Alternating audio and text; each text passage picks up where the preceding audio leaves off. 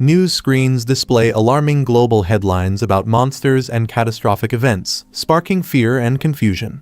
Outside the school entrance, students gather as someone complains that the trending news is just exaggerated hype, comparing it to past zombie rumors.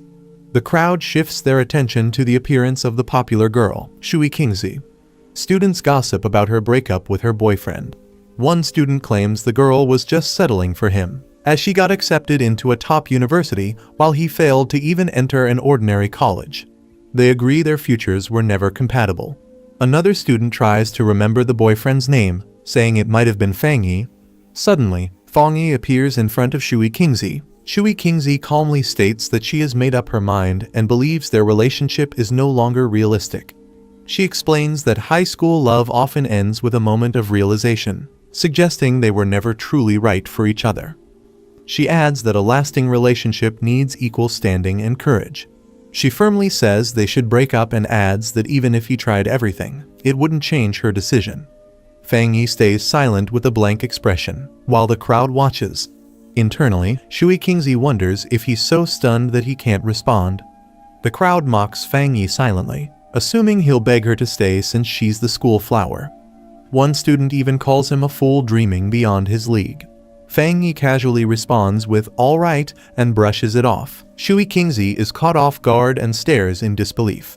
Fangyi says he'll leave if there's nothing more to say. As he walks away, she calls out for him to wait, while wondering if his cold reaction is genuine or just an act. He looks back at her and calmly asks if she has anything else to say. She angrily warns him that no matter what he thinks or does, she will never return to him. He coldly tells her not to overestimate her importance, referring to her as just the school flower. Shui Kingzi stands speechless as Fangyi brushes her off, saying he's too busy to continue the conversation. As he walks away, a few students express disbelief that the breakup happened so quickly and easily. Fangyi reflects to himself that Shui Kingzi and the others have no idea about the disasters coming. He's no longer the person they once knew, he's someone who has returned from the future to this timeline. He knows that in the face of what's coming, society's standards, money, degrees, and reputation will become meaningless. To him now, Shui Kingzi is just a figure from a past life that no longer holds any value. He reflects that petty gossip no longer matters to him, what lies ahead is far more important. In his mind, the world and its values will soon be overturned. He knows that the real threat isn't personal relationships, but the crisis that will soon endanger all of humanity. The story flashes back to the previous night. Strange visions and shattered images surround Fangyi as he receives a mysterious cosmic message. A countdown is revealed: 361 days until the beginning of the spiritual energy revival, which will bring unprecedented and unpredictable changes to the world. The message declares that society's standards will be overturned, and a new era of spiritual practitioners will rise, where power will become the only measure of worth. Fangyi, startled, reaches out as the vision unfolds. He, floating in a glowing cosmic space, faces a light and asks who it is. Suddenly, a surge of light and energy flashes toward him, catching him off guard. The screen revealing that a system from the end of the universe has activated. It uses a supreme algorithm to generate spiritual techniques based on the spiritual beings the user touches. The screen states that Fangyi currently possesses 0 techniques as he reaches toward the interface, absorbing the gravity of this new power. Fangyi silently reaches toward the glowing system panel, activating it with curiosity. Suddenly, a massive beast with glowing red eyes lunges toward him, jaws wide open in a violent surge of energy. The creature appears to emerge from the system itself, surrounded by lightning and chaos as Fangyi floats nearby in shock. His eyes widen as he realizes the danger in front of him. Fangyi sees the fate he once shared with countless ordinary humans. Beads of sweat roll down his face as he processes the memory. He questions if that was truly him in his past life. He recalls how, in that previous life, he was just a powerless person swept up by the disaster, fighting only to survive. Fangyi recalls the darkness of his past as lightning strikes and mutated beasts roam the city.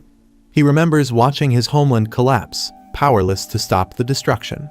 His past self died in despair, consumed by a burning desire for revenge at the moment of death. In that final moment, the fire in his eyes burned with hatred, reflecting the pain that still lingered within him. He believes the system chose him because of his strong desire for revenge, giving him the chance to return 1 year before the spiritual energy revival. He acknowledges that almost no one senses the coming danger, but he's now fully aware of what's approaching.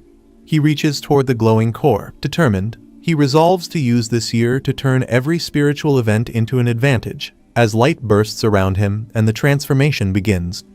The system initiates a new assessment process, scanning Fang Yi as energy begins to surge within him. His eyes glow with golden light. The system declares that the user is now bound to it and a new path has opened. Everything in the world can now be used to forge spiritual techniques, making him a powerful practitioner meant to save humanity. Meanwhile, in the outside world, officials announce that humanity is facing an unprecedented crisis and must abandon past knowledge to adapt to the unknown challenges ahead. Fang Yi confirms that this moment marks the beginning. With others nearby, he notes how the authorities haven't reassured the public, only advising people to remain cautious and alert. A phone displays warning alerts with strange images. Fang Yi reflects that such open warnings are unusual. In the past, news like this would have been censored immediately. A quiet auditorium is shown as he explains that the Xia country uses calm, indirect methods to mentally prepare people for disaster without spreading panic. Fang Yi admits it's a tiring and slow approach, but far better than neighboring countries that respond with chaos, violence, or looting when disasters strike. Fang Yi remembers the system's rule: everything strange can become a source of power. So, he knows he must rush to the scene whenever something unusual happens. His eyes narrow as he checks his phone. A headline warns of the highest UV levels in a century at Qingcheng University, along with a heat wave alert for new students, disguised as a casual sun protection notice. Some students nearby dismiss it as media hype, joking that the university probably paid to trend, unaware of the deadly seriousness behind the warning. He looks up at the cloudy sky, noticing how different it seems from the weather warning reports just nearby. He checks his phone and sees the UV index at 0, questioning how Qingcheng University, only 15 minutes away, could be experiencing extreme UV levels. He reads a school announcement stating that registration will proceed as normal despite the intense heat, while online comments joke about the warning being fake or photoshopped. While the public dismisses it as a hoax, Fang Yi smiles subtly, knowing deep down that dangerous is beginning, and he's the only one who understands it. Fang Yi smiles confidently as he senses that his first real opportunity has finally come. The sun blazes unnaturally over Qingcheng University's north gate. He arrives calmly and realizing something is not right with the environment. As students flee from the unbearable heat, Fang Yi calmly observes the glowing particles floating around the campus gate and wonders what they are. He crouches down and reaches toward one of the flickering lights. As his finger touches the glowing orb, it pulses brightly with a surge of energy. A flash of light erupts, and Fang Yi is taken aback by the sudden reaction. The system detects a severe solar-type energy disturbance and immediately initiates the solar attribute data template. He screams in pain as the overwhelming energy surges through his body. A massive burst of radiant light explodes outward, illuminating the entire area with intense solar energy. Onlookers react in shock. Some question if they're hallucinating. Others jokingly call it a Super Saiyan moment, while one compares it to a heavenly being descending to Earth. Fang Yi screams in agony as the solar energy floods through his body. He wonders if the formation is complete, feeling like he's about to die under the strain. Suddenly, the system confirms the formation is complete, and he has obtained the golden sun breathing technique. His transformation is complete. His hair turns white, his eyes glow gold, and his body radiates with powerful solar lightning. At Qingcheng University, the new student welcome day begins under a bright. A crowd forms around the registration area as students line up. One student offers to help a Shui Kingzi carry her luggage. As she draws attention, multiple boys rush over, offering guidance and club flyers, hoping to impress her. Calm, she politely declines with a firm, "Thanks, but no need." A group of students chat excitedly, happy to be in the same city. Shui Kingzi stands beside them, visibly uninterested, thinking they're completely love-struck. Suddenly, a massive explosion of light appears in the distance, drawing everyone's attention and stunning Shui Kingzi. A warning blares through the loudspeakers, advising students to stay away from the north gate due to an incident. With a serious expression, she realizes strange things have been happening everywhere and decides she must investigate it herself. At Qingcheng University's North Gate, amidst the swirling smoke and flames, Fang Yi appears. A system panel activates, explaining that by staring into the scorching sun and breathing in the burning heat, Fang Yi can perform golden sun breathing to strengthen his body. Without prior learning, a new skill is unlocked, and writing points are gained as golden energy continues to surge around his hands. Fang Yi looks at the system panel, which confirms that a new skill has been unlocked and 59 writing points have been gained. He questions what writing points are. After a brief pause, he decides it doesn't matter, thinking it's obviously something useful, and he'll figure out how to use it later. The sun shines brightly overhead as Fang Yi looks up. Nearby students begin to react to the strange phenomenon. One comments that the sky suddenly went dark, while another says they felt a chill in the air. Someone else calls out that a crowd is forming at the North Gate, and Shui Qingzi is seen among them. A large group of people gathers at the campus entrance. The president of Qingcheng University arrives with security and questions why so many people are present despite a warning message being sent out. He orders everyone to check in immediately, warning that those who don't will lose points. The hooded officer commands the team to re-establish the perimeter and fully seal off the North Gate area. The president acknowledges the order with a nod. A system notification appears, confirming that the contaminated zone level at Qingcheng University's North Gate has been purified. Fang Yi reads another message explaining that a contaminated zone is a government-designated area in Xia country where spirit return energy appears. He's surprised to learn it's officially recognized and realizes he's not the only one affected. A broadcast alerts everyone that all unrelated individuals must evacuate the sealed North Gate area immediately, prompting Fang Yi to stay cautious. As military personnel take control, someone questions if they are from the army, while others in the crowd express confusion about the situation. Fang Yi realizes the disturbance has become too large and their presence has attracted too much attention. Without hesitation, he launches himself into the sky, deciding it's time to leave the area.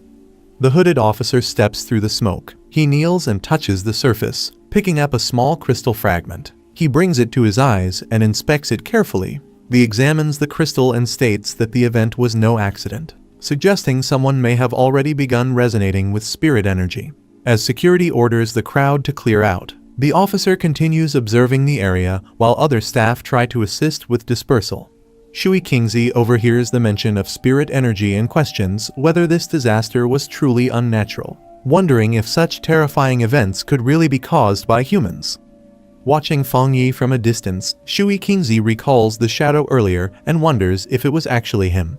She doubts her earlier suspicion, telling herself not to be naive. She thinks there's no way Fang Yi, with his mediocre performance, could have entered Qingcheng University. In Fang Yi's house as the sun sets, lying on his bed, Fang Yi struggles with intense heat radiating from his body and wonders why it won't fade. Despite taking cold showers and using air conditioning, nothing helps. He is drenched in sweat and realizes that if this continues, he won't be able to sleep tonight. While wiping sweat from his face, Fang Yi worries that the chaos earlier might have exposed him. He quickly checks his phone and finds a top trending update from the Spirit Energy Practitioners Association about a new ranking system. Recognizing the name, he recalls the group as an obscure online community that occasionally posted spiritual training content, once thought to be pure fantasy. A flash of the cloaked figure from earlier comes to mind, and Fang Yi begins to suspect that the people he encountered at Qingcheng University may have been part of that same association.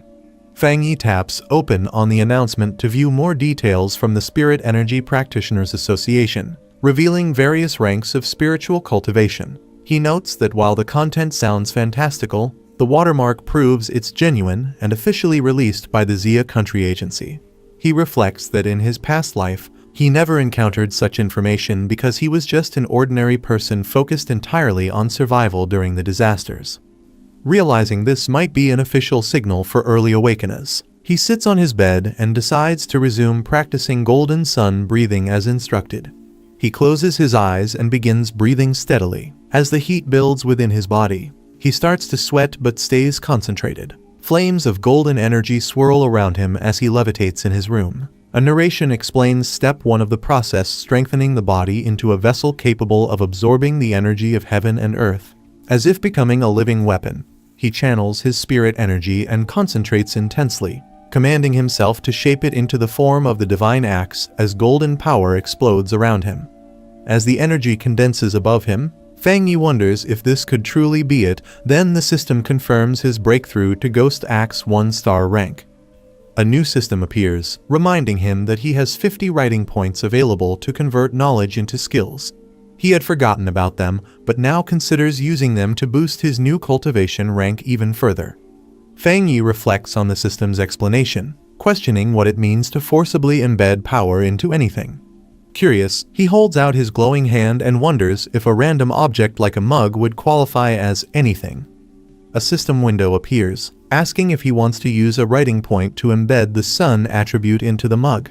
As the mug glows, he realizes his guess was right. Smirking with satisfaction, Fang Yi confirms to himself that this new ability has limitless potential. He realizes that forcibly embedding attributes means granting objects supernatural powers. He wonders what would happen if he used this ability on a weapon like a sword or a gun, rather than a mug. He looks at a sword in his possession, understanding that a weapon crafted specifically for him with supernatural powers will be crucial in the future. Fang Yi stares at the sword in its case, planning to experiment with the system and test its effects before committing to forging a true weapon. Determined, he resolves to fully prepare for the coming threat of mutated beasts. Under the moonlit night, a large mutated beast approaches the building from the forest. The mutated beast crouches in the darkness, watching intently. Inside the room, the sound of coughing echoes repeatedly and moonlight spills through the window onto the bed. Fang Yi lies in bed, sweating and coughing as he shifts slightly and murmurs. Suddenly, he slowly opens his eyes. He sits at the edge of his bed with his feet touching the floor. He walks into the living room and stops, noticing something while moonlight floods the space. He focuses on a sound, thinking that ever since he entered Ghost Axe, his sense of hearing has become sharper than normal, making it easy to hear noises from nearby houses. Still lying on the couch, he continues hearing repeated coughing sounds and realizes something isn't right. Fang Yi peeks out his apartment door and hears coughing echoing from the corridor. He spots a beast with glowing red eyes and black feathers in the hallway and identifies the sound source. It's there. Recognizing it, he realizes the creature is a mutated rabbit beast affected by the mutation. He recalls that even with distant memories from his previous life, seeing this beast again still sends chills through him. Meanwhile, a helicopter with a spotlight approaches the city. A girl with long hair stands on a rooftop under the moonlight, stating that the rabbit who consumed the dark spirit fruit is still on the loose and that its speed is shockingly fast. She instructs to stay updated on any new developments while continuing to eat the lollipop. She leaps across rooftops, swiftly moving through the city. While midair, she suddenly senses something and turns her attention toward it. With force, she kicks off the building and accelerates toward the source. The girl reports that she has detected the beast's dark energy again, and that it fled 20 kilometers away to a residential area. She urges for immediate pursuit to protect the residents. She pushes off a building wall with force. While flipping through the sky, she warns others to be cautious. The beast has consumed a spirit fruit, and although its transformation isn't complete, it may still grow stronger. A man on the street looks up in surprise as a blur of light streaks across the night sky. Inside the Central Channel manga department, a man wonders if he's hallucinating from working too much. Another colleague scolds him, asking if he's done with the manga. He points out that they're on the 65th floor, shocked by what he's seeing outside, a figure leaping in front of the full moon. Meanwhile, the mutated beast charges toward Fang Yi, letting out a roar. Fang Yi's eye lights up with intense golden energy in response. He notes that ever since his breakthrough, his body has improved. He can clearly see the beast's slow movements, and his muscles react fast enough to dodge its attacks. Power gathers in his hand as golden energy crackles around it. He wonders if these terrifying mutated beasts are already appearing this early, as he charges forward with his energy ready to strike. He recalls from his past life that the beast hasn't fully transformed yet, but its current stage boosts its power and madness due to the dark energy. He prepares to strike, determined to stop it before the residents fall victim to its rampage. He grabs the beast firmly, unleashing his power through his glowing hand. A loud crack echoes as he slams the beast down with full force. He pins the beast down and stays focused as golden energy surrounds him. He realizes the beast's weak point is its tail and prepares to strike. He launches himself upward, shattering the ground as the beast is thrown into the air. His eyes glow fiercely as he channels energy into his glowing fist. A powerful golden beam shoots upward, blasting the beast mid-air. The beast screams in pain as it's struck directly by the concentrated energy attack. The mutated beast attempts to absorb a powerful glowing energy ball as it faces Fang Yi. Fang Yi strikes the beast directly with the yang element energy, questioning if it dares absorb it. The intense solar energy floods the beast's body as it begins to lose control. Fang Yi declares that the sun's power is too majestic and that the beast is bringing about its own destruction. A massive explosion erupts from the energy clash. The man in bed reacts to the explosion, wondering if it was thunder. He looks out the window, puzzled, trying to see what caused the noise.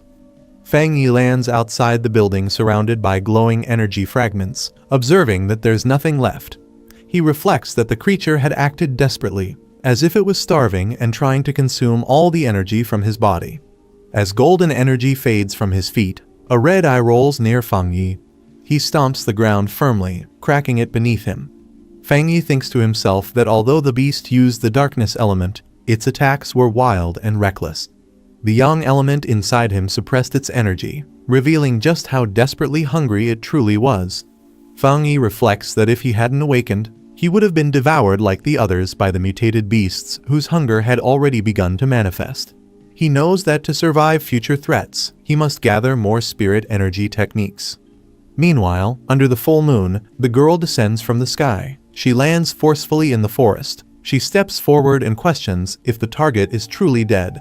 Kneeling down, she confirms the corpse has been torn apart and decides to begin collecting the remaining dark element energy. As she reaches toward the ground, she suddenly reacts to something unexpected. The girl winces in shock from the heat, pulling her hand back and wondering how intense the temperature is. She realizes the heat is due to a high-level yang energy, one with a pure concentration, similar to what's detected at Qingcheng University, and suspects it's no coincidence. Raising her hand to her earpiece, she contacts HQ, confirming the rabbit is dead and explains she wasn't the one who killed it. A new pioneer did, someone possessing a high-grade elemental affinity. Someone at HQ asks if the person who purified the polluted zone at Qingcheng University's northern gate and killed the mutated rabbit is the same individual. Another confirms the person isn't listed in the HQ archives and remarks on the unusual talent of a pioneer with such pure elemental power. They insist the association must reach out to him immediately. The girl agrees, activating flames and energy in her hands as she prepares to store the sample.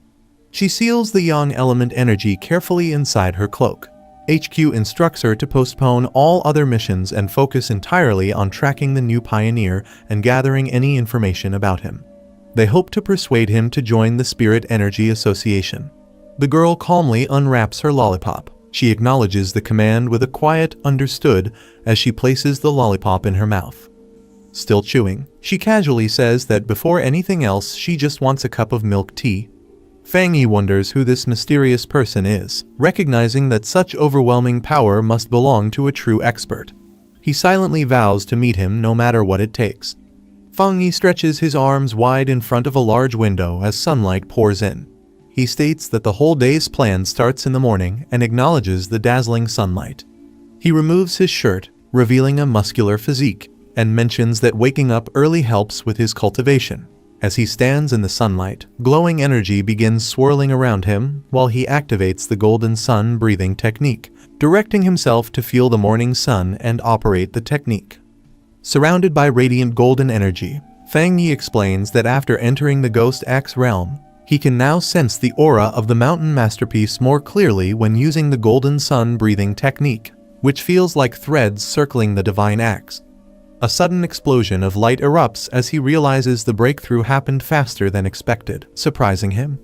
Fang Yi clenches his glowing fist with determination, channeling the power through his arm as energy surges outward. Lifting the golden axe, he notes it feels much lighter than before. As he swings it, He reflects that cultivation is like chopping wood, what truly matters is persistence. He swings the golden axe downward with force as radiant energy shoots up through his body. He channels the power while standing firm, stating that his axe technique is becoming more refined and destructive. With golden eyes glowing, he senses his body becoming stronger, remarking that his physical toughness has increased. He reflects that although his progress seems fast, it's due to unused residual energy from his previous breakthrough to 1 star. Surrounded by golden flames, Fangi decides that from now on, he must level up gradually, 1 step at a time. As he glances at a package labeled authentic goods, he notes that the anomalies caused by his cultivation are too flashy and thinks he needs to find a quieter place. At the association office, an older man hears something and reacts with curiosity.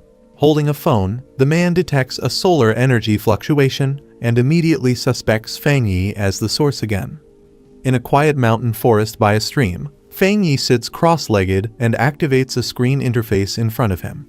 When prompted to use code points to implant a yang attribute into an item, he confirms with a yes as golden energy wraps around him.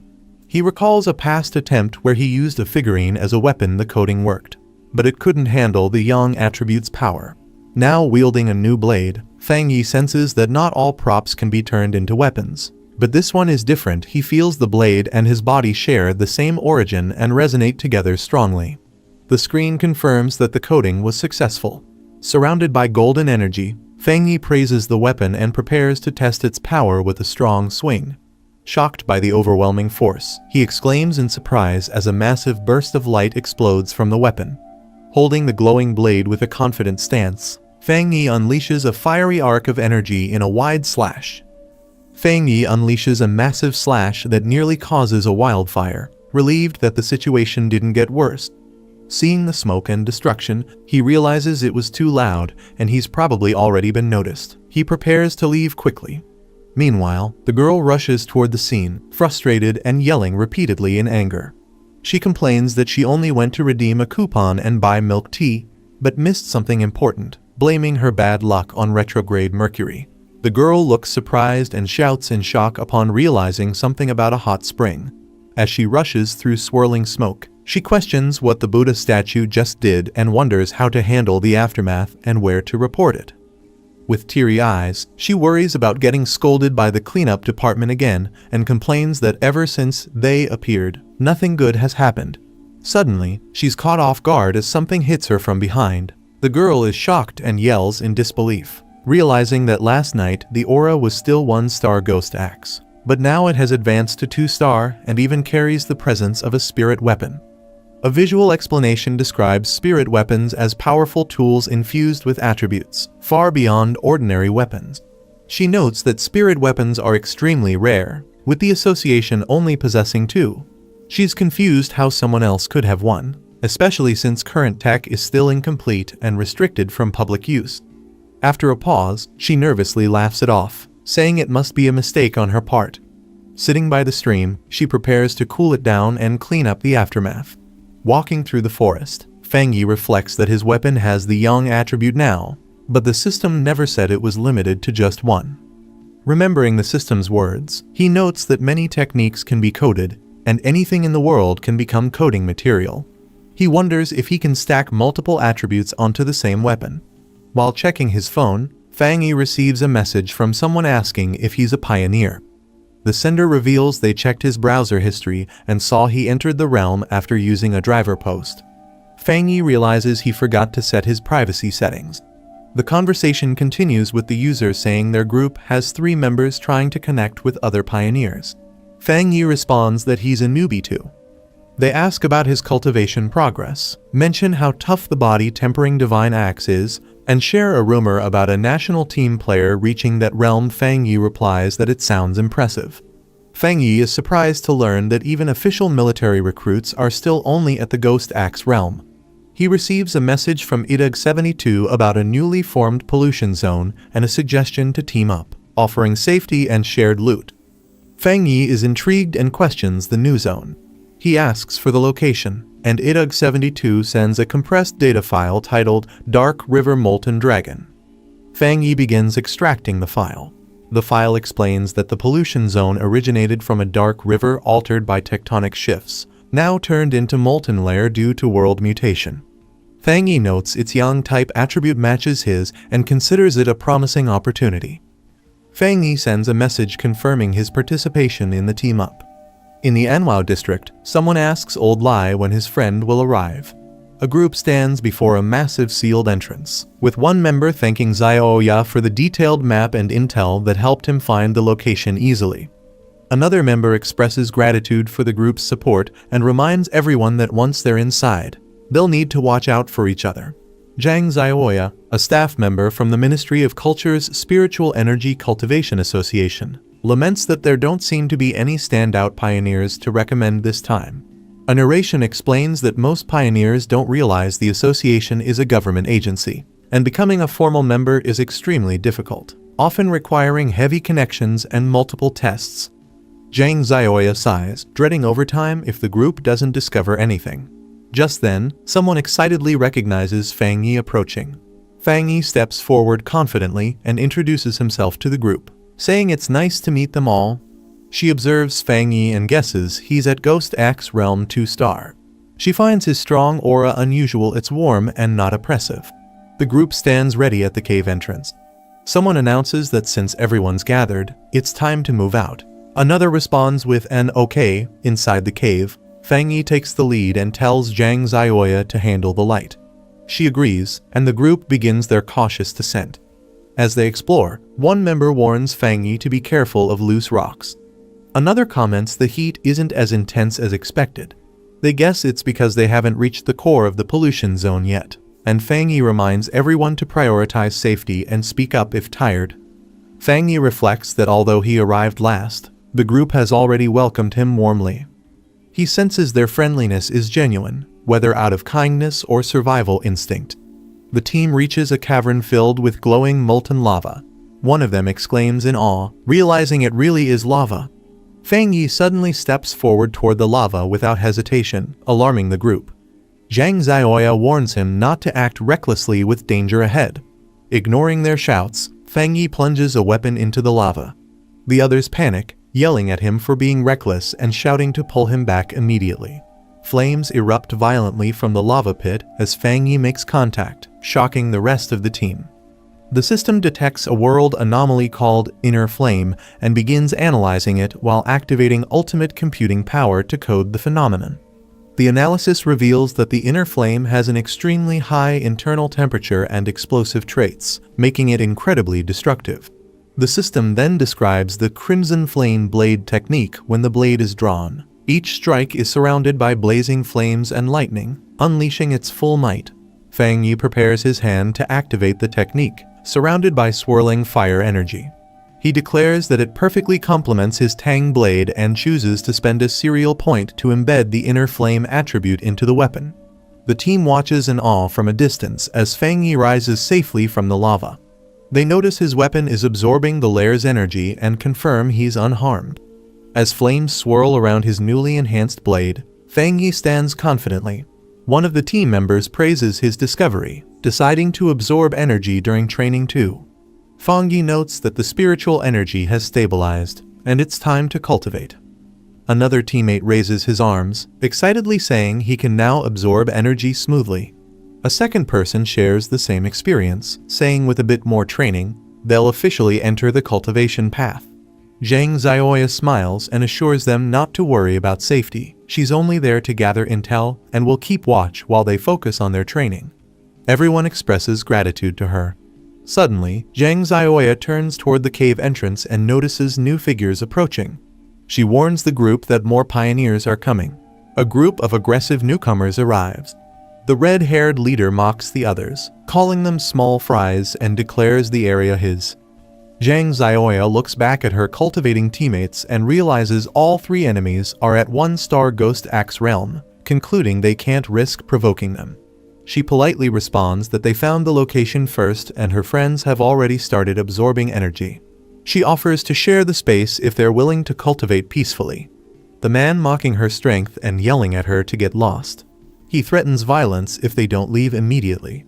Zhang Xiaoya silently reflects that in this era of spiritual energy revival, The rule is survival of the fittest and the weak are left behind.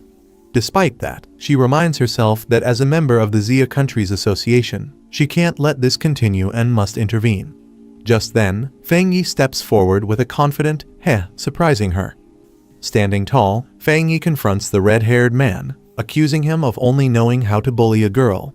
The man reacts with shock, shouting, "What?" Fang Yi unsheathes his flaming blade and strikes, sending out a powerful shockwave that pushes back the enemies, stunning everyone around. The man shouts for his group to fall back as Fang Yi's flaming attack blasts them into the air, overwhelming their defense. One of Fang Yi's teammates is startled by the sudden energy shockwave and asks what just happened. Fang Yi reflects that the tragedies in this world began because cultivators started worshipping the idea of the strong preying on the weak.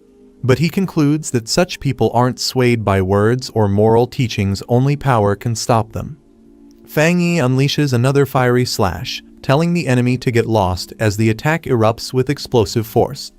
The leader is stunned by the second explosion, panicking and questioning what kind of monster he's facing. Overwhelmed, the enemy group turns and flees in terror as Fang Yi calmly holds his sword. Fang Yi's teammates rush over in excitement, praising his insane power and saying that his sword slash looked incredibly cool. Fang Yi smiles and says the enemies crossed the line, but they've absorbed enough spiritual energy, so it's time to leave. As the group agrees and prepares to exit the spirit zone, they reflect on how destructive Fang Yi's attack could have been if it had fully landed. Watching him walk away, Zhang Xiaoya observes that he's clearly a top-tier pioneer with elite talent and a powerful attribute. Clenching her fist, she firmly decides that this event must be reported to the organization. At the Spiritual Energy Cultivation Association office, a woman reacts to a report and asks if another high-tier attribute pioneer has appeared. Zhang Xiaoya, on the other end, is shocked to hear the word "another." Caught off guard, the girl nervously denies anything suspicious while secretly confirming she recorded the event and should be contacted for any updates. She ends the call, saving the data, as instructed. Later, excited, she tells her teacher that they've found 2 high-tier pioneers back-to-back, but he dismisses it, saying it's not luck. Anyone with a high-tier attribute now holds value and will soon rise to power. The older man rubs his forehead, frustrated by recent developments, thinking it's all becoming too complicated and he wants to quit. Meanwhile, in town, Fang Yi walks in a hoodie and sword. Girls nearby admire his appearance, thinking he looks like a powerful character, making Fang Yi embarrassed. As he silently continues walking, others around admire him. A caption notes he's pretending to be a cosplayer to avoid attention. Suddenly, Fang Yi receives breaking news on his phone. The events from cultivation novels are starting to come true. Golden light in the east, a purple aura, and even a dragon sighting. Fang Yi realizes the anomaly was caused by his inner flame's power, which he underestimated at 2,000 degrees Celsius. He rules out Old Lai or Zhang Xiaoya leaking his traits. He thinks absorbing yang-type energy might let him break through if he uses the golden sun breathing technique again. Deciding not to delay, he heads toward the back mountain to continue cultivating. 5 minutes later, at the back mountain, Bai King stretches and celebrates completing her task. She's startled by a sudden powerful energy surge glowing in the distance and quickly senses it's coming from the mountain. The overwhelming aura spirals upward, signaling someone is breaking through to the 3-star Ghost Axe realm. Shocked by the scale of the energy, Bai King realizes this breakthrough is beyond monstrous and questions who could be behind it. Bai King slams her foot down, deciding she must immediately investigate the source of the massive energy surge. As she rushes forward with determination, she wonders if the one behind it could be that guy, though it seems too unlikely. Fang Yi raises his hands as spiritual energy begins forming above him, spinning rapidly in a spiral while lightning crackles in the background. He sits cross-legged, surrounded by intense golden flames, eyes glowing. His body is enveloped in a complex aura, and he maintains a focused hand seal. The golden energy condenses further, mixing with blue currents as it takes the shape of a glowing axe. Bai King watches from above, realizing that Fang Yi is trying to control a divine axe. She notes the difficulty of manipulating spiritual power so precisely and wonders if he secretly trained for several years without anyone knowing. Bai King recalls how she previously failed while breaking through, vomiting blood and collapsing under pressure. She stares at Fang Yi from her bed and questions if he's truly a monster born from thunder. She observes how the divine axe is filled with spiritual energy, and how Fang Yi controls it precisely. She notes that every movement of the aura looks like it could strike with immense force, and recognizes that someone like him isn't just a genius, he's a being summoned by the heavens. Meanwhile, how most cultivators would rush to finish after forming a core, but Fang Yi maintains sharp focus and sword-like intent. He compares Fang Yi's calm to that of a high-ranking cultivator. Bai Qing chases the divine axe's aura as it begins to move again. She yells that the divine axe has shifted toward the east. Fang Yi's eyes glow intensely with golden light. He rises into the air, fully wrapped in golden lightning as energy erupts around him. He successfully breaks through to the second star of the Ghost Axe realm. Bai Qing braces herself amid the crashing energy blasts, breathing heavily while standing within the storm of golden lightning. She is flung back by a massive energy surge as Fang Yi's divine axe unleashes a shockwave, engulfing the area in golden force. Catching her breath, Bai Qing wonders why she still can't get close even though only 30 seconds have passed. She realizes he may have already detected her presence and worries he might act against her next. Her eyes narrow with sudden realization. Looking up at a large, glowing tree bathed in sunlight, Bai Qing notes that the divine axe seems to have stopped and hasn't yet fully awakened. Fang Yi hides in the trees and watches Bai Qing, realizing she's the one who's been investigating him over the past few days. Bai Qing introduces herself as the captain of a field team from the Spirit Energy Association. She formally extends an invitation to Fang Yi on behalf of the organization. Fang Yi responds calmly, explaining that he's only been following her these past 2 days in hopes of joining the official association. He assures her that his actions weren't meant to leave a bad impression. He adds that while the association hasn't made a public announcement yet, all internal documentation is already formalized. Bai Qing wonders if he'll misunderstand her actions or think she's been bothering him. She focuses on staying calm. Fang Yi questions Bai Qing's reasoning.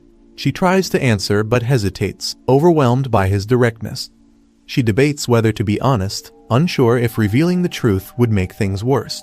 He explains that he wanted to locate the Spirit Energy Association early to integrate with their system and correct misunderstandings about rogue cultivators, giving both sides more clarity.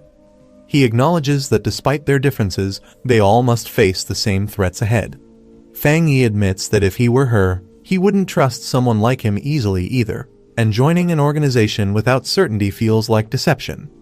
Bai Qing remains silent, visibly affected by his honesty. Bai Qing pulls out her ID card and formally introduces herself as Su Mantang, an athlete from the Spirit Energy Association. She enthusiastically holds her badge up high, hoping Fang Yi recognizes her. She asks him to believe her, treating it like proof of her sincerity. Fang Yi examines her and mutters that her name does seem a bit familiar to him. Fang Yi realizes she had better conditions and training, which likely helped her become an elite runner. He acknowledges it explains her speed, but something still bothers him. Fang Yi looks serious, remembering that in his previous life, Su Mantang failed to fulfill her mission and humanity was ultimately wiped out. He recalls the destruction of the world and thinks that now that he's been reborn and granted a system, he must one day join their cause, but the time isn't right yet. Su Mantang smiles and says she really does recognize him, hoping it builds trust. Fang Yi quickly leaps away, telling her he'll consider the offer, leaving behind a trail of wind. Fang Yi reappears behind Su Mantang and tells her to temporarily keep his identity and actions a secret from others. Based on her conduct, he concludes that the Spirit Energy Association likely trusts her more than other scouts. He internally decides to make use of her abilities, believing she can serve his goals well. Su Mantang agrees to cooperate but says the association has already noticed the disturbance from his breakthrough and she must still report it eventually, perhaps in half a year. Fang Yi accepts the condition and calmly agrees. Su Mantang leaps through the forest, frustrated that Fang Yi slipped away again. She complains about always missing her chance and the tiring task of reporting back. She grumbles about cleaning up after others' messes, then tells herself to stop dwelling on it. Since she's already on assignment outside, she might as well finish it properly. Receiving a message through her earpiece, Su Mantang is shocked to hear that an abnormal has reappeared. She quickly asks if it's active again. She recalls the brutal monster pack responsible for past horrors. She vows never to forget them.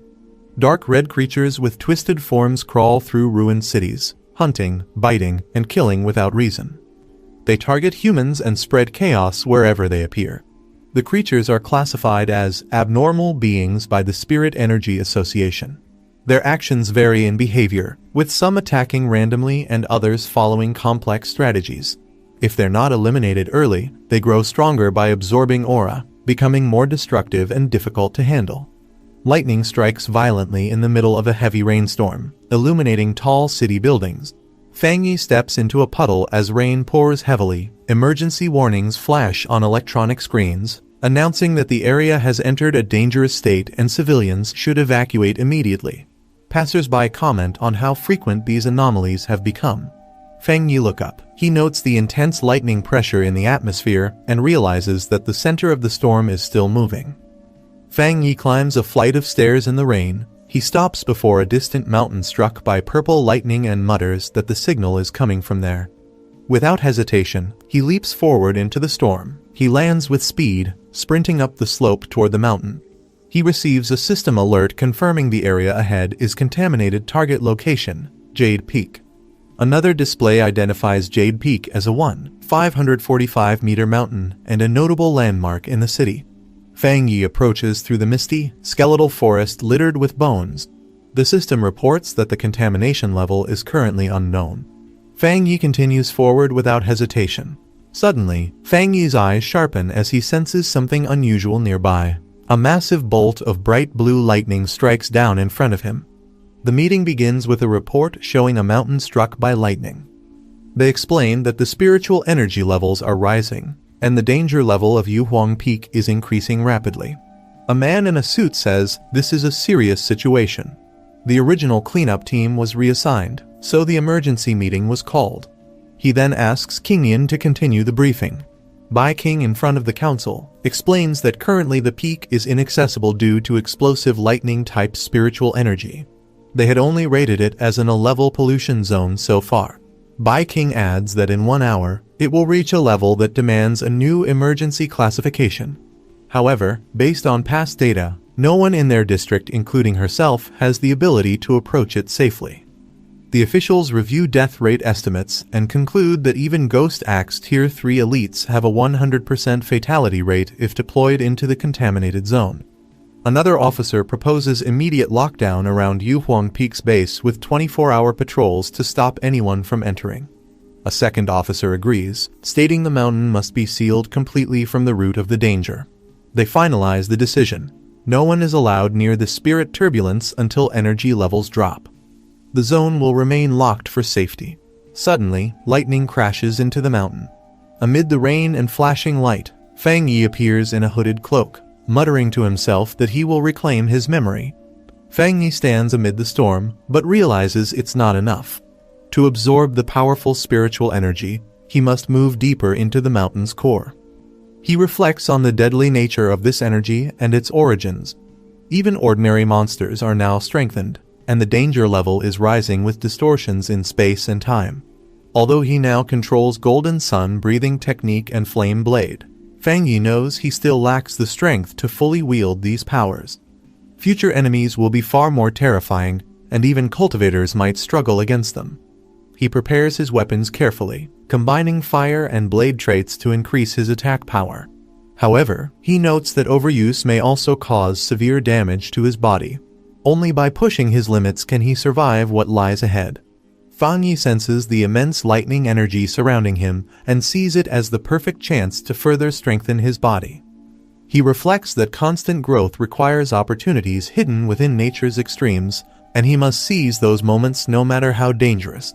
He understands that if he misses this chance, he can only wait for death under the heavens. As a bolt of lightning strikes down, his eyes glow intensely. Gripping his blade tightly, he braces himself for what's to come. As lightning strikes, Fang Yi braces for impact. He marvels at the overwhelming force crashing into him.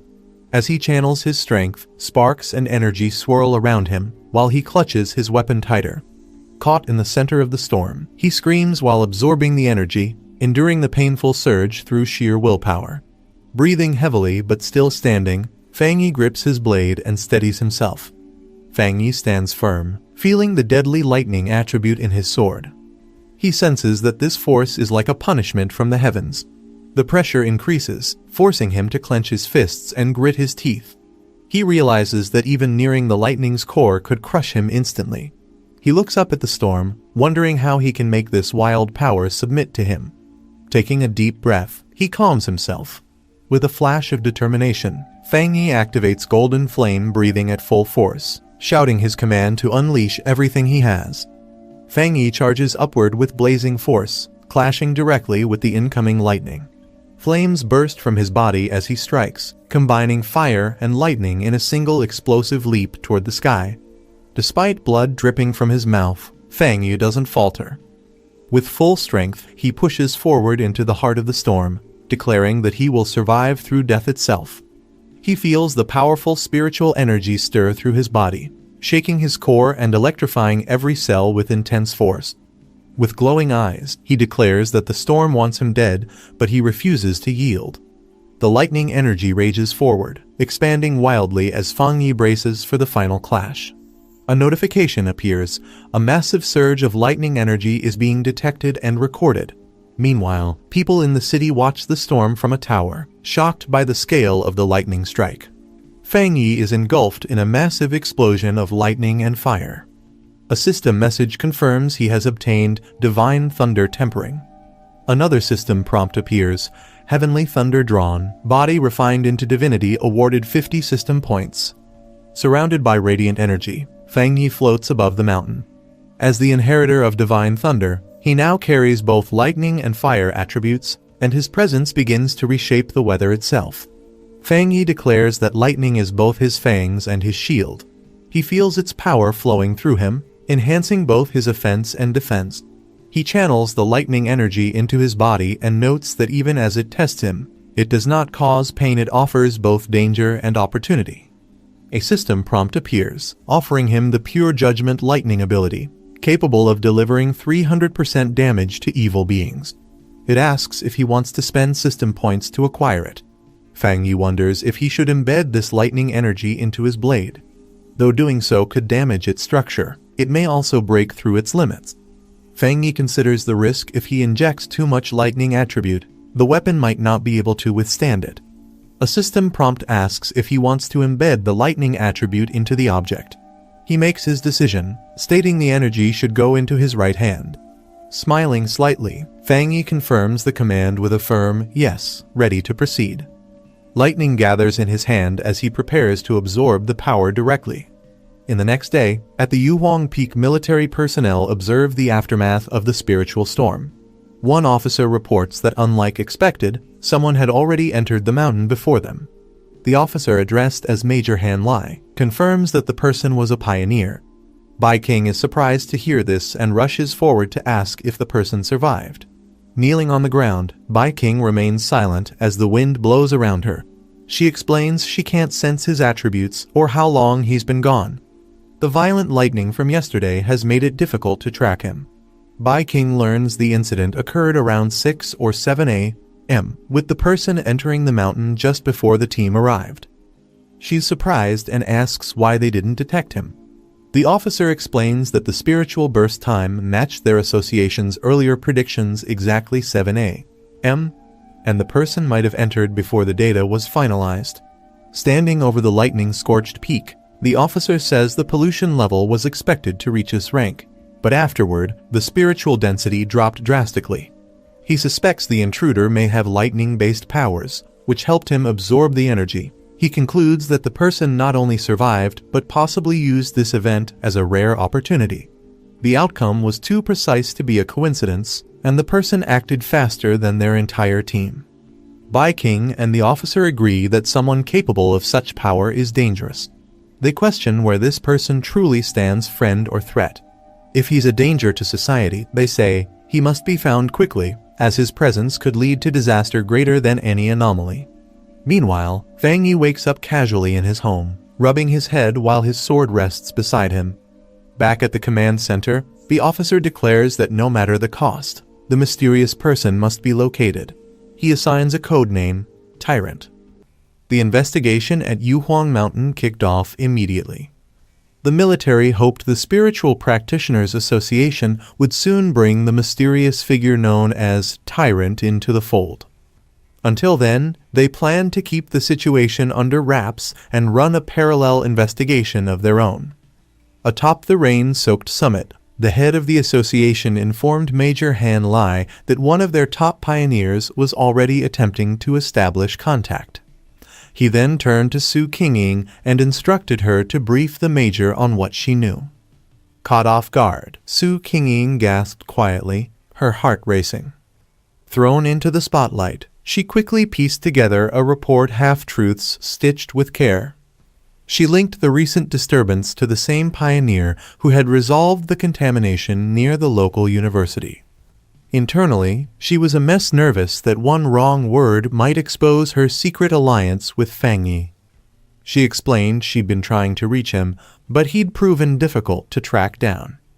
She recalled finding a mutated rabbit's corpse, clearly killed by him, and correctly identified the presence of yang flame energy at the scene. Wrapping up, she promised to continue closing the gap between them and uncover how he'd managed to purify the university's gate. As she spoke, she prayed silently, relying on a mix of truth and deception to keep her story believable.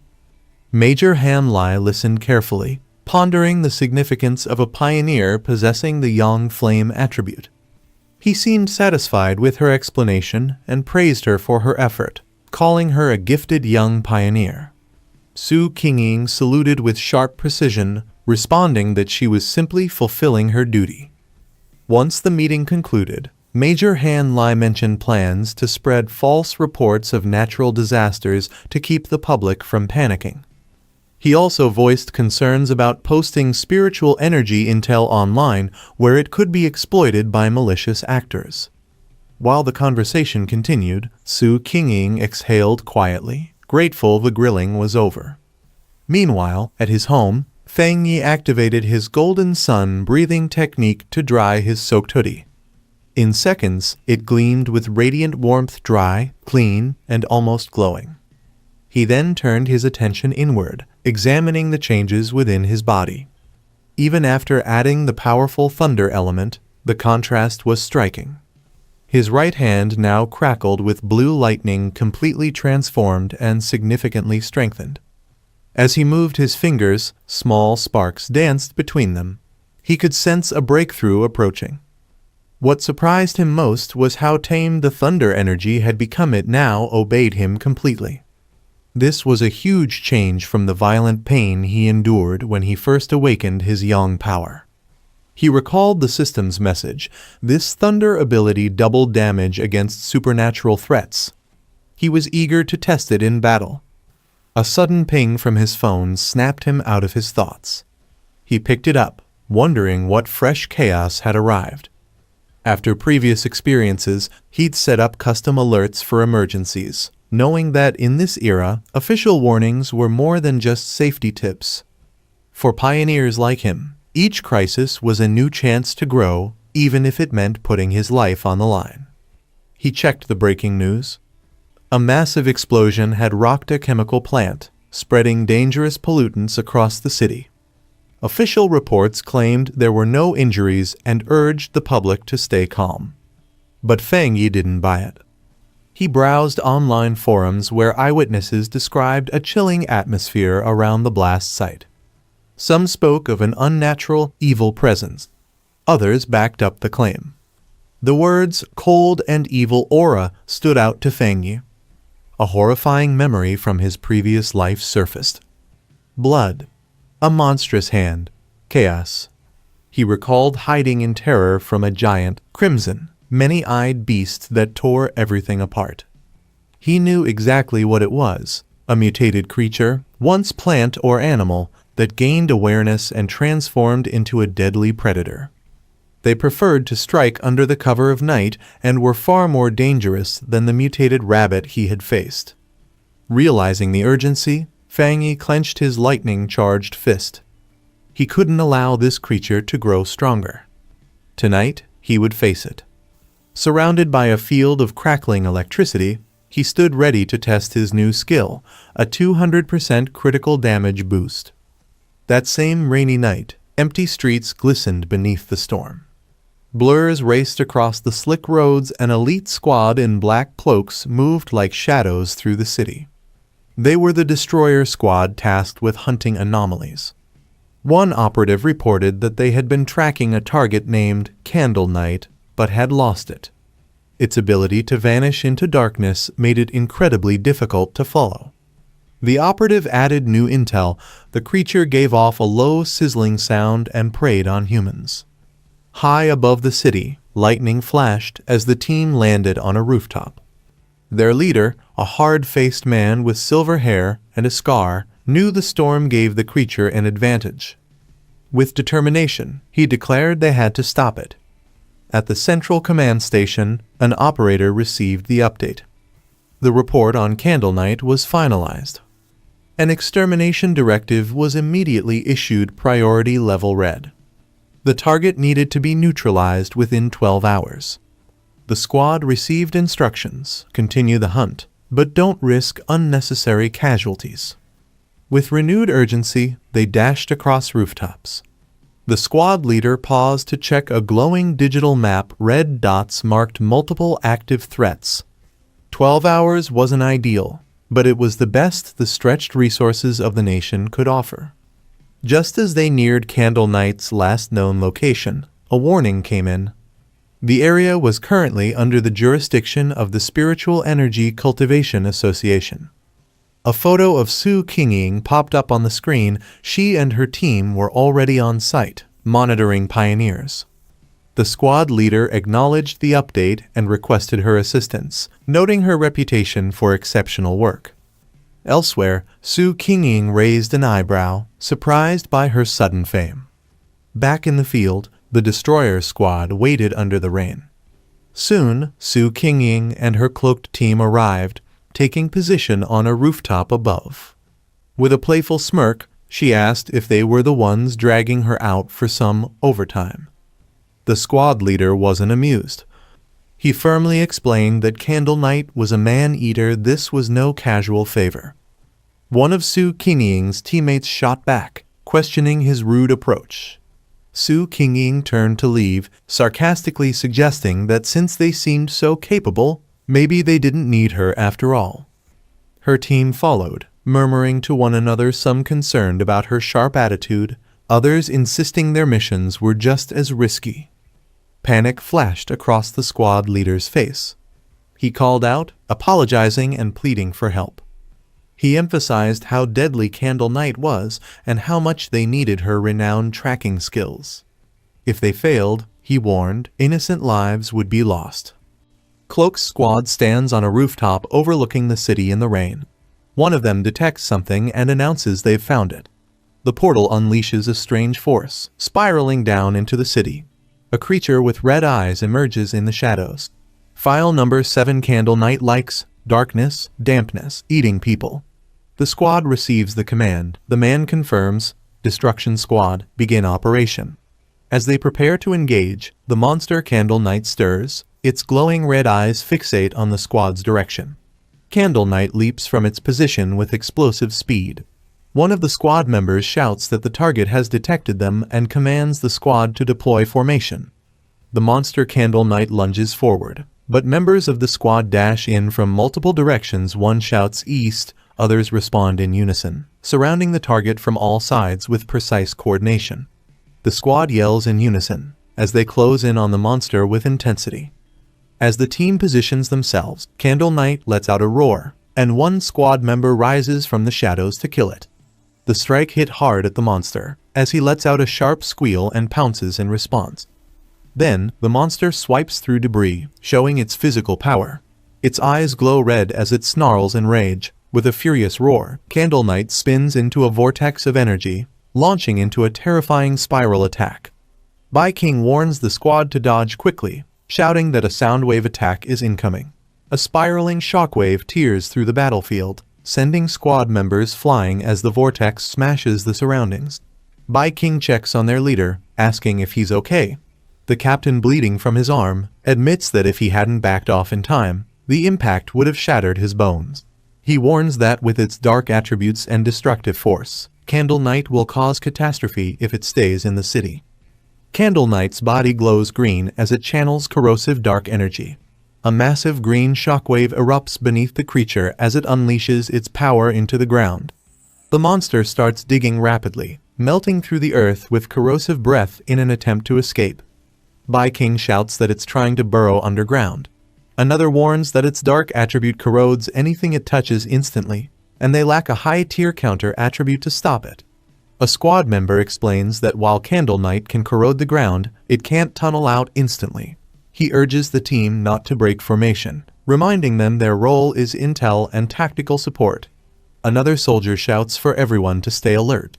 Suddenly, glowing red eyes emerge from the darkness. Candle Knight bursts out violently and strikes, knocking a squad member into the air with a fierce blow. The leader yells for everyone to chase the monster before it escapes. As they follow the green energy trail, a surge in spiritual energy is detected. Reaching a rooftop, one member notices the spike and commands the others to wait outside while they follow the target in. Inside an abandoned factory, the lead scout prepares to scan for spiritual energy readings before proceeding. The leader asks if the device on the Bai-King wrist is the new auxiliary tool from the association. She confirms and explains that the average squad can handle anomaly levels up to 50. The creature they chased was just below that at 48. Suddenly, the watch spikes to 80 and continues rising, shocking them. She realizes there's more than one anomaly present. As the group enters the factory, a dark serpent looms above. They both turn in alarm as a loud crash behind them confirms they're not alone. Another threat has arrived. Bai-King realizes they were tricked. Candle Knight lured them in to trap them with another anomaly. She tells the group they must retreat immediately. The leader suggests heading to the door. If the anomaly wants to stop them, it will have to reveal itself. Together, they fire an attack to force the door open. As they run, Bai-King is struck by something and collapses, gasping in pain. She realizes her senses and body are being overtaken by the poison gas as a dark creature looms in the mist. She calls out to the others but gets no reply. Alone in the mist-filled factory, she suspects they're nearby but unable to respond. Holding her communicator, she pieces it together. Candle Knight lured them in, but the poisonous place belongs to another anomaly, likely a giant serpent. The serpent's face emerges from the toxic fog. She realizes that unlike Candle Knight's dark powers, this mist is poisonous and began affecting them the moment they entered. The gas not only paralyzes senses but drains spiritual energy rapidly. She knows if she tries to attack now, her energy will run out. She's already close to collapse. Lying on the ground, she questions what kind of anomaly could possess such intelligence and overwhelming power. It feels like they're being toyed with. Her body collapses completely. A faint light breaks through the ceiling above, but she's too weak to move. As her eye barely opens, struggling to stay conscious as she senses something approaching. Fang Yi crashes down from above, descending with confidence. He lands firmly on the ground, cracking the floor beneath him with sheer impact. Standing tall, he faces the looming serpent and confirms it's a dark attribute anomaly, unfazed and fully in control. The black serpent lunges with jaws wide open, aiming to devour the intruder. He dodges swiftly, but a second creature, Candle Knight, crashes into him from above. He's forced back, growling in frustration as both enemies close in. Realizing the truth mid-battle, he confirms there are two anomalies working together. He smirks, realizing one anomaly lures while the other harvests. He mocks Candle Knight, biting him, saying it must enjoy it too much. Power surges through him as he activates thunder energy. He slashes through the serpent, burning its body with a blazing attack enhanced by thunder. With lightning crackling, he turns to the next enemy and challenges it to handle fire next. The serpent becomes extremely angry after seeing RMC's interface, and the moment it spots RMC, it starts attacking him. However, seeing the serpent charging in for an attack, RMC dodges and quickly draws out his sword, getting ready to attack the serpent. As soon as the serpent pulls its head out from the wall and looks upward, it realizes that the person in front of it is charging in with a sword to strike. At this moment, RMC had already gotten very close to it, and upon reaching right near it, he strikes the sword directly at the center of the serpent's head. The MC's attack lands directly on the serpent's skull, and it slices the python right down the middle. Just after landing the attack, our MC steps back slightly and looks in shock as the serpent, even after being split in half, starts regenerating again. Our MC, Fang Yi, already knew something like this would happen. He had expected it that the serpent would surely have a regeneration ability. While the serpent is trying to recover, at that very moment, a powerful bolt of electricity strikes its head. The moment the lightning hits its head, it begins screaming in agony. Seeing this, our MC smiles. This attack was launched by him. Watching the python die in front of him, our MC smiles and thinks, "Good thing I sensed it in advance. This serpent's dark aura is even denser than Candle Knight's." Then he raises his sword once again and attacks the python. Just now, while wielding the Tang sword and unleashing the power of internal flame, I controlled the force and retracted it. Using the sword as a carrier, I condensed and channeled the thunderbolt power in my hand into the snake's body. The moment the MC's fire-type attack is unleashed through the blade and strikes the python starts burning. Seeing this, our MC thinks, as a dark-type anomaly, Candle Knight may be eerie and sneaky, but its power is relatively weak. It's bloodthirsty, but at most it could only harm 1 or 2 humans, not truly evolved. But this serpent. Just then, at that very moment, our MC groans in pain and notices that snake scales are attached to his shoulder, spreading poison through his body. Our MC starts recalling the fight with the python, thinking about how this happened. Then he remembers when the scales made contact with his body. Thinking back, he says, "Just as I thought, it's a cunning mutated species. Its intelligence has even improved. These sneak attacks are deadly. Its poison carries a built-in paralyzing effect. It kills silently, without a trace." At this moment, our MC is feeling intense pain, probably because of the continuous flow of the golden sun breathing technique within his body. The moment he feels this, he starts thinking again. The yang flame attribute can dissolve poison. The golden sun breathing technique protects and heals, and the thunder attribute purifies. These two give a clear pain response to poison intrusion, warning me of incoming enemy attacks. But for others less lucky, even with some defensive ability, it may be incurable. This serpent grew to this size so stealthily. Besides likely being at 3-star Ghost Axe realm, it surely relies on ambush predation. Not to mention, with Candle Knight as a partner, it's the perfect trap combo for elite pioneers. It's probably devoured quite a few people by now. Many pioneers who never met up with the association are likely. As he's thinking all this, in front of him, the serpent's body continues to burn. Our MC keeps staring at the serpent and continues thinking. Finally, no matter how sinister and venomous it was, its end is ash and dust. The inner flame energy was pure, but the thunder attribute's triple crit really stole the spotlight. I feel like my combat ability is pretty decent among pioneers now, right? And just after a short while, the serpent completely turns to ash. After burning it entirely, our MC moves his hand close to the burning fire, but suddenly stops and begins looking around. Sensing something, he looks into the smoke where Su Qingqing is coughing because of the smoke. She appears to be in extremely bad condition, looking almost semi-unconscious. Seeing her, our MC says, "This is that girl from the association. What was her name again?" Then walking closer to her, our MC says, "There's no need for you to keep pretending. I know you're faking your death. You should improve your acting skills. It's clear you're just pretending." Seeing our MC up close, Su Qingqing starts covering her face and thinks to herself, "Oh my god, enemies always meet on narrow paths. It really was him earlier?" Then, trying to make an excuse, she says, "I woke up because of the smell. I wasn't pretending. I really did pass out." And after saying this, she stands up. Our MC, watching her, smiles and says, "You're strong.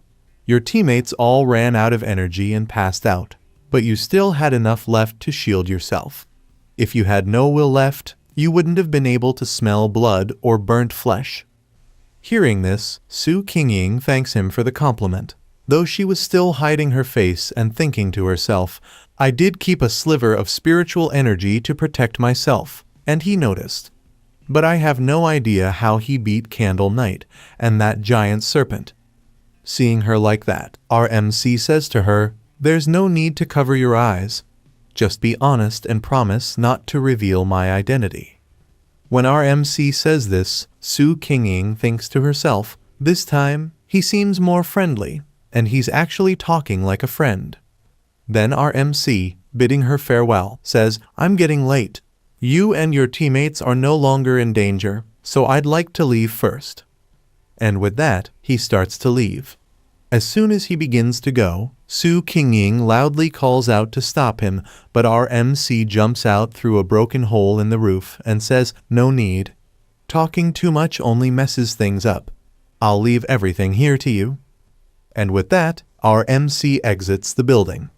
Walking away, he thinks to himself, good thing she didn't see me trying to absorb the dark attribute just now. That discomfort and eerie coldness, really disgusting. Maybe it's because the dark spiritual energy had already been dispelled, and my body instinctively rejected it that I failed. The system didn't respond either. Forget it. I'll review it later at home. Meanwhile, back inside the building, Su Qingying slaps her teammates awake and says, all of you get up quickly. It's all over now.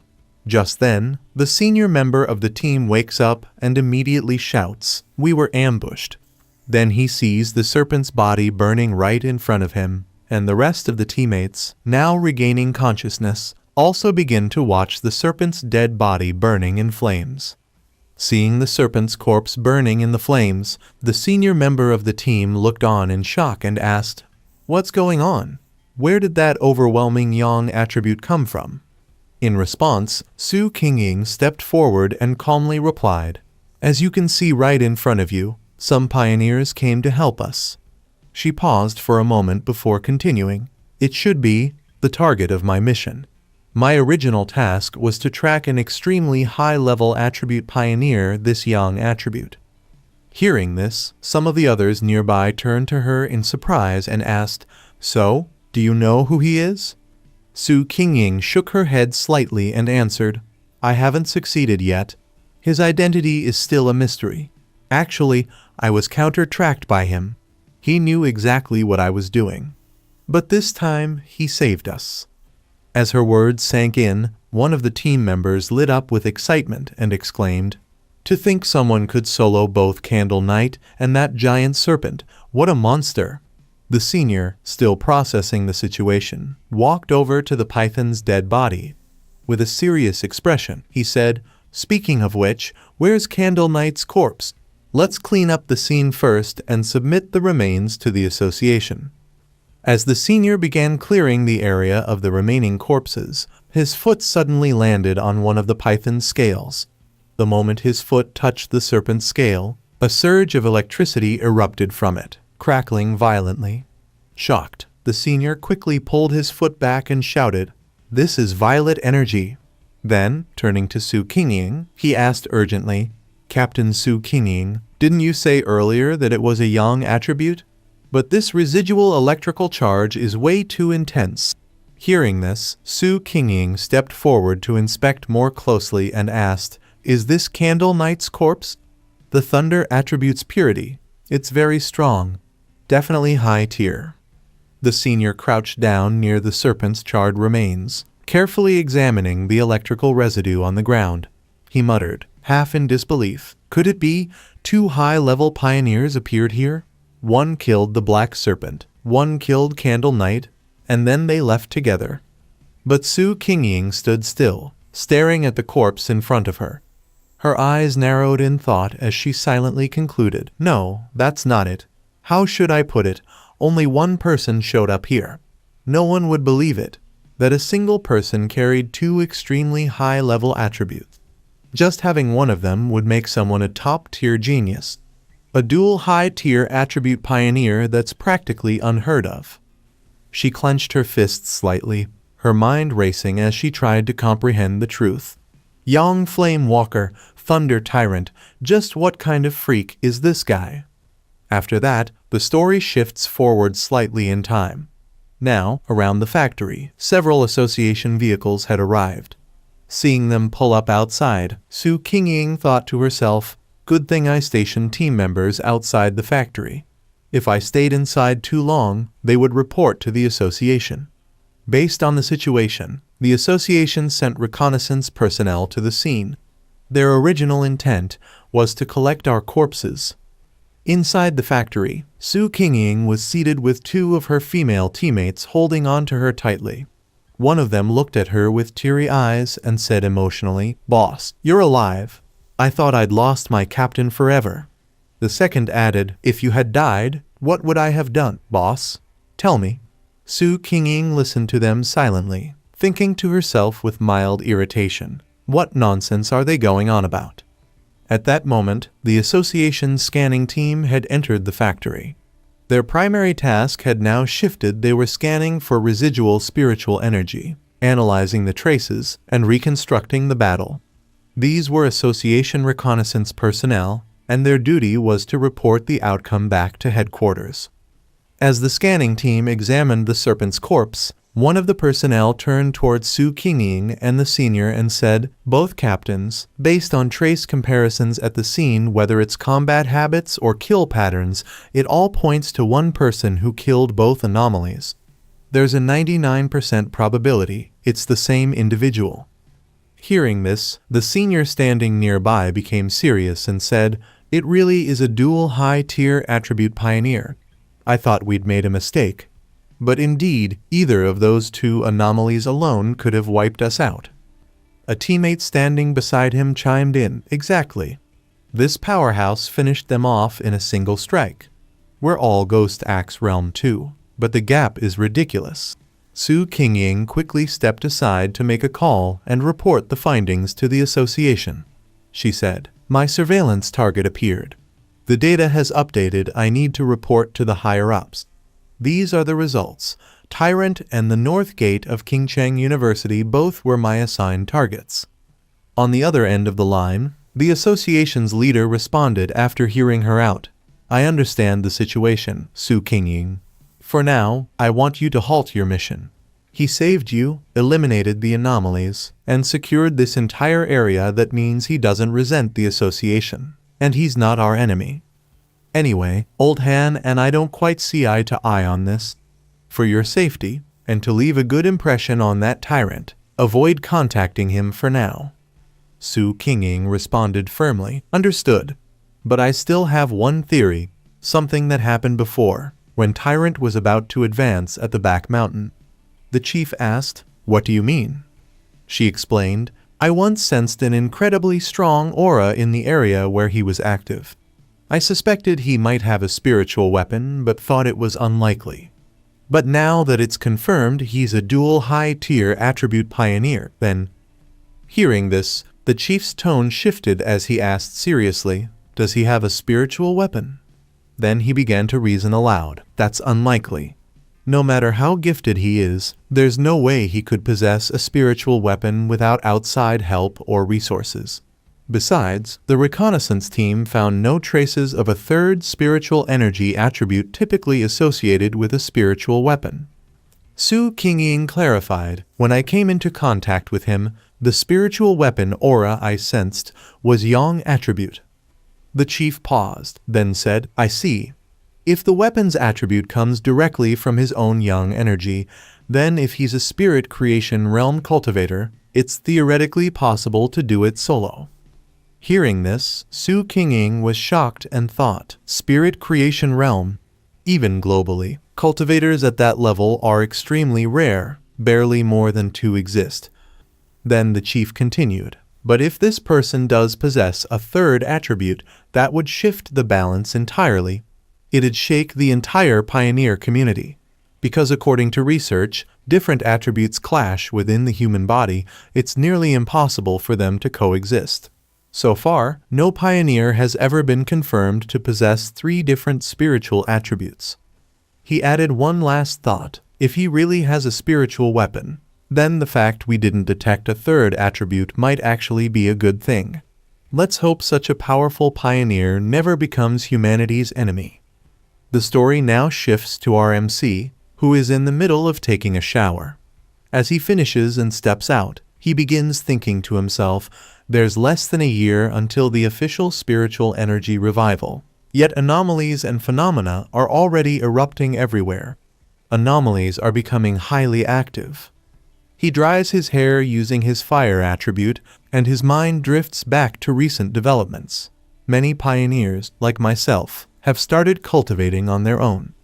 Once the interface between body and spiritual world is opened, we become more sensitive to changes in heaven and earth, like those people I encountered at the underground river. Even without Xia country's official recognition, self-trained pioneers have generally reached the level of one-star ghost penetration realm. Now that Xia country is reaching out to wild pioneers like me, it shows that both official and wild pioneers are in a relatively peaceful phase of mutual exploration. Anomalies are still within controllable limits, and there's no serious conflict among pioneers yet. He picks up his clothes and starts getting dressed, still deep in thought. However, even though the government established the Spiritual Energy Cultivation Association, it still hasn't gone public. People everywhere are talking more frequently about local instability and unexplained phenomena. It's clear the government is trying both to protect humanity and issue early warnings. Then, he thinks back to burning buildings from his past life. Normal city buildings turned to ash and chaos. Remembering them, he says, but the problem lies exactly here. I can feel it. The government has no confidence in launching full-scale cultivation. With such a large population, once information is made public, order will collapse. Internal unrest will spread chaos and death. As it stands now, even recognized pioneers can't yet stabilize societal upheaval. Internal and external threats will only accelerate the collapse.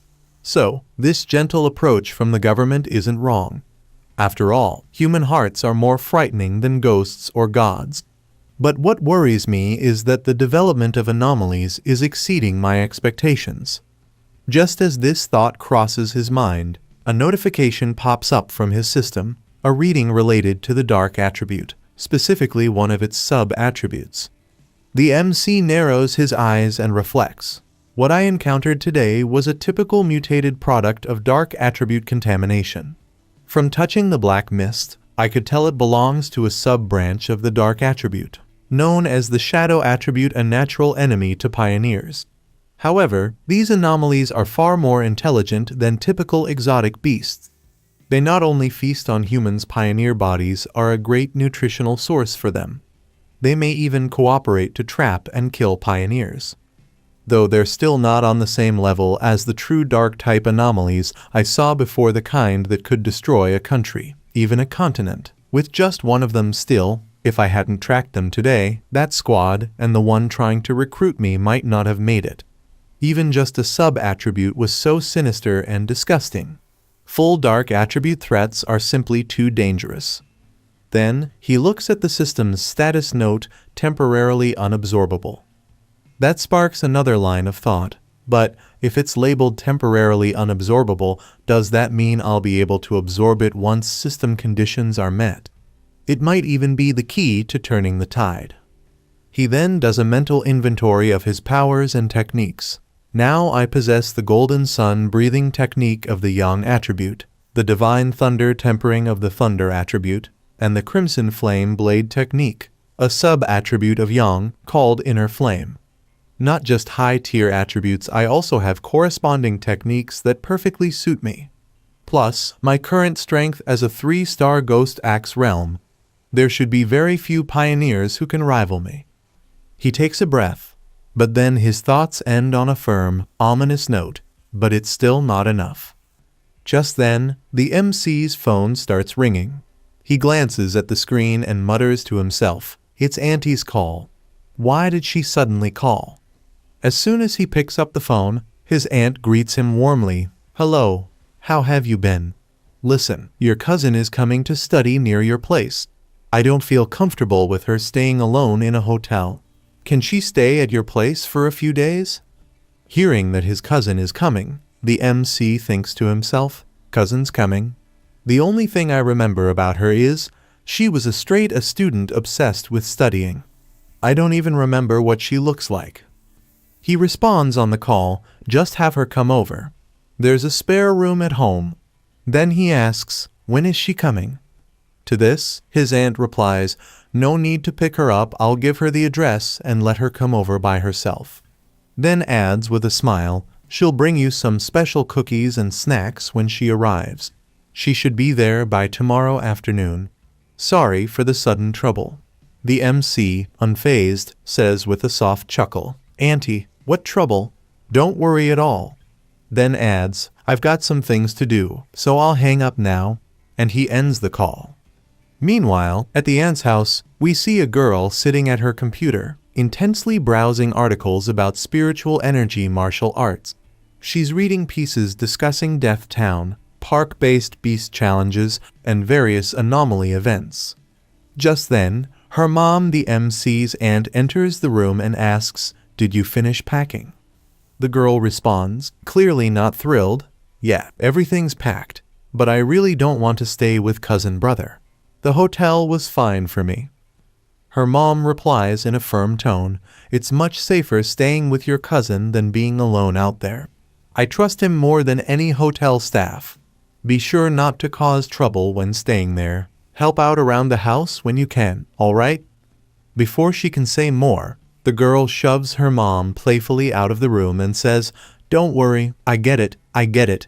As she shuts the door, she thinks to herself, one hurdle at a time. No matter what cousin is like, he won't be harder to handle than an anomaly. The next day, we see the girl walking with her phone in hand, following a map. A digital voice from the map says, you've arrived at your destination. She looks up at a large hotel-style building in front of her and mutters, this should be the place. A girl named Lin Yi directly comes in front of our hero's house, and as our hero is stepping out of his room, she sees him and says hello. Seeing this girl standing in front of him, our hero says, so your name is Lin Yi, and in his mind, he thinks, I totally couldn't recognize her. Then our hero takes her inside the house and starts asking her questions. So, you have come here for the summer camp? To this, Lin Yi replies with a yes. Then he tells her, if you need anything, just call me, to which the girl says, thank you, cousin. Our hero then gives her an extra key and says, keep this with you. I'm going to my room now. Your room is that one down the hall. The girl takes the extra key and, for the trouble, apologizes to him. Sorry for the trouble these few days. As our hero is leaving from there, the girl thinks in her mind, it seems it's easy to get along with my cousin. He won't interfere in my work. And as our hero is walking away from the room, he glances sideways at his cousin's sister and thinks, is it my perception acting up, or is she not hiding her presence well? When she was sitting on the couch earlier, I did faintly sense an unfamiliar trace of spiritual energy.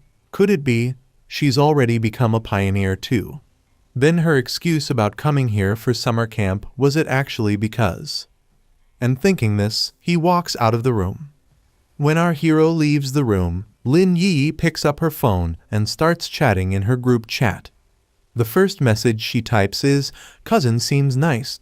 Doesn't look like he'll interfere with my activities. When do we move? Seeing this message, the group members become active. One of them, using the ID 18-year-old sultry woman, replies, don't rush. Keep a low profile. Things are chaotic here. There are a lot of pollution zones, and some are already claimed by other pioneers. Then another message pops up from the user scammed in online romance for 50 cents, who writes, I heard too. Last time at the underground river, 2 teams clashed, and a super powerful guy cut out a sun with 1 slash and forced the others to back off. After that, 18-year-old sultry woman sends another message, 1 slash cut out the sun. Seriously? That must be an extreme yang attribute, definitely a high-tier pioneer. Scammed in online romance for 50 cents responds, it's real. I heard the same. To this, Lin Yi writes, that's why we must be careful. The spiritual energy revival hasn't officially begun. Everything is hidden. Who knows how many monster-level pioneers Zia country is hiding? We mustn't draw attention. Both group members reply again, and then, closing the chat, Lin Yi types, "All right, I'll wait for your signal."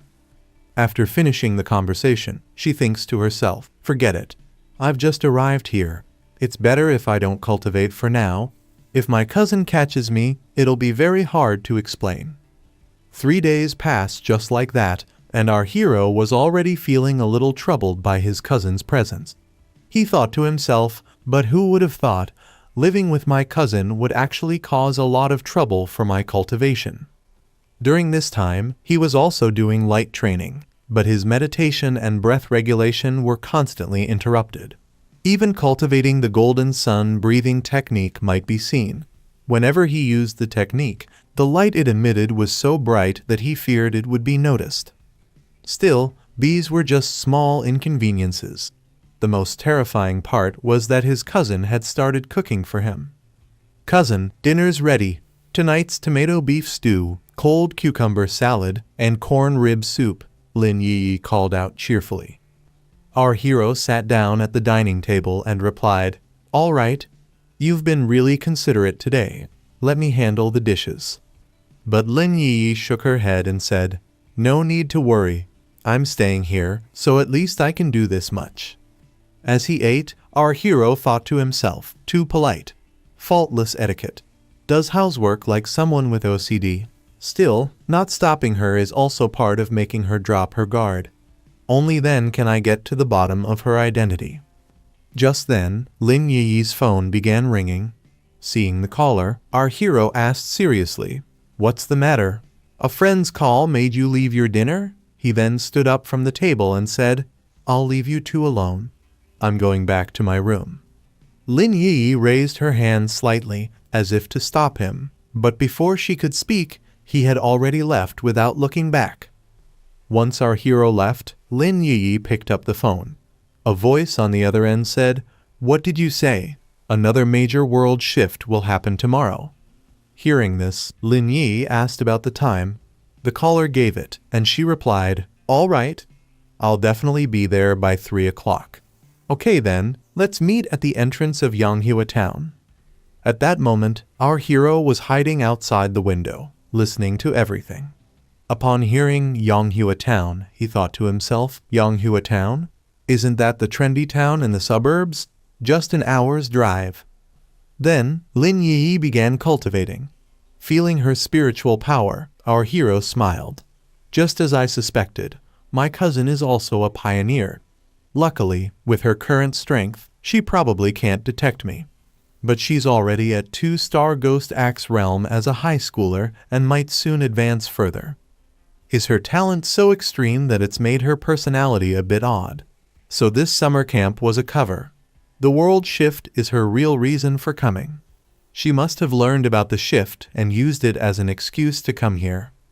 Every world shift is both an opportunity and a way for me to gain new techniques to enhance my power. I wonder what attribute will appear in Yonghua town this time." With that thought, he immediately set off toward Yonghua town at full speed.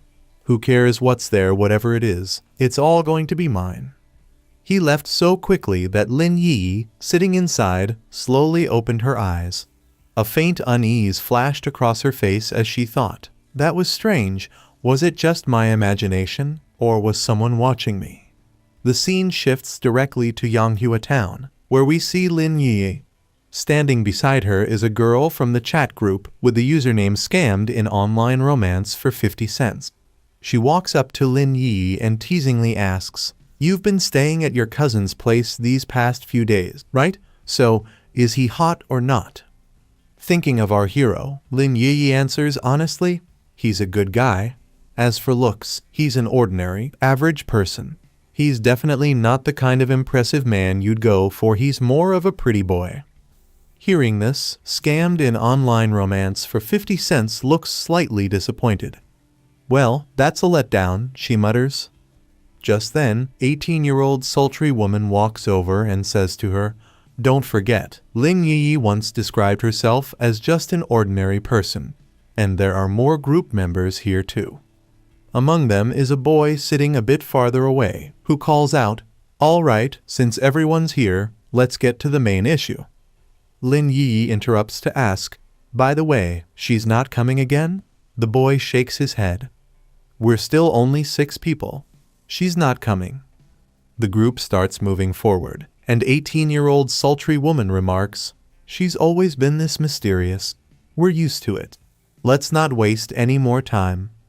The team heads toward their destination, completely unaware that our hero is sitting some distance away, quietly observing them. Watching their spiritual power, he thinks to himself, "Seems like my cousin's team is pretty low-key. The weakest among them is at 2-star Ghost Axe Realm, and that guy who spoke earlier is even at 3-star. From what they said, there's also a powerful member who rarely shows up. And on the mountain above this influencer town." He then turns his gaze toward an area where an anomaly is occurring, a massive vine descending from the sky. Just like the beanstalk from the fairy tale, Jack and the Beanstalk. The vine appears randomly around Yonghua town at unpredictable times. This contradicts previously known information. It's beyond our understanding. It's clearly a world shift, but it's not related to weather or land structure collapse. It's an anomaly that appeared out of nowhere, drifting around, causing no damage. It doesn't release thunder or blazing light. It just floats silently, phasing in and out. Meanwhile, Lin Yi's team has reached the area. Seeing the strange sight, everyone looks a bit unsettled. "My God, that's it? If I hadn't seen it with my own eyes, I wouldn't have believed it," 18-year-old sultry woman says, fear in her voice.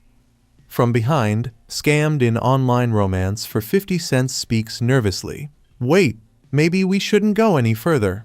Lin Yi turns to her. "Why do you say that?" The girl swallows hard and answers, "Only after seeing it for real did I feel something was off.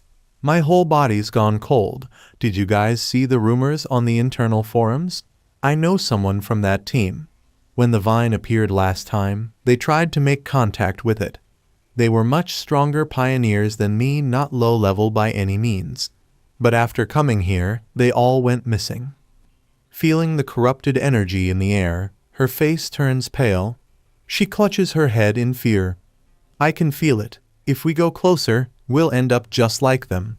Not even bones left to bury." Scammed in Online Romance for 50 cents could feel the corrupt energy from the vine surrounding her, and she began speaking frantically.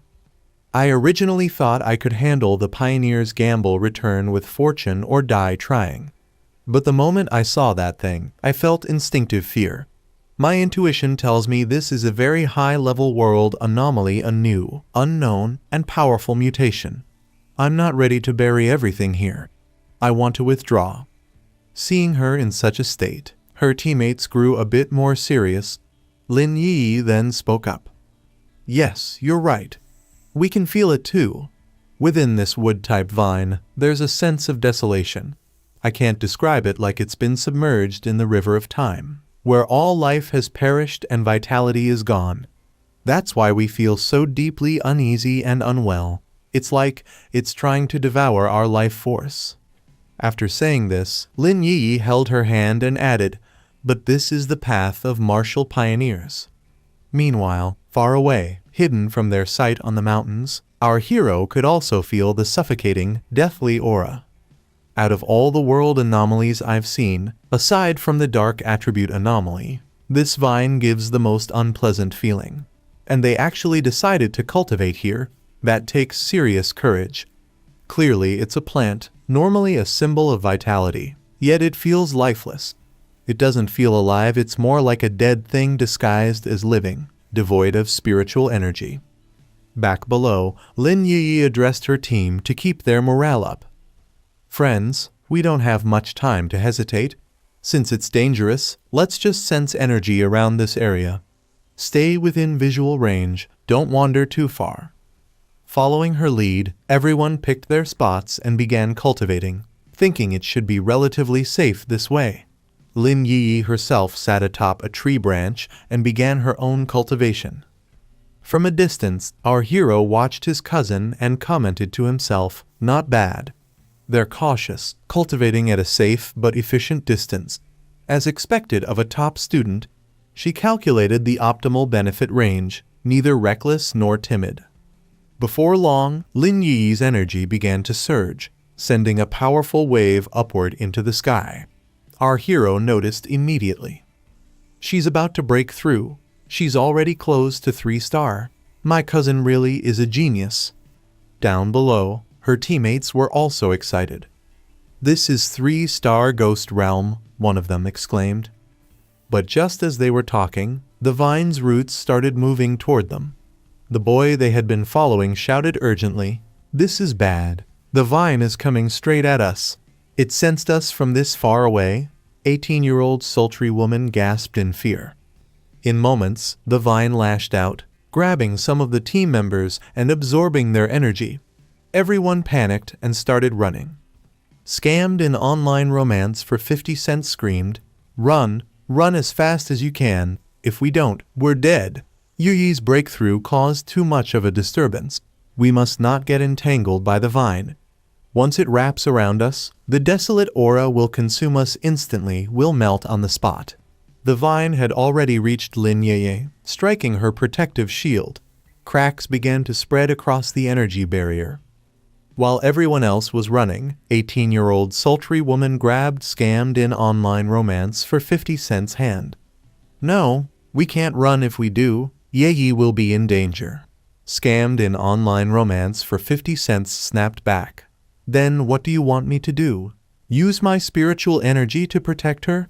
She chose to cultivate here, so now she gets to level up while I die for her." 18-year-old sultry woman ignored her anger and turned to the group. "Everyone, calm down." The boy who seemed to be leading them spoke coldly. "Life and death are fated. Wealth is heaven's will. If we don't leave now, we'll all die with her. You're too young, don't act on emotion. We're all just acquaintances here." Before he could finish, 18-year-old sultry woman slapped him hard across the face. "Then to hell with you all. I won't abandon my comrade." With that, she charged toward Lin Yi, while the rest of the group fled in the opposite direction. Up in the mountains, our hero was watching the entire scene unfold. His eyes filled with urgency, and he said with deep concern, "My cousin probably doesn't even realize the danger she's in right now. Still just a student. This vine's power is overwhelming. I don't even know if I can save her with my current strength. But there's not much time left."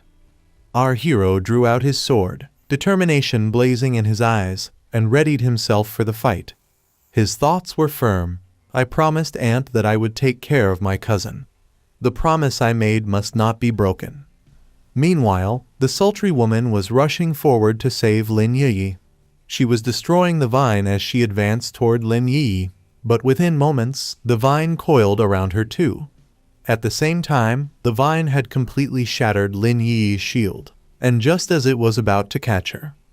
At that very moment, our hero leapt in with his heavy sword infused with blazing yang energy and struck directly at the vine. The vine began to burn from the force of his yang energy, retreating rapidly and halting its attack. The two team members who had been running away stopped in their tracks, stunned, as they saw the vine retreating and no longer attacking. The hero's yang energy was so incredibly powerful that the entire area began to glow with his radiance. Seeing his energy, the members of the team were astonished. The boy who had been fleeing earlier exclaimed in disbelief, "Is this another pioneer?" The sultry woman shielded her eyes from the blinding light of the hero's energy and thought with awe, "That's the purest yang attribute. Makes sense, only such a high-tier attribute could force back this desolate vine." The same boy, still staring in shock, began thinking to himself, "Why? I consider myself extremely talented. I reached the 3-star Ghost Axe realm in a very short time. There are probably only a handful in the entire country with such speed. Lin Yi's talent barely matches mine, not even that far ahead. But still, if there are pioneers like that out there, Then what are we?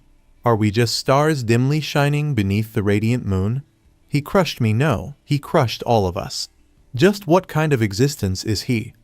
Meanwhile, our hero was still standing in that very spot when a system notification suddenly appeared before him. Detected extreme wood attribute, initiating auto-writing.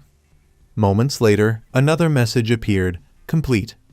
After that, wood energy began flowing through our hero's body, filling him with life force. He felt the energy invigorating him, and a joyful smile spread across his face as he exclaimed in pure admiration, "What an incredible wood attribute technique! As long as there's life nearby, this is basically a perpetual energy-absorbing engine." Our hero's cousin sister, along with her teammates, went to a region filled with the wood attribute to cultivate. There, a massive vein stretched from the ground all the way up into the sky. While they were cultivating, that vein suddenly launched an attack on them. In that moment, our hero's cousin, who was deeply immersed in cultivation and had lost awareness of her surroundings, was left behind, while all the others fled in panic. Just then, our hero arrived. Without hesitation, he attacked the vein and destroyed it completely. Instantly, he began to absorb the corrupt energy of the wood attribute from that area. As he did this, the system started sending him continuous messages, showing that the attribute was being extracted. Very soon, the wood attribute had been added to him. But that wasn't all. The notifications continued to flash before his eyes. Currently extracting attribute, desolation attribute, can instantly unleash desolate aura, corroding all surrounding life force. As soon as our hero fully absorbed this attribute, he gained the terrifying ability to destroy all surrounding life force. Around him, a powerful green aura tied to the wood element erupted, pulsing with immense vitality and menace. Feeling this, our hero thought to himself, "No wonder this vine could only grow in such a treacherous terrain. If it had grown elsewhere, it might have drained the life from dozens of miles around. Stripping away and fatal, this desolation attribute is just too tyrannical, forcefully seizing others' life force." While he was still lost in these thoughts, 18-year-old sultry woman hurried over and spoke emotionally, her voice filled with gratitude. "Thank you so much for saving us, big brother. Thanks. If it weren't for you just now, we would have surely died. How can we ever repay you?" Hearing her words, our hero simply waved his hand with a calm expression and replied, "No need. For now, I'll take my leave." With that, he turned to go. As he walked away, he thought to himself, "I basically piggybacked on their intel to come here and obtain endless vitality and the desolation attribute. Come to think of it, I was the one who profited the most. As for the earlier conflict between those people, it's better to pay more attention to my cousin's movements from now on." Everyone silently watched as our hero departed. None of them spoke much. The tension on their faces showed the fear and awe they felt, having just witnessed such a powerful figure in action. Our hero leapt away, his mind clear. When faced with danger, people tend to reveal their true nature. A scattered, disorganized team is not safe during an upcoming major shift. After his departure, Scammed in Online Romance for 50 cents Speaks nervously turned to the team captain and asked nervously, "He left so quickly, so what should we do now?"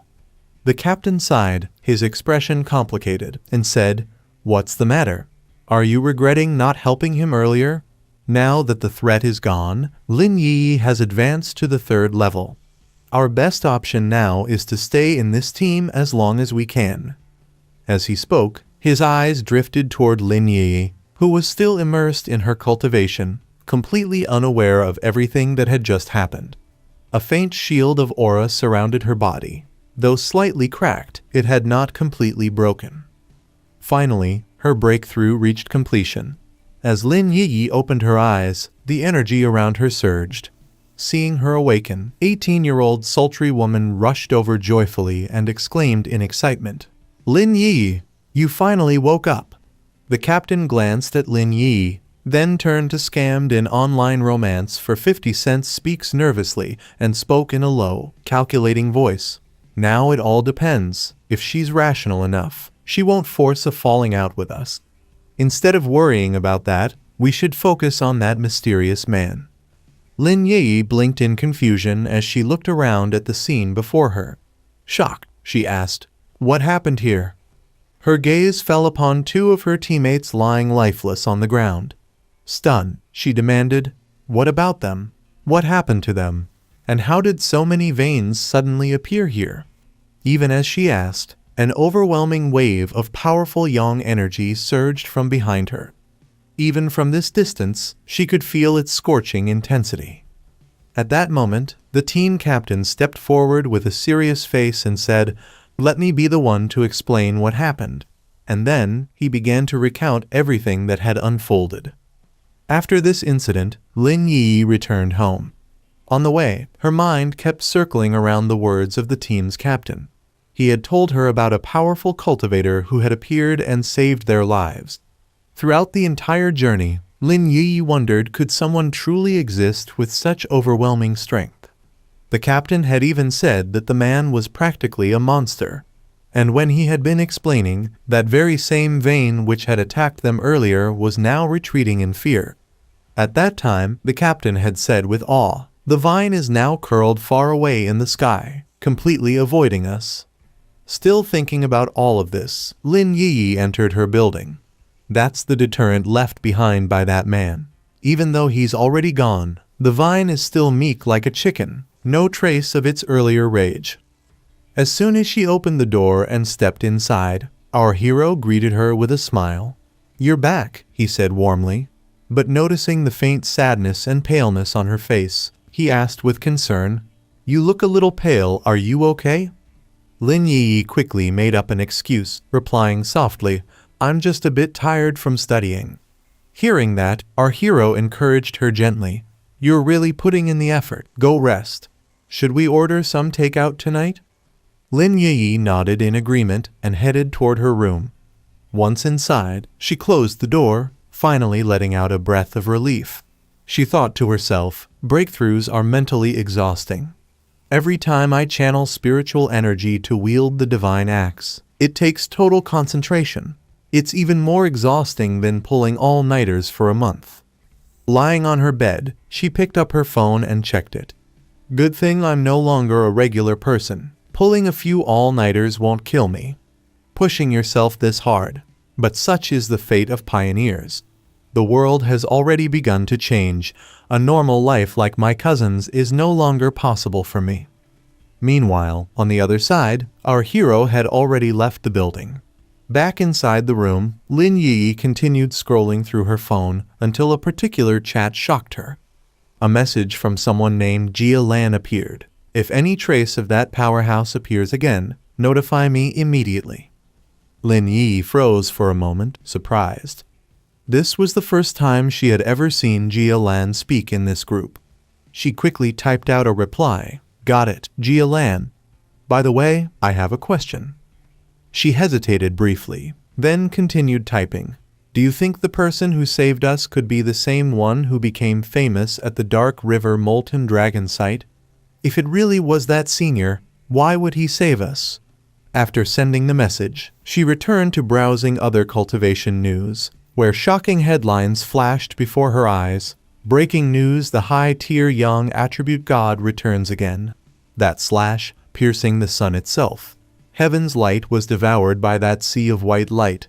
I saw it back in the pollution zone Dark River Molten Dragon. That burst of blazing white light forced us out of the cave. I swear, no pioneer in Xia country of the same tier could withstand that blow. Reading these news articles, Lin Yi was left completely stunned. Meanwhile, on the other side, our hero stepped out of the building, picked up his bicycle, sat on it, and started riding. As he pedaled forward, his thoughts churned. All right, now Lin Yi will likely lower her guard around me even more. I won't be suspected of observing her when she goes out. Now's the time to figure out how to carry the desolation attribute. His mind focused sharply as he considered. The desolation attribute leans closer to plant-type entities. But after all, it's a sinister attribute. Its nature is corrosive. Putting it directly in my body might have negative effects. Besides, it may conflict with the thunder attribute in my hand. He thought back to the vine. So the best approach is to use something like that strange ghost vine. The reason the vine dropped from the sky was because it sensed the dense spiritual energy revival. It chose to evolve on its own, and that's what gave birth to the desolation attribute. Thinking this through, a smile spread across his face. I know exactly where I need to go. With that, he pedaled faster, speeding through the streets until he arrived at the city's forest park. Entering with a laugh, he whispered to himself, I need to choose a plant that resonates most with my spiritual energy and express intimacy to be this lucky one. At once, he released his wood attribute aura. A glowing green light burst forth from within him, radiating outwards. The aura attracted the small flowers, plants, and trees in the park, pulling them toward him as if drawn by a powerful magnet. The plants began reacting strangely, swaying and leaning toward him, eager for more of his energy. Seeing this, our hero thought, is this the response of plants to spiritual energy? It's intense, but still not enough. Determined, he decided to push further. He poured out even more power.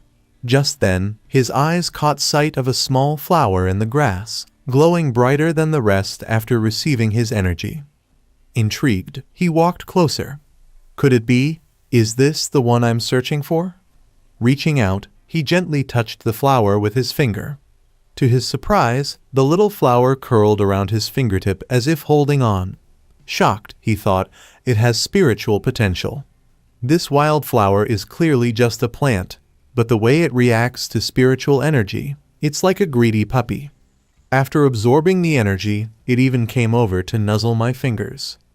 Caressing the flower softly, he whispered with satisfaction, in this entire forest, you're the one with the strongest response to my spiritual energy, perfect candidate for embedding the desolation attribute. He then asked the flower with a smile, I'm ready, are you ready? The flower swayed up and down, as if giving him a signal of agreement. Our hero closed his eyes, channeling his energy into the flower. Immediately, a crisp notification rang out from the system. Embed desolation attribute into this object. Without hesitation, our hero answered, yes. Our hero started infusing his wood attribute power into that tiny flower. The moment his power entered it, the little flower lit up brilliantly. A surge of powerful energy burst out from the small flower, and as the glow gradually faded, what had once been a fragile little flower had now evolved. Around it sprouted numerous leaves, its size had grown, and it now appeared far more powerful, releasing attribute power all around. But during this evolution, the small flower had turned the entire garden into a wasteland. It had absorbed all the surrounding energy. The once lush green trees nearby had now begun to wither away. Sensing this terrifying power, our hero exclaimed in shock. Such a strong power of desolation, just like the hand of a demon, in only 3 seconds, it has almost drained an entire ring of the city's forest. This is too overbearing, and it's still spreading madly. After this, he moved forward, intending to uproot the flower, but then hesitated, muttering, forget it. If I continue any further, it might attract the people from the Spirit Energy Association. After all, this place is located in the very center of the city. There's no way they won't be monitoring this area. Since the revival of spiritual energy, these plants have all become unstable. When I entered the garden earlier, I did notice far more surveillance cameras than before, and the place was strangely deserted, with no visitors at all. Our hero then decisively uprooted the flower, but even after being pulled from the soil, its roots were still absorbing the energy of the surrounding trees. Seeing this, our hero's eyes widened as he muttered, huh? It still hasn't stopped absorbing? Can it survive even without root connections? He then gently caressed its leaves, smiling faintly as he continued. But compared to just now, when it was recklessly devouring everything, this absorption feels much gentler now. Incredible. Even after being removed from the soil, its spirituality hasn't weakened at all. Before I chose it, it was nothing more than an ordinary wildflower. Could it be that after being infused with an attribute, this plant has also begun to evolve? as if some kind of evolutionary shackle has been unlocked. Just then, a blinding light flared up in the area, accompanied by a loud alarm. Abnormal value exceeded. Warning, abnormal value exceeded. Hearing that, our hero's expression changed instantly. He clenched his teeth and muttered, "Damn, did I still trigger the surveillance? I need to get out of here as quickly as possible."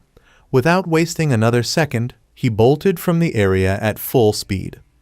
The abnormal activity caused by our hero had already been reported to the Reiki Plant Research Department. Their entire research room had gone into a red alert, and all the members gathered together at once. Someone rushed in, shouting in panic, "The abnormal values are skyrocketing. What on earth happened?" The room fell silent for a moment, and then one of the members stood up and commanded firmly, "Everyone, put on your wristbands and immediately head into the park. Seal it off, no outsiders are allowed to enter." Without wasting any time, the entire research team set off toward the park. Each one of them wore protective suits to shield themselves from the abnormal energy. The moment they arrived, one of the members tested the energy readings and his face turned pale as he exclaimed, "This is terrifying. Earlier, at Qingcheng University's North Gate, the values only fluctuated between 8-10. The Dark River Molten Dragon was at 25, but here..." Another quickly added, his voice tense, "Exactly. Once the spiritual energy concentration surpasses 10, the military usually takes over. But this park's concentration never even came close to 10 before." Each member held a special measuring device. One of them inserted a probe into the ground, checking the data, and reported with confusion, "Strange, look at this. The air humidity, ground moisture, and temperature are all perfectly normal. Sunlight radiation levels are fine too. But these plants, it's as if their life force has been completely drained within just a few seconds." The team members exchanged uneasy glances, shock flickering across their faces. One of them asked in disbelief, "What kind of attribute power could cause something like this? I feel like we need to move a little further ahead. That must be the center of it all." Just then, another man rushed over, his face pale with fear, and shouted loudly, "Don't go any closer. Don't touch it. This is the desolation attribute." His words sent ripples of fear across the entire team. One of the members stammered in shock, "Desolation attribute? What is that supposed to mean?" The old man among them stepped forward and asked solemnly, "You all have heard of the vines that hang down from the sky, haven't you?" The moment he said that, everyone froze in place. Their expressions stiffened, and fear spread through their eyes. One of them muttered, "You don't mean that demonic vine, the one that has already been classified as an A-level mutation?" The old man nodded gravely and continued, "Yes, because of its extreme danger, it was classified as a level. The reason it's so deadly, the reason countless explorers perished with nothing left but bones ultimately lies in this desolation attribute. It drains the life force of every living thing around it and claims everything as its own. That is the terrifying power it holds."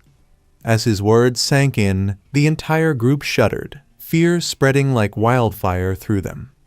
One younger member turned pale, his voice trembling as he asked, "Teacher, just now, if you hadn't stopped me, does that mean if I had taken one more step forward, I would already be dead?" The old man's expression hardened as he explained, "Yes. Once a plant awakens the desolation attribute, the area around it becomes a death domain. Anyone who sets foot inside will have their life force completely consumed. I've seen the records of another desolation plant before located in Kang City's forbidden ancient tree zone. The decayed ancient tree corrupted the entire forest into a forbidden land. Any living creature that approaches is instantly pierced through and drained." Saying this, the old man fell into a tense silence, muttering to himself with a heavy expression, "In these times of great upheaval, mutations cannot be underestimated. As far as plants are concerned, the desolation attribute is currently recognized as the most powerful attribute they can awaken, other than the ancient tree and those sky vines. Now, yet another newly born desolation plant has appeared. At that very moment, someone else stepped forward from behind, placing a hand on the old man's shoulder, and said in a low, serious voice, "I've heard about this situation before." Hearing that voice from behind, the old man turned around in surprise, and there stood a military general. His eyes widened as he exclaimed, "Major Han?" Major Han stepped forward, his expression cold and authoritative, and ordered, "All researchers present, change into protective suits and follow us into the contaminated zone." As he spoke, some soldiers brought in masks and protective clothing. The military personnel quickly suited up and began searching the entire area. One soldier scanned in one direction and reported, "No trace of the desolation source detected here." Another, checking a different direction, muttered anxiously, "Weren't we told only that Vine could move freely everywhere? Could it be?" The team continued searching every corner of the zone. Suddenly, someone called out, "The desolation aura is decreasing. We've only been inside the forest for 5 minutes, and the concentration has already dropped to 25. Meanwhile, we saw Major Han together with Su Qingying. Unlike the others, neither of them wore protective suits. Major Han glanced at Su Qingying and said calmly, "Come on, let's explore as well." Su Qingying nodded seriously. The two of them sat down on the ground, placing their palms flat against the soil, and released their spiritual power into it. The moment their spiritual energy spread underground, it flowed straight toward one particular area, the exact spot where the abnormal activity had peaked. But the energy stopped precisely at the location where our hero had uprooted and taken away the plant. Detecting this, both Han and Su Qingying went rigid, their faces filled with shock. Su Qingying's voice trembled as she said tensely, "That area, that's..." Before she could finish, General Han interrupted, his voice heavy and grave. Someone dug out the abnormal source. One of the members overheard and stammered in disbelief, fear spreading across his face. Someone dug it out. How is that even possible? Han's eyes narrowed, his tone turning serious. If someone truly has the ability to dig out the source of desolation from a death zone, then that person's identity is worth investigating. Su Qingying, equally tense, listened carefully and then replied softly, "Captain Han, I know what you're thinking, but there are no traces of that powerhouse's spiritual energy left on the scene. Not even tools." Han immediately checked the device in his hand. His eyes sharpened as the scanner's results appeared. With a deep, steady voice, he said, "Based on big data screening and analysis, we've identified this person's profile. His movements perfectly match the two abnormal event locations." The image on the device lit up, showing the face of our hero. The moment Su Qingying's eyes fell on the image, she stiffened, her heart skipping a beat. Han continued in a serious tone, "I'll send all his information to you. This man is very likely the same pioneer you came into contact with before."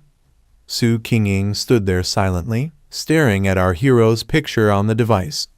After a long moment, she finally spoke in a calm but firm voice, "Good. That's how it should be." 2 hours later, the story shifted. Our hero had already placed that flower into a pot, setting it carefully on his table. Stroking its leaves with a smile, he chuckled and said, "My first time raising a flower, how could I possibly leave you without a flower pot? This is the little home you picked yourself. No more wrapping yourself around my hand. You've now gained the desolation attribute, and you'll continue cultivating on your own. That makes you one of my most reliable helpers." He decided to name the flower, "Cute Little White Flower." Looking at it fondly, he thought to himself, "The desolation attribute is special. It can definitely help a lot in battle, maybe even produce unexpected effects. And it's perfect that you look so ordinary. If Lin Yi happens to see you, it won't easily raise her suspicion. In combat, an ordinary appearance is the best disguise." His expression turned serious as he muttered, "In real battles, raw strength is only part of the equation. What matters more is who has more hidden cards to play." Just then, his phone began ringing. Glancing at the screen, he read the caller ID and froze in surprise. "Old Wang? Isn't that my childhood buddy who went off to the military? I haven't seen him in 3 years. Memories flashed in his mind. Old Wang, full name Wang Liang, was my neighbor. From elementary school all the way through middle school, we were desk mates. We could have even continued into high school together. But that rascal suddenly decided to enlist in the army. Smiling at the memory, he picked up the call and laughed. So, you're finally back. On the other end, his friend's cheerful voice rang out as he chuckled. Let's meet at the old place. Hearing this, our hero raised an eyebrow and asked, so suddenly, what's the occasion?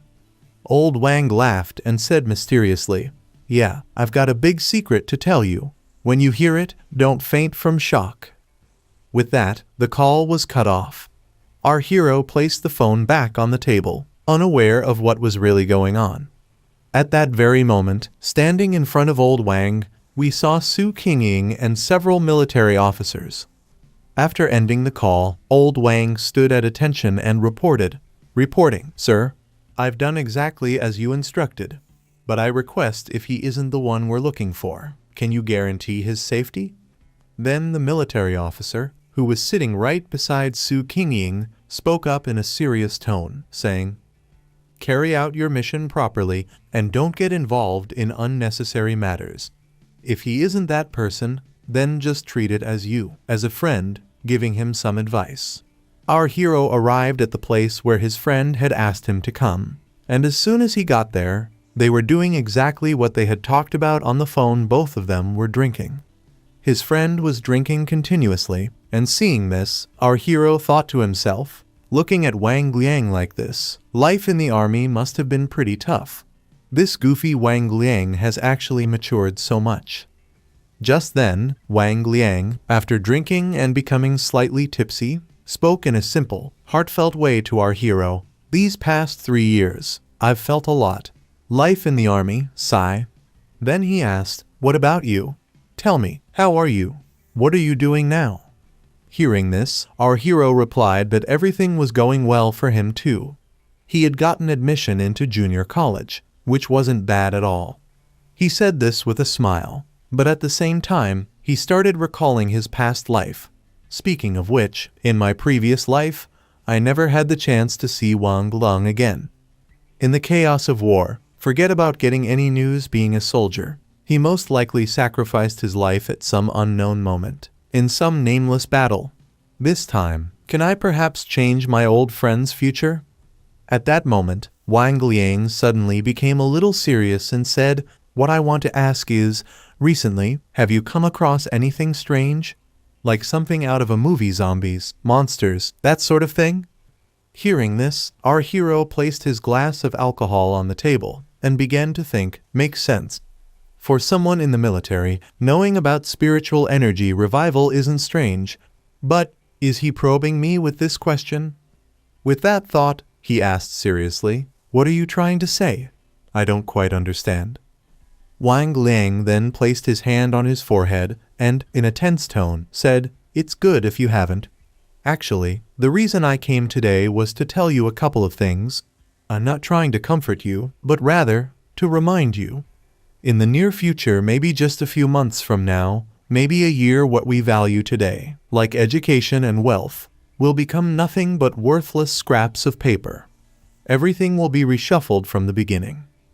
Hearing those words, our hero started thinking seriously. Ordinary soldiers must be ordered to keep secrets, forced to sign agreements that restrict them, not allowing them to reveal even the slightest bit about the revival of spiritual energy. So that means, I've already been marked as a target of suspicion by the military, and my traces have been detected. And because Wang Liang is my childhood friend, he's the one they sent to test me. Wang Liang then said, don't worry. Everything I told you today, so long as you don't reveal a word of it, there won't be any problem. But our hero was still lost in thought. Even though I pretended to be clueless and uncooperative, Wang Liang still went out of his way, even at the risk of violating military discipline, to kindly warn me, to tell me to be careful of mutations. At that very moment, Wang Liang's phone began to ring. He looked at the caller ID and quickly picked it up. On the other side, a loud and urgent voice shouted, "Wang Liang, get back within 10 minutes, this is urgent. Hurry back to the target location immediately." And then the call was cut. Wang Liang quickly shoved his phone into his pocket, stood up from the table, and while rushing out, he said to our hero, "Brother, the mission is urgent, I can't help it. You go back quickly, I can't send you off." Seeing him in such a rush, our hero asked seriously, "Is this related to the revival of spiritual energy?" As soon as Wang Liang heard this, he turned back, staring tensely and in shock at our hero. But then, our hero stepped forward, placed his hand on Wang Liang's shoulder, and with a smile said, "Take me with you. This meeting today, wasn't it also under your superior's instructions? Don't worry. Even though I don't know exactly what information your higher-ups gave you, I do know one thing: you would never harm me." And as he said this, he thought to himself, "Besides, I really want to know whatever the military is handling. It must be related to the great changes in heaven and earth. But since the Spiritual Energy Association already exists to deal with abnormalities, then what exactly is the military in charge of? This is the perfect chance for me to test the waters." After this, the story shifts to Military Spirit Energy Forbidden Zone 19, where our hero has already arrived together with Wang Liang. As they entered, thoughts continued to swirl in our hero's mind. Here, such dense spirit energy. This level of concentration even surpasses a polluted field, doesn't it? As soon as Wang Liang walked in with our hero, he showed some identification cards. There were already several military personnel present, and the moment they checked Wang Liang's card, they said, "Wang Liang has returned to the team, verification passed." Then they signaled for Wang Liang to proceed.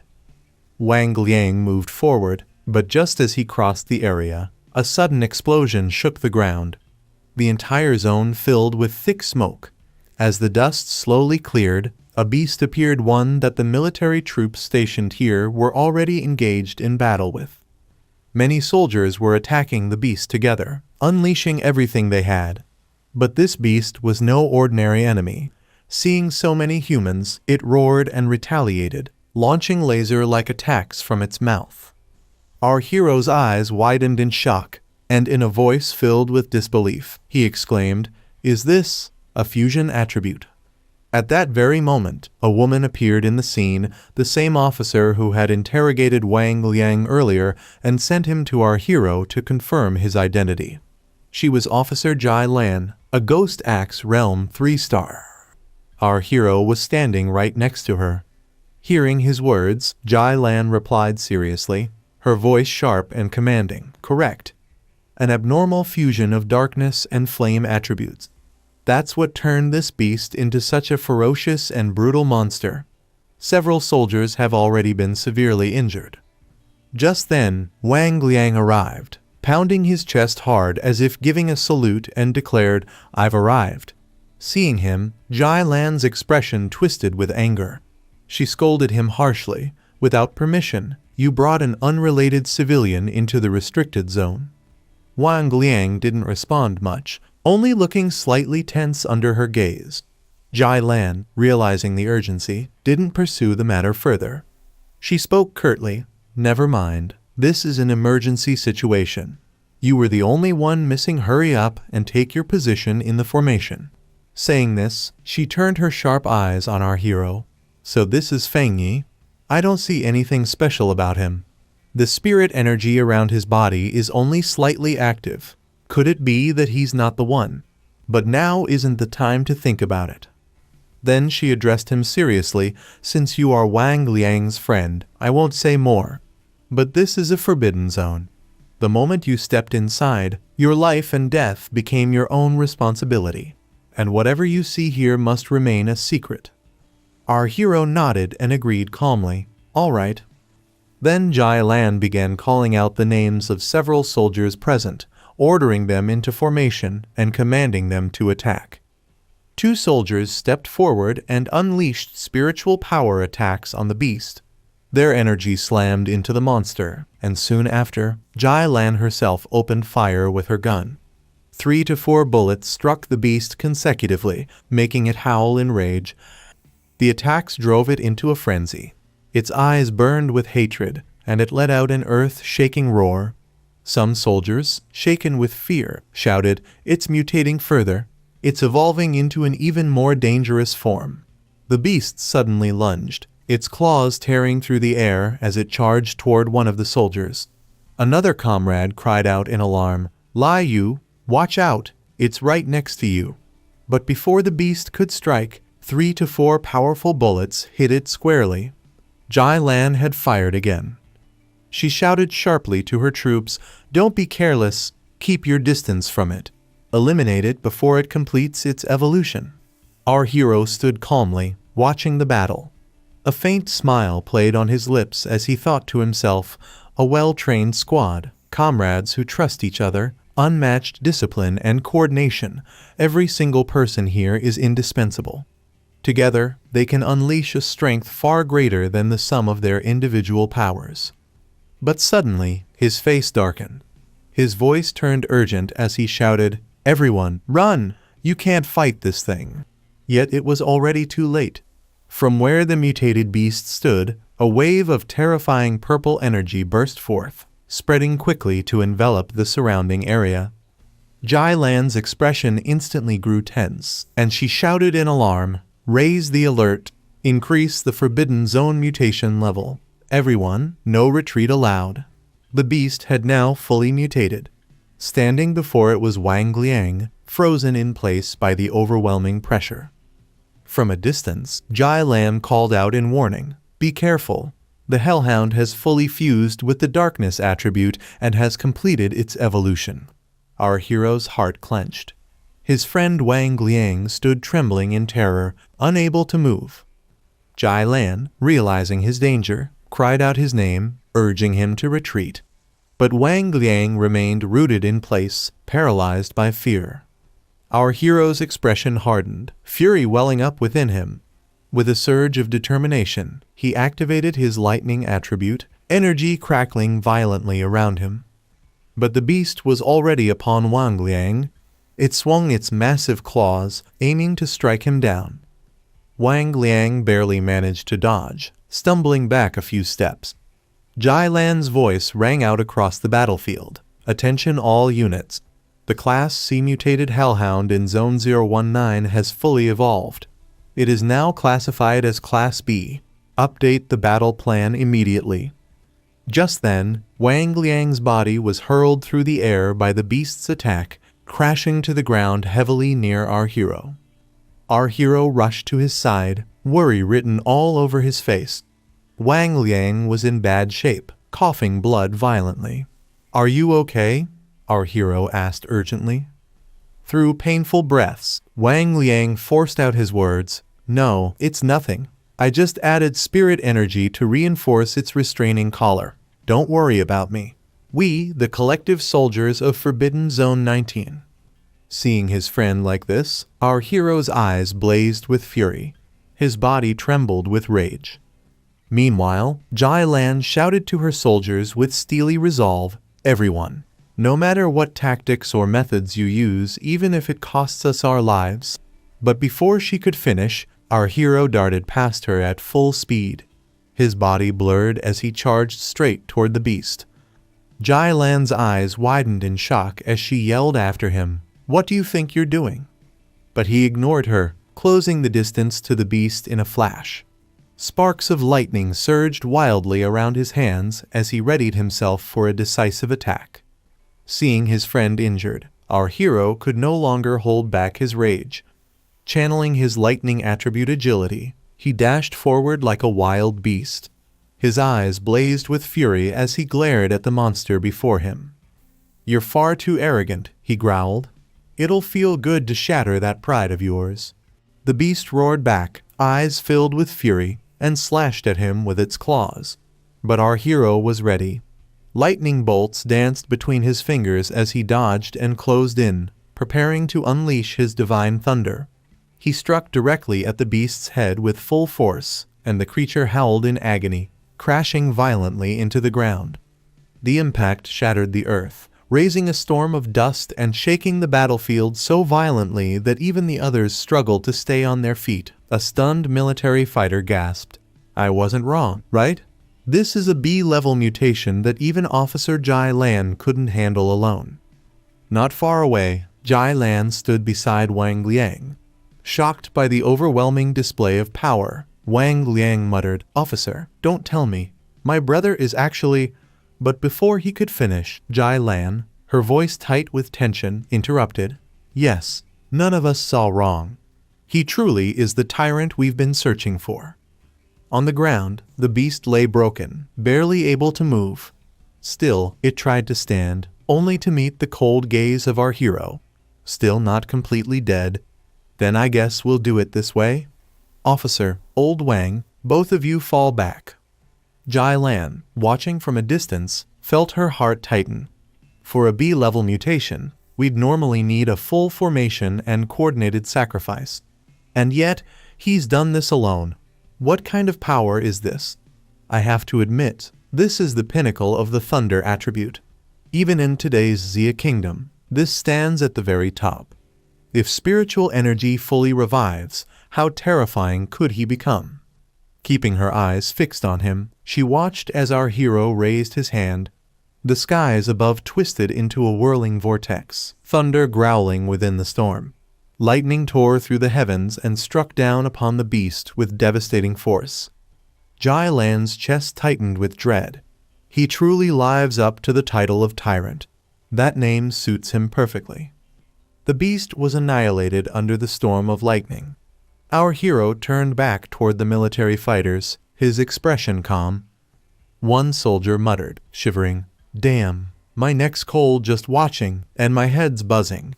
Another, trembling, added, "Why does this thunder attribute feel 100 times scarier than darkness? I could maybe withstand corrosion, but lightning? No way." As the hero walked forward, Wang Liang rushed over to him, relief flooding his face. Our hero gave him a thumbs up. "Wang Liang, I did it." From a distance, Wang Liang laughed. "You bastard, you scared me half to death." Rushing up close, he slapped the hero in joy. "I never imagined my big brother would be this much of a monster." The hero smirked at his antics. Repaying kindness with betrayal. "Huh, I hit the dog, and you hit me?" Embarrassed, Wang Liang scratched his head. "Sorry, I actually suspected you were a pioneer. Military orders are absolute, and I had to pull you in." Our hero placed a hand on his shoulder. "What, after 3 years you're acting like a stranger? You think I don't know you?" As the two were talking, Jai Lan appeared behind them. Our hero turned back to see her, and she extended her hand toward him. "Fang Yi, thank you for your help," she said. Our hero smiled and shook her hand. "No need. Just think of it as saving a friend." Hearing this, Jai Lan replied, "Forgot to introduce myself. I'm Jai Lan, in charge of guarding restricted Zone 19. You saved Zone 19. I hope we can exchange contact info. I need to make a full report." Our hero nodded, but standing beside him, Wang Liang had a wide smile on his face. Watching a senior officer salute his childhood friend was an incredible sight. Jai Lan continued seriously. "Fang Yi, your strength surpasses many pioneers specially recruited by the army. Therefore, I sincerely want to invite you to join the ranks of Xia Kingdom's military. But an invitation from a mere guard of a restricted zone might not be worthy enough." Inwardly, she thought, what's even more shocking is that his cultivation should only be at the 3rd star of the realm of ghost carving. Yet he's already reached far surpassed the level of a spirit creation realm master. Our hero asked seriously, "Officer Jai, are you saying you don't feel qualified to invite me?" Jai Lan nodded firmly. "Yes, I believe there's nothing wrong or shameful about that. We're following orders from above. We only wanted to understand you, not drag you into this mutation incident. I think they'll come invite you personally." Hearing this, our hero smiled. "It's not that serious. Actually, I really respect all of you. Not everyone has the courage to sacrifice themselves to protect others. I've never seen soldiers fighting with my own eyes before. Just now, how should I put it? It moved me a little." Jai Lan gave him a soft, "Thank you," and our hero laughed. "So, if there's ever trouble in the future, feel free to call on me just like how you all protected ordinary people like us during peaceful times. Of course, on one condition, you can't interfere with my cultivation, and you can't restrict me." Jai Lan didn't press further. Our hero then said, "It's about time I take my leave." Jai Lan nodded. "All right, Wang Liang and I still need to deal with the mutant dog's corpse. I'll have someone take you back." As our hero departed, he thought to himself, "Now I finally understand the army's role. They're stationed in spiritually rich but dangerous regions, partly to allow the army to cultivate and maintain superior combat power, and partly to draw a defensive line between anomalies and civilians." Meanwhile, Jai Lan turned to Wang Liang. "Your friend can no longer be described as just not simple. What happened today is just the tip of his iceberg. But even that alone is enough to leave us in the dust. To become such a powerful pioneer so quickly means he has extraordinary perception. Fate, courage, ability, he lacks none of them." Beside her, Wang Liang chuckled and said, "Officer, in that case, can't we increase our offer? If you don't think you're suitable to recruit him, then let me, his childhood friend, do it."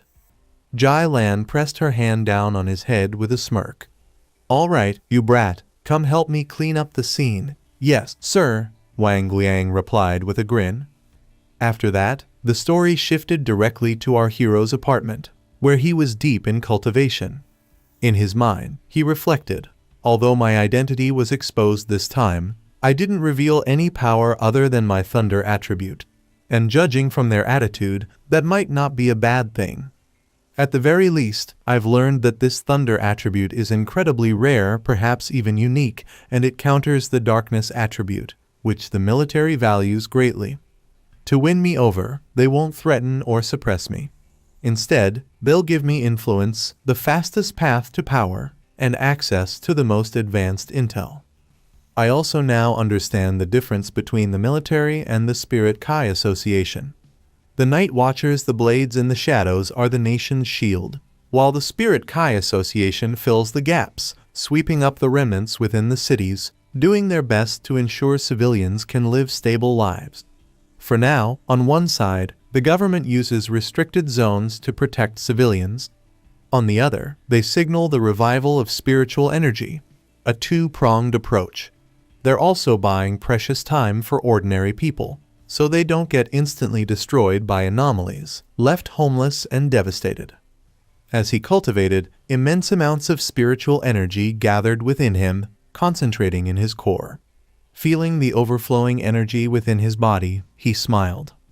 As expected of a spiritually rich forbidden zone. Even after absorbing the desolation attribute, I didn't feel like I was about to break through. But just by staying here for a short while, my inner spiritual Kai is overflowing. It's a sign of a breakthrough. At that very moment, we see Lin Yi walking through a bustling street market, carrying some groceries.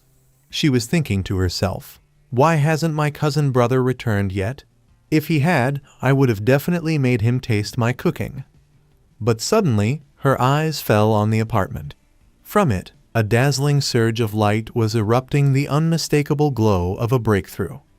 Staring at it from a distance, Lin Yi was utterly shocked.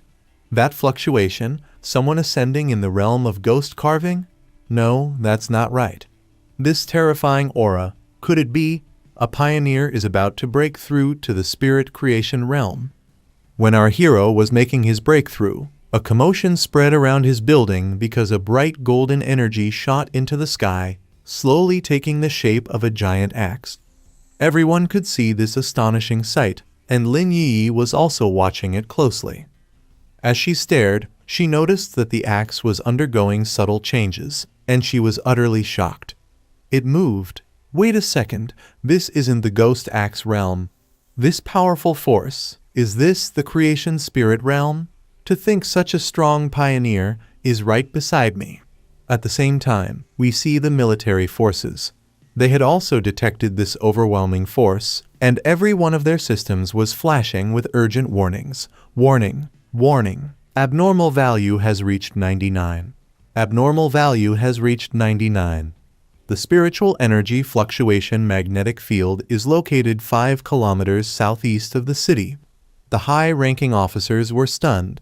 Senior military leaders, seeing this, turned to their soldiers and ordered, "What's going on there? Everyone, move toward the city immediately." Meanwhile, we see Su Qingying, who was equally shocked, exclaiming, "Such a powerful anomaly! How could it have gone undetected until now? These readings, they're strong enough to destroy an entire city." Because of this terrifying energy, every military base was buzzing with discussion. Some officers, staring at the full city map, spoke in alarm. Has a new creation spirit realm pioneer appeared? Or is this city about to face a devastating disaster? Or perhaps both? In the chaos, a senior officer shouted into his phone, giving immediate orders, "Request reinforcements from headquarters at once. Bring in every advanced resource and weapon, everything except for weapons of mass destruction." And just then, a soldier burst through the door, shouting loudly, "Major Han, the alarm has been lifted. The anomaly has been ruled out. It's a pioneer ascending." After this, the story directly shifts back to our hero, who had successfully achieved his breakthrough. He had stepped into the realm of spirit, creating 1 star. Seeing this breakthrough, even he felt a little exhausted, because this kind of progress, other than my body becoming lighter, it doesn't feel like there's been a huge change. Afterwards, he pulled out his phone and started checking through it. Inside were all sorts of messages, some about past abnormal activities, others about new abnormal activities. Among them were also messages that his sister, Lin Yeye, had typed in the organization's group chat. Reading through them, our hero thought to himself, "Wang Liang was right. This is also the reason I've always been cautious of both the military and the spiritual energy association. Being too high profile doesn't necessarily bring benefits. That's why I've kept my solar flame attribute and scarlet fire sword technique hidden." Then he sent the last message. He said, "Don't worry, I'll take care of it. Besides, I still have a trump card left." This message was sent under the name Fang. He was reading all of it on the organization's website chat. Just then, Lin Yi opened the door to his room and said, "I'm back." She then asked him, "Cousin, have you eaten yet? I brought you some food." Hearing this, our hero replied casually, "All right, just leave it there. I'll eat later." Placing the food down, Lin Yi looked at him with a bit of helplessness and thought sadly, "Sigh, cousin is upright, has no bad habits. His only problem is laziness." Meanwhile, our hero kept staring at his phone, while Lin Yi thought to herself, "All he enjoys is lying around at home. He doesn't even bother going to college, always glued to his phone." Though, whether he attends college in the future or not doesn't really matter. She glanced at him one last time before stepping out of his room. But even as she walked away, her thoughts lingered. But still, we pioneers are busy running around every day, searching for opportunities between heaven and earth, and constantly pretending in front of ordinary people. Yet cousin lives such a carefree life. She returned to her own room, lay down on her bed, and thought to herself. In this same area, a heaven-shaking spirit-creating cultivator has appeared. The pioneers who noticed this anomaly will spread the news very soon. Forget it. When the time comes, I'll protect cousin. I'll just consider it my way of repaying him for letting me stay here. Meanwhile, our hero continued investigating abnormal activities on his phone. Before, it was high temperatures. This time, it's a fire, again, a solar attribute. From the footage, the fire started quickly, and the flames rose violently. The trees and flower beds around the playground were all burned to ash, and now the area has been completely sealed off. The video is too short, cut off abruptly, but it looks much more serious than the situation at the North Gate earlier. I wonder if this time's solar attribute will be any different. I want to check it out in person. But first, I'll need to contact her. After this, the story shifted to the next day at Chengxiang University. where a crowd of media personnel had gathered, and soldiers stood guard at the gates. People were whispering and speculating among themselves. One media worker asked a soldier, "I heard the university caught fire, and it can't be extinguished. Is that true?" Another immediately followed with, "Were there any casualties? Why hasn't such a big incident been broadcasted on the news?" The people nearby also started discussing heatedly about the students' safety and the issue of flammable materials on campus. Just then, our hero arrived with Jai-lan. As soon as the soldiers at the gate saw them, they quickly opened the gate and let the two in. The crowd, watching them walk inside, exchanged questions in astonishment. "Who are they? They look so influential. Why can't we go in?" But they can. And when the gate opened, people caught sight of the blazing fire raging inside. Our hero also stared at the flames in shock and muttered, "Burning like this, is this fire from heaven?" Hearing this, Jai-lan nodded and said calmly, "Yes, that's the official name. There were no warnings, it suddenly erupted, impossible to put out. It will only stop once it devours everything it wants, isn't it fitting?" Then she added, "Fang Yi, I need to head to the principal's office. Will you wait here or come with me?" Our hero replied, "You go ahead. I'll stay here." Jai-lan gave him a concerned look and warned, "Be careful. We'll meet again later." With that, she walked away. The area was deserted, cordoned off with barricades and warning signs. Our hero stepped forward cautiously, crouching down to inspect the ground, and thought to himself, "The scorched earth is already cold. No traces of heavenly fire's spiritual energy remain. Naturally, it can't be collected. I must have been thinking too simply." Suddenly, a voice called out behind him. He turned and found Chu Kingli standing there. Looking at him in disbelief, Chu Kingli asked, "Is it really you? What are you doing here?" Standing beside her was a girl with glasses, who immediately pointed at him and exclaimed loudly, Fang Yi, is this the guy you told me about, the ex-boyfriend who only got into a community college?" She burst into laughter, slapping Chu Kingli's shoulder, and continued mockingly, "Brother, I get it. You must still have some lingering feelings for Kingli. But look at reality, it's right in front of you. Give up already." Our hero frowned and asked coldly, "Lingering feelings? For her?" Right then, more students gathered around, murmuring in curiosity, "Hey, isn't that Chu Kingli? Why is there a guy with her?" Another whispered, "Not sure. Must be another pathetic pursuer chasing after our campus belle. Never seen him before. He's not from our university, right?" Voices buzzed from all directions. Someone else complained, "What's with the campus security? Weren't they supposed to tighten surveillance? How did another outsider just stroll in? Annoying." The girl with glasses suddenly stepped closer to our hero, pointing her finger right at his face as she shouted, "Kingli is our university's campus belle now. I advise you to think carefully. Do you have any idea how many guys, all better than you, are chasing after her? You don't even stand a chance. Leave, this place isn't for you. Oh, and one more thing, our campus is under lockdown. How did you even get in here? If you don't explain yourself, I'll report you to the security office." Chu Kingli, standing a bit farther away, listened with a conflicted expression. She thought to herself, didn't he once say he would never regret breaking up? Then why is he here now, saying one thing but doing another? Just as the glasses girl was yelling at him, Jai-lan reappeared. She glanced at the group and asked, "Fang Yi, are these your friends?" Our hero shook his head and answered calmly, "No, just high school classmates, not friends." Jai-lan smiled faintly, replying, "Ah, I see, so just classmates, not friends." Then, narrowing her eyes, she stared coldly at Chu Kingli and the glasses girl. As soon as the two met her gaze, they both froze in fear, their thoughts racing. What an overwhelming presence! Who is this woman? And why does she know Fang Yi? Jai-lan then turned back to our hero and said, "I just had a quick chat with the principal. The matter of the heavenly fire is more serious than we thought. It's not something that can be explained so easily. The principal wants to take us to the very first point where the fire started.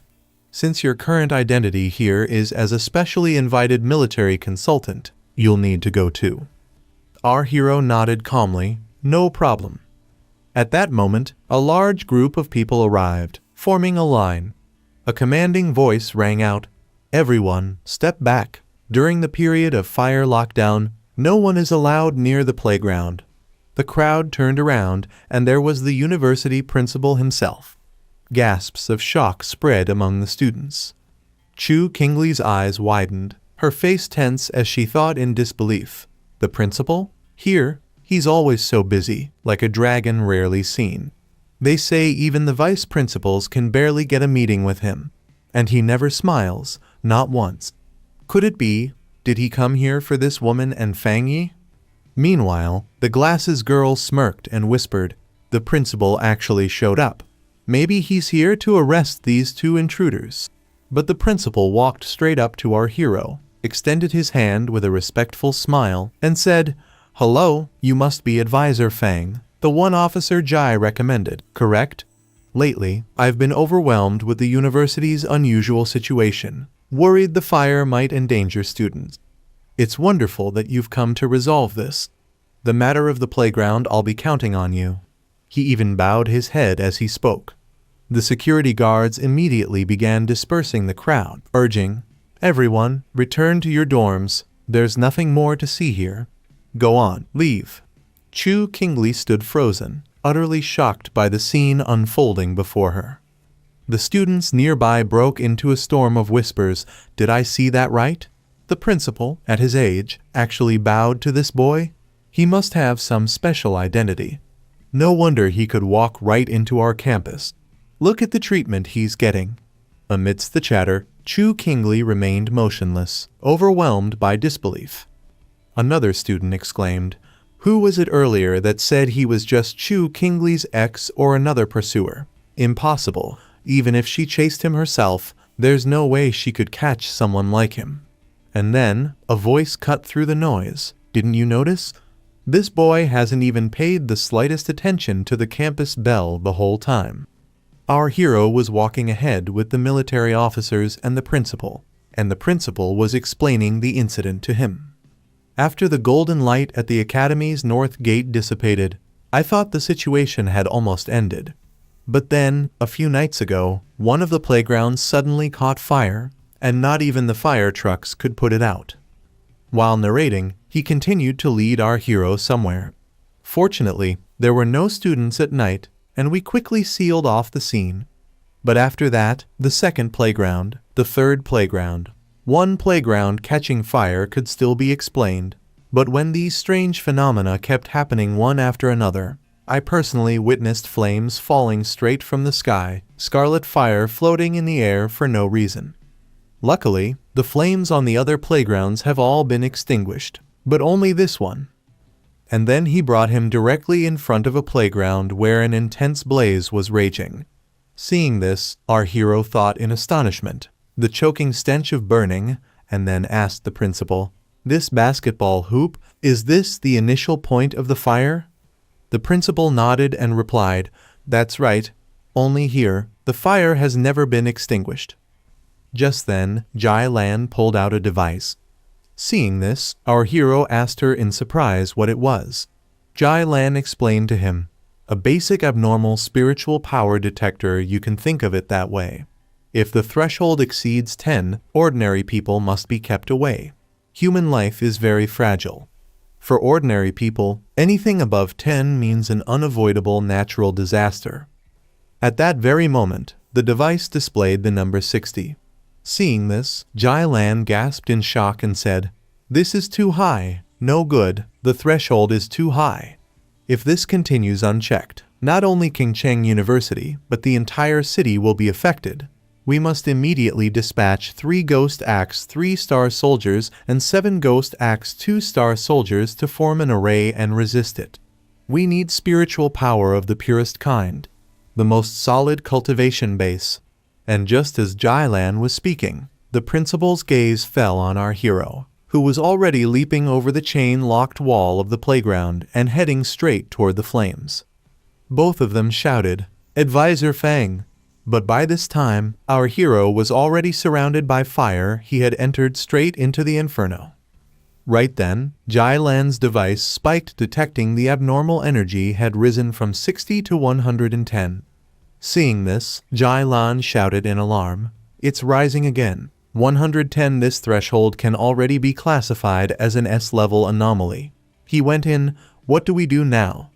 She tried to step forward, but the flames suddenly flared violently, releasing an evil energy-like aura that stopped her from advancing. Jai Lan stood there, horrified, thinking, how could he dare to enter alone? Even the strongest war king of the restricted zone. Meanwhile, our hero was steadily walking deeper into the blazing inferno, heading straight for the very center where the fire was erupting. Advancing forward, he thought to himself, "Last time, the yang attribute shielded me from the lightning. Naturally, this heavenly fire can be blocked too. But while it protects my body, I still can't touch the source flame, nor can I activate the technique. So, I must first get as close to the source flame as possible, and then..." Just as he was reaching the very center, the fire transformed into the form of a dragon and lunged at him. But our hero immediately raised his hand and began resisting that energy. As he blocked it, his system suddenly detected the abnormal fluctuation and sent out a notification. Detected intense skyfire attribute fluctuation. Seeing this, our hero laughed and said, "Truly worthy of being Skyfire, even more wantonly powerful than the desolate force of death. But no matter what, I must absorb you." Though his face showed clear signs of struggle, at that very moment another notification appeared before him. Ultimate calculation blade initializing, compiling, compilation successful. The sight of this brought a smile to his face. Immediately after, another notification popped up. "You have obtained the Skyfire Attribute Technique 9 Dragons Skyfire Sealing Technique. 9 Dragons Skyfire eradicate evil and seal all demons." Now our hero had obtained the Skyfire attribute. As soon as he acquired it, he released his power into the skies. Right then, another notification appeared. "The technique you compiled requires no study already unlocked." Now our hero had control over the Skyfire. Instantly, the attribute began extracting into his body. As the Skyfire attribute infused into him, with the success notification, his body started to change. His eyes turned blood red, and a crimson mark appeared on his face. Immediately, our hero clapped both hands together and roared 9 Dragons Skyfire Sealing Technique. At once, 9 chain-like constructs burst out from his back. The 9 chains shot forth directly, binding all the flames that had taken the shape of a dragon. The raging waves of fire that just moments ago were wreaking havoc all around were now ensnared within his chains. Even the principal and Jai Lan could see it from outside. Witnessing this, they instantly realized this was the breath of Seal. Jai Lan, stunned, exclaimed, "I once saw a high-level military pioneer seal a forbidden zone. His method was different from Fang Yi's, but the aura of sealing it's almost identical." Meanwhile, our hero tightened the chains further, compressing the abnormal fire. Slowly, all the blazing flames converged, shrinking into one. In no time, the raging inferno that had taken the form of a dragon condensed into a small cluster. And finally, our hero grasped that small cluster of fire in his hand. After our hero controlled the fire, the entire area fell into complete silence.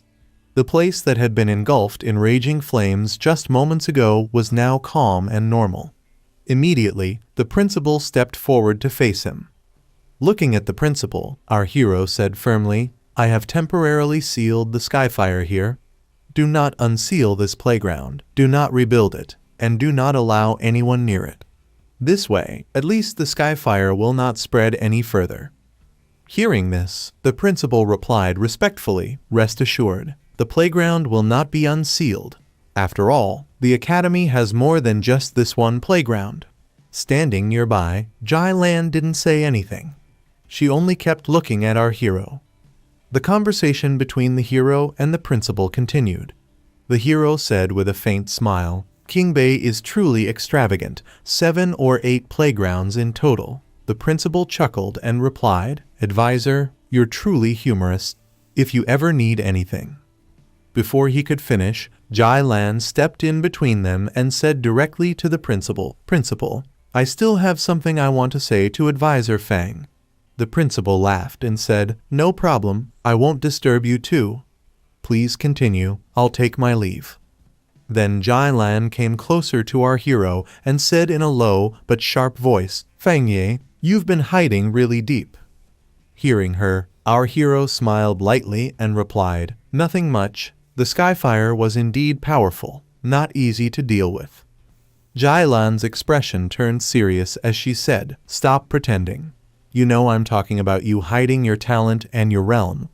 Forget it, every pioneer has their secrets, especially someone as strong as you. Fang Yi, I don't have the right to demand anything from you, but I hope you'll at least listen to what I'm about to say. Our hero smiled, listening quietly, while Jai Lan continued, At this critical time of great changes in the world, Xia Nation desperately needs top-tier talents like you. Let me put it this way, when the spiritual energy fully revives, someone like you will be the equivalent of nuclear deterrence today. So, whether it's the military restricted zones or the spiritual energy association, everyone will fight to have you join them. It's even possible that foreign powers will extend invitations, offering generous terms. Of course, I won't deny I have my own considerations if you join the military. It would give our restricted zones more allies and more paths forward. That's why I suggest you start thinking about it now, so that when the time comes, you won't be caught off guard. Our hero then asked curiously, I'm very curious, why is it that neither you nor Wang Liang tried to pull me into your restricted zones? Why did you even say I wasn't worthy? Jai Lan explained with a small sigh, That's because there's a legendary military district. They're so powerful, it's almost monstrous. That's why I thought you'd be more interested in them. Hearing this, our hero smiled faintly and said, So there's a top level as well. Jai Lan nodded. Of course, though I haven't seen much of them myself. I've only heard they've been very busy recently. Hearing this, our hero thought silently, The most powerful military force in Xia Nation is so busy that even officers from other restricted zones are hearing whispers. That means they're facing significant troubles of their own. Meanwhile, Jai Lan continued, Enough, I won't say more. Come on, the principal said he wants to treat us to a meal at Qingcheng University's cafeteria. As our hero listened, his thoughts grew heavier. It seems they too are facing no small problems. That can only mean there are anomalies out there of terrifying power, far beyond the current strength of pioneers. From Jai Lan's tone, there are definitely pioneers with the same spirit creation realm as me, perhaps even stronger. The day of spiritual energy revival is drawing closer and closer. My preparations still don't feel sufficient. The Skyfire attribute I just collected on the playground, how can I maximize its use? He contemplated deeply. Skyfire chaotic, unrestrained, burning wildly like endless wildfire. It's the perfect match for dealing with those endlessly proliferating anomalies. Yes, this is exactly what fits with my Crimson Flame Blade technique. Enchantments that enhance my techniques when it comes to them, the more the better. Our hero was moving toward the mountain, holding his massive sword in his hand, and he stood behind the peak where the signboard said Dangerous Mountain beyond this point is extremely dangerous. Do not proceed further. Seeing this, he thought to himself, the back mountain shows no abnormal activity, yet it's been blocked off. But the military shouldn't have received the news this fast. Only someone who knows I train and experiment here would do this. The only ones who know my routine are the Spirit Association. He then wondered about accepting this offer. Did they give me this land to experiment freely? If that's the case, I might as well accept it. But suddenly, he became alert. He felt something behind him and thought again. Wait a second, even trash has snuck into the back mountain. This aura, it's identical to the one I encountered at the factory, just not as intense. At this moment, there was a monkey-like monster sitting on a tree. Seeing it, our hero began channeling his fire energy into his sword. So now it's capable of assessing enemy strength before attacking. Then watch closely. Just then, a system notification appeared before him. Heavenly fire, also known as upper flame, is of the light attribute. Strong and righteous, it is used to slay the wicked. Do you wish to infuse the heavenly fire attribute into the Tang blade? There were two options, yes and no. Our hero chose yes instantly. The heavenly fire burns, eternally unquenchable. He became ready for attack. As soon as it activated, his eyes were covered with flames. Looking at the massive monster, he smiled and, while launching his attack, shouted, "Let's try this sword on you." As his sword strike launched, two fire dragons were created from the flames. Both dragons charged straight at the monkey-like monster. Seeing the attack coming at him, the monkey monster barely managed to save its life and fled by leaping across the trees. Because of our hero's attack, the area had been set ablaze. Looking at it, he smiled and said, "Excellent, this firepower is twice as strong, no, even stronger than the original Crimson Fire Blade technique. Moreover, this energy has no effect on me personally." He touched his sword and continued forward, noticing how extremely cold it was around him. Not finding any other monsters nearby, he decided to chase the one that had escaped. Where did that trash run off to? Let's hunt it down first. Meanwhile, on the mountain, we saw a girl who was live streaming. She was talking to her audience. "Guys, I swear I'm not a scammer. I've always been super lucky since I was a kid, okay? Even though this is my first day live streaming, content just comes looking for me." While she was chatting with her audience, that same monkey monster appeared and attacked her from behind. Her phone fell to the ground, and she was caught in the monster's clutches. However, the live stream was still running. Everything was being recorded. The audience began commenting, "Streamer, what happened? Saw a ghost?" Another message popped up. "Damn, the acting started so abruptly. And the effects are so fake." Everyone thought it was just special effects. But the girl, trapped in the monster's grasp, had tears in her eyes. Her heart was filled with fear, certain she wouldn't survive. Just before the monster could attack her, fire dragons suddenly appeared from behind, rushing straight at it. Seeing them, the monkey monster released the girl and began running away. The audience, still watching the live stream, started commenting again. "What is this? Is that a fire dragon?" Another wrote, "Wow, this special effect is amazing." Meanwhile, the girl's live stream views continued to skyrocket. Quickly, she stood up, grabbed her phone, and pointed it toward the fire. She wanted to capture this moment on camera because, within the blazing flames, she could see a figure. To her, it looked as if some deity or immortal had descended to save people. Inside the roaring fire stood our hero, and his image was now streaming live across the world. People in the chat exploded with comments. "Blade lunge, stant light cuts through the fire, cleaves the heavens." Another wrote, "An immortal descends to save the world. Fire? That's nothing." A third added, "That mysterious man who cleaved the King of Flames created such fire with a single blade the forest itself is burning." The live stream video shot straight to rank 1 on trending, with views skyrocketing beyond measure. The story now shifts to Chu Kingli, who was with her bespectacled friend. Her friend, staring at her laptop, suddenly called out in excitement, "Kingli, come quick! An immortal really descended to save people.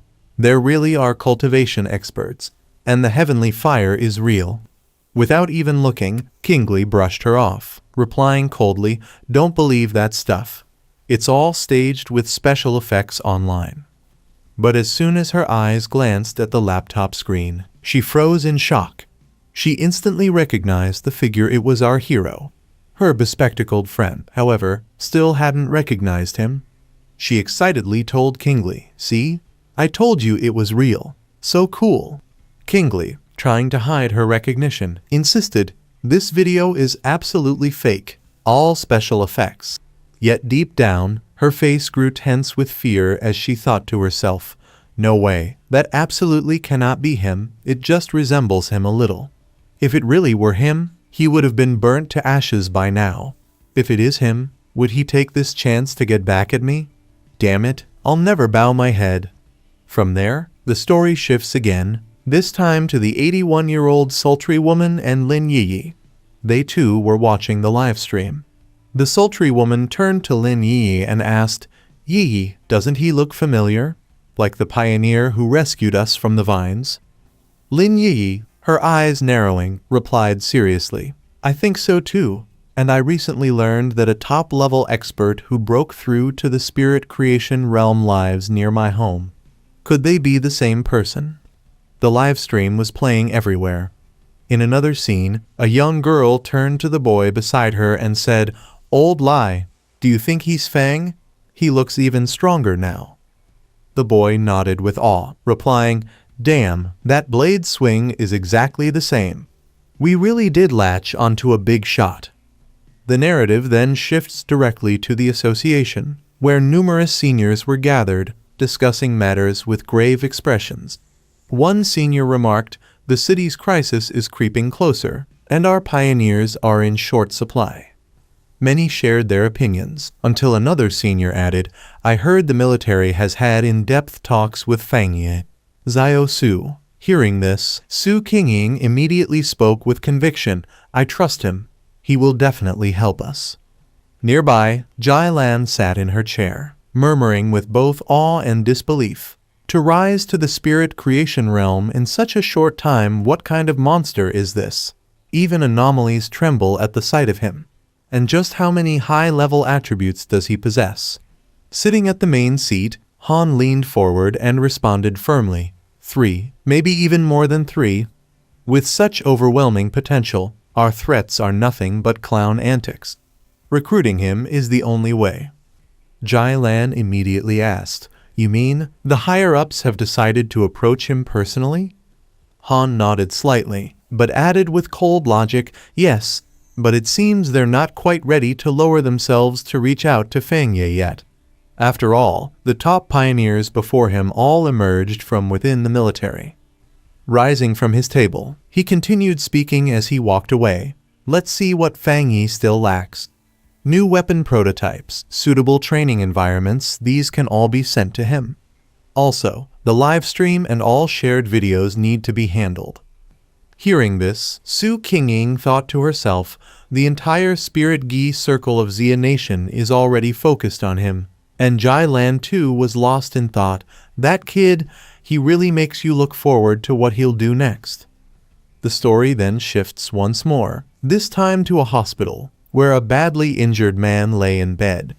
Beside him sat a girl, who softly whispered to him, "Teacher, it seems Xia Nation has a new hope. With someone this powerful emerging, your chances of waking up have improved again." One day passes. Our hero sits inside his building, having breakfast, his mind still occupied with everything that had happened. That massive stir from yesterday, who would have thought a streamer would sneak into the back mountain just to go live, all for clout. What guts. But now, the video has completely vanished from the entire internet. The stream has also been shut down, probably the work of the military or the Spirit Kai Association. As he thinks this, he glances toward the door and mutters softly, "Wait, Lin Yi didn't come back all night. She didn't even send me a message. What's going on? Even if it was a mission." He quickly picks up his phone and tries to call her. But when the call doesn't go through, his face grows serious. Something feels off. That girl wouldn't be this unreliable.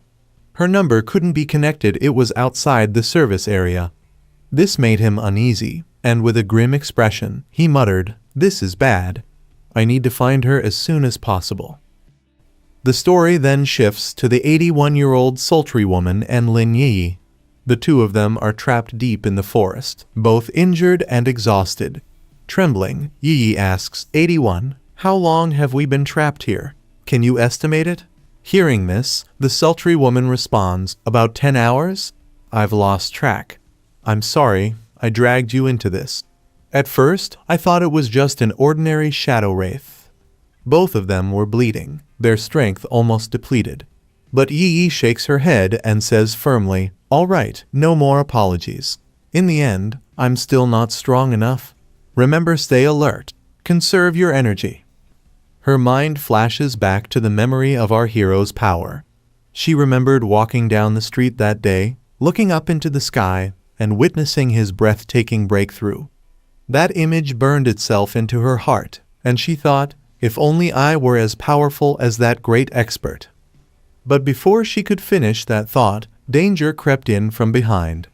A monster had silently appeared, its presence looming just a step away, ready to launch its attack. Yet both Yi and the sultry woman were still completely unaware of the imminent threat closing in.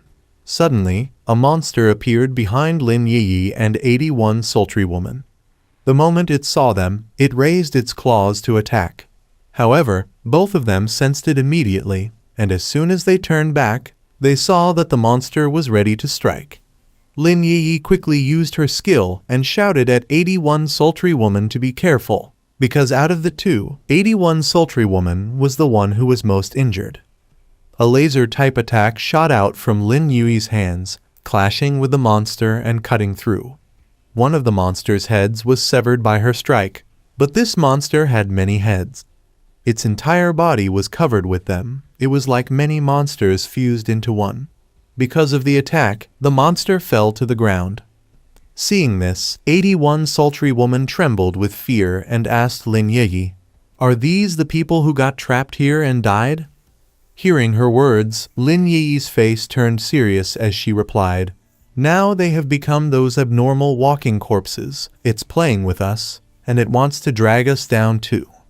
Staring at the severed head, 81 sultry woman also grew serious and said, "Not only are our attacks completely useless against this black fog, but our spiritual energy is also being rapidly consumed. We don't even know where that abnormality truly is. It feels like it's just waiting for us to exhaust all of our energy, and then it's toying with us like we're rats." All around them was a black-colored fog that surrounded and trapped them. Because of this fog, they couldn't see the monster clearly, which made it appear invincible. Both of them grew tense, wondering how they could possibly defeat such a creature. Just then, a red, circle-shaped eye appeared before them. That eye immediately began releasing bubbles that looked like blood. As the bubbles spread, countless small liquid-like objects, resembling tiny eyes, began to form in the air. Attacking them in rage, 81 sultry woman screamed, "Go to hell, damn creature!" Seeing 81 sultry woman like this, Lin Yi shouted, "It's losing its patience now, don't get careless." But the moment she said that, a gigantic eye appeared behind Lin Yi within the fog. Suddenly, Lin Yi felt countless eyes staring at her. Hallucinations consumed her mind, and she began to lose control. A terrifying feeling overwhelmed her, as if her death was inevitable. From within the fog, countless hands reached out, grabbing at her, pulling her down into the darkness. Inside her mind, Lin Yi thought, "Am I going to die? I can't hear 81's voice anymore. Well, of course, we've all been swallowed by the darkness. I'm sorry, I shouldn't have been so reckless, overconfident, thinking the two of us alone could complete this mission. Forget it." The path of cultivation was always filled with danger. I had always known one day I might disappear in some nameless corner. Still, I wonder, what will the world be like then? What role will those hidden pioneers play upon this earth? The magnificent waves of spiritual revival, I suppose I'll never see them again. Slowly, her eyes began to close. She tried raising her hand, but she was unable to do anything. Suddenly, lightning struck through the darkness, tearing apart the fog with its dazzling power. From within the lightning, our hero emerged, smiling as he looked at Lin Yi. "You almost slipped right out of my hands," he said with a laugh. Seeing him there, Lin Yi was stunned. At this moment, our hero was already extremely close to her. As he stepped forward, he struck the ground with his lightning-charged hand. A devastating surge of lightning exploded out, instantly destroying all the fog around them in one strike. Lin Yi stared at him in shock. "It's my cousin, he saved me." This this isn't an ordinary person. But just as she thought that, the monstrous creature with countless eyes and dark energy appeared again, charging to attack our hero. Seeing this, Lin Yi panicked and cried out, "Be careful! The abnormal's true body is on your right rear side." But our hero only chuckled, drawing his sword. "Perfect. Let me test how this heavenly fire works against darkness." With a swing, he unleashed a flame attack that formed into a mighty dragon. The blazing dragon struck the dark creature, burning it immediately. Flames erupted all around, burning away the black fog until it was completely gone. 81 sultry woman, who had fallen unconscious, slowly woke up. Looking at Lin Yi, she weakly asked, "Yi, are we already dead?" But then her eyes widened at the sea of fire surrounding them. Panicking, she shouted, "Holy crap, what is this inferno? Did we fall into hell with the abnormal?" Seeing her in such a state, Lin Yi told her, "Calm down, look closely, we're still alive." Hearing that, 81 sultry woman's expression brightened with joy. We're still alive?" But then her gaze landed on our hero. Looking at him closely, she asked, "Who are you?" Smiling, our hero replied casually, "All settled." Finally, "And I haven't even had breakfast yet, you too." 81 sultry woman's eyes widened in realization. She stepped closer to him, her voice trembling with excitement. "It's you, isn't it? Back in Yonghuo town, at the place of the death vines, it was you who saved us." Hearing this, our hero smiled. "Am I really that easy to recognize?" Just then, Lin Yi stepped closer and asked in surprise, "Wait a second, you're saying the powerful fire attribute master who saved us before is actually my cousin?" 81 sultry woman's jaw dropped. "Oh my god, that super expert is your cousin. Didn't you always say your cousin was very ordinary?" Listening to them, our hero just rubbed his forehead helplessly. Then 81 sultry woman turned to Lin Yi and exclaimed, "This is the man who, with a single strike, cut through the wasteland, forced the mighty Uncle Ghost Axe 3 stars to his knees, and even caught Sister Jailan's attention, our savior." Hearing all this, Lin Yi's thoughts raced. So cousin is actually that high-level fire attribute expert. But just now, he clearly used an incredibly pure lightning attribute to destroy the black fog. One strike of lightning, one strike of fire, both far beyond my capabilities. Could it be he's a super genius with dual high-level attributes? Wait, could the great master who broke through to the spirit creation realm in our district be cousin? Our hero then looked at the two of them and said, all right, it's over now. I have something to ask you. You both know that a dark attribute abnormal can't be treated like a regular one, right? Then why did only the two of you come here? Where are your teammates?" 81 sultry woman began explaining. Well, Wu Mao seems to have fallen seriously ill. He used to hide missions from his family, but now they've locked him in, so of course he couldn't come. Uncle probably had some other, even harder mission. And as for the rest of the team, we don't always gather together." Lin Yuji added, "Yes, this time it was my mistake. I thought since I'd broken through to Ghost Axe 3 stars, there wouldn't be a problem." Hearing them, our hero grew thoughtful. "Now I remember, these teammates each have their own priorities. It looks like this little team won't last for long." Then he looked at Lin Yi and said, 81, back then you weren't satisfied with your teammates, but now in front of outsiders, you're defending their reputation. You've got loyalty. My cousin has always been smart. I guess she's already sensed what's coming." After a pause, he said, "Cousin, since you and your friend already know who I am, and since I trust you both, how about we form a team together? But this must remain a secret. Don't tell anyone." 81 sultry woman's face lit up with joy. "Really? We can? Oh yes, of course. My lips are sealed. I really owe this luck to Yi." Looking at him, Lin Yi's heart warmed. Yes, to have such a powerful pioneer as my cousin, silently protecting me all this time. On this lonely road of cultivation, Having a reliable family member to accompany and support me without hesitation, it's such a blessing. With a smile, she said, "All right then, thank you, cousin. Tonight, I'll cook 2 extra dishes just for you." As they spoke, Lin Yi's phone buzzed with a message. She showed it to them, saying, "Sister Galen just messaged me." The message read, "Extreme Dark Zone Mission Notification. Head to the Extreme Dark Zone and collect the required items. This mission is related to the Dark attribute. Think carefully before applying." Seeing this, our hero asked, "It's related to the Dark attribute? This Extreme Dark Zone, do you know about it?" Lin Yi explained, "Yes. The Extreme Dark Zone lies within the Forbidden Dark attribute borderlands of Xia Nation. The Dark attribute there is extremely strong. Pioneers usually avoid it, taking detours. Most of the abnormalities in our city are seeping out from that place. The government itself has never fully explored it, and there have been very serious accidents there before." Hearing this, our hero's expression turned grave. "I see. Then we should at least try. Can you ask her what the specific mission requires? Will she reply?" 81 sultry woman quickly said, "No way. Sister Galen is very mysterious. She never says more than a few words." But at that moment, Galen actually sent another reply. "This mission's objective is to collect the withered bloom flower. Reminder, the reward this time is greater than usual. But the extreme dark zone is filled with dark attributes.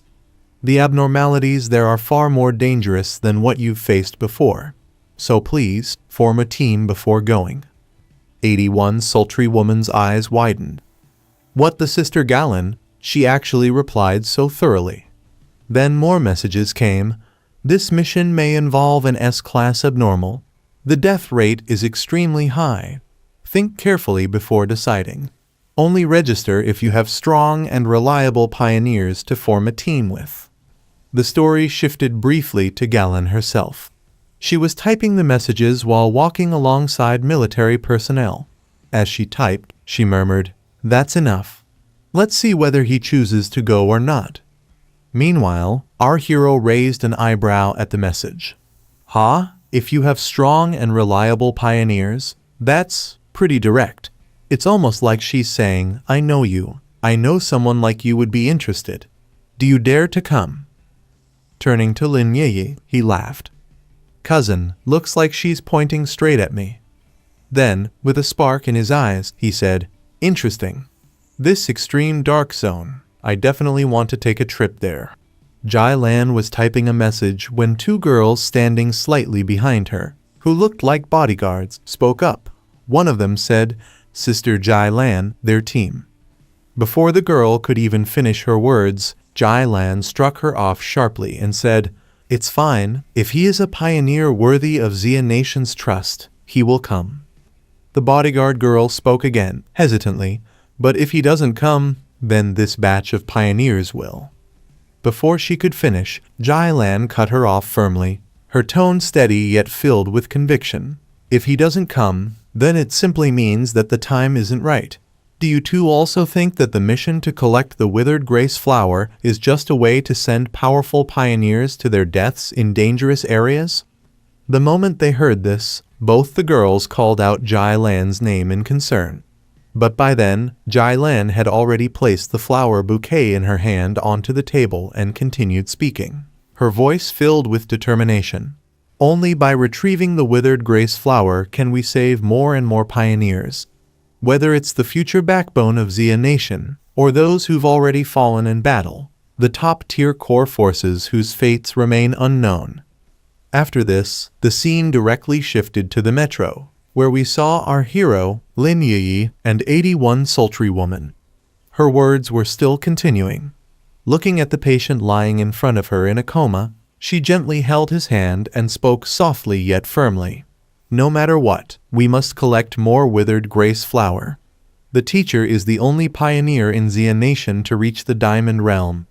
We must use the withered grace flower to cure and awaken him.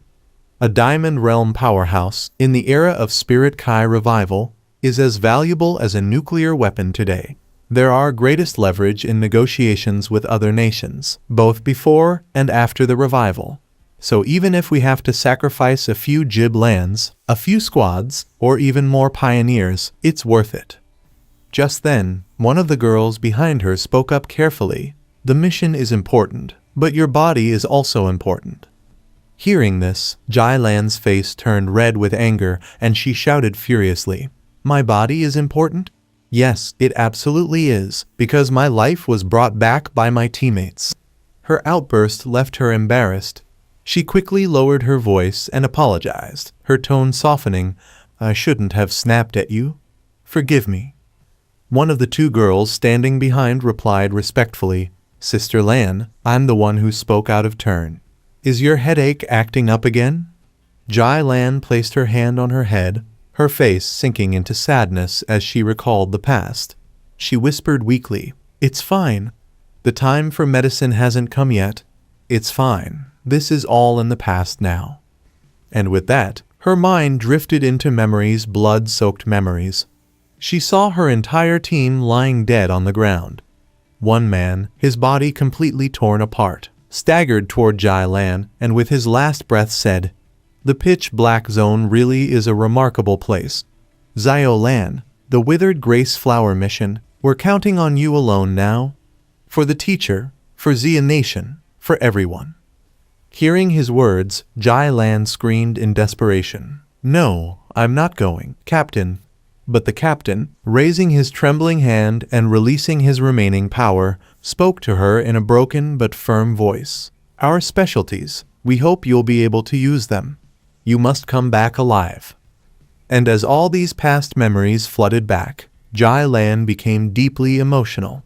With tears in her eyes, she cried out, "They gave me their spirit power, but they didn't know if it's tainted by blood, or if the withered grace flower isn't harvested completely, it's useless."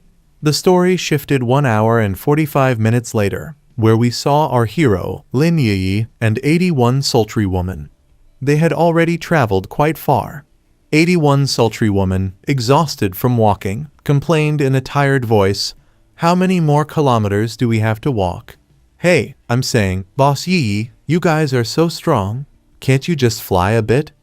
Hearing this, Lin Yi calmly explained, "The spirit Kai hasn't reached the point where humans can freely fly. Even pioneers can't." They continued walking for a long distance until they finally reached a pitch-black zone. Our hero noticed it ahead and informed them, "We're close to the zone. Look ahead." And as he spoke, his thoughts grew heavy, shrouded in dark attribute. Even with layers of barriers, you can still feel that uncomfortable aura. 81 sultry woman, sensing the eerie presence around her, shivered in fear and said, "What a disgusting presence. It's hundreds of times more terrifying than the anomaly we encountered last night." No, thousands of times. Lin Yi was also frightened deep inside, but she forced herself to stay calm and reassured her, "Stay patient. We've already come this far." As they moved even closer, they noticed several other teams already gathered near the zone. Seeing this, our hero let out a faint sigh of relief. "It's not that bad. Look ahead, there are so many people here." They had never expected that there would be so many other pioneers gathered at this place. Seeing the crowd, Lin Yi remarked thoughtfully, "Yeah, I think it's not just about the so-called generous rewards, just like what I experienced with 81. Dark attribute is tricky, murderous, and filled with hostility toward humans. But now, there have been multiple outbreaks of dark attribute anomalies in cities." Hearing this, our hero nodded in agreement and said, "Yes, you're right. I've confronted 2 dark attribute anomalies head-on before. One was a mutated rabbit beast. Calling it a rabbit is generous, more like a giant rodent. The other was the snake lurking with Candle Knight in the factory. It was far more intelligent than the rabbit beast. They could cooperate to set up ambushes. Even the Spirit Kai Association squad was nearly wiped out. Most importantly, as Yi said, the anomalies are extremely cunning. They seem to intentionally avoid the military defenses on city borders. We don't know what method they use, but now the anomalies are appearing more frequently inside cities. It's already becoming uncontrollable." After saying all this, he started moving forward with both of them, because now this journey had become absolutely necessary. Without hesitation, he continued onward. As he was entering, we saw Su Qingying, who was already there. The moment she noticed our hero coming inside, she panicked and muttered nervously. He also came here, and even brought 2 girls with him. Standing beside Su Qingying was another girl, who looked puzzled by her words and asked curiously, "Boss, what are you saying?" Su Qingying quickly tried to cover it up, clasping her hands together and whispering, "Amitabha, O Buddha, please don't let him notice me." But by then, our hero had already walked up behind her and said, "Captain Su, it's you, right?" Su Qingying turned toward him, forcing a smile, and replied warmly, "It's you. You actually came to the pitch black zone too. That's great news." At that moment, 81 sultry woman suddenly interrupted with wide eyes. "Great God, who's this girl? Don't tell me it's Yi's sister-in-law?" Both 81 sultry woman and Lin Yi were completely misunderstanding the situation. That's when Su Qingying quickly waved her hands, denying in panic, "This is a huge misunderstanding." Our hero cleared things up with a calm tone. "Of course not, she just helps me with errands." Captain Su from the Spirit Kai Association. While they were still talking, another team appeared. Looking at our hero's group, their captain scoffed loudly. "A bunch of bratty kids talking big. Pioneers these days are all so young, no manners at all, can't even greet their elders properly. Still playing around here, do you know what kind of place this is? I hope you can actually rely on each other inside the pitch black zone later." Hearing this, 81 sultry woman lost her temper and stormed forward angrily, shouting, "Hey, watch your mouth, old man. Do you even know who these people are?" But before she could say more, our hero gave her a simple look. The moment 81 sultry woman noticed that look, she instantly calmed down. With a composed tone, she walked up to the opposing team's captain and said coldly, "Uncle, mind your own business. Later, it might be you who dies of fright." While this exchange was happening, a car suddenly pulled up. Inside was Jai Lan. The moment everyone saw her, they started whispering among themselves, "Is that Sister Jai Lan?" As she stepped out of the car and walked forward, everyone quickly realized it was truly her. Without glancing at anyone, Jai Lan headed straight toward the entrance. Confused, 81 sultry woman whispered, "Who exactly is she? Such a grand entrance." Standing beside her, our hero answered firmly, "She's the one who will open the gate for us." Jai Lan didn't stop for anyone. She walked directly to the portal, raising her hand. In her hand was a crystal, and as she lifted it up, she channeled her power into the portal. Instantly, the gate of the portal burst open, releasing a surge of powerful energy. The moment everyone saw it, they began shouting excitedly, "The gate is open! The gate has opened!" The portal's space gate was opened by Jai Lan, and from inside it, a dark and evil type of energy began surging out. The energy was extremely deadly, and the moment Jai Lan opened the gate, she said to everyone, "Now, all of you can go inside. A special reminder, the withered grace flower you collect must be complete and must not be contaminated with human blood. If it does not meet the requirements, you will not receive the reward. If there are no problems, you may begin." Everyone had been waiting for this very moment, and as soon as the order was given, people started going inside one after another. While going in, they muttered under their breath, "Damn it, she herself won't go, but lets us in to die. And not even a single compensation after death. What kind of attitude is that?" Hearing him, another replied, "Old Deng, say a little less. If we die, it will only be reported as missing, and the officials will mysteriously pay your family a large sum of money. Isn't that clearly saying it was them who killed us?"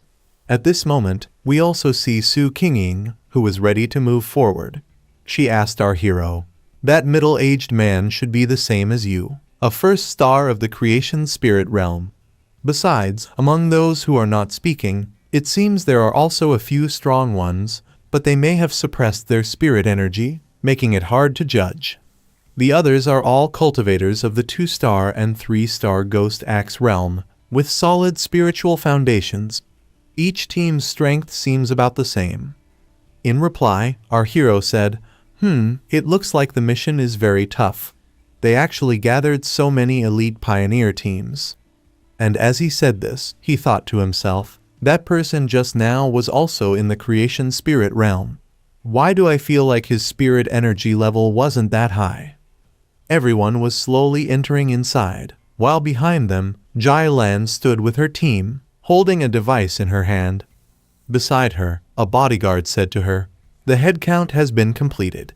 This time, for the extreme dark zone, there are 37 people in the Ghost Axe realm 2-star, 12 people in the Ghost Axe realm 3-star, and 3 people in the creation spirit realm 1-star. The difficulty level of this mission ranges from B level to S level." And then Jai Lan also said, "You all go to the monitors. I've prepared all the work. Don't worry." After this, the story shifts directly to the dungeon, where our hero's entire team had already arrived. Su Qingying was also with them. As they moved forward, the heavy, oppressive energy of this place made everyone tense. The moment 81 sultry woman felt the energy, she stumbled and collapsed to the ground, saying with a pale face, "I'm sorry, honestly, I can't be of any help to you all here." Seeing her like this, our hero said firmly, "Keep up. The dark attribute here will cloud our vision. If we don't stay close and move together, we'll quickly get separated and lose our way." At that moment, Su Qingying stepped closer to 81 sultry woman and said gently, "It's all right. This is just the stench of rotting corpses mixed with brain fluids. You're not the only one who feels like throwing up. It's completely normal." And just as she said, the surroundings themselves were filled with the same nauseating stench. 81 sultry woman, already exhausted, began retching, and soon, others around her also started vomiting. Watching them, Qingying explained, "The dark attribute naturally restrains pioneers. You can think of it as a kind of pollution, and the anomalies in the extreme dark zone are extremely active. Based on what everyone knows, a B-level anomaly is equivalent to a Ghost Axe realm pioneer, and the damage it causes is still controllable. An A-level anomaly equals the creation spirit realm, commonly appearing in places where spiritual energy riots or gathers, such as here in the extreme dark zone. An S-level anomaly can rival the Vajra realm or even higher, and it almost always results in a large-scale disaster. But one thing must be emphasized: the dark attribute anomalies in the extreme dark zone receive an additional boost. Something originally classified as B-level will at least rise by 1 grade here. At this moment, our hero's cousin Lin Yi helped 81 sultry woman up by the shoulder and said with surprise, "I've never heard of it explained like this before. I understand now. But Captain Su, are you and your team all right?" 81 sultry woman, still uneasy, looked toward Su Qingying and asked, "Yeah, haven't you been polluted?"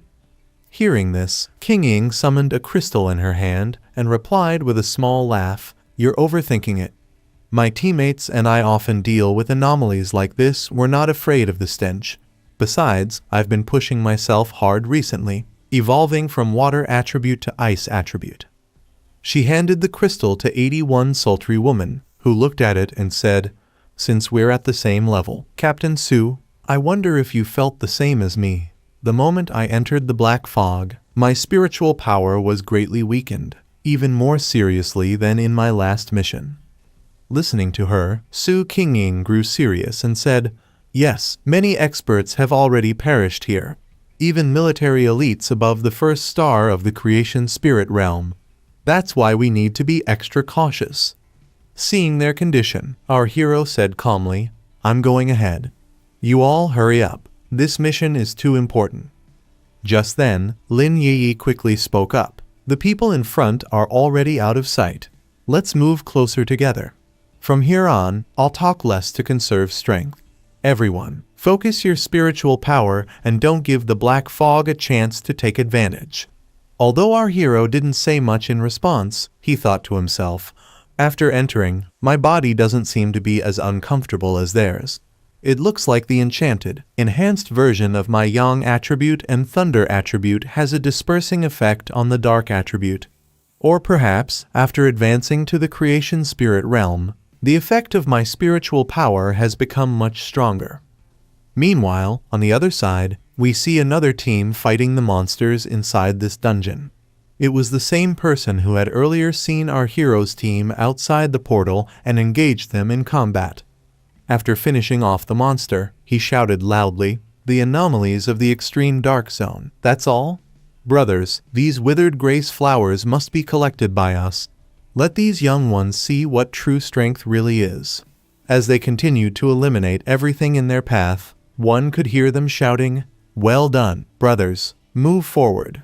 At the same time, our hero's team was gradually weakening due to the oppressive dark energy. Lin Yi began coughing because of it, and the same was happening to the others.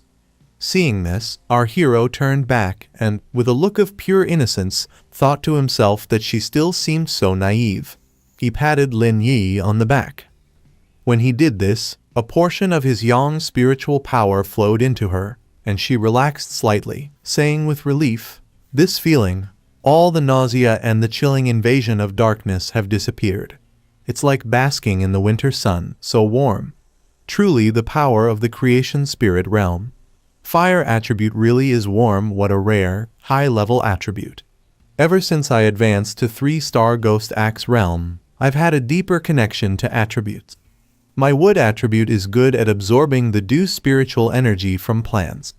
Captain Su, your water attribute evolved into ice attribute is really rare too."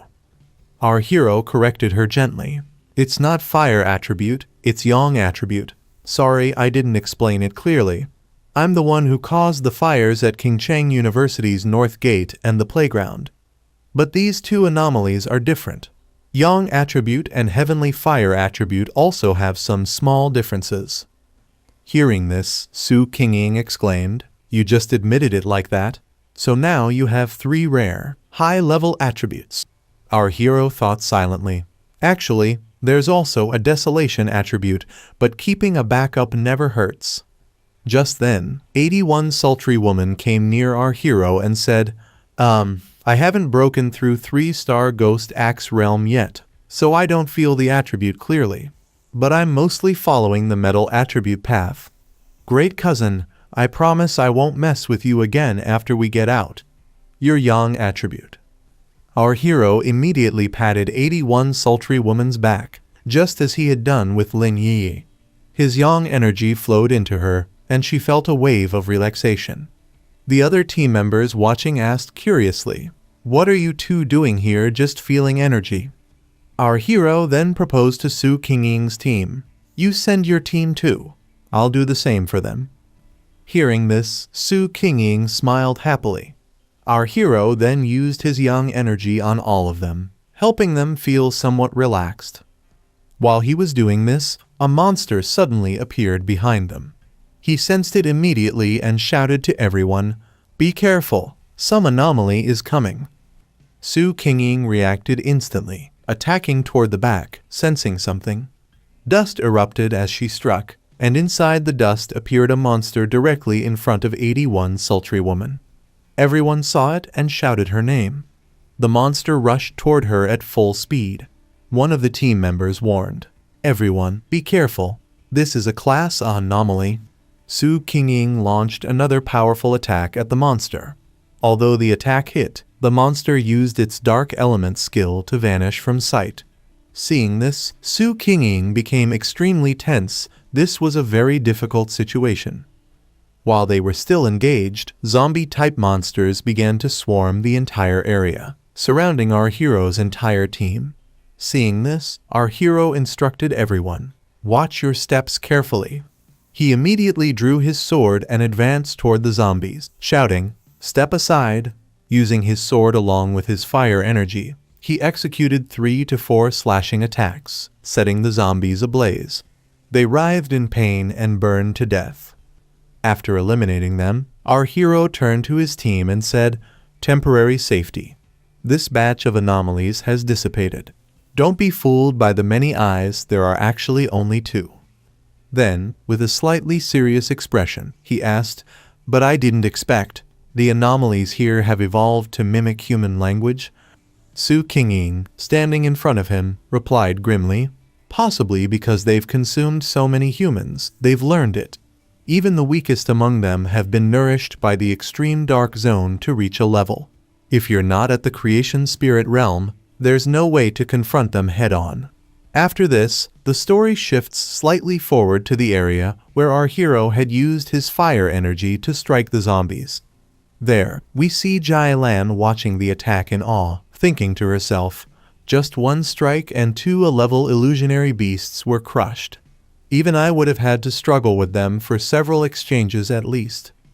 Meanwhile, on the other side, our hero's team had already moved forward, leaving the dangerous area behind.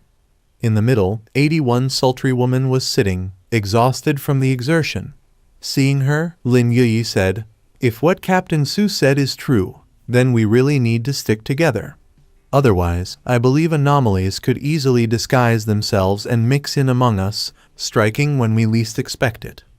Everyone looked at 81 sultry woman and urged her, "You need to stand up."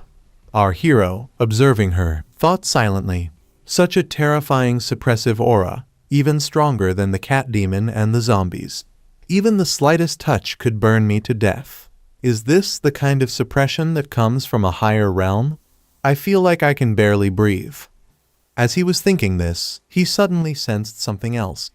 Turning around, he saw Lin Yi approaching and asking, "Do you hear that? Is that the sound of waves up ahead?" Our hero didn't reply. At that moment, the ground began to shake. We see another team approaching from ahead, firing attacks and shouting frantically, "Run! Stop attacking! This thing is too dangerous." It was the same team we had seen fighting a short while ago. Their members were yelling as they attacked, "Someone help us! We can't fight it!" Our hero watched this scene seriously.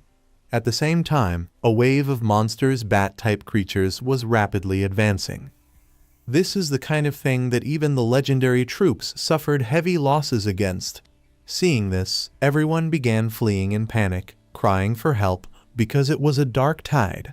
The moment people saw the dark tide of monsters, everyone began running for their lives. Whoever came into its grasp was destroyed in just one strike. Among them, we saw the warrior who had fought our hero before entering this dungeon. He pulled out his sword, activated his protection shield, and shouted loudly, "What damn dark tide? Just because those regular troops couldn't defeat it, does that mean I can't either? Idiot! All of this belongs to me." The dark tide reached him in an instant and engulfed him completely. He screamed in pain as the protection around him was shattered in a single blow, and the monsters inside the dark tide began attacking his body. Feeling the pain, he screamed, saying, "Something is wrong inside this, stronger than a level." He kept crying out in despair. This dark tide was like the waves of an ocean, destroying everything that came into its grasp. On the other side, our hero's entire team was watching this from a distance with fear in their eyes. Our hero, serious and focused, turned to Su Qingying and asked, "Captain Su, what is the dark tide?" Su Qingying explained to our hero, "The dark tide, the ultimate form of the dark attribute, corruption that can devour everything, even the anomalies within it." But this time, our plan had clearly avoided the day of the tide. My God, have the people in front really all died? Standing behind, Lin Yi also spoke. "So this is the dark tide. I've only read about it on the forums. They say it's a power that can destroy an entire city-state. Brother, why don't we avoid this place? Is there still time?" Hearing this, our hero immediately activated his lightning skill and created a protection field around his entire team. On top of the protective field, shining lightning arcs were flashing. While activating it, he said firmly, "Everyone, don't panic. This spirit power barrier has a restraining effect on the dark attribute. If necessary, you can combine your strength to maintain this spirit power barrier and protect yourselves through the impact of the tide." Su Qingying, shocked after seeing this, asked our hero, "What are you planning to do?" The dark tide is a condensed state of dark attribute. With our strength, it's impossible to stop it.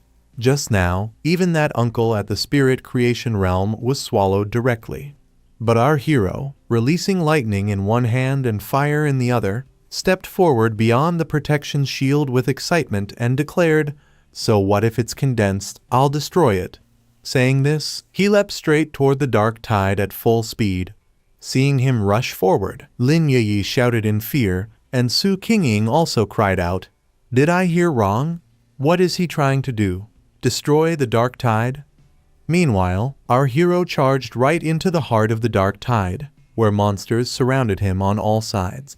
Arriving there, he said excitedly, "Just as I thought. Rather than saying these anomalies are level beings evolved through the dark attribute, it's more accurate to say they are upgraded composite creatures." Looking at the monsters around him, he thought, from B level to a level, from a level to S level, this entire dark tide could be considered an SSS level anomaly.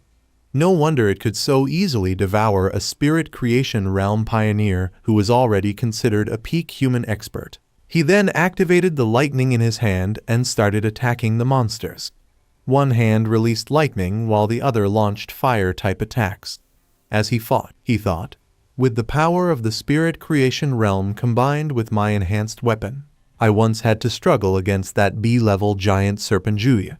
But now, I can easily annihilate the A-level composite anomalies within this dark tide. Killing the monsters one after another, he continued moving forward. In the midst of this, he came across that same hunter with whom he had previously quarreled. The man was trapped in the dark tide, his body being devoured bit by bit. Seeing him, our hero greeted him and asked if he was still alive. The man looked at him through his pain-filled screams, trying to say something but unable to speak. So our hero judged it himself. There's still a reaction. It's clear that this man's spirit power hasn't been completely consumed by the dark attribute. Even though his spirit creation realm foundation isn't as solid as mine, he's still truly at that realm. There's still a chance for him to survive. And to rescue that hunter from the monsters, our hero activated his lightning and attacked the dark tide monster that was devouring him. With a fierce strike, he pulled the hunter out from its grasp. The hunter collapsed to the ground, unconscious. Looking at him, our hero said, "Seeing you like this, there's still hope to save you, but not much." Just then, as he looked at the monster again, a powerful aura suddenly appeared before him. Feeling this, our hero's eyes lit up with excitement as he said, "Infinite multiplication. Could this be the special nature of an anomaly above his rank? Then let's try this." He immediately raised his hand, and at that moment, a system notification appeared. System has detected dark attribute. It is extremely powerful. A second notification followed. Special power detected. Cannot be temporarily extracted. Seeing this, our hero grew serious in thought. Even at the spirit creation realm, I still can't extract the dark attribute. As expected, the dark attribute is far more special than the others. But then, a smile crept across his face. Even as several monsters charged toward him, he continued thinking, since I can't completely eliminate it, and I can't directly absorb it, then I'll just have to change my method. Too bad I didn't bring my little white flower.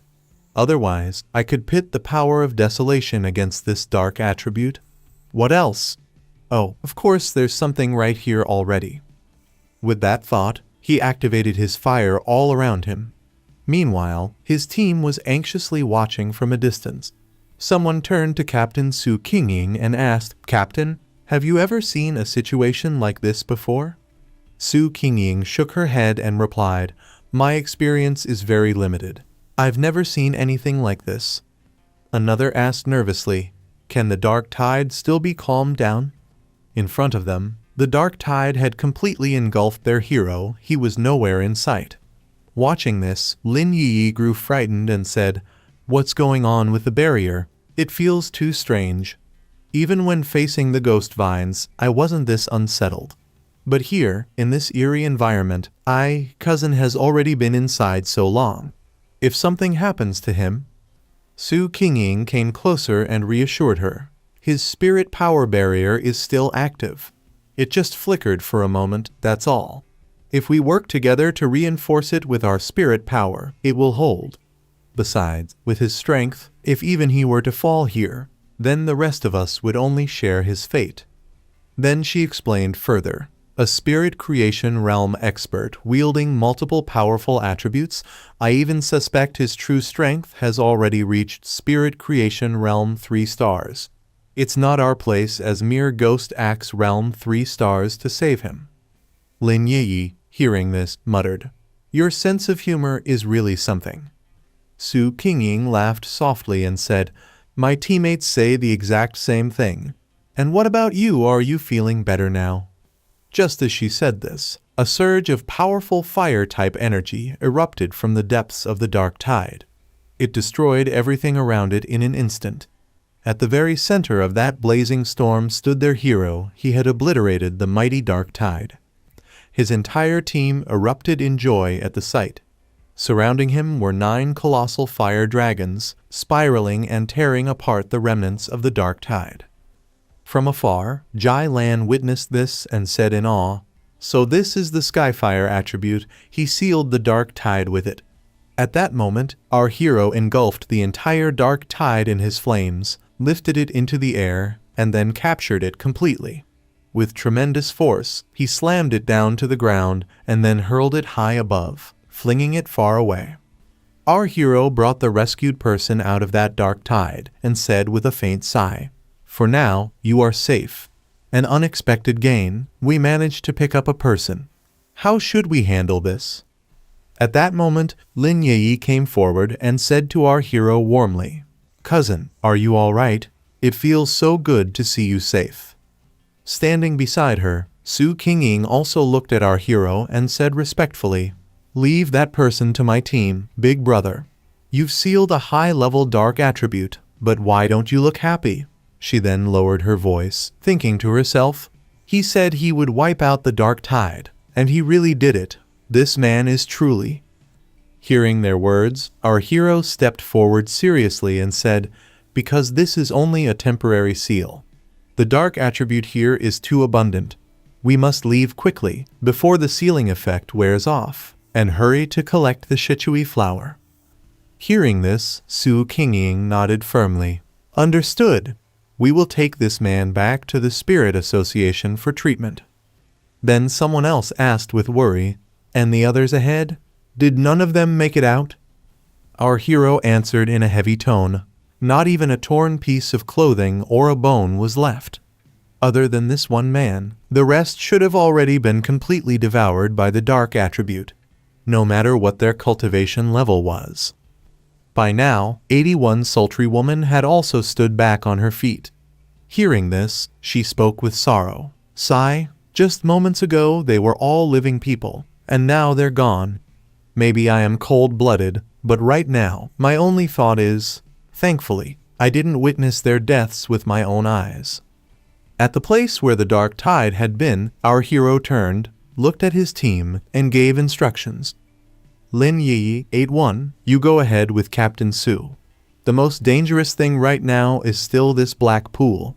I will stay at the rear, that's better." He raised his hand, staring at the dark attribute energy. As soon as the system detected it, a notification appeared before him, "Strong dark attribute fluctuation detected." Immediately another notification followed, "Detection completed successfully. Initiating ultimate computational power, compiling." Right after that, the dark attribute elemental energy of the dark tide began to merge into our hero's body. A dark-colored aura flowed through him, spreading throughout his entire body. Soon, a success notification appeared, "Dark attribute successfully absorbed." Along with it came information about the ability's effects, and its name appeared. "Infinite darkness condense a sealed black mist domain." Within this domain, spiritual energy will be corroded by dark attributes, greatly weakening existing spiritual power. Seeing this, our hero muttered, "Dark domain? A special realm?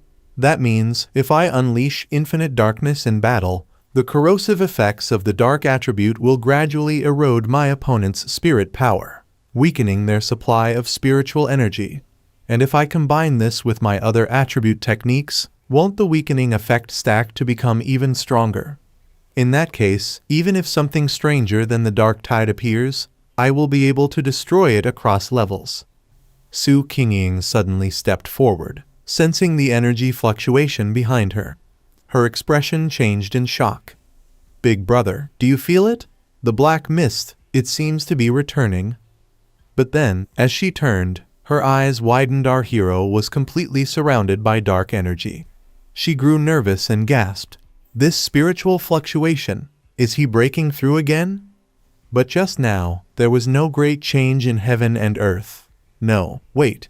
Could it be that he absorbed the power of the dark tide? The one that the officials classified as S rank, with no upper limit? That's absurd.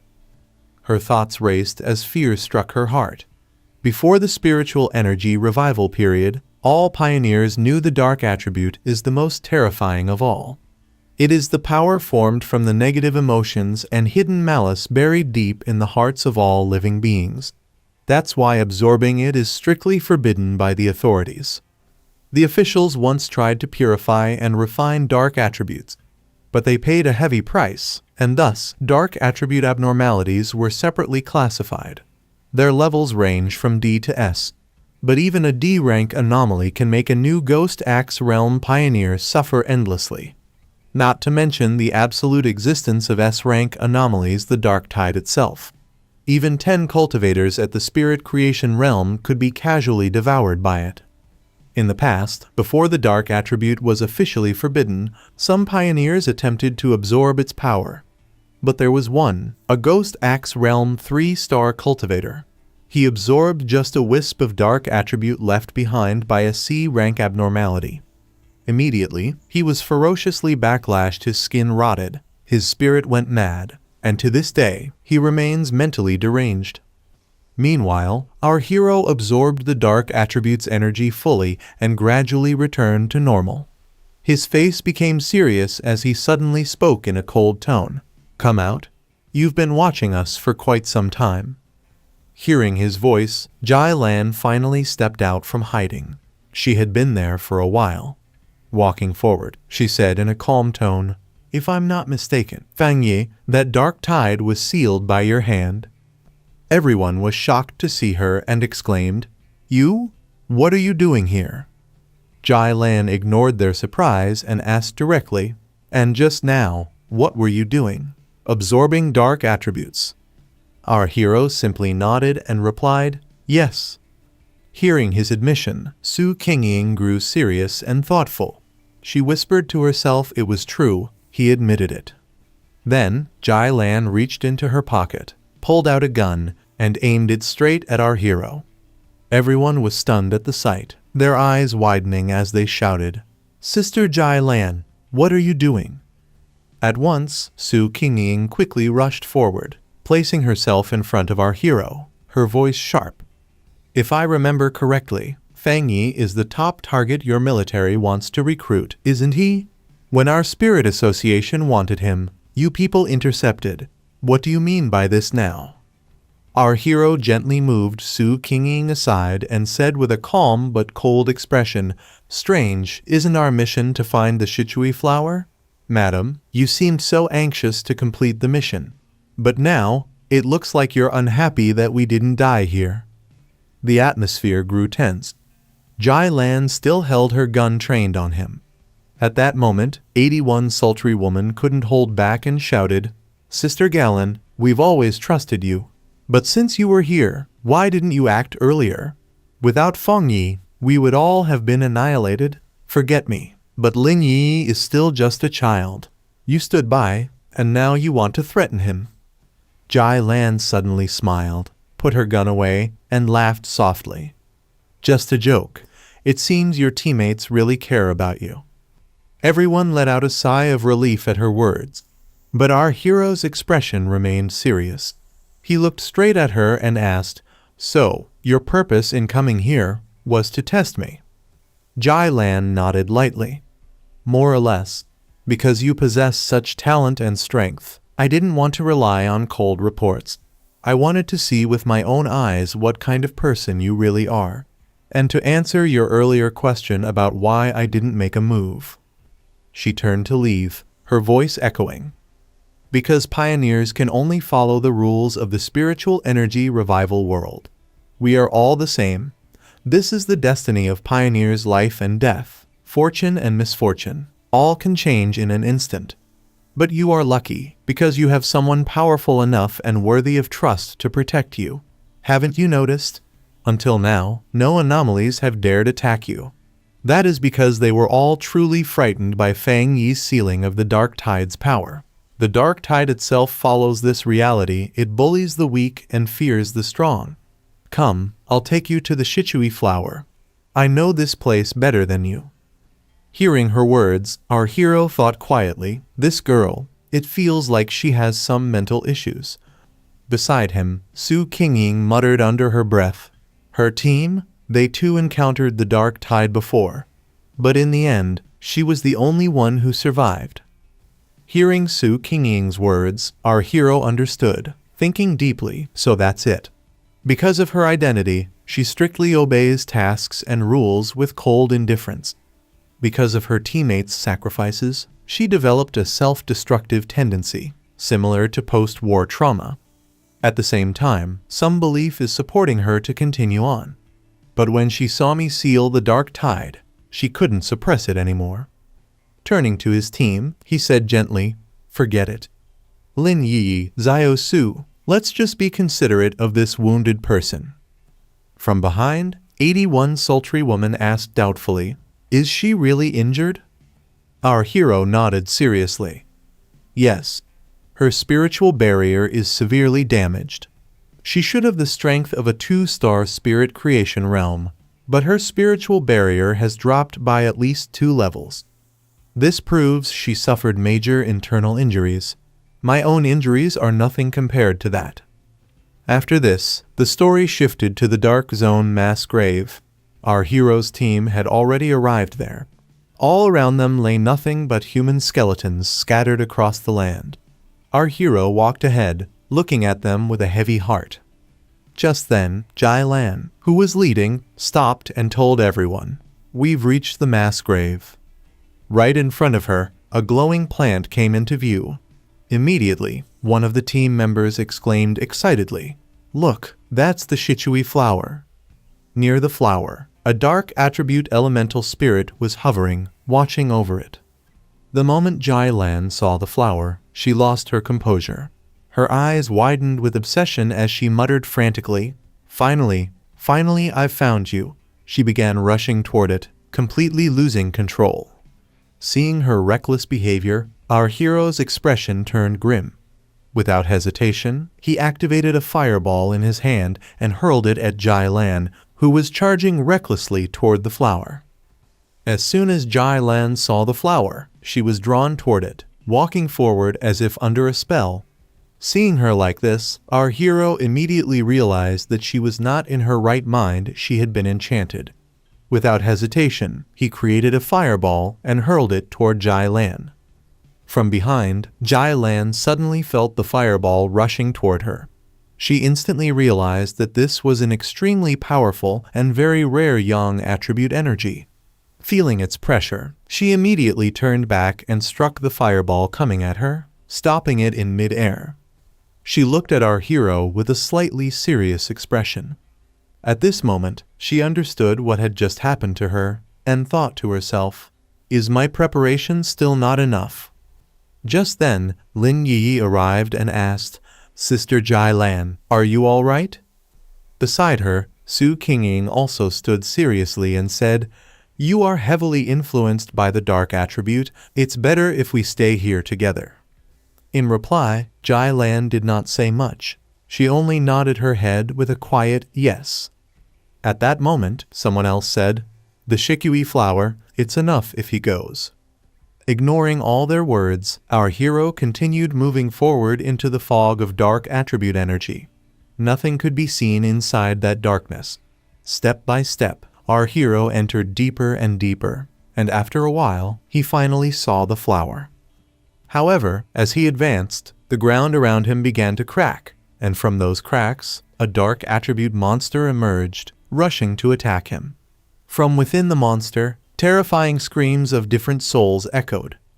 The moment he saw it, our hero activated his divine thunder. With his thunder skill, he struck the monster with a single blow, gravely injuring it. The monster writhed and struggled in pain. Looking at it, our hero thought, "This fox demon, just how many abnormals has it devoured to mutate like this? Is it another S rank? I must end this quickly, take the shikui flower, and return. There isn't much time left to seal the dark tide." He raised his hand and laughed, saying, "So you're not dead yet? Fine, let me test my hand on you." As he said this, he used the dark attribute energy he had obtained a little while ago, trapping the monster within it. Caught inside that dark attribute, the monster fell into illusions and began to struggle violently. Soon, horrifying screams echoed out from within it.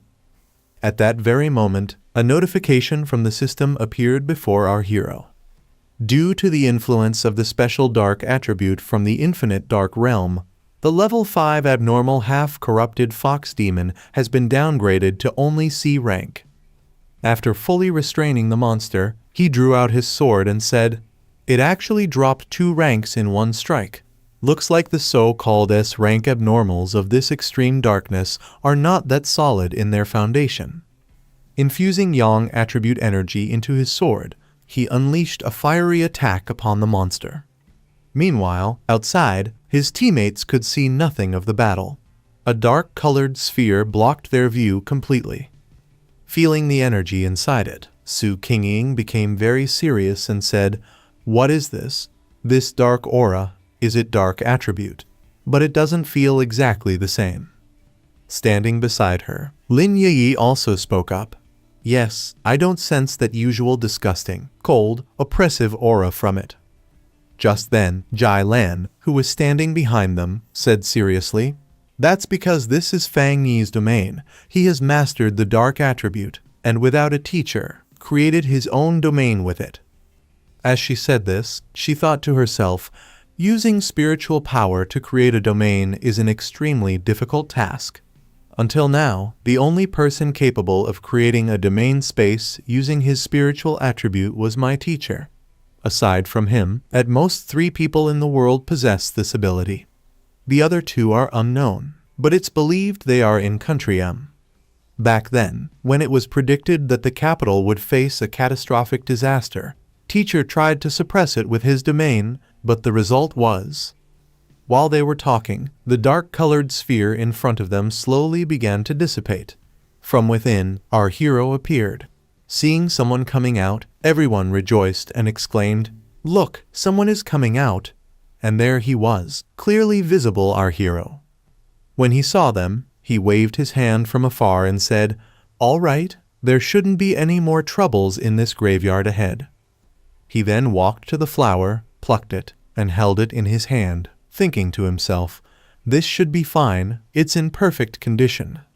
Seeing this, Jai Lan was slightly shocked, because despite all her past efforts, she had never succeeded. Yet, our hero managed to achieve it in one attempt. Afterward, our hero walked up to Jai Lan, handed her the flower, and said, "Task complete. We need to leave immediately. The dark tide is unlike ordinary dark attribute abnormals. It can cause trouble at any moment." Jai Lan took the flower with a smile and said, "All right, thank you, Fang Yi. Without your efforts to turn the tide, this mission would have been impossible to complete. And thanks to everyone, let's head out." The group began moving forward, and Jai Lan looked at our hero with a smile, saying, "Fang Yi, I truly thank you. Elder Wu, the only Vajra realm master of Xia Nation, is currently on the verge of death. The shikui flower is his only life-saving medicine. You've saved his life." Hearing her words, our hero looked back at her silently. Soon, the entire team arrived at the portal gate. Seeing the portal, they were overjoyed, saying, "Finally, we see the light. We can escape alive from here." As they stepped through the portal and came out, countless military soldiers stood outside, shouting excitedly, "The shikui flower! You really obtained the shikui flower. When Sister Lan said it was retrieved, we didn't dare believe it." Everyone was stunned, wondering who was the person who had found this flower. The whole team was surprised to see so many people waiting. In front of them stood a military truck. Looking at it in disbelief, the team said, "This is the vehicle of the Star God War Zone."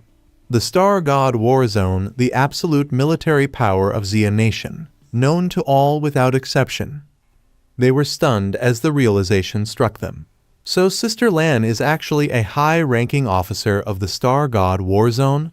My God, I even argued with her earlier. After this came the Star God War Zone, ranked number 1 among the 10 great war zones of Xia Nation. Even during the era of peaceful development, it was already renowned nationwide, the strongest elite force, gathering the very best in both physical and intellectual talent.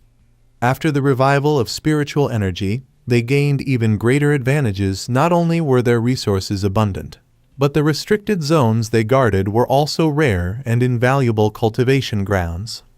The military soldiers were overjoyed upon seeing the flower. A senior officer from the military stepped forward, carefully placing the flower into a secure container. He then turned to look at everyone, and his eyes also fell upon our hero. At that moment, all the military soldiers saluted our hero with deep respect. The senior officer then approached Jai Lan and said respectfully, "I will immediately send the Shikui flower to the hospital. Please don't worry." Hearing this, Jai Lan replied, "All right, I'll come later." With that, the military truck departed, leaving behind only our hero and Jai Lan standing there. Our hero then asked Jai Lan, "You're from the Star God War Zone?" To this, Jai Lan answered, Your strength and performance have likely already spread throughout our war zone. Before long, you'll become a well-known figure. But I have to admit, your power alone is enough to crush even the strongest squads of our war zone. Besides, your potential is immense. I can't even see its limits yet. If you're interested, would you consider joining us? You'd have access to the very best cultivation resources.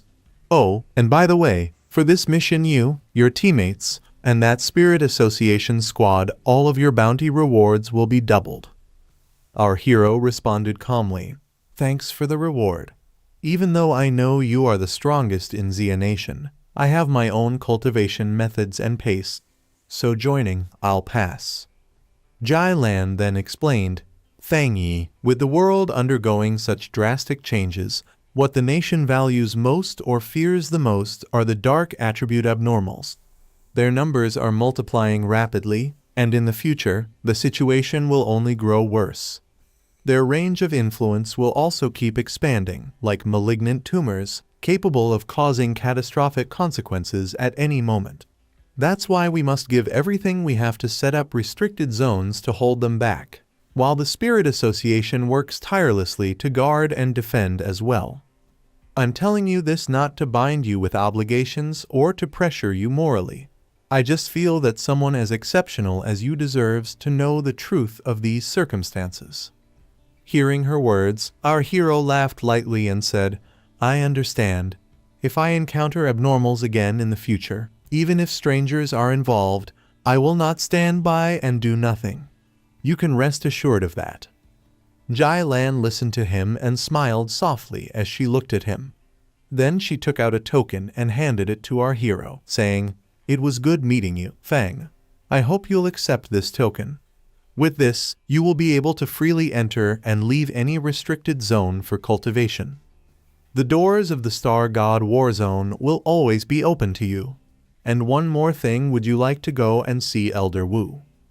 When Jai Lan told our hero about meeting Elder Wu, someone immediately said in surprise, "You mean that Vajra Realm Venerable?"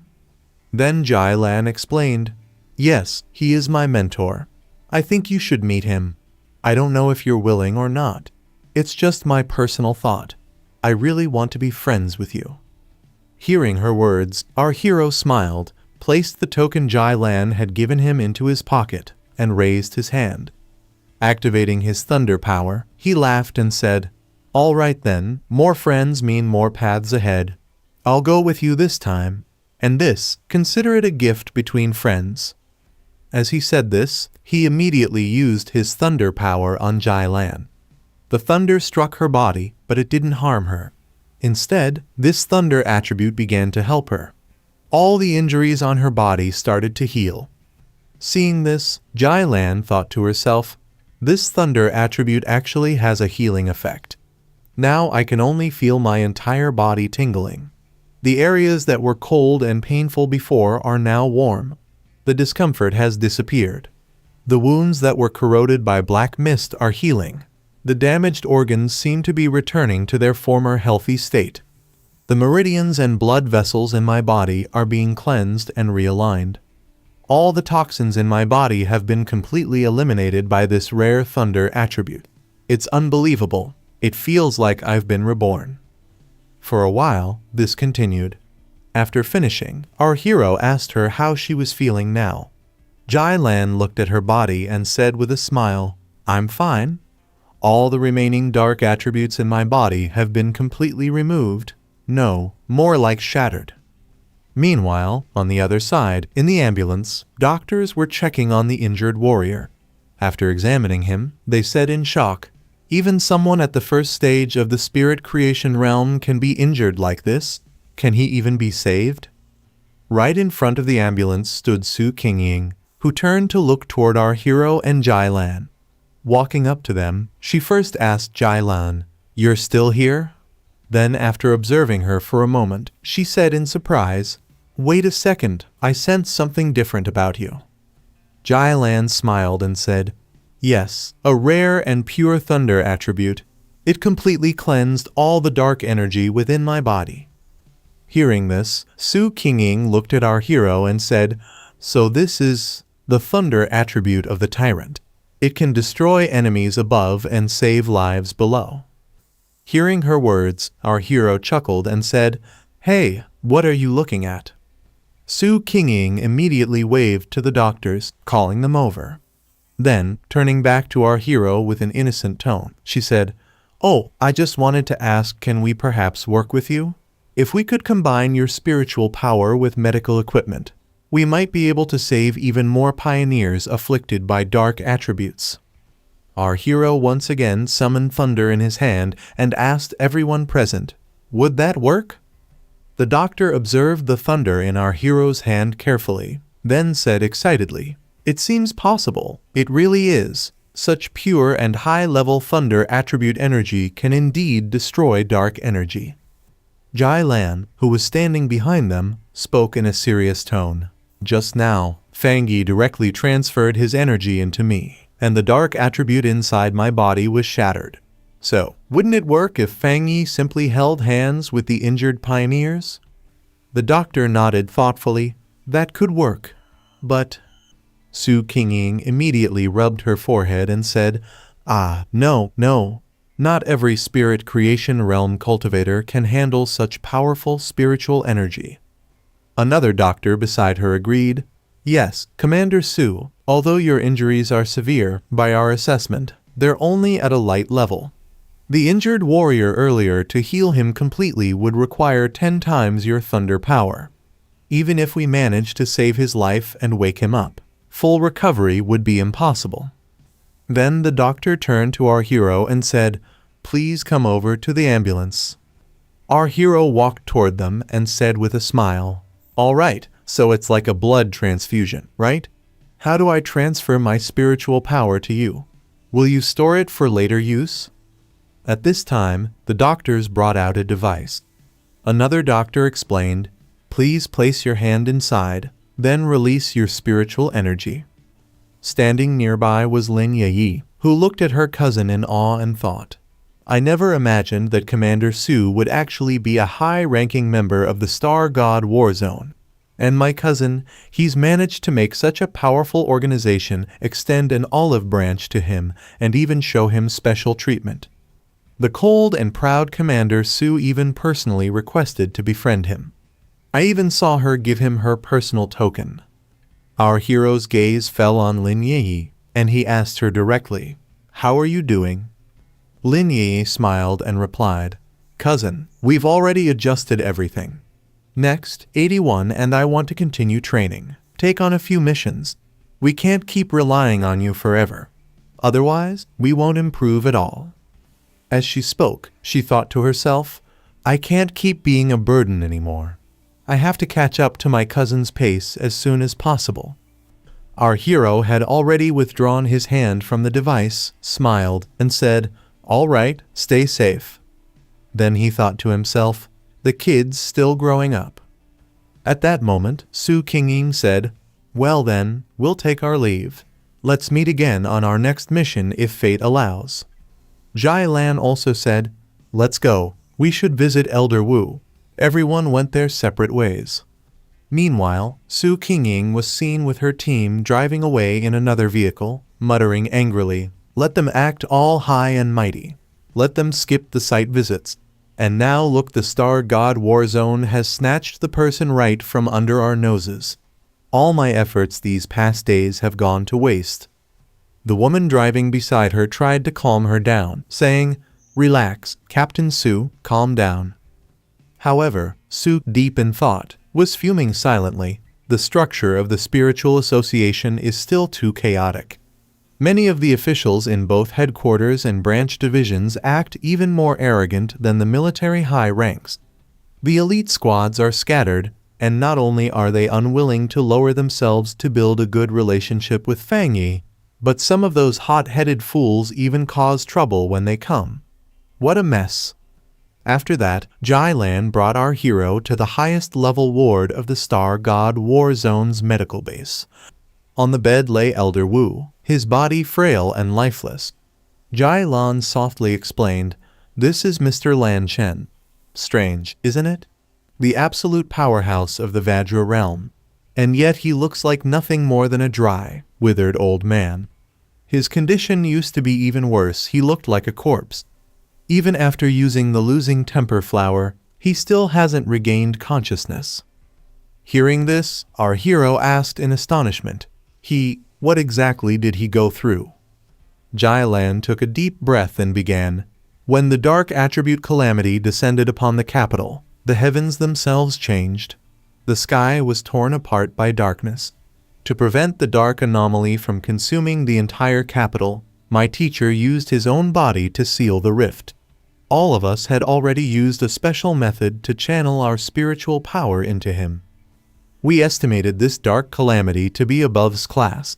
Though we have encountered terrifying S-class dark tides before, this disaster's destructive power was several times greater. Once it appeared, it could destroy the entire capital, and even spread to the nearby cities. The capital holds a unique importance. If it were destroyed, the entire nation would fall into chaos. My teacher forcefully sealed the S-class anomaly using his own domain, but we didn't expect it to require the combined strength of all of us just to suppress it. It was far more terrifying than anything we imagined. The dark attribute backfired upon my teacher. If he hadn't been a Vajra realm venerable, he would have turned to ashes on the spot or worse, become nourishment for the dark anomaly itself." Hearing this, our hero said quietly, "To stop the destruction of an entire city, what an incredible pioneer he must be." Then, looking at Elder Wu's frail form, he thought, "Back then too, there were so many pioneers who stood in front of me, who gave me the chance to survive as the last human. Perhaps in that past life, he had already sacrificed himself at this very moment." Without another word, our hero raised his hand toward Elder Wu.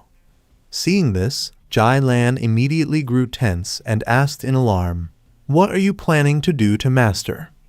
As thunder energy began to gather around his palm, our hero calmly said, "Don't worry. Although the losing temper flower has already taken effect, I still want to try something to see if I can remove some of the stubborn dark attributes lingering inside him. That way, he might wake up faster." "What? But this is an S-class calamity," Jai Lan exclaimed. But then, remembering everything our hero had done before, she fell silent for a moment and then said softly, "All right, fine. Try it once. Maybe you're the miracle we've been waiting for. But you must be careful. This dark attribute is far more terrifying than anything within the dark tide. Otherwise, even after using the losing temper flower, my teacher wouldn't still be recovering so slowly. Our hero nodded lightly. I know. I can feel it. The darkness inside him is unimaginably powerful. Even after being weakened and suppressed by the purifying force of the losing temper flower, it still exudes a crushing pressure. As soon as his thunder power entered Elder Wu's body, the entire area suddenly darkened. Dark energy began to leak out from Elder Wu's body, filling the room with an eerie aura.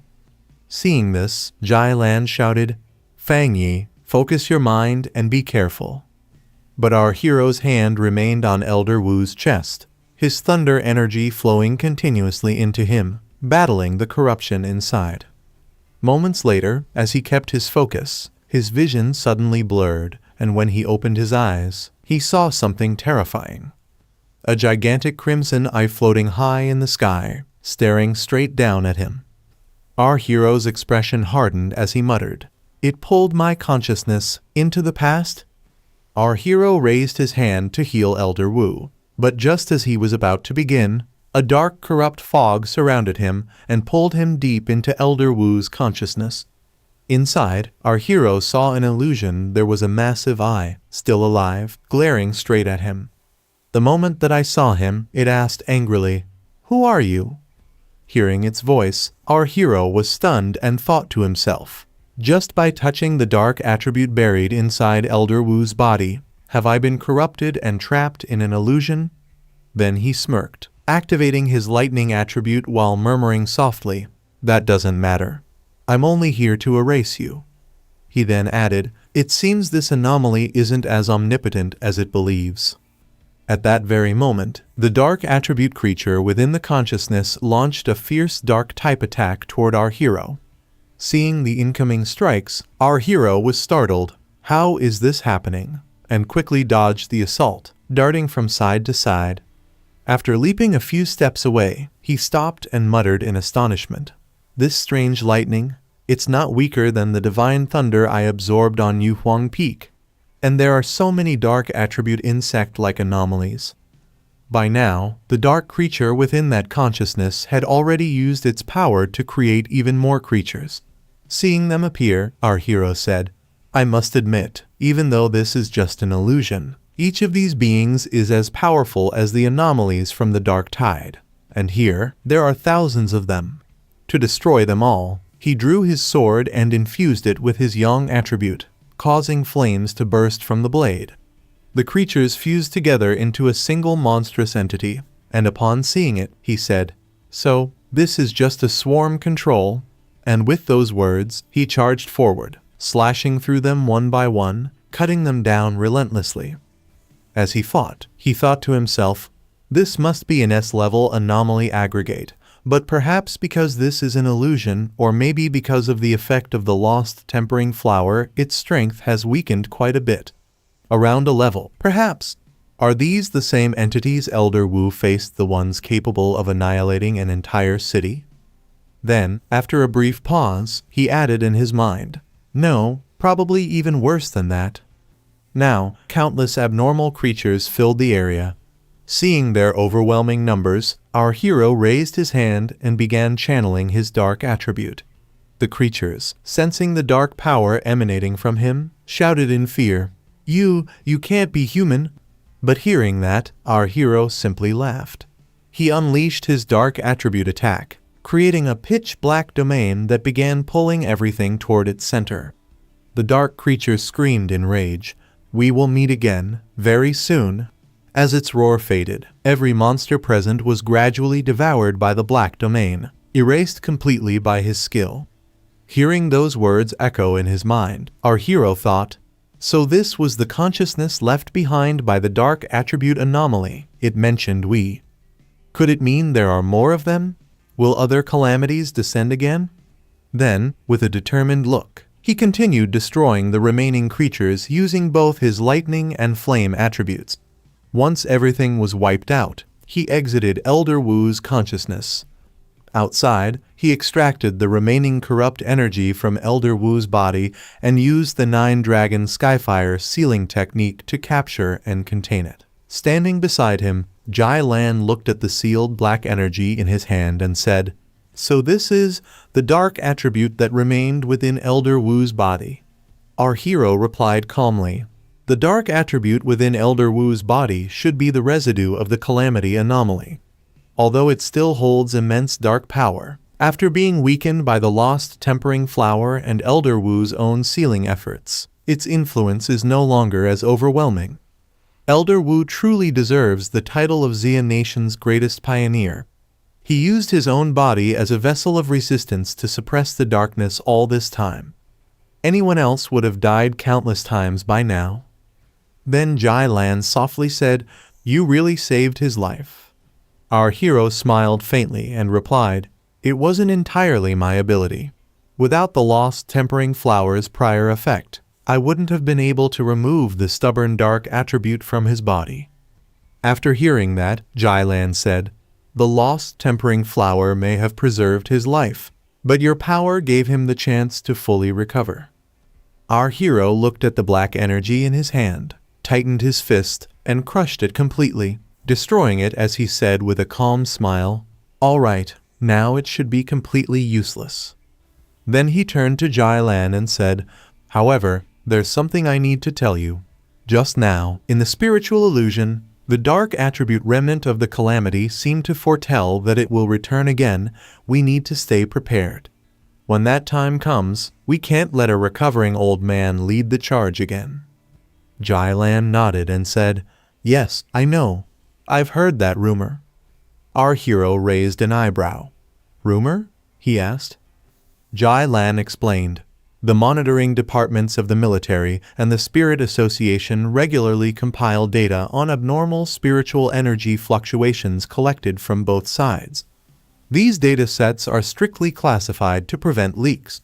The rumor says that those analyses predict based on the current reserves of Xia Nation, it might not even survive the first year of spiritual energy recovery.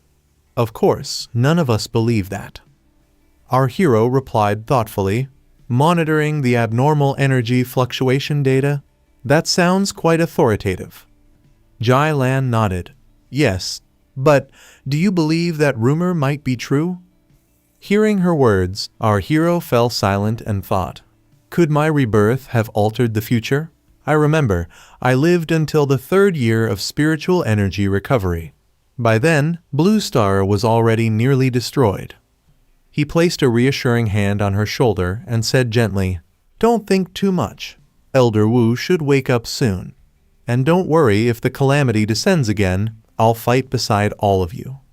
Then, as he looked ahead with determination, he thought to himself, "The war against the calamity will come sooner or later. But this time, I will change everything." After that, the story shifts to our hero's apartment, where he was sitting in his room, deeply immersed in cultivation. As he meditated, he could feel a strange transformation taking place within his body. He thought to himself, "After 2 encounters with S-class anomalies, I can feel it. I'm about to break through to Spirit Creation Realm, 2-star. The revival of spiritual energy is accelerating. Even though I already possess the power of the dark attribute, it's still far from enough. The anomaly in that illusion, even if it was attacked by countless forces, its true strength could not be concealed." At that moment, his body was releasing waves of dark energy. After finishing his cultivation, his eyes fell upon the small plant he had brought back earlier, the one now gently moving, as if aware of his presence. Smiling, he walked toward it and said, "It's you. Not taking you with me last time was my loss. Can't really blame you, though you're not exactly easy to carry around." Then he stood up, a hint of excitement in his eyes, and said, "All right then, I only regret not having the chance to let you show your true potential and evolve. How about I take you out for a little walk, Soon, our hero arrived at the mountain behind his apartment, carrying the plant with him. Looking around at the lush scenery, he commented, "The Spirit Association's Botanical Research Department is quite impressive. Although nature's self-regulation has strengthened since the beginning of spiritual energy recovery, it's still amazing how quickly this place has regenerated. The trees that were once burned have already recovered, and new ones have been transplanted." He removed the plant from its pot and continued speaking to it. I'll have to thank Zio-su and the others someday. Remember, absorb only a little, don't go overboard. With your appetite, the forests of the entire blue star wouldn't be enough to feed you. Then, he planted the flower into the ground. The moment its roots touched the soil, it began to release a powerful surge of energy. Within moments, it absorbed all the vitality from the surrounding vegetation. The grass, trees, and plants rapidly withered and dried up before his eyes. Watching this, our hero frowned slightly and thought, "You've nearly drained everything here dry." He pulled the plant out of the ground, chuckled, and said, "All right, let's find another place for you to feed. Among all plant type, or rather, wood type evolved beings, I wonder where you rank. With your desolation attribute, you'd at least qualify as a class anomaly. There used to be plenty of animals in this mountain, but today, not a single one can be seen. Must be because they fear the desolation energy radiating from you." Holding the plant, he began walking forward again. But suddenly, he felt something behind him, a presence that made his expression turn serious. Narrowing his eyes, he muttered, "That sound, it's wolves." In the distance, the eerie howls of wolves echoed through the mountain. One after another, their voices overlapped, growing louder and more menacing. Soon, the entire mountain was surrounded by packs of wolves, dozens, maybe hundreds of them, their glowing eyes filled with wild ferocity. Hearing the chilling howls, our hero calmly looked toward the dark forest ahead and said, "A wolf pack, and it's evolving." The wolf pack was gathered across the mountains, and right above them hung a full red moon glowing ominously. The number of wolves was overwhelming, covering the entire ridge. Standing before them was our hero, his gaze locked on the massive wolf standing high upon the rocks. Looking at the beast, he muttered, "Is this the Wolf King?" Just by seeing it, he could tell the evolution of this Wolf King was almost complete. All of them were glaring at our hero, growling fiercely. The intense growl made him slightly startled as he thought to himself, could this spiritual energy be about to become a level anomaly? Then the other wolves surrounding him began to close in from all directions. Watching them carefully, he thought seriously, after the evolution, the Wolf King's anomaly has advanced from a forest animal's wood attribute to a poison attribute carrying intense corrosive power. The poison attribute must have evolved after it absorbed dark energy. It seems dark attribute activity has been increasing lately, no wonder the Wolf King suddenly developed dual attributes. Still, its power is only at the level of a class anomaly. Immediately, he took the flower from its pot and planted it into the ground again, saying, "Now you finish them all." He continued thinking, even though it's only a level anomaly, the real trouble lies in the sheer number of wolves. Moreover, the city lies just beneath this mountain. If they enter the urban area, the disaster will be immense. As soon as the plant touched the ground, a powerful surge of energy began radiating from it. Seeing this, the Wolf King roared violently, and the moment it did, all the wolves launched their attack together. Our hero smirked and said, "Then let's start. I want to see how powerful your desolation energy can be when used alone, without any other abilities." Sensing this energy, some people patrolling the mountains turned their attention toward it. One of them, looking serious, said, "The Wolf King's evolution succeeded. Its strength is immense. What's the pollution level now?" Others standing with him, while observing the abnormal energy, replied, "It has reached 90. Hearing this, the hunters were shocked. 90? Really? The researcher in the group then said, "Not just that it's still increasing. The wood attribute Wolf King's strength is at least at Ghost Axe Realm 3 stars, no, maybe even Spirit Creation Realm 1 star. How can it be that strong?" The rest of the wolves ranged between Ghost Axe Realm 2 stars and 3 stars. As soon as one of the hunters heard this, he exclaimed in disbelief, "Then at this rate, we don't have enough people. We can't win this. Even you just broke through to Ghost Axe Realm 3 stars, right?" They could clearly sense the wood attribute, but then suddenly, the research team detected something else, dark energy signals appearing in the readings. One of them shouted, "It's dark energy again. How is this possible? No wonder the pollution level is so high." None of them could understand what was happening, but seeing the intensity of the contamination, they guessed something terrifying was occurring. Then the researcher spoke up again, realization dawning on his face. "I understand now. The reason the pollution level is so high is because the Wolf King has evolved with dual attributes. This occurrence is extremely rare among anomalies." At that moment, he glanced at his device again, and this time, instead of 90, it displayed 100. Seeing this, the researcher's eyes widened in shock as he shouted, "But even if we can't defeat them, we must stop them. If this pack of beasts completes their evolution, the entire area below the mountain will be destroyed. Their violent nature, now empowered by spiritual evolution, will make them even more terrifying. I'll immediately contact the Spirit Association and request reinforcements." While he was speaking, the ground beneath them suddenly began to shake. The other team members looked around in confusion. "Wait, do you feel the hillside shaking? Earthquake? How could the evolution of wolves cause an earthquake?" "No, something else is happening." At that moment, their meters suddenly changed where it had shown 100 before. It now displayed 1000. Seeing this, everyone's faces went pale with fear. What kind of power is this? This is the power of destruction. But how could the power of destruction appear here? Panic spread among them as they began running. "Run! Get to the safe zone as fast as possible," someone shouted. Another cried out, "Is it the sky ghost vine that disappeared earlier?" But there was no warning. The research team and others sprinted down the mountainside at full speed, shouting to each other in panic. The lead researcher yelled, "Quick! Evacuate all nearby residents immediately." Then, one of them suddenly stopped and shouted, "Captain, wait! The desolation energy isn't showing up anymore, but what's that thing?" When they looked ahead, they saw massive vines emerging from the ground. Staring at them, the captain said, "The desolation energy has sunk deep into the mountain itself." Another member replied, still confused, "Yeah, strange. It feels like the danger suddenly disappeared. Should we still report this?" And on the other side, in the battlefield where our hero now stood face to face with the Wolf King, the once barren land had transformed into a vast field of blooming flowers.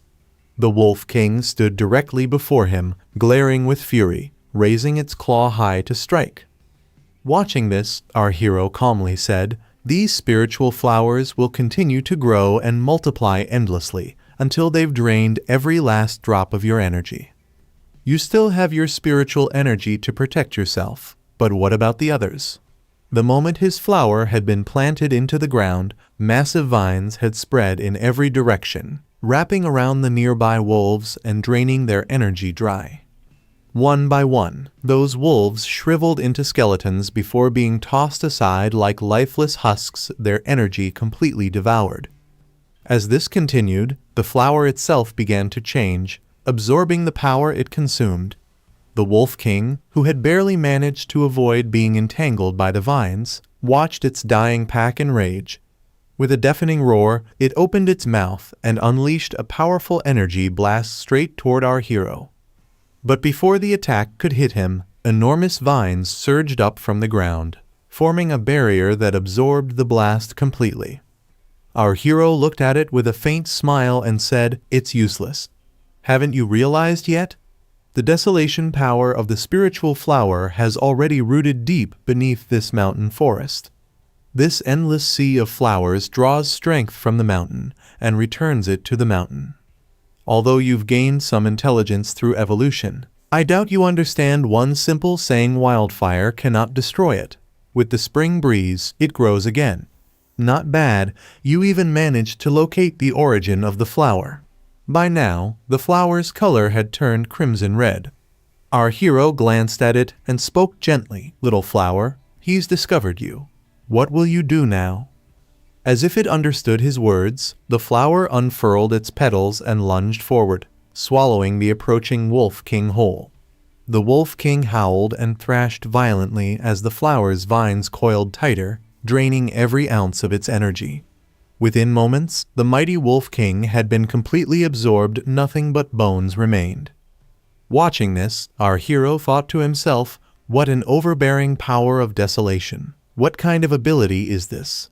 I never expected that after I infused desolation energy into this spiritual flower, it would form its own cultivation method without any additional programming from me. Moments later, the flower spat out the Wolf King's bones, scattering them across the ground. Our hero spoke quietly, his eyes reflecting the red glow around him. Once trapped within this endless sea of flowers, no anomaly can ever escape. Even if the spiritual flowers are destroyed repeatedly, they'll simply reform again using the infinite desolation energy to turn everything into white bone. Let's call it the endless spiritual sea. By now, the flower had turned completely crimson, its form changing, radiating immense power. Then, a notification appeared before our hero's eyes. Spiritual flower has successfully developed a desolation attribute technique, endless spiritual sea. Seeing the flower release such powerful energy, our hero smiled slightly and said, "So, you've evolved too." When the flower evolved, a powerful energy burst out from within it, shaking the entire area. The researcher team immediately sensed this energy, and one of them shouted loudly, "A class anomaly contamination detected." Without wasting a second, they began checking all the footage to locate the source of the energy. While reviewing the recordings, one of them reported in detail, "Look, two completely different spiritual energies just emerged in the polluted zone." The Wolf King's evolution created a dark attribute, but another desolation type suddenly appeared out of nowhere. Behind them, an old senior and Su Kingying were standing silently. The old man asked in a deep voice, "Where is this location?" The person watching the screen quickly replied, "The low mountain forest here, it's the area Captain Su was overseeing earlier." Hearing this, the old man frowned and said, "Wasn't the Demolisher squad sent to stop the wolf pack?" Just then, the old man received a call. On the other side, we see the same people who were on the mountain with our hero. Among them, the researcher spoke into the phone, his voice trembling slightly. "This is Demolisher squad reporting. At the site of the wolf pack's mutation, an immense surge of desolation energy suddenly erupted. Levels are off the charts. That desolation energy completely wiped out the A-class Wolf King anomaly entirely. But instead of heading toward us, it burrowed straight into the mountain. Now, strange mountain blossoms are blooming everywhere. It's an abnormal sight. We can't get close. We're unsure what kind of after effects this desolation energy might bring. If that unknown anomaly erupts, the damage could easily surpass the airborne ghost vines from before. Shouldn't we call for backup? If something goes wrong, even with all the pioneers here combined, we might not stand a chance." After listening to everything, the old man's expression turned serious as he commanded, "In this situation, send 2 elite units to that location immediately." Hearing this, Su Kingying, who was standing behind him, became lost in thought. Her eyes filled with worry as she thought about our hero. "That's right, the back mountain. I can't shake this feeling it's him again." Then she suddenly spoke up, her tone filled with certainty and hope. "Wait, this time, the source of that desolation energy, it should be Fang Ye. His home's right in that area. He'll protect everyone here." After that, the story shifted back near the mountain, where our hero's flower had now grown large enough to evolve. Its energy was radiating more powerfully than ever before. Watching this, our hero said, "So, after devouring the Wolf King, you're evolving again, gaining a second attribute. Fire attribute, huh? Didn't see that coming." He then gently touched the flower and continued, "To think you can evolve just by devouring. That's one absurdly effortless way to advance." Instantly, the flower shrank and floated into his hands, and right then, a notification appeared before him. "Spirit flower has devoured the mutated Wolf King and its pack. Evolution complete. Desolate flame spirit flower, a class anomaly. Attributes: desolation fire. The evolved desolate flame spirit flower exhibits an overwhelming hunger for spiritual energy. It can be nurtured within the boundless dark realm." Reading this, our hero murmured softly, "The boundless dark realm." Then, forming a dark circle of energy in his palm, he continued, "I can't believe I didn't think of this, placing the spirit flower inside the boundless dark realm. That realm's soil and anomalies are steeped in darkness. If the spirit flower absorbs that energy, it might evolve yet again, gaining a dark attribute." Saying this, he placed the flower inside the dark realm. As he did, the sky above him slowly began to change. Seeing this, he said, "Breaking through already to the spirit forging realm, 2 stars?"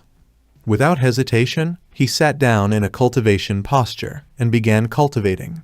As he did, energy from the heavens descended, merging with his body. Energy from within him also surged outward, resonating with the flow of the universe. He thought to himself, "I can feel it. Channeling my power feels effortless now. Heaven and earth's spiritual kai flows into my body as if we were one and the same." While he was cultivating, far away, another person appeared, watching his breakthrough from a distance. Narrowing his eyes, he said coldly, "I found you. So, you're here." Memories from the past flashed in his mind, the moment when our hero first awakened his young energy. Watching that old footage, the man had muttered bitterly, "A fire attribute pioneer? Then I'll just have to crush that pride of yours. I'll make everyone see I'm the #1 fire attribute pioneer." The story shifted back to the present. Our hero suddenly sensed this man's presence nearby. "Who's there?" he called out sharply. At that instant, a powerful fire blast shot straight toward him. But our hero swiftly dodged the attack and said, "A fire attribute awakena." He then summoned his dark power, creating a dark circular vortex that absorbed the incoming fire blast completely. Narrowing his eyes, he thought, "Finally showed yourself. You were hiding there the whole time, not even suppressing your kai. A newly advanced spirit forging cultivator, no affiliation, no organization, just a wild pioneer obsessed with combat." As his attack failed, the Awakener finally stepped out of hiding. His name was Zhonglu. Walking closer with a smirk, he said, "You're interesting. I can sense an intense spiritual pressure coming from you. How did you dodge my flowing flame burst just now?" Our hero glared at him coldly, saying nothing. Zhonglu grinned and continued, "Oh, I forgot to introduce myself. My name is Zhonglu, and soon, you'll remember it very well." With that, Zhonglu charged forward, launching another blazing fire attack toward our hero. Seeing it coming, our hero raised his hand and unleashed a thunder-type counterattack. A bolt of lightning roared down from the sky, striking Zhonglu with tremendous force. The sheer pressure of the thunder shocked him. His eyes widened in disbelief. "What is this?" he gasped. In the next instant, the lightning struck him squarely. When the flash faded, he collapsed to the ground, his body covered in burns and scratches. Kneeling, trembling, he muttered, "What just happened? Isn't he also a fire attribute pioneer?" Before he could react, our hero appeared right in front of him, grabbed his head, and slammed it hard into the ground. "Didn't catch that. What'd you say your name was?" he said coldly. Zhonglu's face twisted in shock and rage, his head still pinned against the earth. "Impossible. How can this be? I'm a spirit forging realm, 1-star cultivator, the fastest among all pioneers. Not to mention, my trump card, one of the rarest high-tier attributes, fire itself. With that strength and my realm, I should be unmatched. Everyone should bow before me, flatter me, only then would they share the benefits of this spiritual resurgence." As his thoughts raced, our hero smirked cruelly and sent another jolt of thunder straight into Zhonglu's head. Zhonglu screamed in agony. It hurts so much," he thought in horror. "Wait, he's fire attribute. Then why does he have lightning? It snuffed out my flames and I can't even stand up." Our hero looked down at him and said coldly, "Is this your real power? Kids these days are far too overconfident." Zhonglu, trembling, stared at him with terror in his eyes. "No, he hasn't even reached spirit forging realm 2 stars yet, so why does his power and pressure feel like it surpasses me by 2 whole realms? No, 3. Panic filled his mind as he thought desperately, no, I don't want to die. I, Zhonglu, am really gonna die here? Our hero placed his hand on Zhonglu's head again, getting ready to give him another thunder shock. Seeing this, Zhonglu screamed in fear, no, no, don't kill me. Terrified and begging for mercy, he trembled uncontrollably. Watching him beg like that, our hero just looked at him for a while, then slowly removed his hand from Zhonglu's head and said, "Let me give you one piece of advice. Power isn't something to use casually against people. If you have free time, go clear out some rampaging anomalies instead." Hearing our hero's words, Zhonglu didn't say anything, he just kept staring at him silently. Then our hero turned and started to leave. Zhonglu, in his mind, began to think, what does this guy even mean? Such powerful spirit energy. Is it that his ability is just insanely overpowered, or am I simply too weak? After some time, the scene shifted to inside the city, where we saw Zhonglu walking into a building. Inside the apartment, there were already 2 people present. One of them looked at Zhonglu and laughed. "You're back. That new haircut of yours looks really good." The other person, who was sitting down, said, "Young Master Zhonglu, I've told you before, provoking people too much isn't a good thing." Then the first person walked closer to Zhonglu and said, "Even if you blow up in anger again, I have to say it, you can't keep acting like this. The Spirit Kai revival hasn't even fully begun yet. We're as insignificant as dust, yet you keep making enemies everywhere. That's reckless, way too reckless. You're so eager to fight, you don't even distinguish between friend or foe. You'll only bring disaster upon yourself." The second person, who had been sitting, stood up and said, "That's strange. You've said so much to him, but he hasn't said a single word or even gotten angry."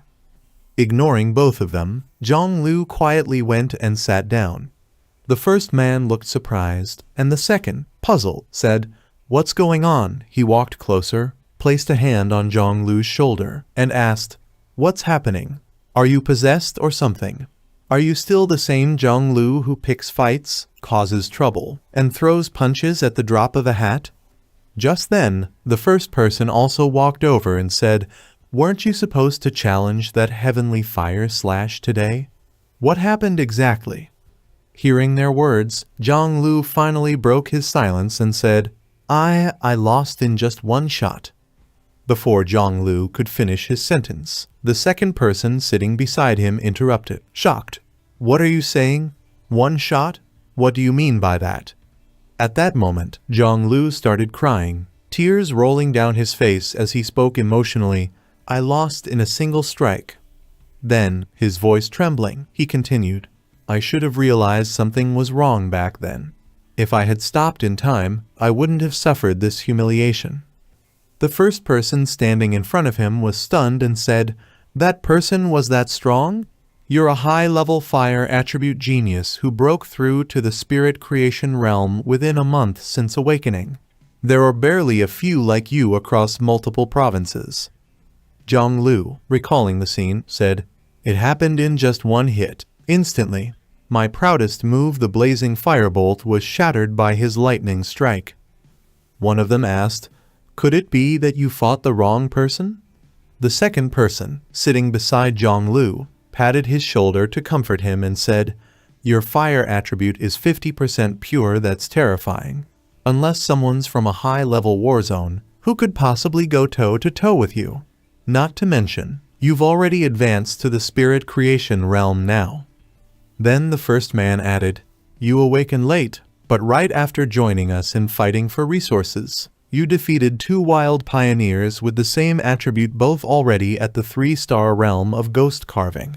So, is it possible that this heavenly fire / wasn't a pioneer at all? We predicted back then that his strength wasn't above yours." Zhonglu suddenly stood up, grabbed the first person by his collar, and shouted while crying, "How could I be mistaken? That place was exactly where the heavenly fire / happened. It was definitely his turf. You didn't see it yourselves, so you wouldn't understand. He's a total monster." Zhonglu's voice shook with fear and disbelief as he continued, That terrifying thunder attribute power, it felt like all the heavenly lightning was roaring beside my ears. My head nearly exploded from the pressure. My gut tells me it's him. He's a dual fire thunder attribute spirit creation realm pioneer of the highest class. His lightning attribute is several times stronger than my fire. He must have been hiding his true strength. Damn it, at least a 3-star spirit creation realm. Both of them listened in shock, their faces pale with disbelief. The first man thought for a moment and said, "A 3-star wild pioneer? How's that even possible?" The second person looked equally confused and said, "If what you said is true, then this guy will become every top pioneer's worst nightmare." Both men fell silent, realizing how terrifying such power and talent were. Trying to capture someone like that would be utterly hopeless. Yonglu lowered his head, tears still in his eyes, and said in a broken voice, "He crushed me with a single move. Tell me, should I try to become his disciple?" After that, the story shifts to our hero, who was sitting in his room cultivating.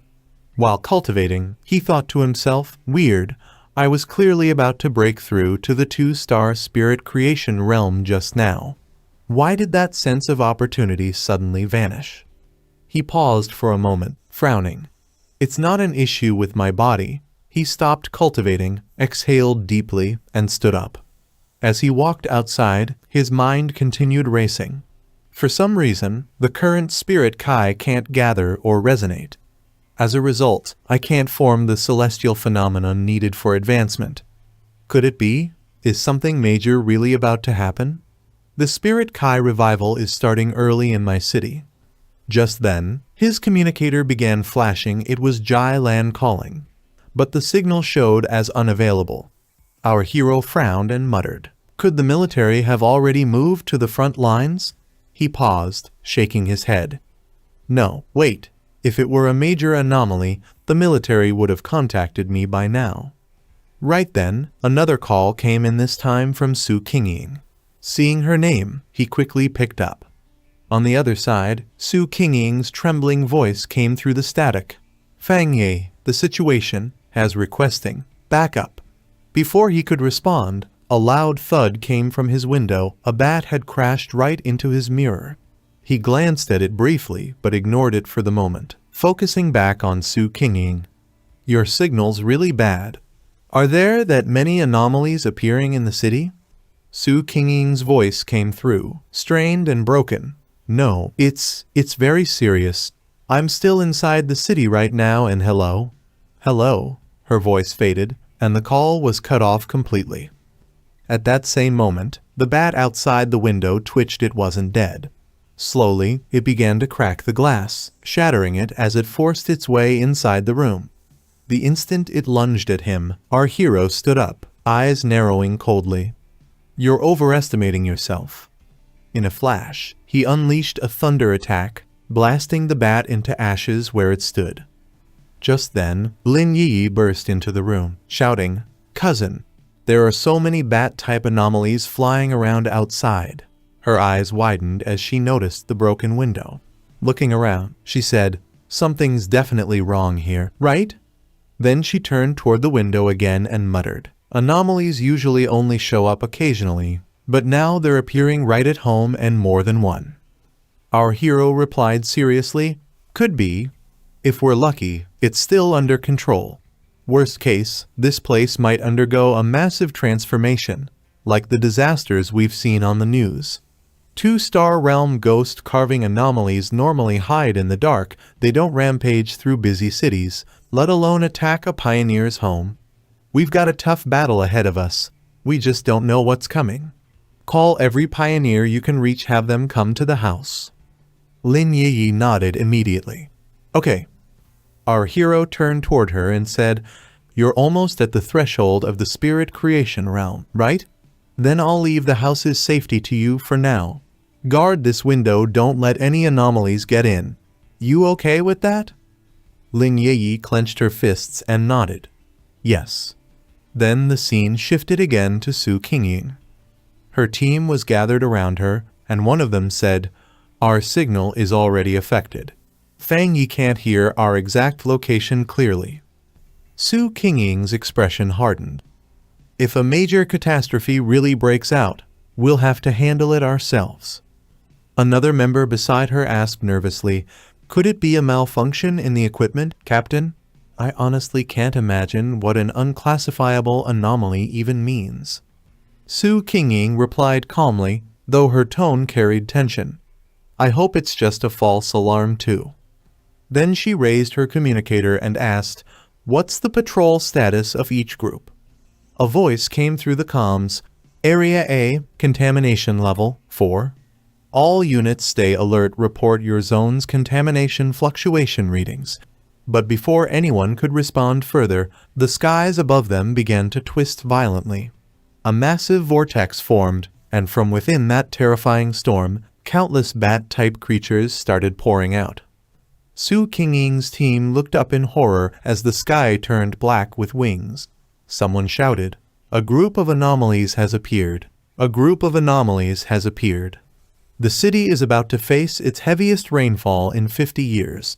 Multiple red alerts have already been issued. Due to the storm, all public activities are suspended for 1 day. Citizens, please remain indoors and take safety precautions. At the same time, we also see a local area where a man is heading out for his job, muttering to himself, "It feels like the sky itself is about to change. This is terrifying." Inside the house, standing near the door, his wife anxiously says, "What if something really bad happens? The end of the world? What's even going on lately?"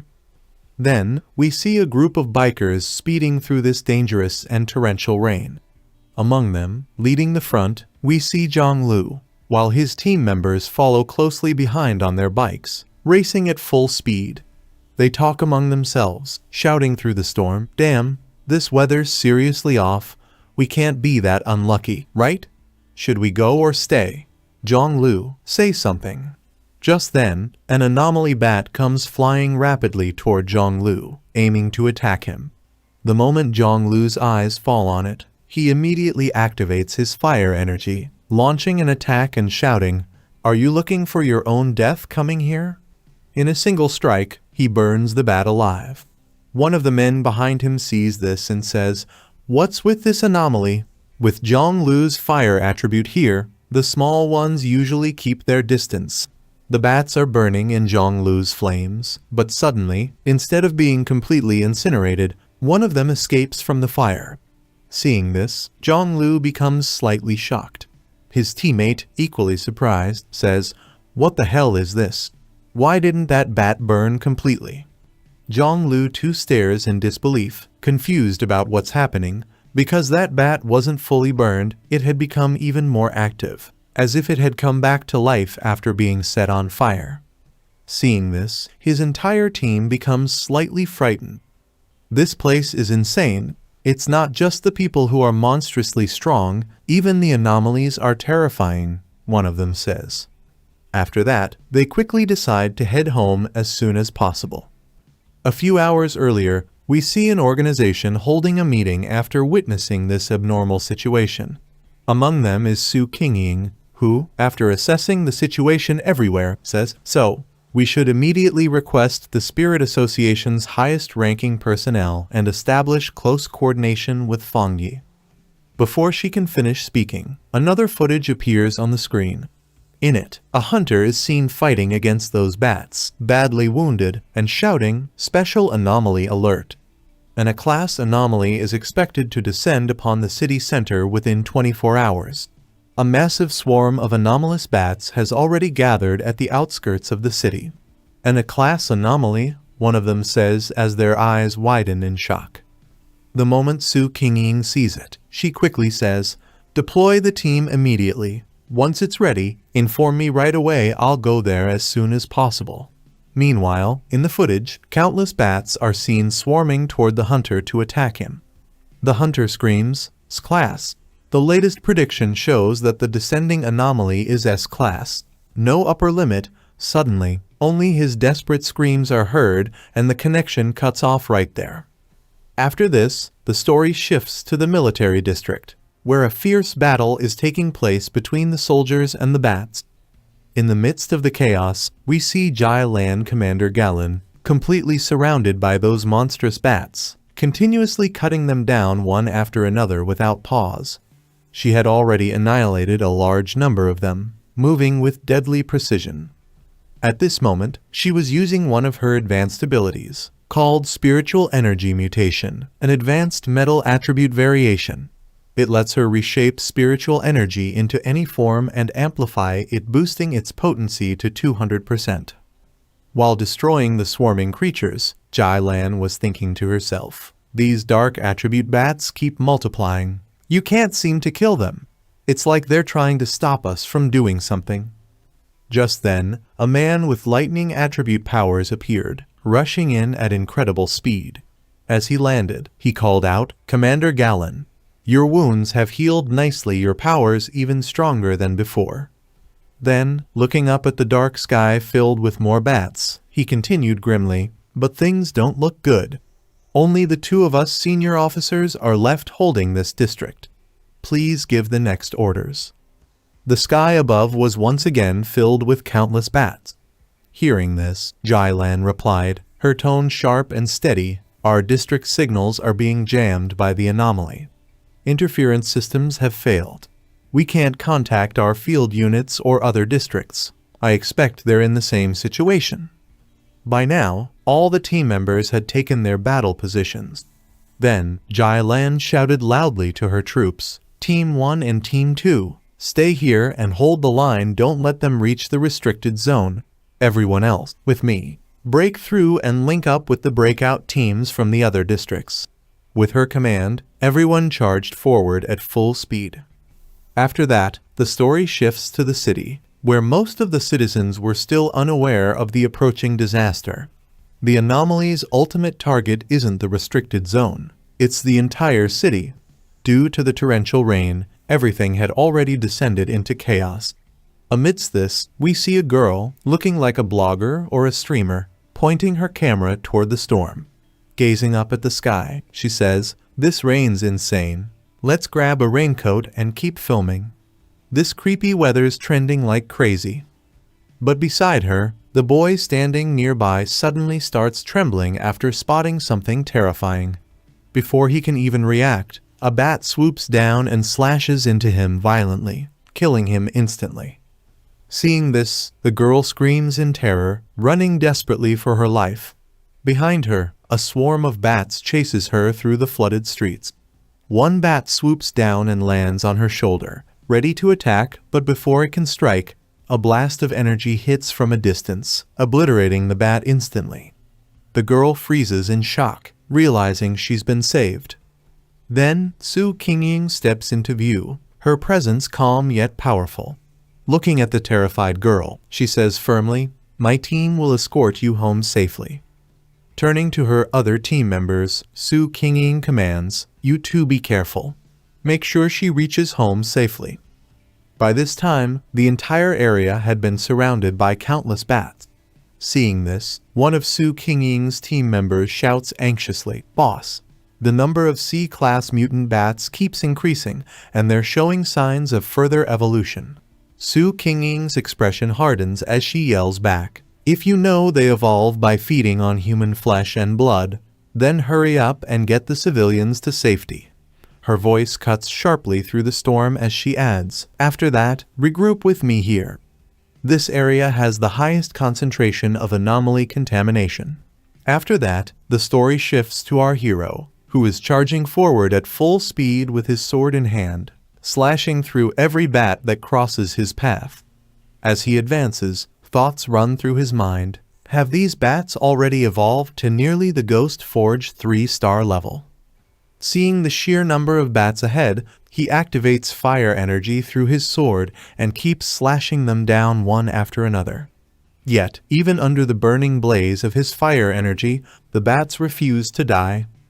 Watching this, he becomes slightly shocked and thinks, this anomaly is different from the others. The bat swarms keep multiplying and mutating, they don't stay dead, and they're nearly impossible to wipe out. Moreover, every densely populated area in the city has clusters of dark attribute anomalies with extremely high energy concentration.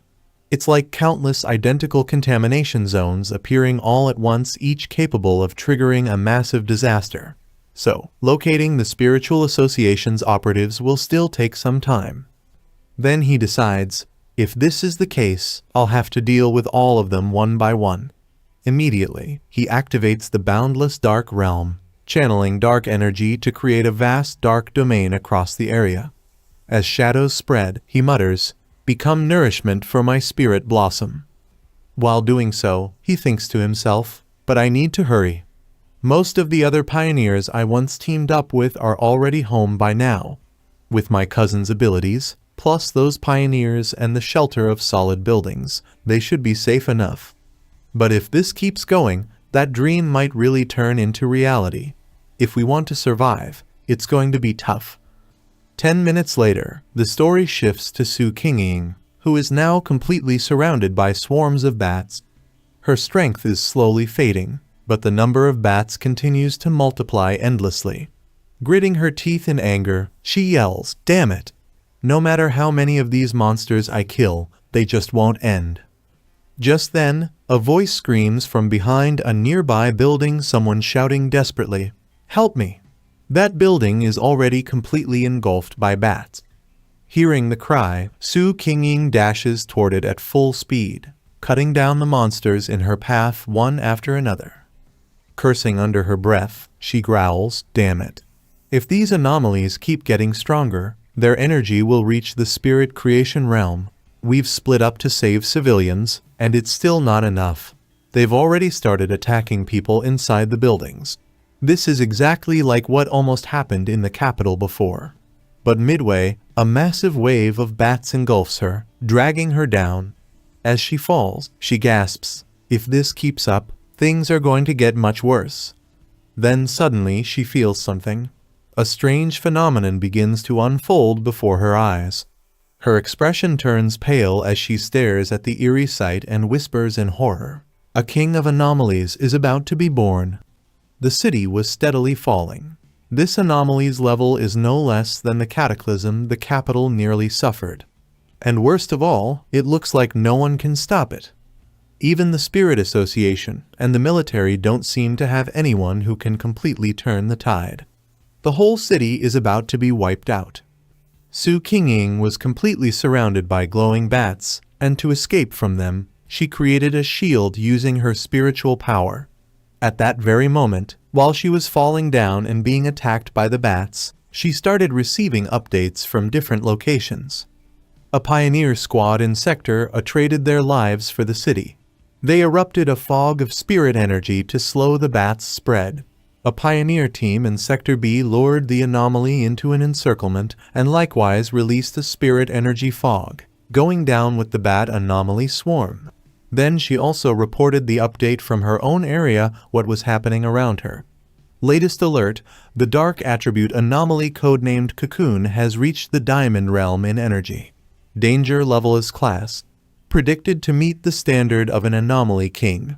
All these updates were being broadcast directly to everyone inside the organization.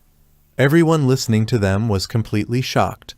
A member of the researcher team turned to the senior standing beside him and said, his voice trembling, "Our pioneers and staff have taken heavy casualties, but the bats' numbers are too great, and their replenishment rate far outpaces our current defenses." The senior, hearing this, spoke in a grave tone, "Emergency Plan S has been activated, but even if reinforcements from other districts try to reroute, they won't make it in time." Everyone was horrified. Another member spoke up, panic clear in his voice, "The city is surrounded by a massive black mist. The military Y zone and outside rescue teams can't get in." The senior looked at the terrifying situation on the screen with deep concern and said firmly, "We've become an isolated city.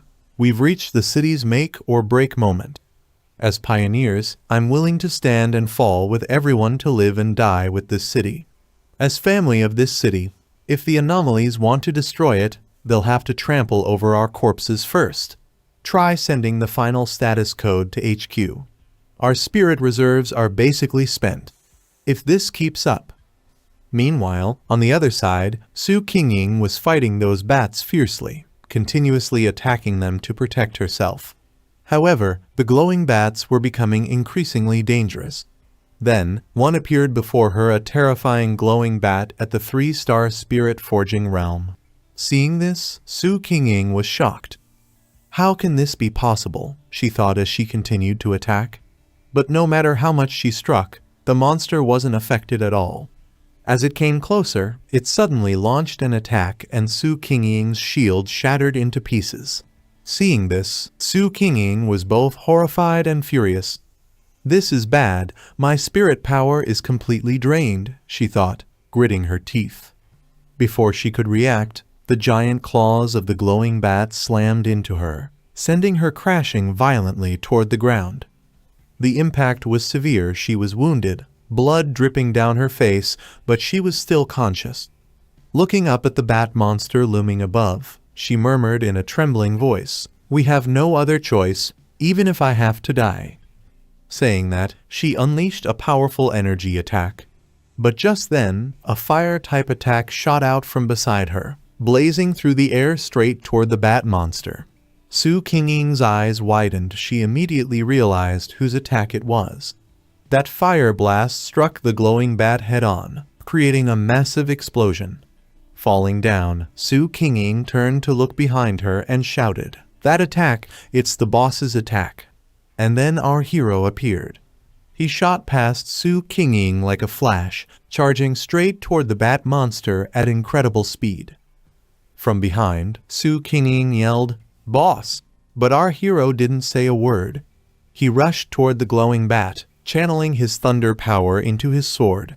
Lightning crackled wildly as he got close to the creature. The bat monster, already suffering from the earlier fire attack, glared furiously at him. And just then, our hero unleashed his attack Thunder Slash. The strike was immensely powerful. A blinding flash of lightning crashed straight into the bat monster. But even after the thunder strike, our hero didn't stop. He immediately followed with another skill fire core burst. A blazing explosion erupted, blasting the massive bat far into the distance. After those two devastating attacks, our hero landed beside Su Qingying. Looking at her, he said, his voice calm but apologetic, "I'm sorry. It took me a while to find you. There were way too many identical anomaly packs along the route." Hearing his words, Su Qingying caught her breath and replied urgently, "Be careful. These things can revive." Our hero nodded. Glancing up at the sky, it was filled with countless glowing bats, each one becoming stronger and more violent by the second. "I know," he said seriously. Then, dark energy began to swirl around his body. "Don't worry. When I've said I'll handle something, I definitely will." With that, he activated his boundless dark realm domain. A massive dark dome appeared, spreading over the area, pulling every single bat creature inside. Standing nearby, Su Qingying stared in astonishment, her eyes wide as she thought, "Right, how could I forget? This city still has Fang Yian, the unparalleled pioneer." Inside the dark domain, all the bat monsters were trapped, unable to escape. Then, our hero pulled the domain back toward himself and began to deactivate it. Smiling faintly, he turned to Su Qingying and asked gently, "Are you okay?" Su Qingying nodded, breathing heavily but managing a small smile. "I'm fine. Thanks for saving me. I've still got some hemostatic meds on me, they'll help." Our hero stepped closer, placed his hand gently on her shoulder, and said softly, "I cleared some of the dark attribute residue off you. If you get a chance, bandage those wounds." As he did that, Su Qingying felt her wounds healing rapidly. She looked at him, surprised, and said, "That's amazing." Then, thinking to herself, she murmured with awe, "No wonder. High-order lightning attribute. My wounds hurt way less, and the healing is faster than the stop-bleed medicine from the Spirit Association's Red." After that, the story shifted back to the organization, where the researcher team was analyzing the incoming data. Suddenly, one of them shouted in excitement, "Look! The anomaly packs seem to be thinning. Did we break out?" But before anyone could celebrate, a man from behind walked in and said in a grave tone, "No, All the rescue pioneers around the city were attacked and lost contact. We still can't get into the city. Look, the anomalous numbers outside show no sign of dropping. Inside the city, pioneer numbers are decreasing. Not a single unit has reconnected. He paused, lowering his head as a heavy silence filled the room. We estimate an anomaly king is about to descend. The bat swarms are thinning only because they're converging toward its birth.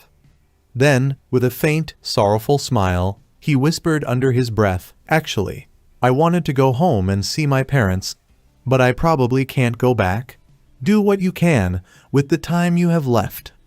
After that, the story shifted again back to our hero. The bats had once again gathered in the skies above him, their screeches echoing through the ruined city.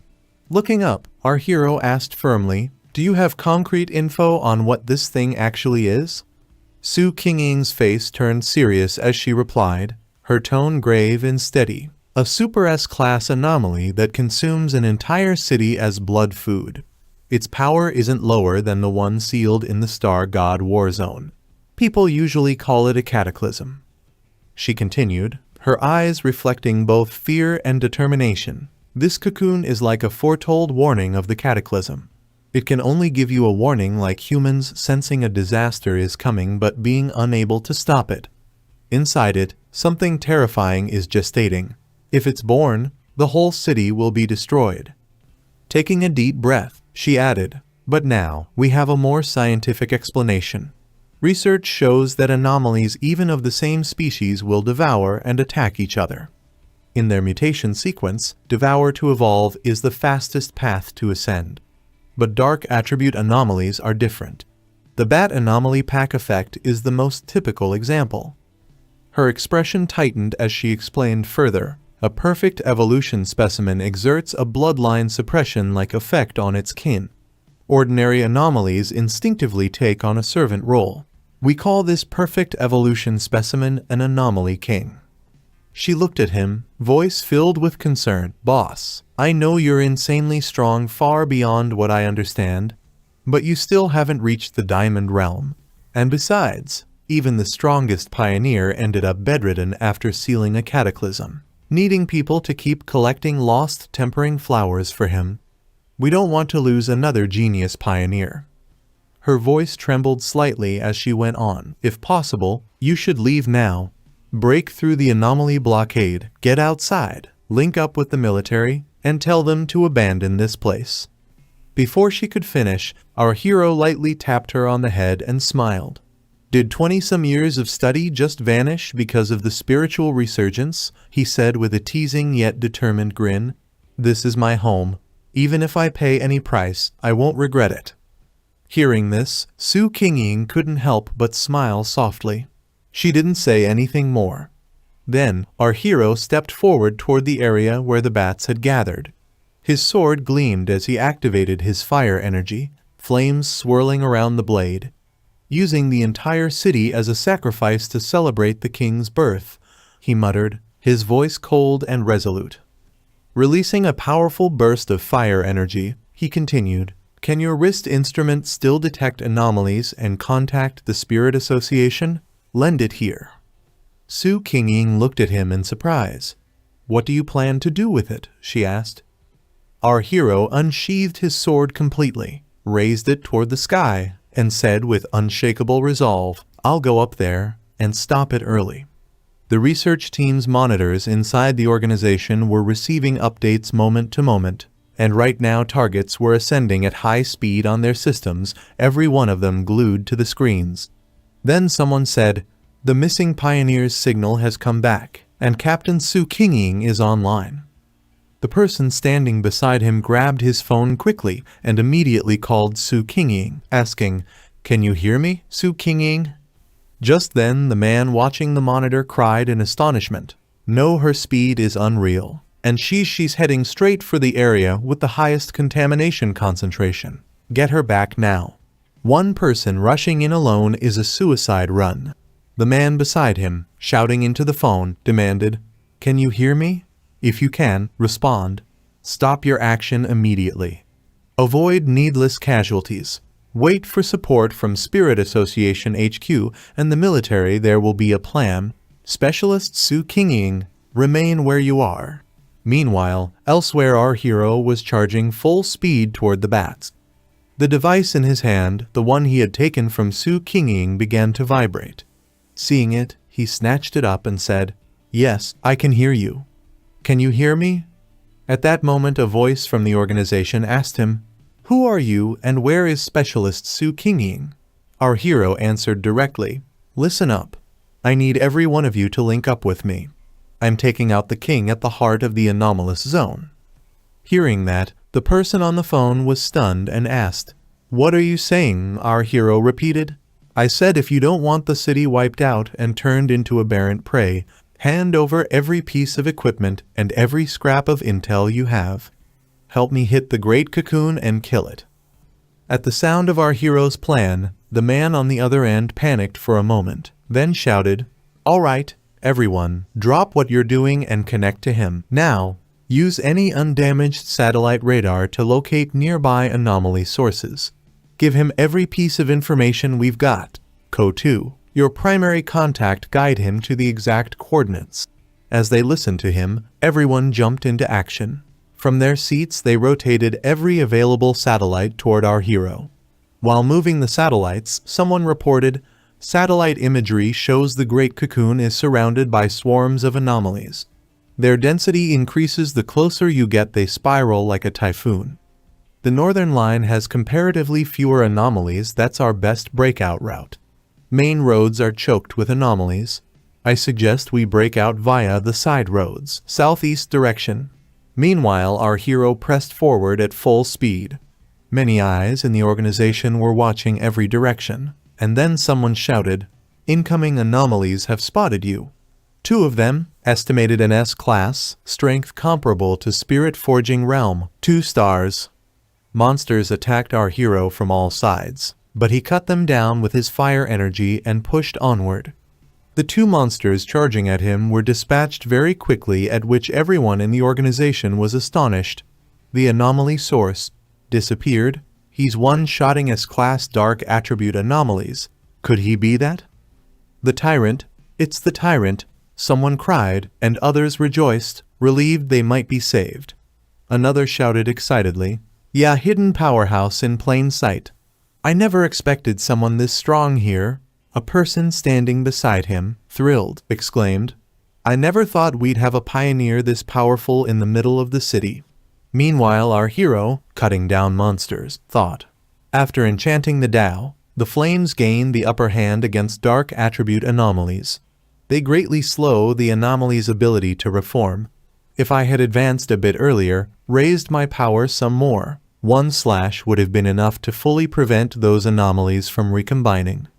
Since that's not the case, we'll have to rely on speed and relentless high-frequency strikes, endless swarms. It's infuriating. He continued slaughtering the bat monsters relentlessly. Others farther away were fighting too, and the area where he fought had grown extremely terrible. Every flying monster across the city began converging into his area. The other pioneers were stunned. They couldn't understand why the bats had stopped attacking him. At that moment we cut to the organization's senior officer, who grew deeply alarmed at the sight. It did not sit well with him. He realized that if the bats had suddenly stopped attacking, there was only one explanation. They've been recalled by the Anomaly King. Could the Anomaly King be accelerating its descent? If the bat flocks outside the city are being called back, do we even have a chance? Meanwhile, we see Galen. She's fighting the bats relentlessly, and her team members are exhausted. They're wiping out the bats as they push toward the city center.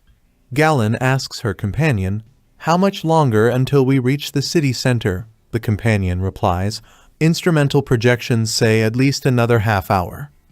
Hearing that, Galen says, "Half an hour? By then the Anomaly King will have hatched and the city will be gone. How could we stop that?" Her companion replies again, "There's no way. Those bat numbers are an order of magnitude above our initial estimate, like 10 times the expected S-class count.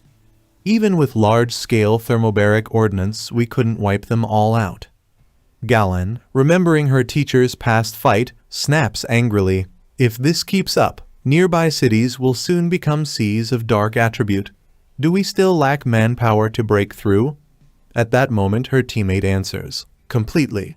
Some pioneers are just watching from the sidelines like the fire won't touch them. Then Galen notices something. All the bats scattered across the city are converging on one central point. She says, "Look over there, the city's bat flocks are converging on where the anomaly alley king will be bore up." Suddenly, from where the gathered bat swarm has assembled, a powerful column of fire-type light erupts. Galen is stunned and thinks, wait, that bright column of fire in the sky. Is that him? Fang Yi? The person standing next to Galen asks what's wrong. She says, nothing, then shouts, all units, increase fire support. Don't worry about expendables, we must enter the city. The Star God sector will not abandon a single city. Back where our hero is, he keeps launching continuous fire-type attacks. He unleashes such a powerful strike that everyone realizes who he is. It's his sword technique, and they know, this is Fang Yi. There he stands, wrapped in blazing flames, burning every bat in his path. Seeing so many monsters at once, he says excitedly, they've come to stop me altogether, perfect. Just what I wanted. Then he continues his relentless assault, drawing his sword and slashing down every bat with his fire blade attacks. After cutting down countless bats, he says, I feel it again. Even in this thin spiritual energy, I can feel that sensation of breaking through. He looks up at the sky and thinks, I just need to pick a spot. Immediately, he forms a dark-type attack. He creates a boundless dark realm and drops it right into the bat-filled area, then commands, Spirit Blossom, appear. The boundless dark circle breaks apart and his spirit flower becomes visible, slowly spreading across the sky. Seeing it, our hero cries out, drain them dry, help me break through. Our hero had activated the boundless dark realm, and from within that realm, he summoned his flower. The moment the flower emerged, it began to blossom and instantly started absorbing the power of all the luminous creatures present there. Using the power of desolation, it began to erupt the energy around it. Immediately, it released its roots to capture the bats flying all around. As the roots spread, they caught the bats one after another and began to absorb their power. Our hero looked up at the sky, which was slowly returning to normal. Watching that, he said, did they hide again? Then, smiling to himself, he thought, when I chased it into midair, I realized that although this giant cocoon is clearly visible in the sky, appearing like a strange illusionary phenomenon, in reality, it's like a mirage, visible, but untouchable. But I can hear the heartbeat of the king inside it. It's like the deep, wild war drums from an ancient battlefield, each beat calling forth the darkest and most violent desires within the heart.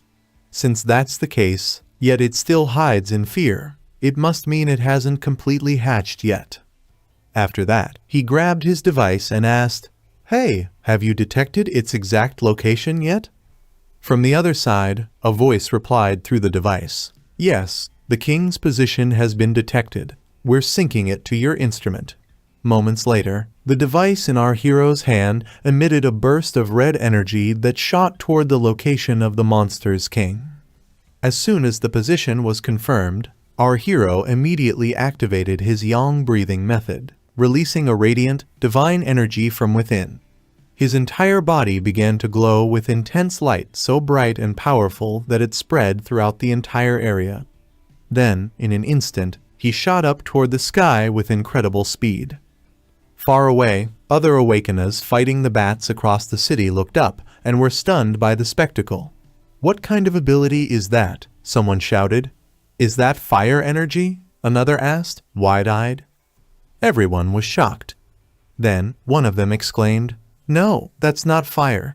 There's no way a fire attribute could have such immense power or counter the dark attribute like this. It's the yang attribute, pure, supreme yang energy, the perfect opposite and nemesis of darkness. Meanwhile, the organization's command center was monitoring the data in disbelief. The researchers looked at their screens, stunned. One of them shouted, The number of anomalies is dropping rapidly. The encirclement's diameter is shrinking. The anomaly density has already fallen to 100. None of them could believe what they were seeing. It was beyond comprehension. At the same time, we see Galen advancing quickly with her army toward our hero's position. She looked up at the sky, where a blazing circle of powerful fire energy surrounded the area where the monster's king was hidden. Suddenly, a report came through her communicator. Report. All the bat swarms blocking our path are receiving some kind of command. They're retreating. All of them are flying back toward the city. Looking up at the sky, Galen said, Feng Ye, he's going to attack the cocoon of the anomaly king. The young man standing beside her widened his eyes and said, So it really is him, that tyrant with the heavenly fire blade. Incredible. This power, it's the purest, most extreme form of yang energy.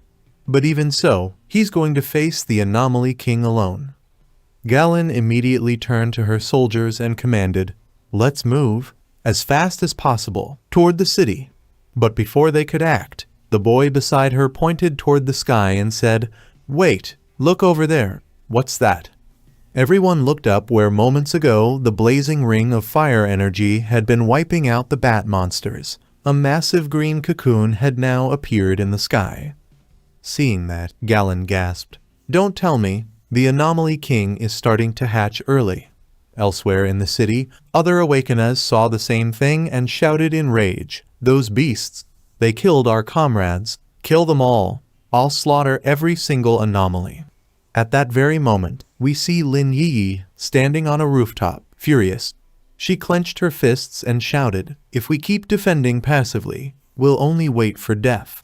We have to do something to help my cousin. Her voice trembled with emotion as she continued. The birth of the creature inside that giant cocoon will come at the cost of all our lives. It will turn the entire city into a hellish feast of blood. The number of B rank, A rank, and even S rank anomalies blocking my cousin shows how many of our family and friends they've already slaughtered. Then, her eyes fell upon our hero's flower, and realization struck her. I get it now. The flower Fang Yi summoned earlier, it absorbed the powers of so many bats. It's just like the desolation ghost vines we encountered last time. So, my cousin has mastered the desolation attribute too. With determination blazing in her eyes, she shouted to her teammates, In that case, let's channel all our spiritual energy into that net of plants he created. Let it absorb our power. Saying that, she began to unleash waves of energy attacks toward the flower, and as soon as she did, every other hunter across the city followed her lead. Those who had been standing still now raised their hands, launching streams of glowing energy toward the sky. From every direction, beams of light converged upon the flower our hero had summoned. Meanwhile, one of the senior officers fighting with his squad noticed the phenomenon and exclaimed, Are the pioneers channeling their spiritual power to attack the anomaly? No, their strength isn't enough to directly hit the king in the sky. Wait, I get it. They're channeling their energy into Feng Yi's plant. Realizing that, he released his own power and shouted, I'll help too. The other hunters around him, hearing his words, got fired up as well. Yes, count us in, they yelled, releasing their energy toward the flower. Soon, beams of spiritual energy were soaring through the skies from every corner of the city, all converging on our hero's flower. Su Qingying, who was healing her teammates, looked up and saw the power of every pioneer in the city flowing toward that single flower. She immediately understood what was happening. Smiling softly, she too raised her hands and released her power, whispering, Come on, Anomaly King. This is the resistance of humanity in this city. Countless streams of energy surged toward our hero's flower, making it stronger, brighter, and more powerful than ever before. And on the other side, our hero was fiercely battling his way through the swarm of bats. He cut down every single one that came in his path, moving forward relentlessly. Suddenly, a warning voice echoed from the device in his hand, Be careful. All the bat swarms outside the city are going berserk and rushing toward you. 20,000 B-grade anomalies equivalent to Ghost Forge 3-star. 10,000 grade anomalies at spirit creation 1-star level, and over 10,000 grade anomalies as well. In the next moment, our hero found himself completely surrounded by countless bats from every direction. He looked up at the sky and said coldly, "It's useless. No matter how many of your subordinates you summon, I'll wipe them all out. Anomaly King, have you tried to break out of your cocoon before completing your evolution because you fear that I'll kill you?" Just as he finished speaking, the enormous cocoon in the sky began to crack apart. A terrifying, mutated hand burst out from within. Seeing it, our hero's expression turned serious. He's coming. He's already formed. Instantly, he activated the fire energy within his sword, readying himself for battle.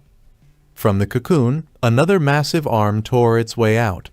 Both hands then ripped the cocoon wide open, and from inside, the king of the bats, the Anomaly King, emerged with a deafening roar.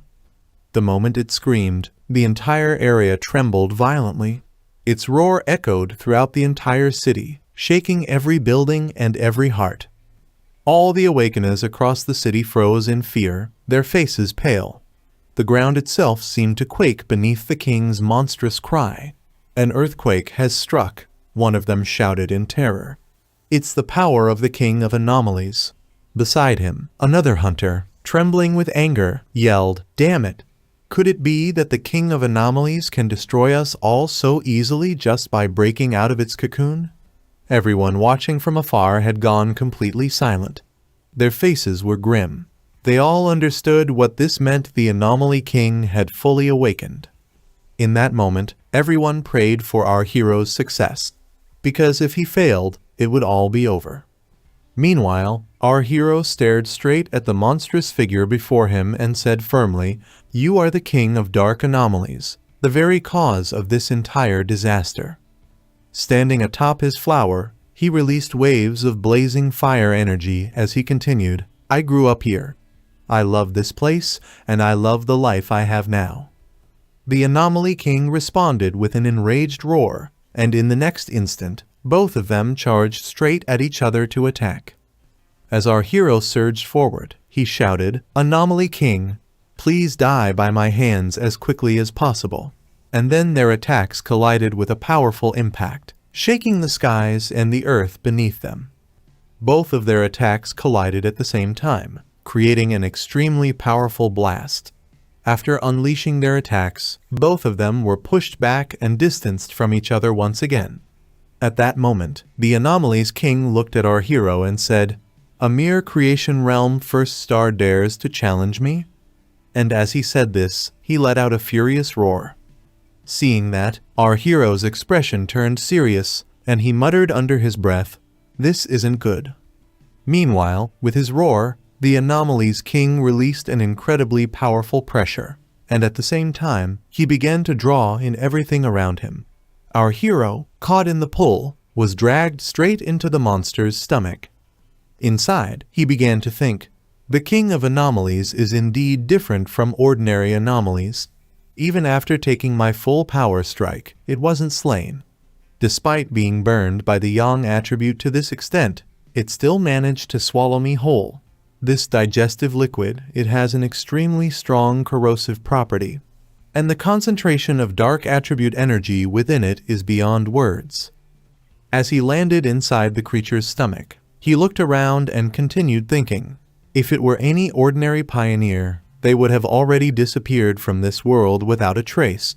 Strange, if this anomaly has evolved to such a degree, it must possess advanced intelligence. Doesn't it fear that I might attack it from within? The inside of the body is always the most fragile place. Let's test it. Then, forming a powerful fire-type punch, he struck directly at the monster's stomach. However, his attack barely caused any visible effect.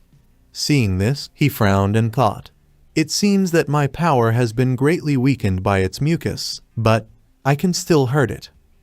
With that thought, he immediately took out his spirit flower, because although his punch had only caused minor damage, he was sure that, as long as there's some effect, everything can be solved.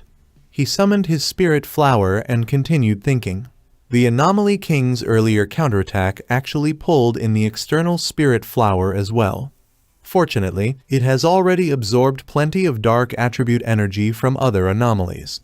Not only that, it has also received spiritual energy from the pioneers within the city. However, as soon as the flower appeared, it looked a little gloomy.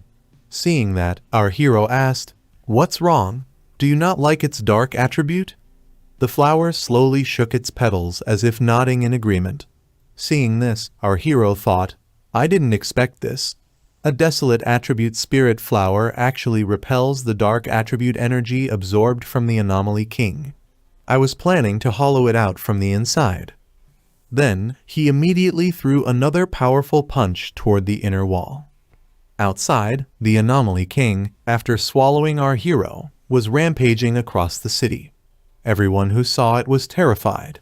By now, most people had reached the main area of the city, yet no one could understand what was happening. At that moment, we see Lin Ye.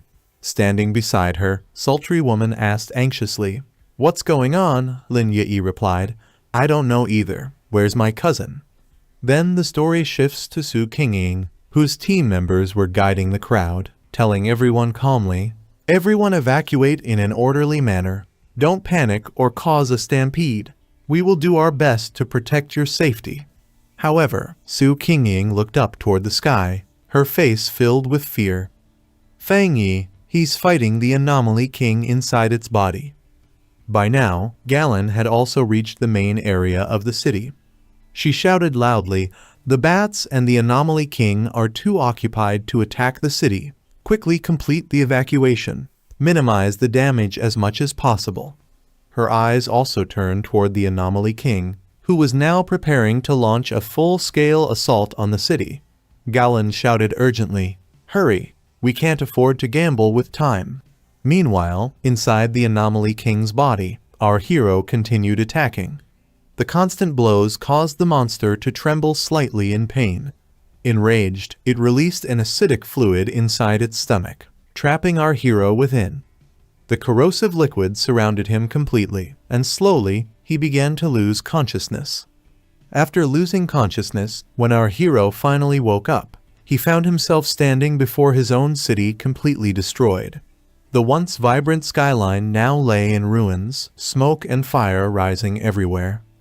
Before he could even process what had happened, a huge monster appeared behind him, hiding behind a half-collapsed building.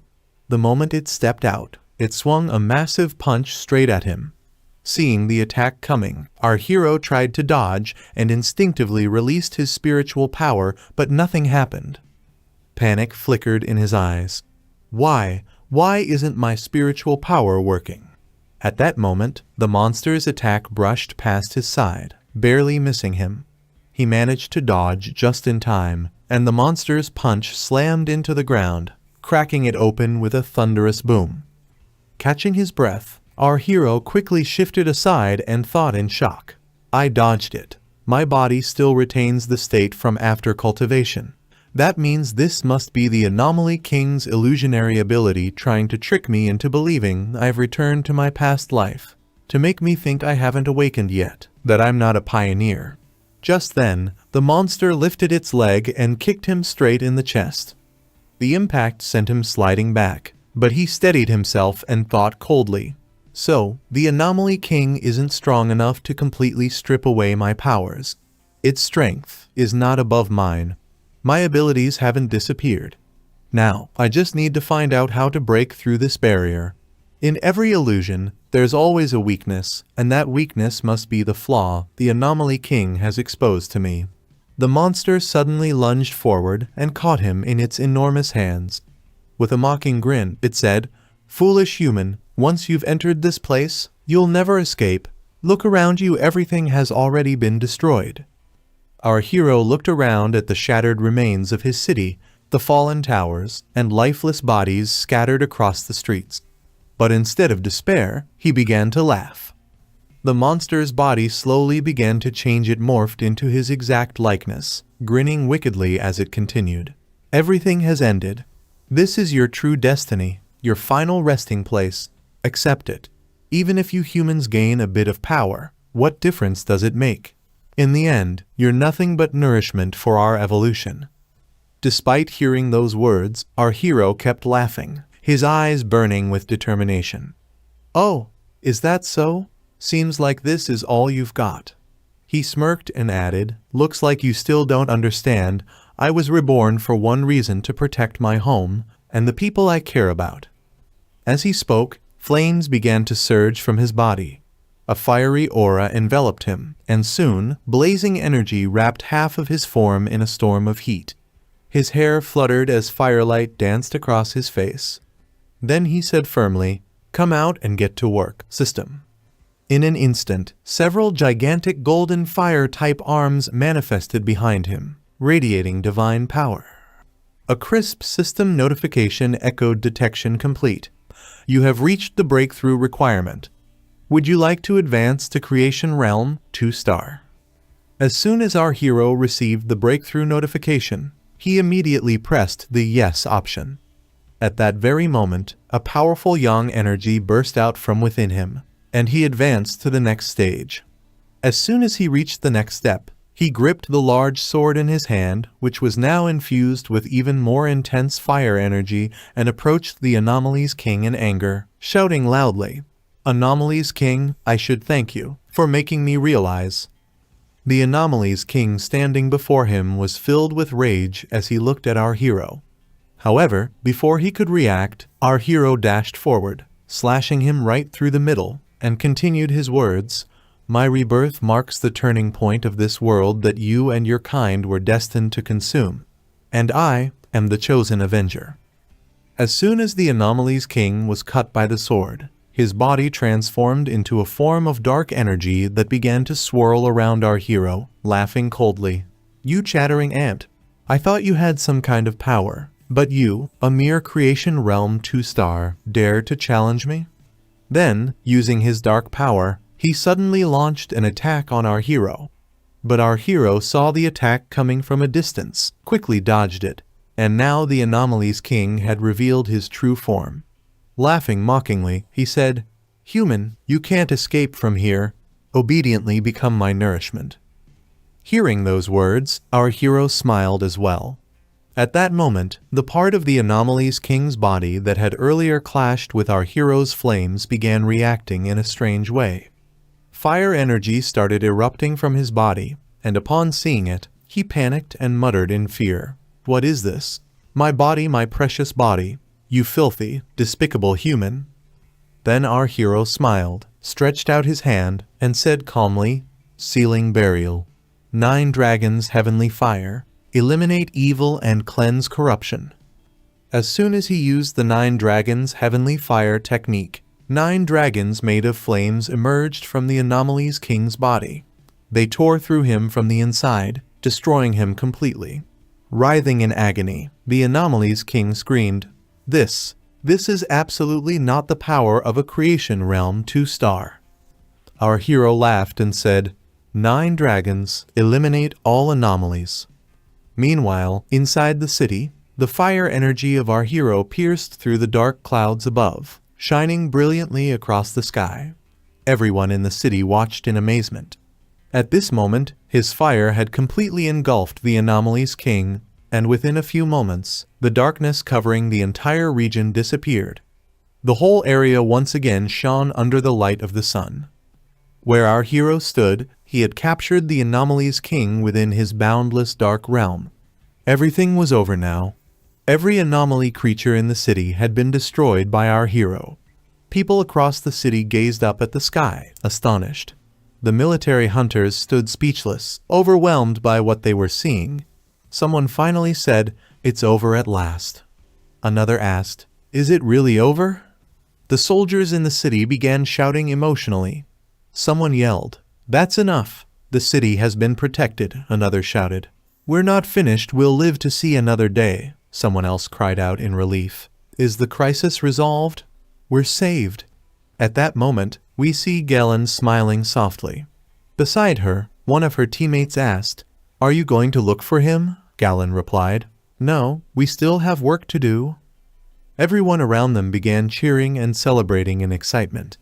Seeing them, Galen murmured, For example, helping these people return to their normal lives and restoring this city to its former glory. The same situation was reflected in the organization as well. After seeing on their monitors that all the creatures were dead, everyone there was overjoyed. The atmosphere was filled with excitement. One person laughed and said, "That's great. We did it. We really did it. We even contributed to preventing the king's descent." They hugged each other in relief, while another said, "It feels like a dream. Thank goodness he appeared. He actually defeated the king. If it weren't for him, we'd be carrying the shame of letting the city fall. Even in death, we couldn't have forgiven ourselves." After that, the story shifts to another corner of the city, where we see Su Kingying. Standing beside her was a senior from the organization, and in front of them, several ambulances were carrying the wounded. Su Kingying asked, "Is he still alive?" The senior placed his hand on her shoulder and replied, "Don't worry, our medical center hasn't been destroyed by the abnormal bat swarm." Su Kingying, with a serious expression, said, "I understand. If it weren't for Fangyi, they wouldn't even have had the slightest chance to be treated. Sometimes I wonder just who is he really? How does he possess such immense power? He always manages to turn the tide and accomplish what others can't even imagine." The senior thought for a moment and said, "Yes, after this battle, the headquarters will definitely take some action." Su Kingying replied, "The celestial phenomenon that just appeared proves he has already advanced to the creation realm 2-star. At this level, others will try to contact him before we can. When I first began monitoring him, I thought I still had some chance to compete with him. But now, I've been left far behind. Moreover, from what I know of him, his spiritual attributes and talent are extraordinary. His true strength is likely far beyond what we've seen. Not just here in the entire Xian nation, he's among the top prodigies." The senior recalled the battle and said, "Golden light piercing through the clouds, fire dragons sealing away the anomalies. That was a scene everyone witnessed. Right now, it must already be the subject of massive discussion, and the buzz will only grow stronger not just among pioneers, but also among ordinary people. We need to start preparing early." Hearing this, Su Kingying asked, "What do you mean?" The senior replied, "The sealer, don't you think that's a fitting name for him?" At the same time, we see Lin Yi and Sultry Woman running at full speed toward our hero's location. Lin Yi was rushing ahead frantically, and seeing her running so fast, Sultry Woman shouted, "Lin Yi, slow down, wait for me." But Lin Yi didn't stop. She kept running, saying, "I need to find my cousin." Moments later, Lin Yi finally saw our hero standing silently. Seeing her, our hero asked, "Why did you all come so far just to find me?" Lin Yi replied, "How are you now? Is your body still able to handle this? I know you still need our help." Our hero placed his hand on Lin Yi's shoulder, leaning slightly on her for support as he said, "I'm fine. You did great by coming here." After saying that, he thought to himself, as expected of the Anomalies King, "It's been a long time since I've been pushed this far. That final strike and sealing technique consumed nearly all my spiritual energy after breaking through to Creation Realm 2-star. Now, these two kids are worrying about me instead." Lin Yi suddenly said in shock, "Wait, cousin, you broke through again? Creation Realm 2-star? This terrifying advancement speed, just how strong is your talent?" After that, the story shifts forward in time now. Every single footage of our hero's battle had spread across the entire internet. People everywhere were talking about it in countless ways. Someone commented, "The man who saved the city, a super pioneer. The mysterious powerhouse sealer, who cut down the Anomalies King with a single strike, just who in the world is he?" Another excitedly wrote, "He's insanely cool, okay? At that time, I thought we were all done for.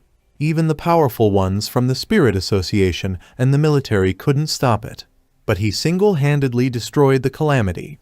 So who exactly is this sealer?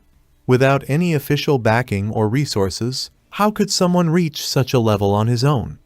Does he have some hidden, mysterious force behind him that we can't even guess?" Thousands of such chats and comments flooded the net, and among those reading them was Zhang Lu. Watching the video of our hero, he grew excited and shouted, "Damn, I can't be mistaken, this is really him. One man completely annihilated the Anomalies King that destroyed the city. I, Zhang Lu, lost to such a man, what an honor in this lifetime." As he said that, he jumped off his chair in excitement and rushed out, yelling, "I'm going to find him and ask to become his disciple." His teammate, who was nearby, watched him running off like that and said nervously, "Maybe don't do that. I think right now, a lot of people are already trying to find him." Then, the story shifts once again, this time to the Grand Xia capital. There, a few figures were sitting quietly in the dark. In front of them, a crystal orb glowed faintly, displaying everything that had happened in the city. After watching the footage, one of them finally spoke in a calm but heavy voice. "What do you all think about this matter?" Another, who was leisurely smoking, exhaled a thin stream of smoke and said coldly, "I was originally hoping to watch the military and spirit association destroy each other, but now things didn't go as planned. How annoying." Someone else chuckled darkly, "Should we just find a good weapon and test him out?" A woman sitting nearby picked up the photo of our hero and replied sharply, "That won't do. A so-called child of heaven, the so-called savior of the world, how could an ordinary gun ever be worthy of him, the sealer?" She tore the photo in half, watching it burn in her hand, and continued coldly, "No need to rush. Anyone who dares to stand in our way, no matter what realm they belong to." After finishing everything, our hero was sitting in his apartment, relaxing. At that moment, someone knocked on the door and asked from outside, "Is Fang Yi inside?" Hearing the voice, our hero went and opened the door. Outside stood Su Qingying and a senior from the organization. As soon as the senior saw our hero, he respectfully said, "During this S-class anomaly invasion incident, we made a major mistake. If it weren't for you, the consequences would have been irreversible. On behalf of the Spiritual Association, we express our most sincere gratitude to you."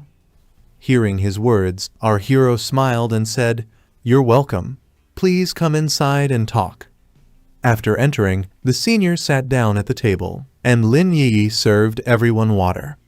As the senior looked around our hero's home, he thought to himself, "So this is what the home of a great powerhouse looks like. What's going on with the military? The Spiritual Association should really apply to give him a better residence."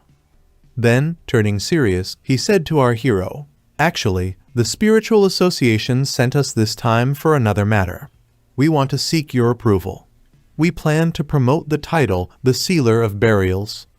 Hearing his words, our hero told him to continue. The senior then began explaining. Currently, all over the Xia nation, every city has its own powerful pioneers. They are widely known and famous figures among the pioneer community.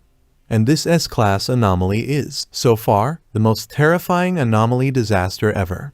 We want to promote the name the Sealer of Burials to make Tai City a major strategic city after the spiritual energy revival.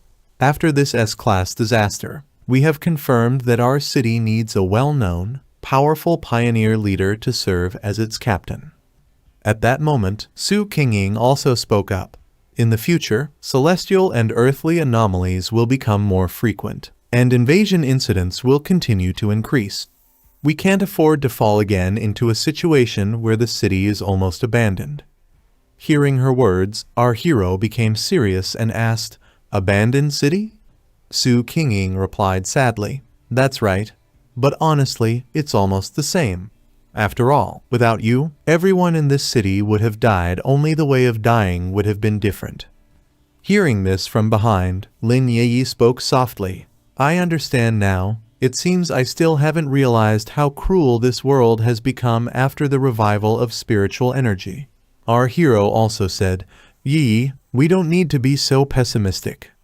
Then he began thinking, "The Tai city I live in, before the spiritual revival, was one of the major provincial capitals of the Xia nation. But whether it was strategic depth or development, it didn't rank in the top 3. Among more than 100 cities, the top 3 were Capital Divine City, Tian City, and Kang City. Besides them, there were also Hai City, Yuan City, and Chuan City. So this disaster for Tai City might actually be an opportunity. Then the senior continued.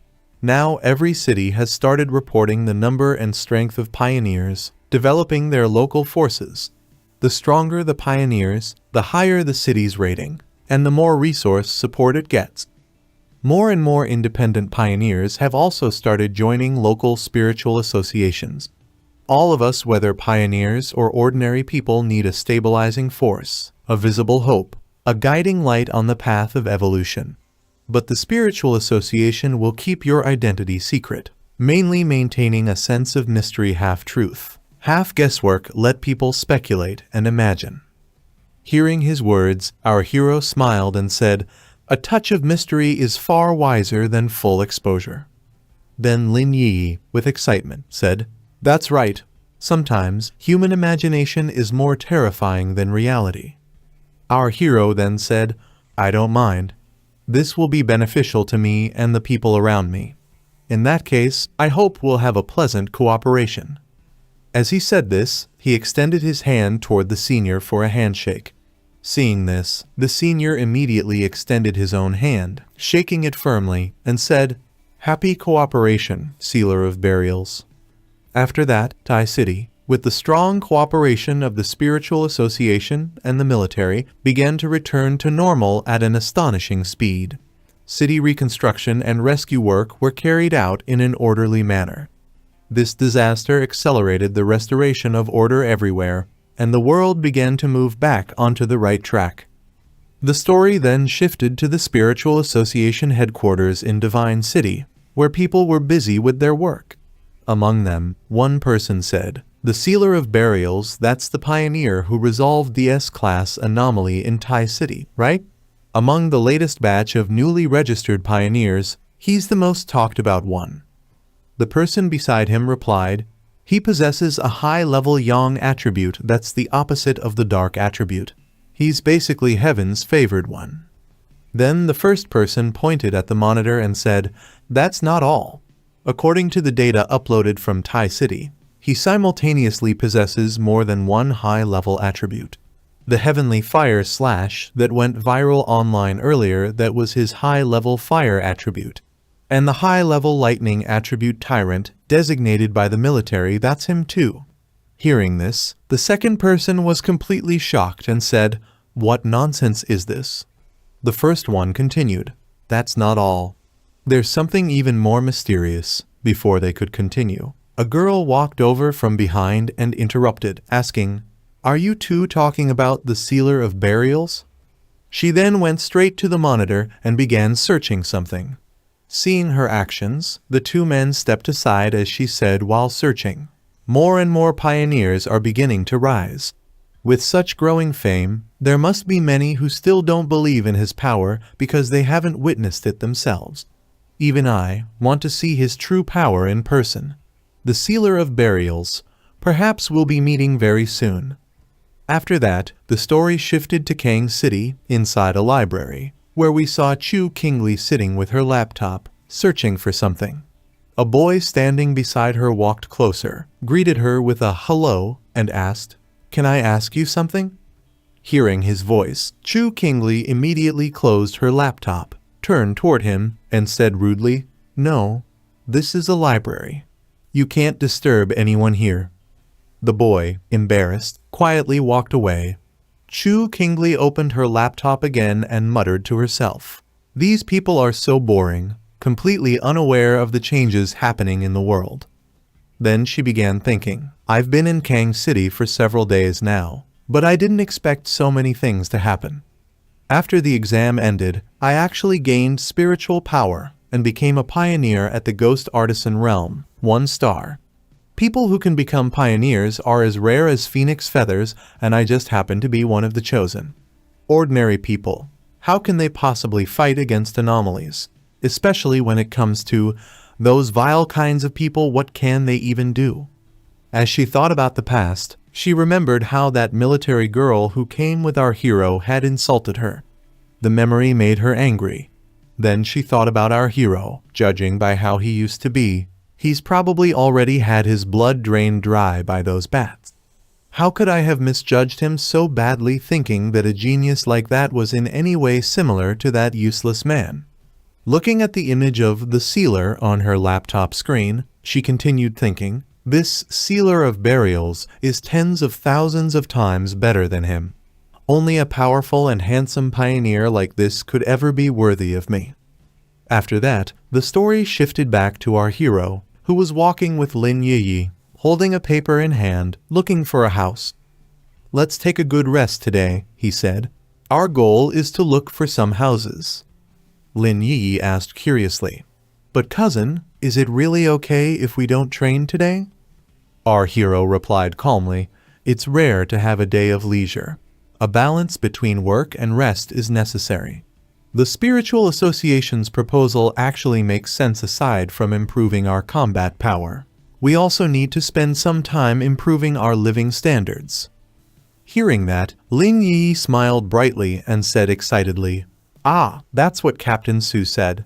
But I never expected Captain Su to have such great resources. These kinds of high-end houses, I never even dared to imagine owning one. And Captain Su said we could casually choose two. Even I get one. Our hero chuckled and said, so what? After all, this is the era of spiritual energy revival. Everyone knows the value of a strong pioneer. No house can compare to that. Lin Yi, still dizzy with excitement, said, even so, this is all too overwhelming for me. I thought earning some money and gathering training resources would already be great. Just then, both of them suddenly smelled something strange. Lin Yi sniffed the air and asked, brother, do you smell something foul? Our hero frowned slightly and replied, it smells like the sewer's backflow. But something's off. I've lived in Tai City for so long and never smelled anything like this. Lin Yi wondered aloud, could it be that some maintenance worker accidentally broke a sewer pipe? But our hero immediately said, no, someone's following us. In that instant, several people appeared, each of them holding weapons. One of them grinned and said, yo, so you're the sealer of burials? Another one sneered while releasing a disgusting stench into the air. You only realized after stepping into the range of my toxin? As expected, you're just an overhyped pretty boy without any real strength. Tai City really is full of trash to think they'd push out a guy like you as their captain. All three of them rushed forward at once, attacking our hero and Lin Yi. We're here to teach you a lesson, one of them shouted. Hurry up and hand over all those benefits you've been given. As they charged, Lin Yi quickly formed an energy-type attack and launched it at one of them. However, that man dodged it effortlessly and closed in on her, striking fiercely. Lin Yi reacted instantly, creating a protective shield just in time to block the blow. Meanwhile, another attacker was already lunging toward our hero. Seeing this, Lin Yi shouted anxiously, no, cousin, be careful. They're all at the spirit creation realm too. But just as one of them swung his weapon at our hero, he caught it with his bare hand, crushing it completely with a metallic crack. The attacker's eyes widened in disbelief, frozen in shock. Before he could react any further, he suddenly felt a surge of burning heat because our hero had already conjured blazing fire energy in his palm. Looking straight at them, our hero's cold voice echoed, what kind of filthy trash dares to rob me in broad daylight? As soon as one of them comes forward to attack our hero immediately lands a fire punch right on his face, which sends the gangster flying far away and crashing beside his companion. And his companion, the one who was releasing that foul-smelling odor here, becomes slightly shocked after seeing this, thinking, this isn't possible. Then he looks angrily toward our hero and says, this pretty boy clearly got hit by my spiritual power trait-infused universal penetrating potion. And after saying this, he begins to activate the universal penetrating potion device in his hand.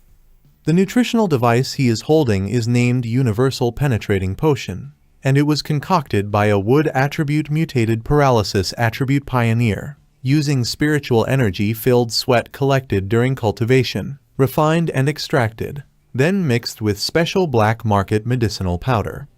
According to experiments, it can penetrate an opponent's spiritual power shield. Although it only has a short-lasting and weak paralyzing effect, in a duel, details decide victory and defeat. Weakness. For certain reasons, it carries a stench that is impossible to erase. As his partner standing beside him sees this, he says, "We were careless earlier. We're both spirit creation realm, why would we be afraid of you? Kid, now don't even think of running." Hearing this, our hero replies, "One mutated earth attribute and one mutated wood attribute." And then he begins thinking, these strange, underhanded tricks really match the style of those who walk crooked, shady paths. A normal spiritual shield might really be penetrated by a pioneer like him. Too bad for them, it's useless against me. Meanwhile, on the other side, a third gangster is fighting with Lin Yi. He charges toward Lin Yi with the weapon in his hand to attack her. But Lin Yi kicks him right in his private part, injuring him severely. After attacking him, she runs back toward our hero. And our hero says to those gangsters, "I don't want to make a big scene, but having my everyday life disturbed like this is truly troublesome." Then he tells Lin Yi to step back a little and activates his yang power. The moment he activates his yang power, a powerful flame-type energy begins to burst out, causing all three gangsters present here to burn painfully. One of them shouts, "So this is the power of a sealer." They were scorching under the intense heat, and because of the pain, they began screaming that it was hurting too much. Just then, Su Qingying comes running there and shouts, asking, "Are they dead? If they're still alive, leave them." Hearing the voice from behind, our hero stops, and the moment he stops, all three gangsters collapse unconscious onto the ground.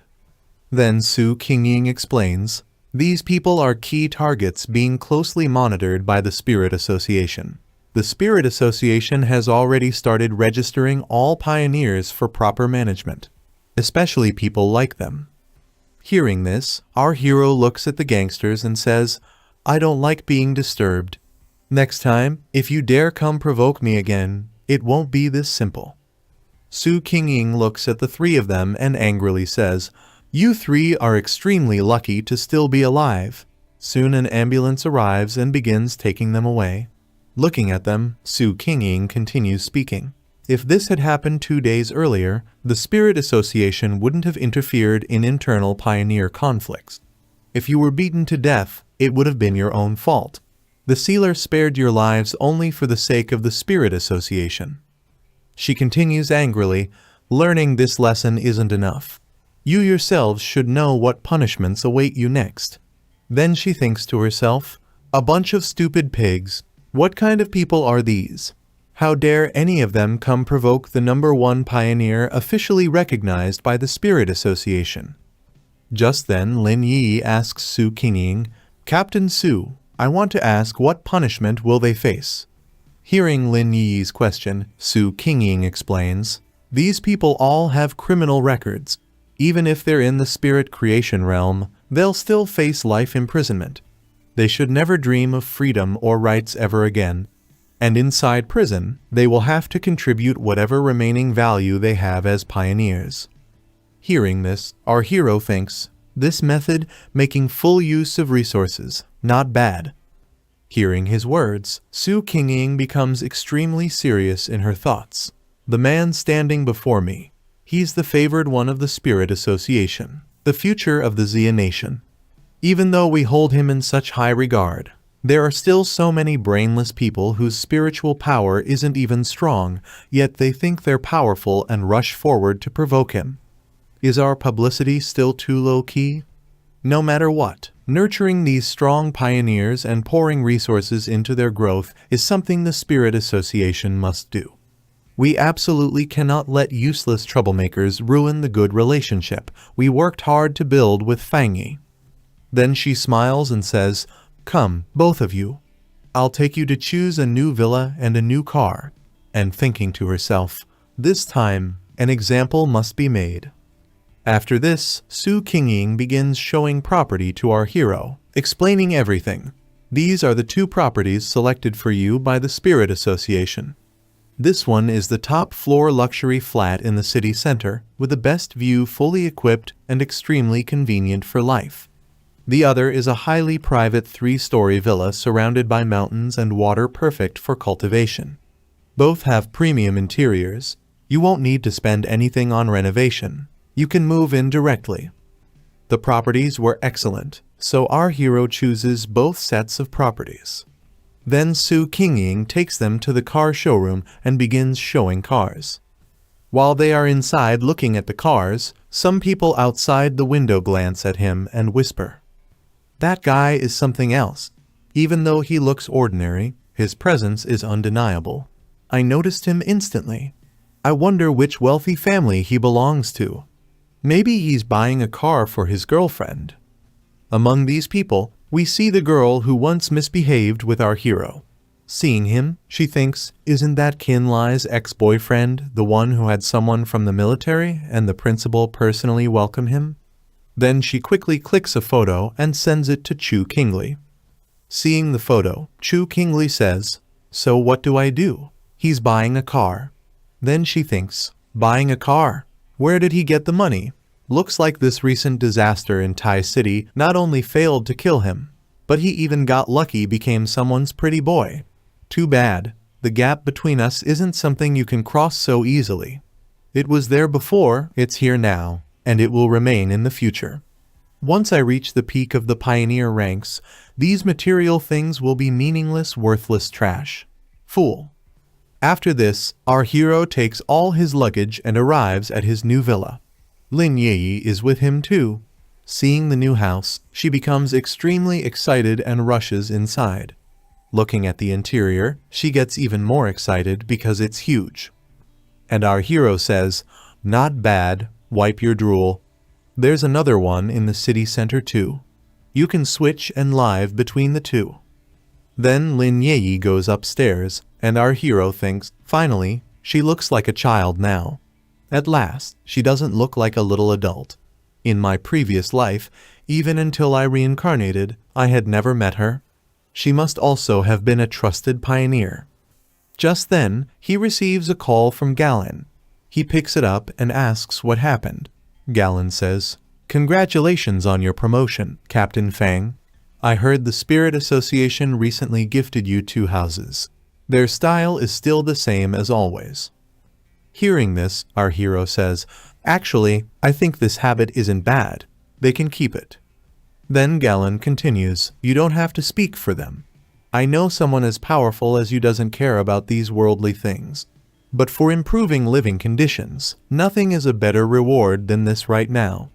In some time, the spiritual fruits produced from the spiritual energy revival will be ready. I'll send you a batch to try. The gap between normal people and pioneers is the difference between having power and not having power.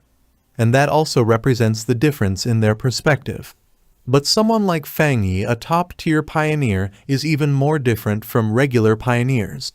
Even the strategic resources of the Star God War Zone might not mean much to him." Then she says to our hero, "I have an internal mission. I hope you can come. I don't know if you're interested." Hearing this, our hero laughs and says, "So this is your real purpose, isn't it? Go ahead, tell me." Just then Galen asks, "Do you know the Tianbao building in Kang City?" Hearing this, our hero asks in surprise, "Isn't that the biggest shopping mall in Kang City?" Then Galen explains, "It was recently sealed off, causing an uproar among the people of Kang City. Yes, because of an abnormal invasion, many people died there. It has now become, in the truest sense, a ghost building. Tianbao Building, the landmark structure of Kang City, the comprehensive tower with the highest footfall. You could even say it is the very face of Kang City. However, in recent days, due to unusually frequent disturbances, many incidents have occurred. Kang City's spiritual association had no choice but to seal it off for handling." After this, we see our hero arriving here, greeting someone with a hello, as he explains that he has come on a mission from the Star God War Zone. A team was standing ahead, and as he moved closer to them, he looked at everyone and started thinking, "Galen said that for now, I shouldn't reveal my identity and cultivation level. I don't know the reason. Then I'll just leave it like this for now. Spiritual power detection can't sense their exact cultivation levels either. Looks like everyone is holding back. Judging by their uniforms, these two should be people sent from the military district. There were a total of 4 people standing in front, 2 boys and 2 girls. One of them looked at our hero and immediately said, "So it's you. Nice to meet you." The second person also greeted our hero with a hello. After seeing them, our hero once again started thinking. These two, the feeling they give off is very similar to Su Kingying. They should be from Kang City's spiritual association. Then, one of the girls in the team spoke politely. "Officer Gallon has already informed us." After that, the second girl also added, "We are from the Kang City Spiritual Association, and we will be acting together with you this time." Everyone got into the car, and the vehicle started moving. The man driving the car spoke while focusing on the road. "Everyone, we will be temporary teammates this time. Although I still don't clearly know what your strengths are." Everyone in the back sat completely serious and silent. The girl in the front seat spoke firmly. "I think there's at least one thing we should all agree on once we go inside. We must help each other, right?" Our hero, sitting in the back, was deep in thought with a serious expression. It seems the personnel this time are quite complicated. They really are pulling people from everywhere. Kang City is a well-known big city, yet the members of the spiritual association appear to be rather mixed in level. The boy sitting in the back glanced at our hero for a moment, then whispered to the girl beside him, "Didn't Sister Lan say she invited a great Buddha to help us? Is it him?" Hearing this, the girl replied softly, "I'm not entirely sure either. He looks a bit thin, almost like a student." Then, thinking to herself, she continued, "But he doesn't have any official bracelet on his hand, and his aura is restrained. I can't detect his exact strength. A powerhouse. Could he be the one who annihilated a disaster alone? The one who saved Tai City from destruction, the Burial Keeper? But could the Burial Keeper really be such a young student?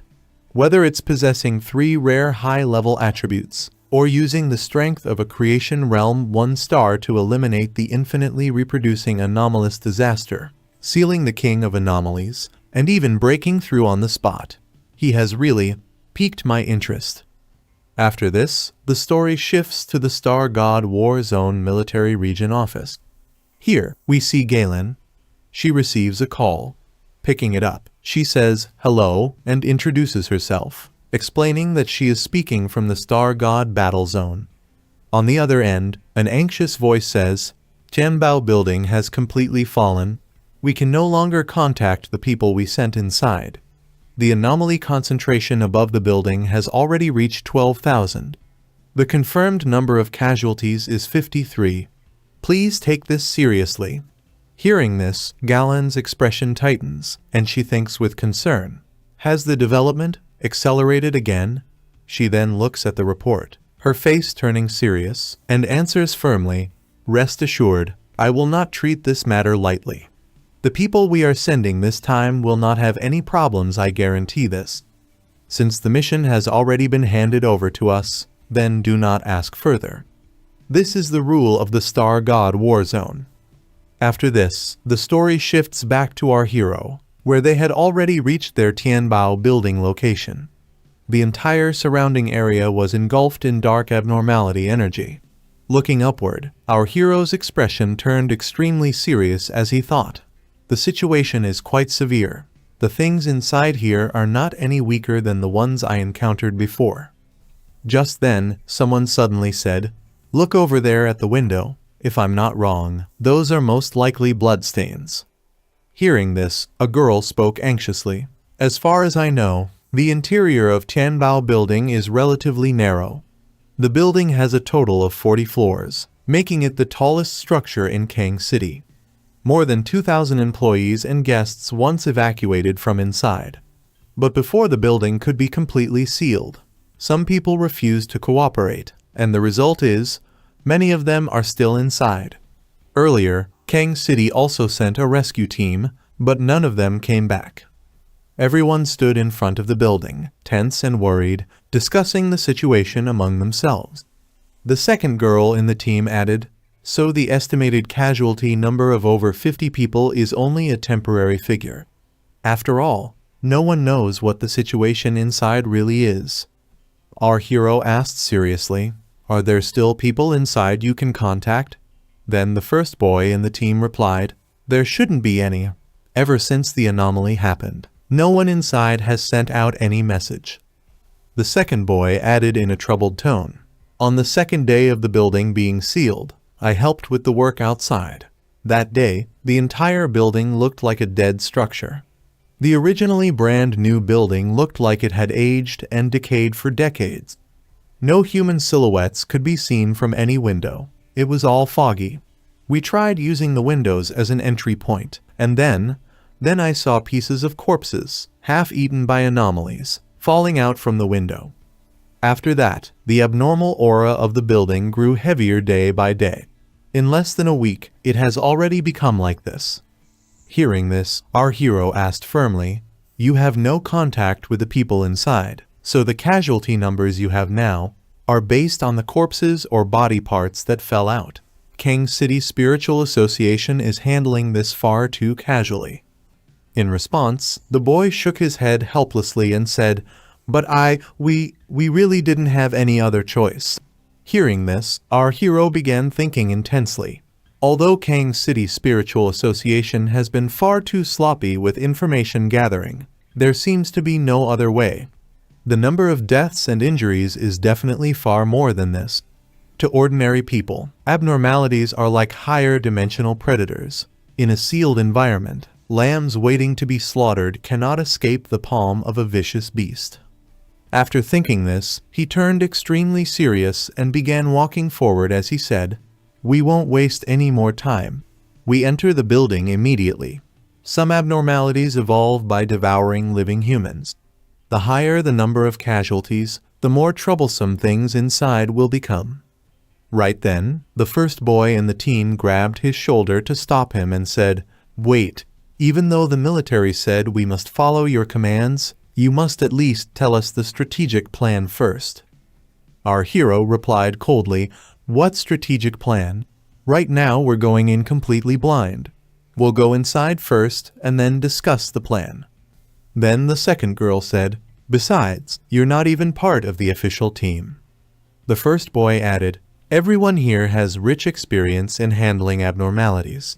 As the commander, you should at least understand everyone's abilities, right?"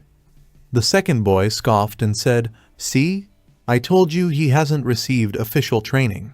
He lacks experience in this field," but before he could finish, the second girl shouted at him, "This is not the time. Stop talking nonsense. He was recommended by Officer Jyalon to help with this mission. You've all heard of Officer Jyalon's level, haven't you?"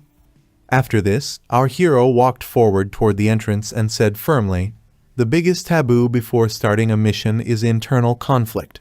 Anyone who doesn't want to go inside, stay out." Seeing him walk forward, the entire team followed behind him into the building. Inside, the scene was extremely terrifying. There were bloodstains everywhere. The team members looked around nervously, fear creeping into their expressions as they whispered about the strange sounds coming from deeper within. Suddenly, a monster came flying toward all of them. Our hero immediately used his fire ability, slashing the monster with his sword mid-air, eliminating it in a single strike. Seeing this powerful attack, every member of the team was shocked. Our hero picked up a piece of the monster's corpse, inspected it carefully, and said, "This is a bird combined with a gecko. With this level of mutation, it seems to have already eaten quite a lot of people." Hearing this, one of the girls trembled and said fearfully, "This isn't a plus-level abnormality." As soon as the team members hear the girl's words, all of them become shocked. Then another boy from the team speaks in surprise, "A plus level? That means Creation Realm 2-star. But I only just broke through to Creation Realm 1-star. The girl replies, "Yes, which means he could one-shot you with a single slash." Then that boy looks at our hero and asks anxiously, "Your blade, Don't tell me you're really the burial sealer. And this blade, this is truly the heavenly fire one blade, isn't it? I really didn't expect. You really are the burial sealer. After all, in our impression, the burial sealer is a hidden expert who never separates from his blade.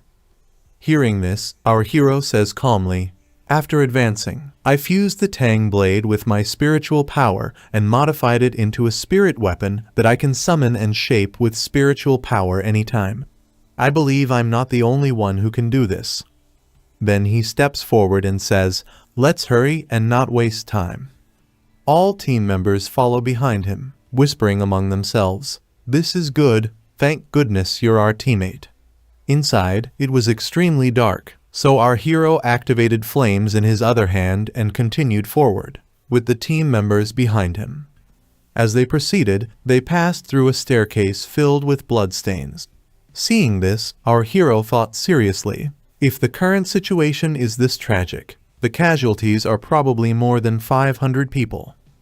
Moving toward the basement, they reached a storage area, wondering if this place was also completely destroyed. Then the team's girl spoke. There is clearly so much blood, but we haven't seen a single corpse.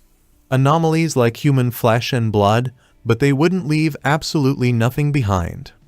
Just then, a monster appeared behind them. The girl screamed, behind you! Instantly, our hero attacked with fire and burned the monster to nothing. The first boy exclaimed in shock. Another anomaly, our hero, now serious, said, don't you think something is wrong? When asked what he meant, our hero explained, although these two anomalies are comparable to elite class, their numbers shouldn't be enough to stop rescue vanguards from escaping. This place is probably not the Tianbao building we're looking for. Hearing this, the team was stunned. Our hero continued, all the bloodstains on the way, none of the stench or heaviness belongs to actual dead people. There is no trace of corpses. Then he thought to himself, we're like headless flies right now. I need to test something. The girl then said, Big Brother is right. The whole place feels tragic, but this lifeless heaviness, it feels empty, hollow, like no living creature was ever here. Like a simple empty model.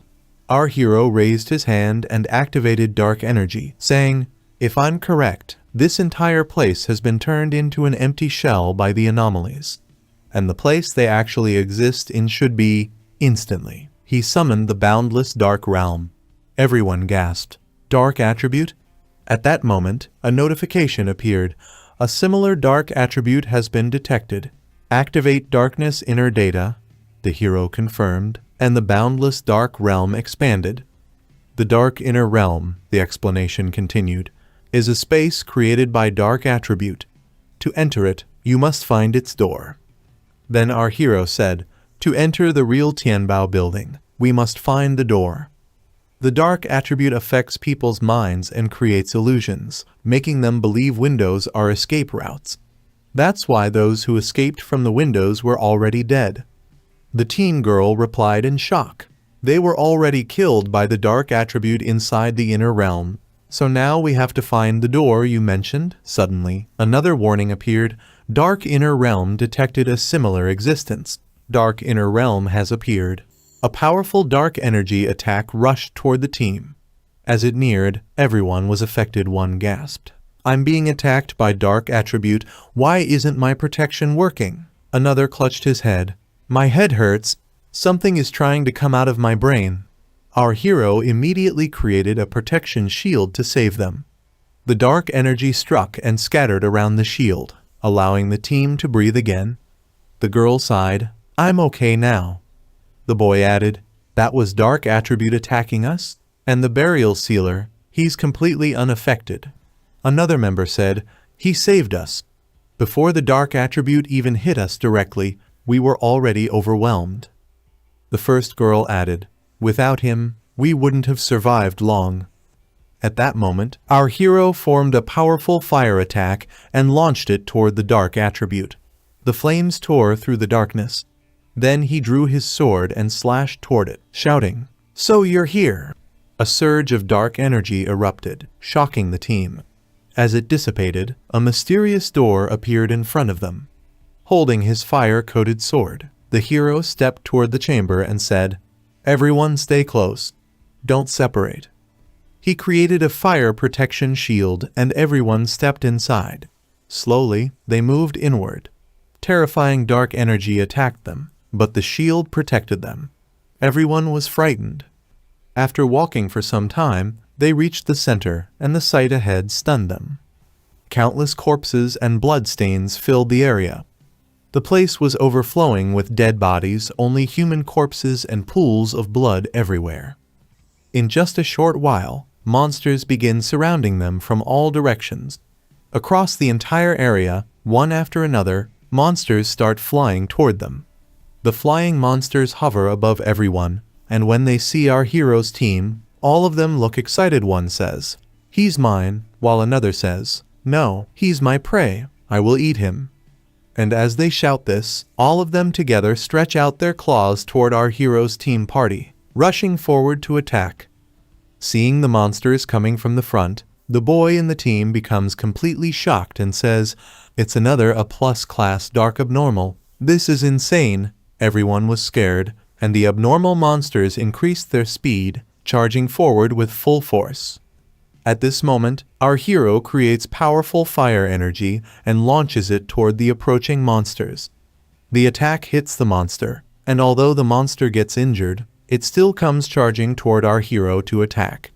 But our hero dodges quickly, immediately draws his sword, and while moving forward, attacks the incoming monsters, cutting down 3 to 4 more monsters with his sword's fire energy as he advances. As soon as the attack lands, our hero's fire erupts violently across the entire area, taking a terrifying form and burning every monster present, reducing them to ashes. Everyone in the team is stunned seeing this. Both girls in the team watch in shock and think, "What an incredibly powerful fire attribute." Those dark abnormals melted instantly. From the beginning until now, he hasn't needed us to help even once. Just then, the first girl asks our hero, "I feel like inside his fire attribute, there is another type of flame mixed in, something like the explosion of molten lava." Our hero says nothing and moves ahead. He activates his fire energy on the human corpses lying there and says, "These abnormals harm people. You all were innocent. These abnormals will be buried along with you. But letting you walk the afterlife road with these beasts, that still feels unfair to you." And saying this, he burns all of them with his fire. Seeing this, the second boy in the team says, trembling, One strike cremation, as expected of the burial sealer. His name truly lives up to the legend."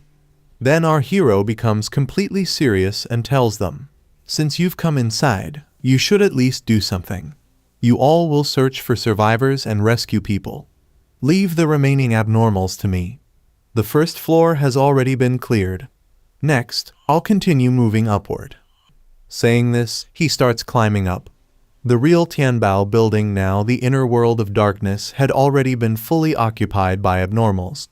On the 10th floor, after massive slaughter and feeding, their levels continued rising, and at this point every monster had at least the power of creation realm 1 star. Except for the change in environment, the strength and abilities of the abnormals hadn't changed in any special way. Our hero kept moving upward, killing every monster on his path. Step by step, he had already reached the 15th floor. The scene on the 15th floor wasn't much different. There were many human corpses lying along the path. Arriving there, our hero says, "This floor, it feels so cold and gloomy. The dark attribute energy is already penetrating my spiritual energy barrier." Just then, the boy in the team notices something on one of the corpses and says tensely, "There's something moving on these bodies. This thing is corrosive, everyone be careful. Don't inhale these hairs into your lungs." While they are saying this, a strange creature, something like a centipede, but much bigger, slowly crawls above them, dripping blood. Our hero senses it immediately.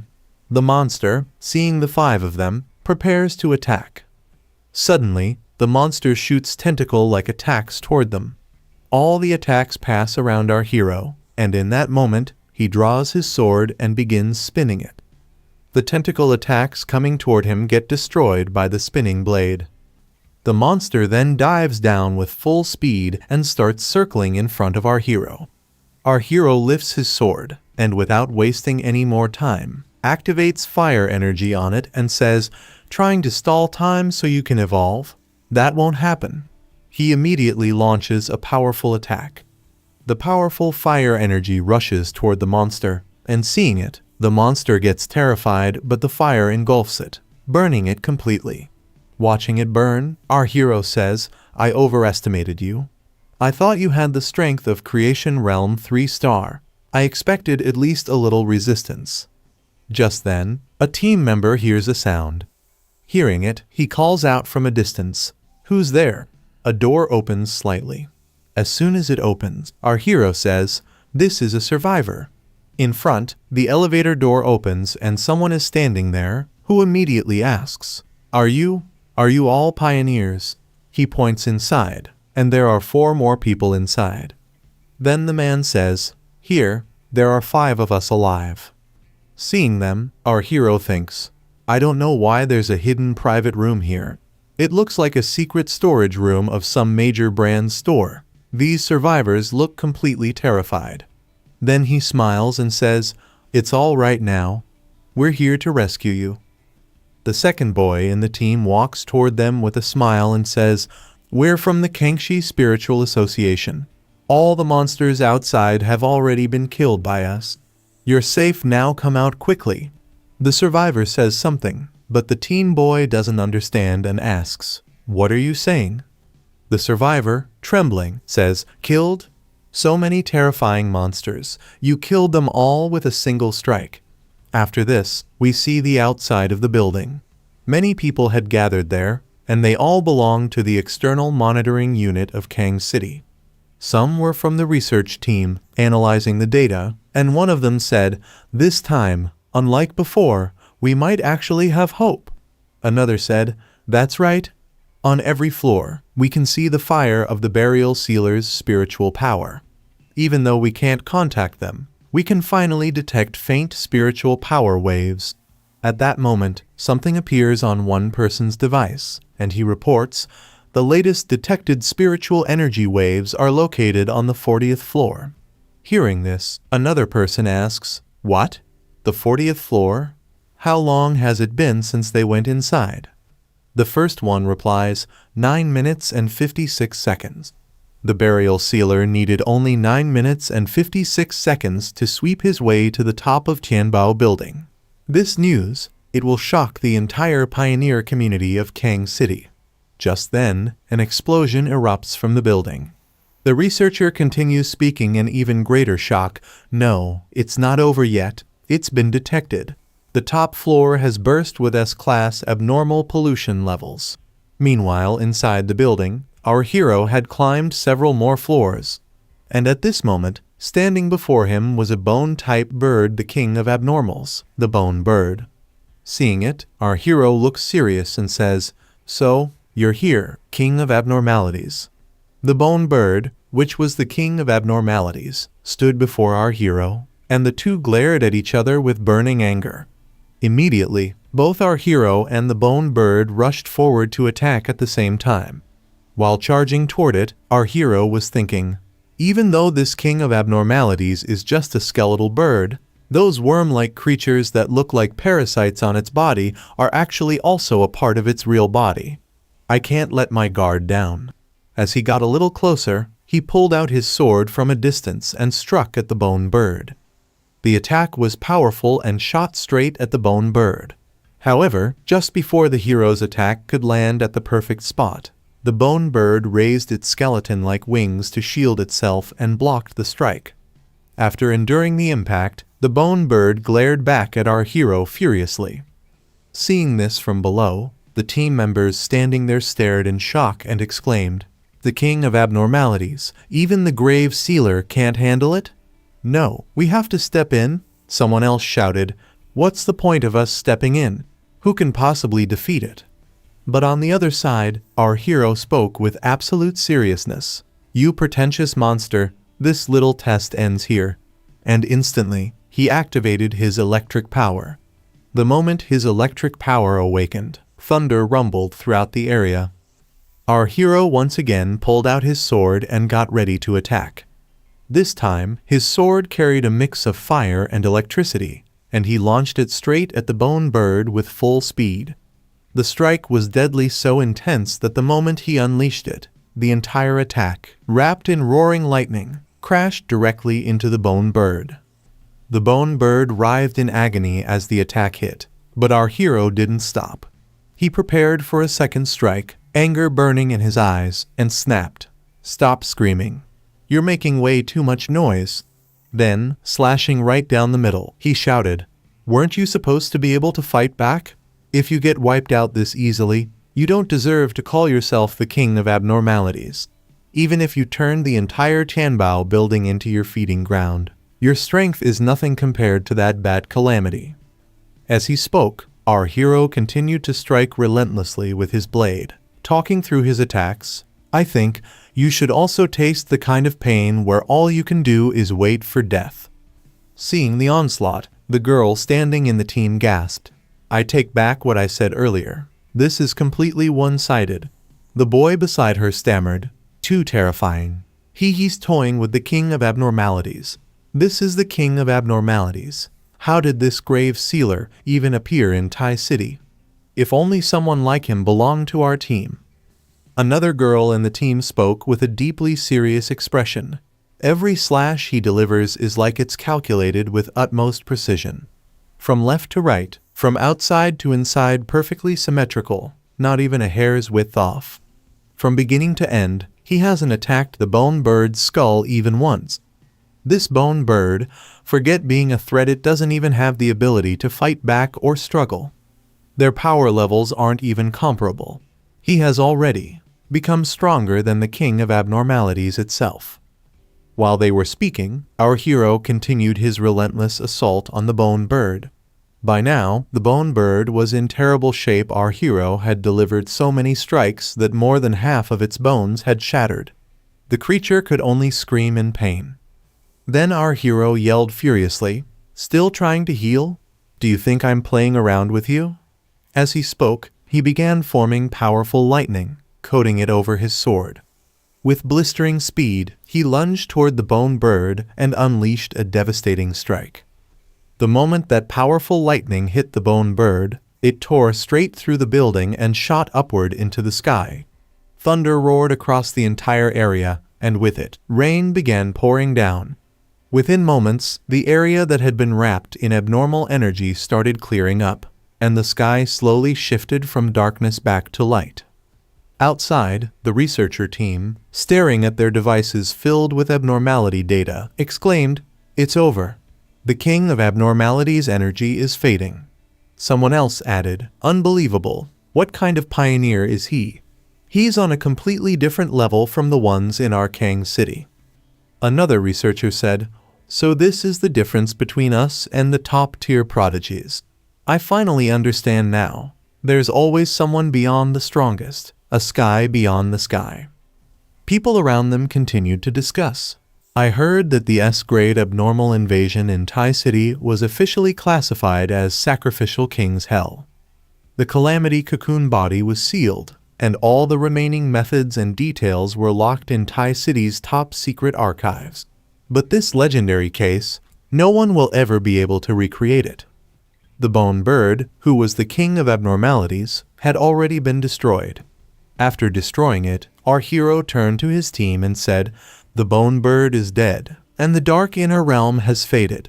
You can now contact the outside world and report the situation.' Hearing him, the team's girl immediately made a call and began reporting the situation anxiously. 'Calling, this is Song Yu. I am reporting the current situation. The Tianbao building incident has been successfully resolved, and all abnormalities have been eliminated. Yes, thanks to the Grave Sealer, we were able to complete the mission smoothly. We hope the Kang City Spiritual Association can cooperate with us and express their gratitude to Tai City and the Grave Sealer for their support.' Just as our hero was about to leave after finishing his work, the girl suddenly heard something from the other side of the call and, shocked, loudly asked, Kang City's captain? The one who was just elected today. What is he coming here for? Our mission is already completed. Why is he arriving so late? A voice from the other end replied, hesitant and nervous. It's because he heard that Tai City's grave sealer came here. We tried to persuade him not to cause trouble, but a strong and confident forerunner like him, he won't listen. Hearing this, the girl burst out angrily. What is wrong with you people? This mission was already transferred to the military zone, and the Star God Battle Zone invited Tai City's captain with full honor. We must be responsible for Tai City's captain. Right now, we need to escort Tai City's captain away. Kang City's spiritual association and their captain have unclear intentions. This is a provocation to the authority of the military zone.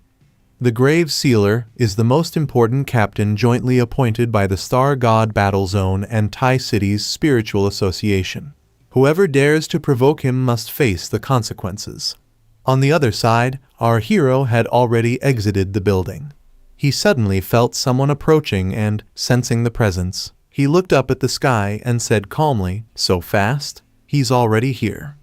Someone was descending directly from the sky at full speed, holding a sword and rushing towards our hero.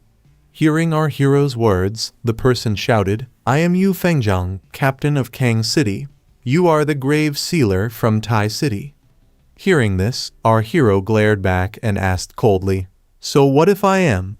Then, becoming completely serious, he thought, "A wind attribute forerunner? This is my first time encountering one.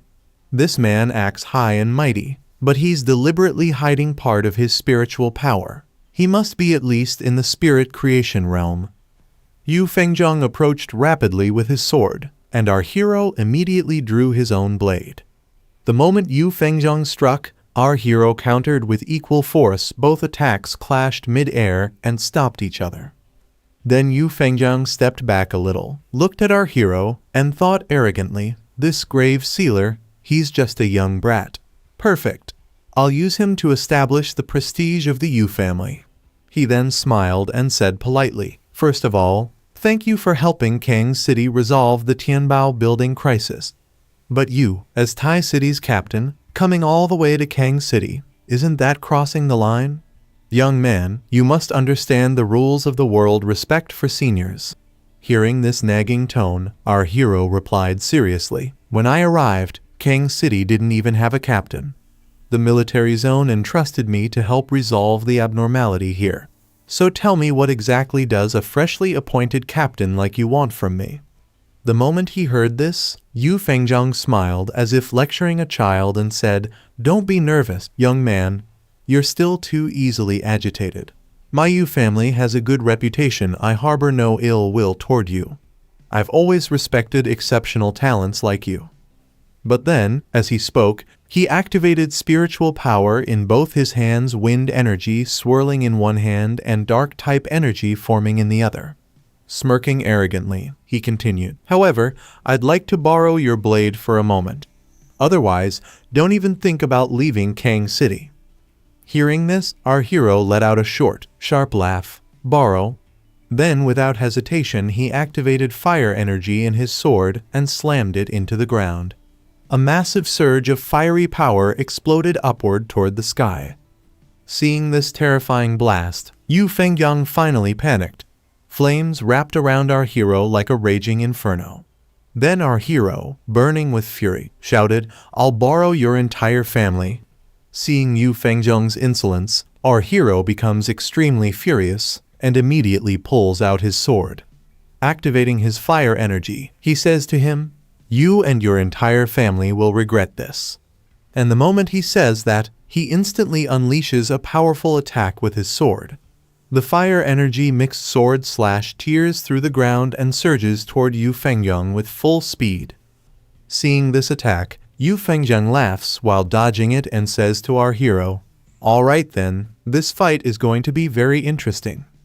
Meanwhile, the team that had been formed for this mission also rushes out of the building and runs toward the scene. One of the girls, shouting loudly, says, "As soon as the fight started, the nearby signal got disrupted again. We need to quickly inform the military district. You all should also notify your superiors and we need to send these survivors back. They all reach close to our hero, and he speaks in a completely serious tone. I'm giving you 10 minutes if you don't want to lose your captain. Hearing this, one of the boys in the team immediately asks our hero, "What do you mean by that?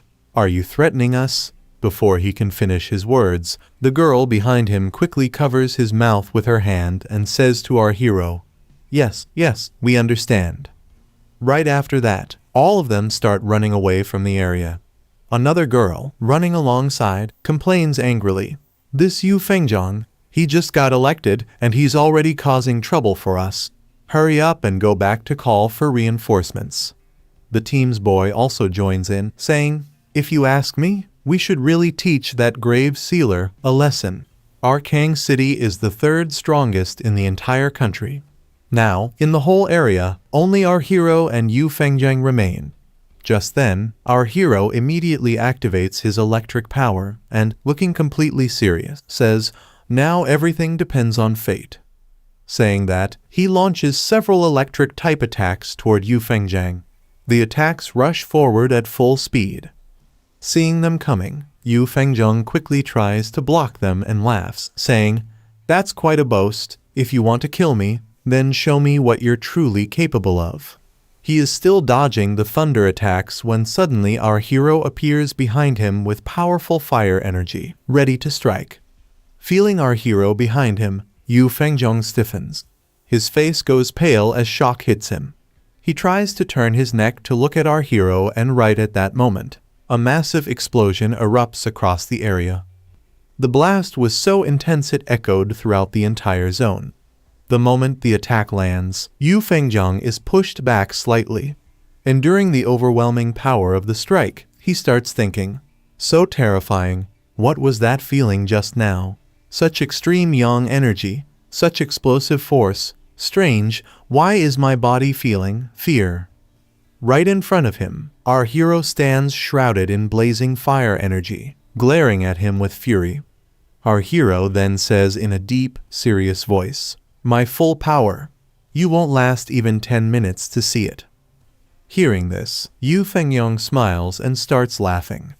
As expected, that blade is the new weapon secretly developed by the Spiritual Association. Our hero listens to him with a stern expression as Yu Fengjiang continues speaking seriously.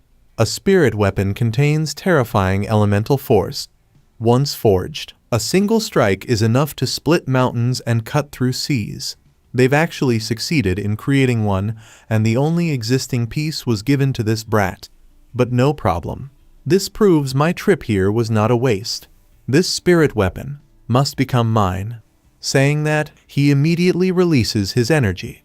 Purple light bursts out from his body as Yu Fengjiang laughs and continues, "This little brat, only at Spirit Forging Realm 2-star, better hand that blade over willingly.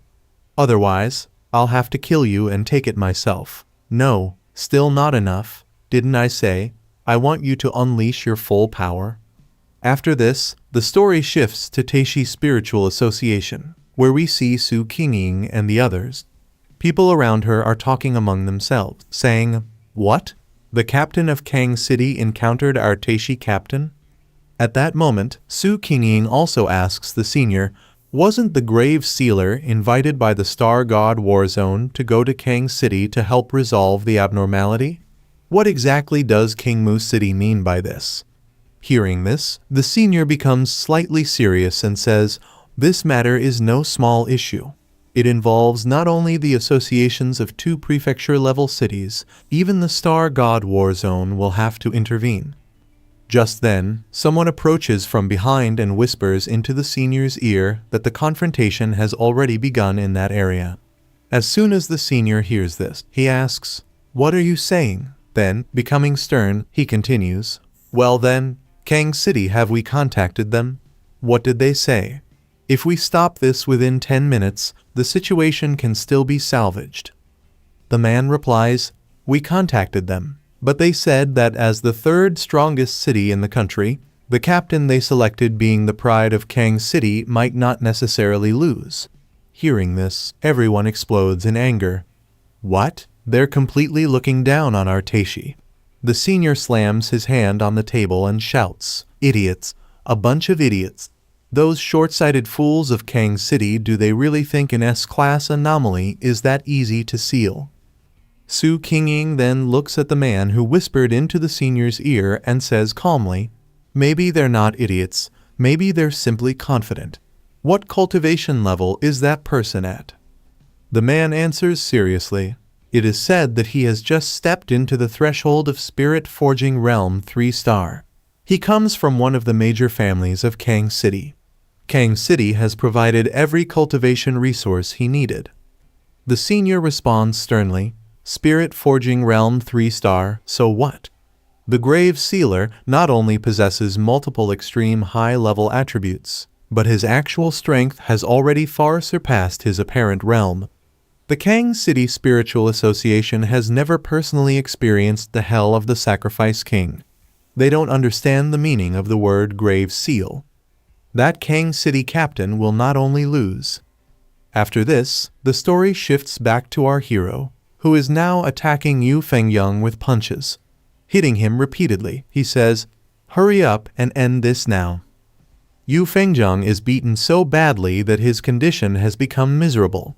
Blood drips from his mouth as he endures our hero's relentless attacks, dodging a few while thinking seriously, "What's happening?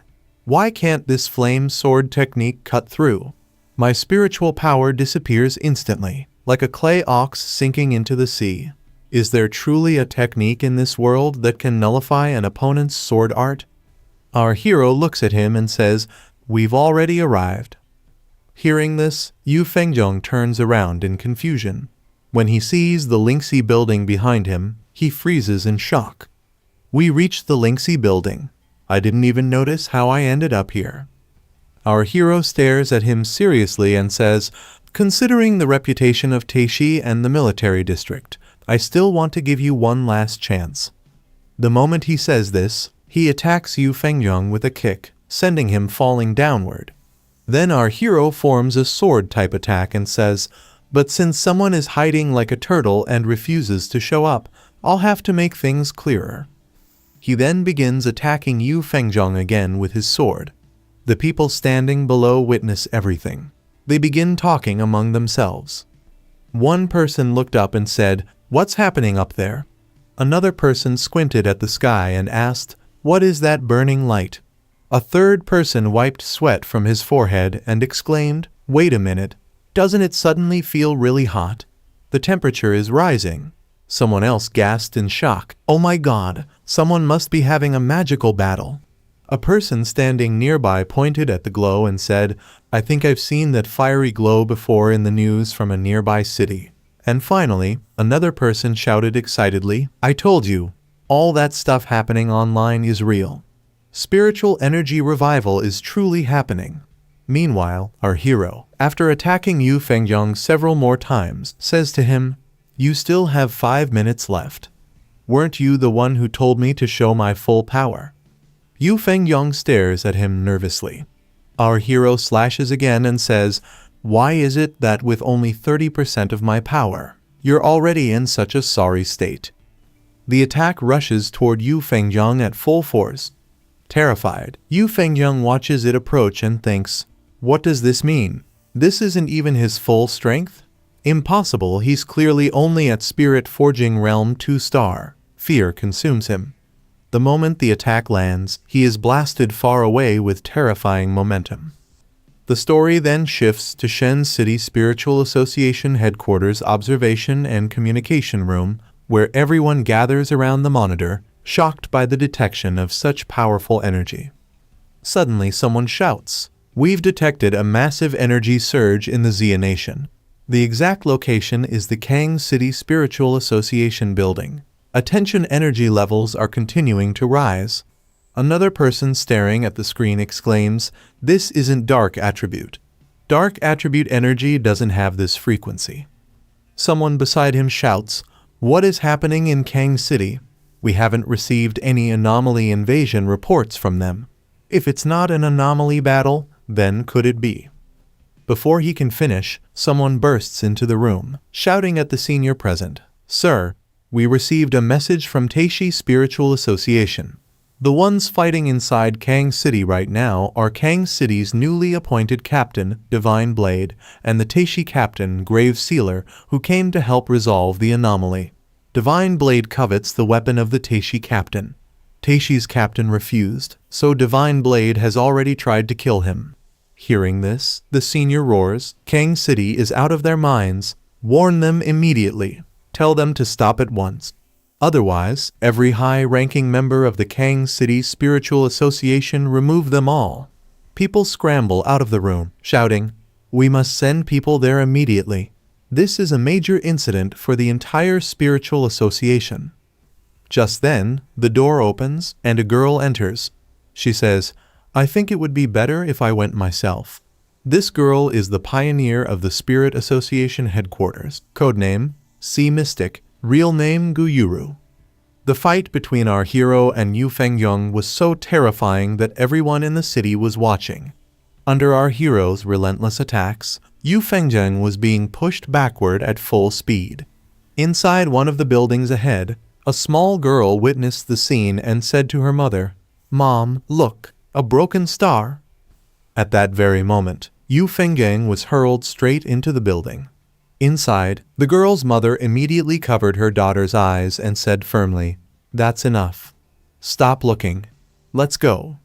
Just then, the woman's husband rushed in and said anxiously, "Kang City can't be stayed in anymore. We must leave immediately for Shen City. It should be safer there." Hearing this, the woman asked nervously, "Do you really think it's like what's spreading online? That the whole world is changing?" The family hurriedly abandoned the building and began fleeing. As they ran, the little girl looked back at the burning building outside and cried, "Mom, I'm really scared." Her mother held her tightly and comforted her. "Don't be afraid, baby. There will definitely be a way out." The husband shouted in panic, "Hurry! If we don't leave now, this building will collapse too." 1 minute before Yu Fengyong crashed into the building, he had been desperately trying to block our hero's fireball-like attack. However, the flames unleashed by our hero were far too powerful. They scorched Yu Fengyong's body, burning and injuring him severely. Blood flowed from Yu Fengyong's mouth as he screamed furiously, "Feng Zhangzh! Know when to stop, or else the Yu family will never let you go. The Kang City Spiritual Association won't let you go either." The entire area was glowing in blazing flames due to our hero's attack. Inside the Spiritual Association building, several members of the Kang City Spiritual Association began shouting in panic. "Feng Zhangzh, how can he be this reckless? He dares to attack the Kang City Spiritual Association. This is outright bullying with strength." Another shouted, "Quick, go support Captain Divine Blade. He can't hold on much longer." Someone else yelled urgently, "Captain Feng Zhangzh from Tai City, immediately stop these extreme actions near the Kang City Spiritual Association." Our hero stood right in front of the building. Someone pointed at him and shouted, "Divine Blade is the captain of Kang City. If you lay a hand on him, you're provoking the entire Kang City Spiritual Association." Another person yelled furiously, "We will never tolerate such behavior. Be prepared to bear the consequences." Hearing this, our hero spoke coldly, "So this is the attitude of the Kang City Spiritual Association." He raised his sword into the air, gathering fiery energy, and continued, "You ignore the captain who came from Tai City to provide support. Since both are captains, perhaps you believe your Kang City captain is stronger, so you didn't even bother stepping in to stop this." A gigantic attack had already taken shape. The people inside the building were utterly shocked. Our hero's flames engulfed more than half of the structure. Then, staring directly at Yu Fengyong, he said, "However, I'm afraid you've misjudged badly. With your level, you think you can take the blade in my hand?" At this moment, Yu Fengyong was gravely injured. Blood poured from his mouth, and he was gasping for breath. Our hero hurled his fire-wrapped sword toward him and declared, "Then try it. Let's see if you can catch it." Seeing the attack coming, Yu Fengyong burst into laughter. Laughing wildly, he said, "Do you know what's best for you? You really are sensible."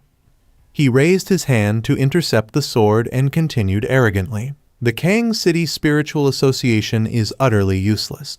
Such a powerful spirit weapon was actually developed by Tai City first. A treasure like this can only belong to me. Watching him laugh like a madman, our hero thought to himself, I will never understand the mentality of these so-called pioneers. Because they gain extraordinary power, they believe anything they desire can be taken through plunder and slaughter. In the end, these pioneers are no different from aberrations. When too many people like this exist, they become one of the key factors in humanity's destruction. And this Kang City Spiritual Association indulging such people and doing nothing must be dealt with. Then the attack struck. The moment it collided with Yu Fengjiang, it transformed into a colossal inferno. The massive attack crashed directly onto the Spiritual Association building, engulfing it entirely and destroying it. As the structure collapsed under the flames, our hero said coldly, I forgot to tell you this Tang blade isn't some spirit weapon forged by the Spiritual Association. It is my exclusive weapon, personally forged by me. It recognizes only one master me. Inside the collapsing building, people screamed and fled in terror. Some cried out, someone help us, save us. Others shouted in fear, oh God, did Captain Divine Blade die? Someone else screamed in disbelief, wasn't Feng Zhang only at Creation Spirit Realm 2-star? Others argued frantically, Yu Fengyang was a whole realm above him. Amid the chaos stood Wang Zhang, the head of the Kang City Spiritual Association.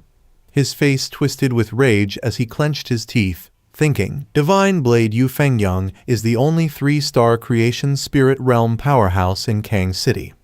With exceptional talent and concentrated resources, he would have touched the Vajra realm in just one more month. With his talent and his status as the inheritor of the Yu School Blade technique, he ranked among the top 5 captains in all of Xian Nation. Yet, he's completely no match for this Feng Zhang. Feng Zhang has long surpassed the level of an ordinary captain. This man possesses the power to slaughter an entire city. After destroying Yu Fengyang, our hero stepped forward with his sword, standing before everyone. The moment they saw him, people collapsed to the ground in terror. Wang Zhang also fell, trembling. The man beside him stammered, what do we do now? Is he really going to bury the entire Kang City Spiritual Association with him? Another begged in fear, Captain from Tai City, please show mercy. This was all our fault. At that moment, a helicopter flew into the area. The pilot urgently reported, a pure and extremely powerful Yang attribute energy detected ahead. The flames near the Kang City Spiritual Association are weakening and showing signs of extinguishing. Inside the helicopter stood a woman named Gu Yuru. Looking down at the scene below, she said solemnly, weakening? I'm afraid we're already too late. I can feel it. His strength is far beyond imagination. Could he really destroy the 3rd largest city directly? She immediately activated her water attribute power. Massive drops of water poured down from the sky like a torrential rain, crashing onto the burning building and gradually extinguishing the flames. As Gu Yuru suppressed the fire, she said calmly, he's already at a national level pioneer. Even so, this can be considered him holding back. Seeing Gu Yuru in the sky, Wang Zhang became ecstatic and shouted, look, headquarters has arrived. Hearing this, our hero looked up at the sky. Seeing Gu Yuru standing on the helicopter, he thought seriously, a water attribute pioneer. This pure power is far stronger than Yu Fengyang's. Among all the pioneers I've encountered, she's among the very best. Gu Yuru, staring at our hero, was equally serious. Such domineering and violent high-level fire attribute spiritual energy, yang attribute, heavenly flame attribute. What other power am I failing to see? No wonder he possesses city slaughtering capability. If he hadn't withdrawn the flames himself, my rainfall might not have extinguished the remaining fire. Her gaze then fell on our hero's spirit weapon, and she was visibly shocked. Wait, that Tang blade-style spirit weapon. The purity and fusion of its power based on my understanding of the Tai City Spiritual Association. Their weapon development is nowhere near this level. There's only one possibility. This weapon was forged by him personally. At that moment, Wang Zhong shouted angrily from behind. Was it really necessary to go this far? Feng Zhang. Headquarters has arrived now. How do you plan to explain this to us? Our hero replied coldly, I gave you 10 minutes. But after receiving the message, you never gave me any explanation. Turning slightly, he released his fiery energy and said with killing intent, so that means you also believe your Kang City captain deserved to die. And remember this, if you ever dare speak to me like that again, I'll kill you all as well. At that instant, Gu Yuru leapt down from the helicopter and told him to stop. Our hero stared at her seriously. Seeing this, Wang Zhong laughed inwardly, thinking, that's right.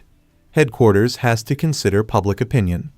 No matter how strong this Feng Zhang is, if a Tai City captain killing a Kang City captain can be brushed aside without consequence, won't captains everywhere lose faith? How would the associations be managed then? Gu Yuru faced our hero and said, it's nice to meet you. My name is Gu Yuru. Wang Zhong grew even more excited. What's more, the Kang City Spiritual Association has been destroyed to this extent, and this Feng Zhang is still being arrogant.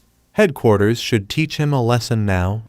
Gu Yuru then said solemnly to our hero, I am also from the headquarters, the Sea Mystic. This incident was the Spiritual Association's failure. She then bowed deeply and said, I sincerely apologize. Headquarters will give you an explanation. Our hero watched her silently, his expression unreadable. Wang Zhong froze in shock, utterly confused, unable to understand what had just happened. Seeing the person sent from headquarters apologizing to our hero, Wang Zhong is extremely shocked. His body starts trembling, and in disbelief he thinks to himself, what? The Sea Profound One is apologizing to him? Meanwhile, Gu Yuru is still standing in front of our hero with her head lowered in an apologetic posture, thinking to herself, this negotiation represents the headquarters' attitude toward the burial sealer. Appeasement, reconciliation, rewards, there must absolutely be no more conflicts. As for the Kang City Spiritual Association. At the same time, the people of the Kang City Spiritual Association are utterly stunned by this scene. The two people standing beside Wang Zhong are terrified. One of them says in disbelief, is it really over just like that?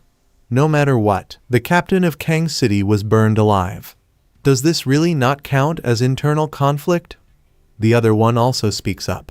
The headquarters representative didn't even question responsibility and is even saying they'll give him an explanation. Standing between them, Wang Zhong watches all of this in extreme fear, completely shaken. Our hero is also silently observing the scene. After apologizing to our hero, Gu Yuru walks toward the organization members. As she approaches, she thinks to herself, their dissatisfaction doesn't matter.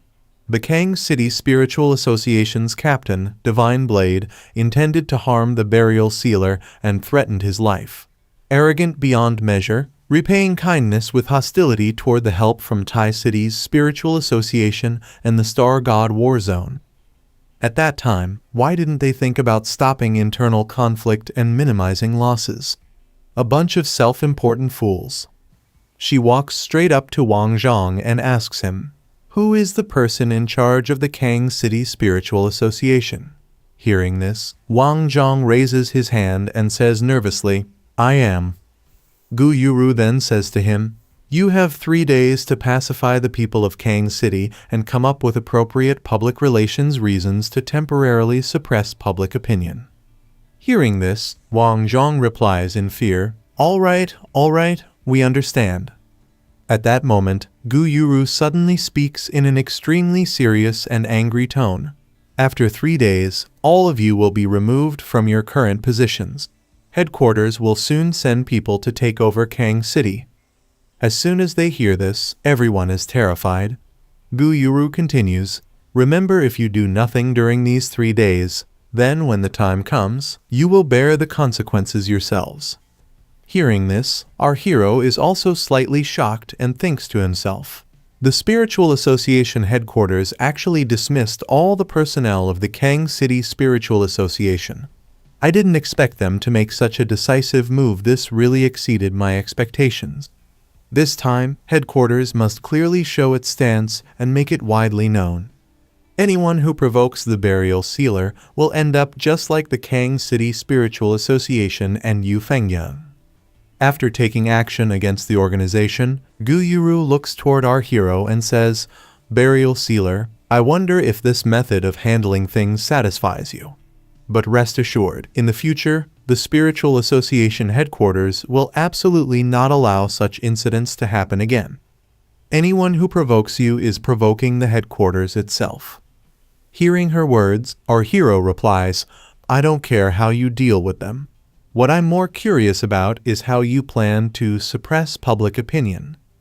Gu Yuru then says, "Are you wondering whether public opinion in Tai City and Kang City regarding the spiritual energy revival can still be suppressed? Right now, extraordinary events are occurring frequently across the world, and disasters caused by anomalies are continuously emerging. In truth, many people have already guessed most of it. But the reason it hasn't been made public is because the time isn't right yet." She continues, "If it were made public now, the world situation would change instantly. Chaos would begin from within and rapidly shatter the fragile surface that is still being maintained.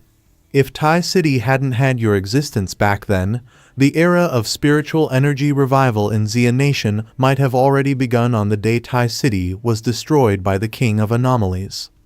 She adds, "Or if it weren't for Elder Wu of the Star God War Zone, we would have entered the spiritual energy revival era even earlier and faster, catching all ordinary people completely off guard." Listening to this, our hero thinks seriously. So that's how it is. A small group falling into chaos is better than everyone falling into chaos together. As he recalls his own people, he continues thinking, "If we want to continue maintaining the illusion of equality and peaceful livelihoods, we need those pioneers who, after the spiritual energy revival, can stand above billions of ordinary people to face the crisis head-on." He thinks further, "No wonder many pioneers are eager to move and want to create even greater chaos." Xia Nation's strong insistence on suppressing public opinion not only restrains pioneers from causing conflicts, but also limits the spread of anomalies. It also allows ordinary people to transition smoothly into the spiritual energy revival era. However, without sufficiently powerful pioneers working together, this simply cannot be achieved. After thinking through everything, our hero looks serious and says to Gu Yuru, "It seems that it truly has reached a point where delay is no longer an option." As he says this, he thinks again, "At my current spirit creation realm level, although I've already resolved one natural disaster and bought Tai City some time, it's still far from enough." Hearing his words, Gu Yuru says, "You still have matters to attend to, don't you? We will arrange a dedicated aircraft to send you back to Tai City. However, I would like to trouble you for a moment longer. What follows is my personal request and does not represent the Spiritual Association headquarters." Then, smiling while thinking seriously, she thinks to herself, "So young, yet possessing the power to destroy a city, and also having the character to shoulder great responsibility. Tai City having such talent is truly enviable. I'm really very curious." Our hero then says to her, "See, profound one, there's no need to be polite. Please speak." Gu Yuru extends her hand toward him and says, "In the name of Gu Yuru alone, not as the Sea Profound One, I would like to befriend you. May I?" After this, the story shifts to the Star Gold War Zone, where we see Galen. She is visibly tense. A military officer standing in front of her reports the situation, explaining that the events unfolded exactly as described and that everything happened just like that. The moment Galen hears this, her tension spikes. She suddenly stands up in anger, slams her hand on the table, and says furiously, "This is utterly absurd. The entire spiritual association of Kang City is so foolish and short-sighted." She then turns extremely serious and continues, If this goes on, Kang City's strategic position will keep declining. The Spiritual Association headquarters should take over as soon as possible. Otherwise, in the cruel future of spiritual energy revival, Kang City will collapse completely and fall out of the front ranks. An incompetent commander can exhaust an entire army. Hearing this, the person standing in front of Galen responds, "The Spiritual Association headquarters should still be reliable, especially the Sea Profound one. They might even be trying to poach your talent, so shouldn't we also show some sincerity?" Listening to this, Galen says with tension in her voice, "That's only natural. The compensation for the burial sealer absolutely cannot be lacking. At the very least, it must not be inferior to what the Spiritual Association headquarters offers. Also, the original reward for assisting Kang City this time should be doubled for him." The man smiles and says, "I have to admit, I admire the burial sealer's strength and personality. Decisive in killing, yet balanced in control, this is exactly the kind of person suited to lead a city. I think this reward suits him best." As he finishes speaking, he places several envelopes on the table. The moment Galen sees the envelopes marked as from the secret restricted area, a smile appears on her face. She smiles and says, "If I didn't truly know that you appreciate him, I'd think you were deliberately making things difficult for him." The man laughs and replies, "Crisis and opportunity coexist. Only he is worthy of cultivating there. Besides, our war zone also has a genius in seclusion inside. In the future, things far more terrifying than the sacrificial king's hell will continue to appear, one after another, each capable of destroying humanity's existing beliefs." He continues, "Letting the burial sealer advance quickly is the only way for him to grow in the coming darkness and reach an end we ourselves cannot see." Hearing this, Galen picks up one of the envelopes. As she opens it, she says, "You're right. Perhaps even our cultivation forbidden zone will be too simple for him." At that moment, as the two are talking, the door suddenly opens. A secretary rushes inside, calling out Galen's name loudly and saying, "Elder Wu has awakened and wants to speak with you." The moment Galen and the man hear this, both of them are stunned. A few hours later, the story shifts to Tai City. Our hero has already returned to his house. At this moment, he is scrolling through chats on his phone. He first checks the balance in his bank account. Just then, Lin Yi walks into the room and says, "Cousin, you're finally back. I saw everything on the forum over in Kang City." She walks over and sits beside him. Our hero places his hand on her head and says, "It's nothing serious. Don't worry too much."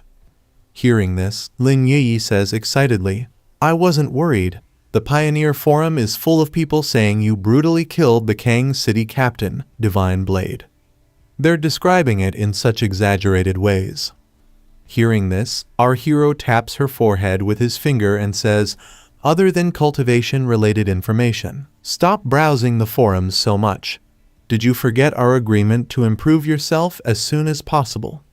After saying this, he stands up and starts walking away, saying, "All right, I'm going to cultivate and try to break through." Yi hears this and says in shock, "Why, you just broke through not long ago, didn't you?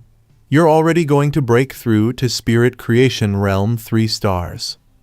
Our hero replies that it isn't necessarily true.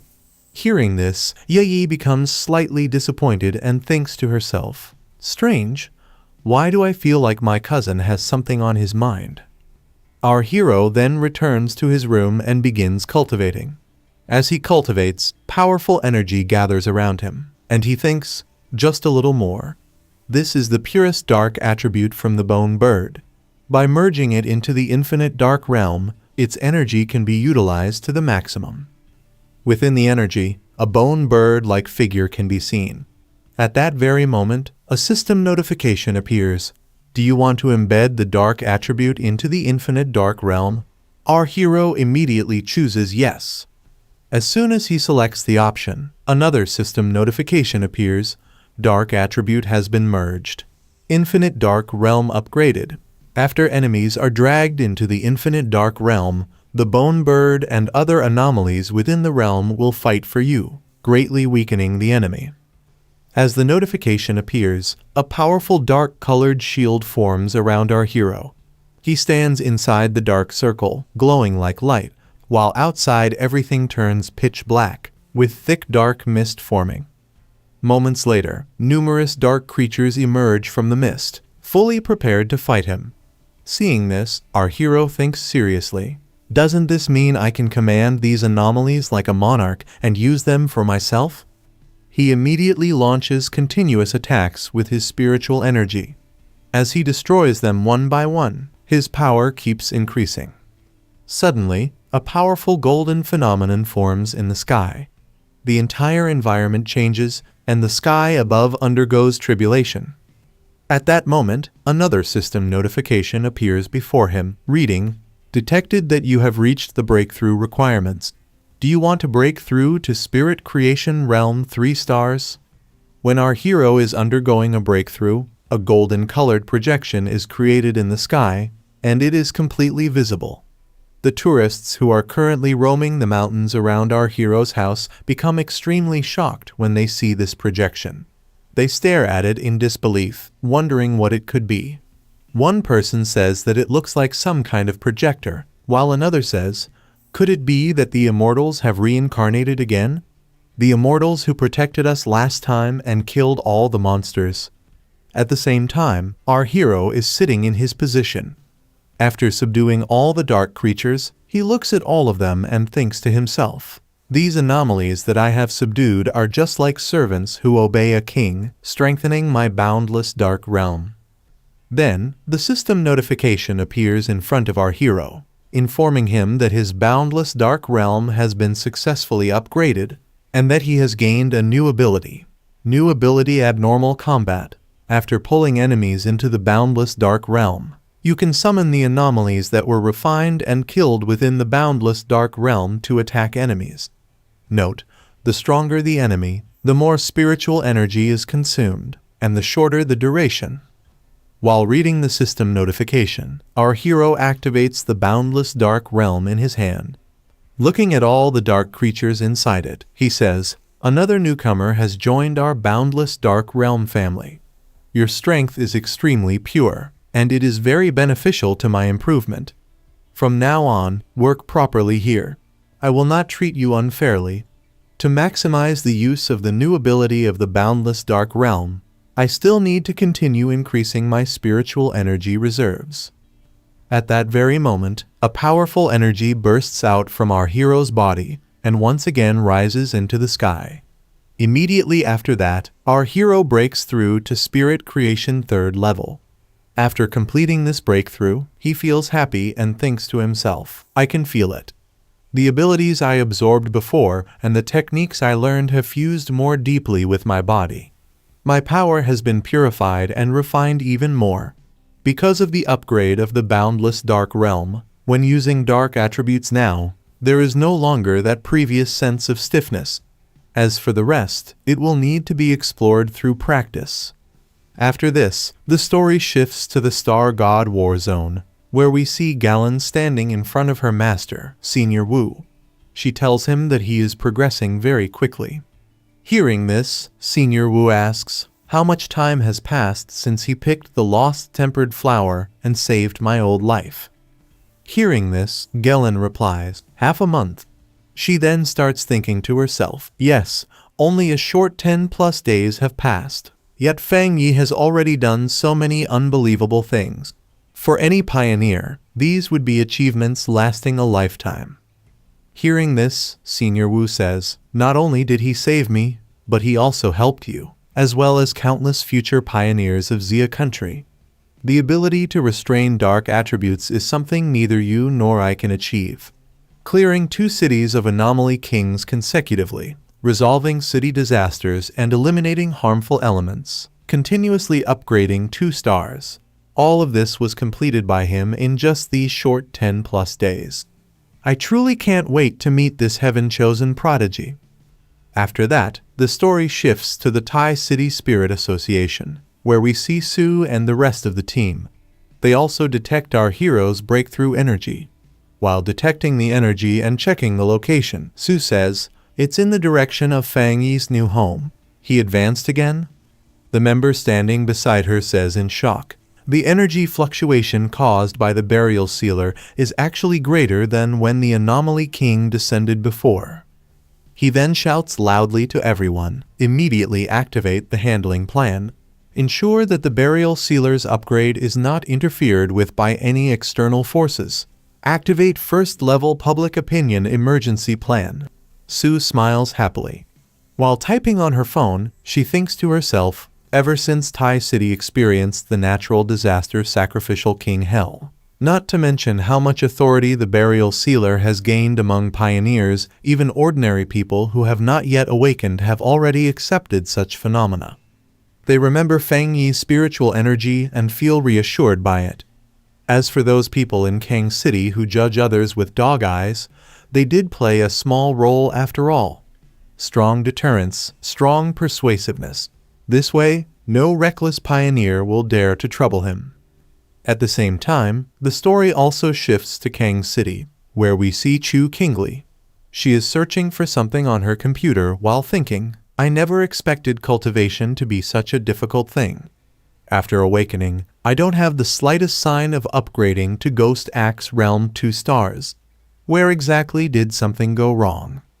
She continues thinking, "These pioneers are a bunch of mediocre people with no insight. They can't find any information at all, or they simply don't reply." After obtaining some other sources, she says coldly, "I'm afraid they are completely unfamiliar with the burial sealer and can't even establish contact." She then becomes serious and thinks again, "If only I could meet him in person.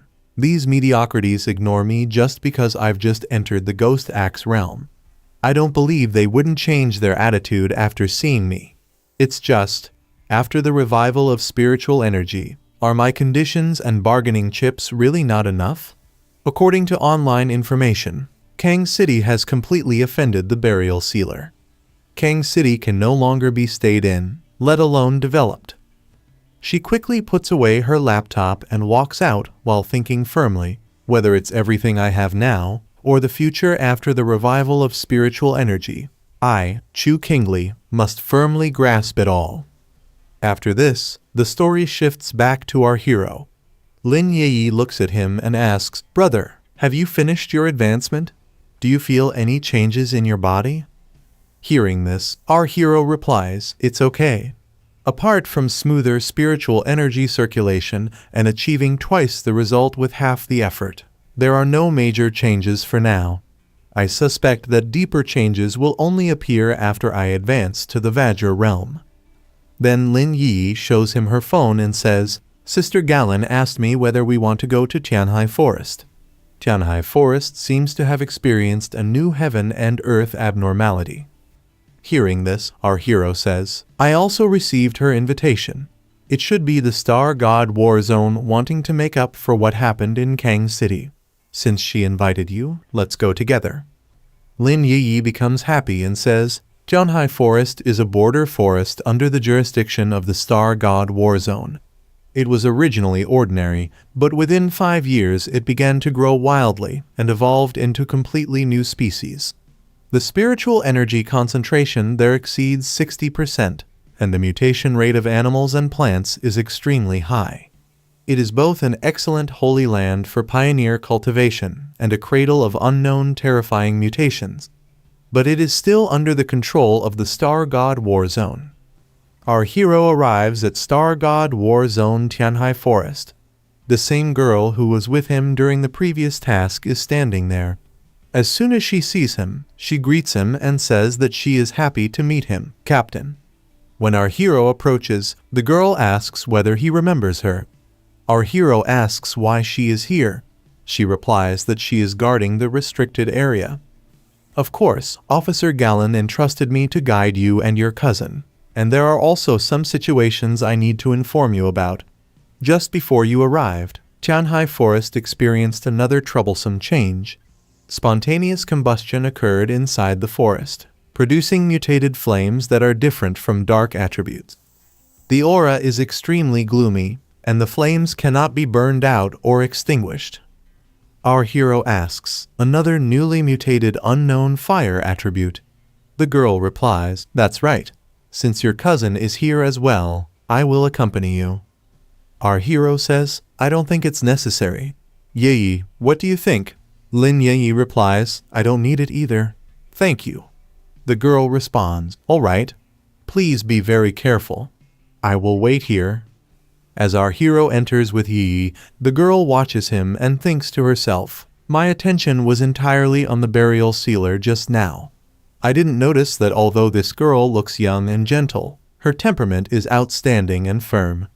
The spiritual energy flowing from her is extremely strong. Her talent is even above mine. What did these siblings eat while growing up? Why are they both so monstrously talented? Our hero moves deeper inside. When he enters further, terrifying flames fill the area, extremely fierce and violent.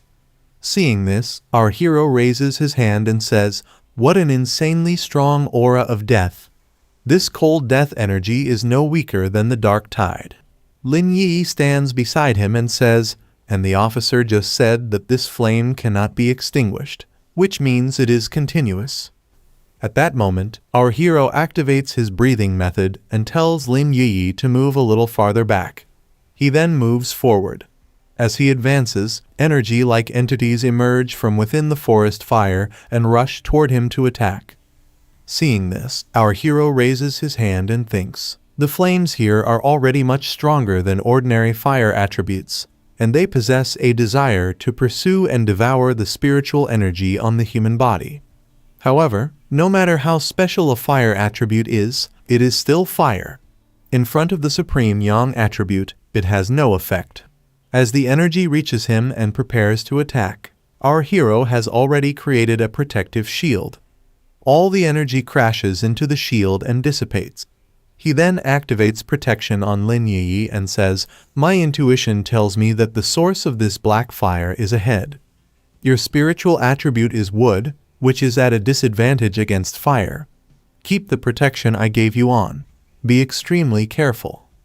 He then draws his sword and attacks the direction from which the energy came, destroying the energy source. Moving forward, he looks into a cave and prepares to enter. As they advance inside the cave, Lin Yi says fearfully, the death energy is even heavier than before. Hearing this, our hero says, this is magma. As they go deeper, the cave is completely filled with magma. At that moment, the system notification appears before our hero, detected a major heaven and earth transformation phenomenon. Preliminary detection indicates dusk fire attribute fluctuations. When our hero sees the magma inside the cave, he immediately walks closer to it. He reaches out with his hand and touches a flowing stream of magma. The very moment his hand makes contact with the magma, system notifications begin to appear before him. The first notification informs him that he has obtained the Twilight Attribute Technique, which belongs to the Twilight God realm. Immediately after that, a second notification appears before him, stating that it can devour surrounding attribute energy and strengthen the Yang attribute based on the absorbed power. After reading these notifications, our hero grows serious and begins thinking deeply. He mutters to himself, wondering if this is a fire attribute similar to the desolate attribute, one that is extremely targeted and specifically feeds back to enhance the Yang attribute. While he is carefully observing this energy, another notification suddenly appears before him, announcing that he has obtained a new ability called Death Brand. A warning follows immediately, stating that this ability has special attributes and should be implanted with extreme caution. Our hero is completely confused about what is happening when yet another notification appears. It states that the ability grants infinite deaths, and after being killed by someone, the death brand will be imprinted into the opponent's body. The effect of this imprint causes the opponent to lose the pain and fear of death and fall into endless cycles of death. After reading all of this, our hero becomes even more serious. He continues reading and realizes the effects carried by the death brand. The first is Yellow Springs Flame, where flames from all directions of heaven and earth endlessly burn the person marked with the death brand. The second effect is Death Collapse, which carries intense poison and, as the name implies, brings invasion and curses of death, causing the body structure to collapse endlessly. The third effect is hellish vision, where the gates of hell open for the branded individual, and the evil spirits of hell line up to escort them to their burial. Our hero thinks to himself, "Infinite deaths. This ability is indeed powerful, but it may not be suitable for me right now. The price is too great. This side effect of death is not something I want." He then scrolls through the system interface and makes a decision. He commands the system to retain the death brand ability, but not learn or implant it for now. At this moment, Lin Yi is watching our hero closely. A powerful magma shield has already formed around him, and he stands within it while absorbing this immense power. Seeing this scene, Lin Yi feels happy and shocked at the same time. She thinks to herself that her cousin actually managed to subdue flames that are like hell itself. She wonders if this means he has gained yet another attribute ability. She continues thinking about how many different attribute abilities he already possesses, finding it completely unbelievable. As our hero finishes absorbing the spiritual energy, he becomes serious again.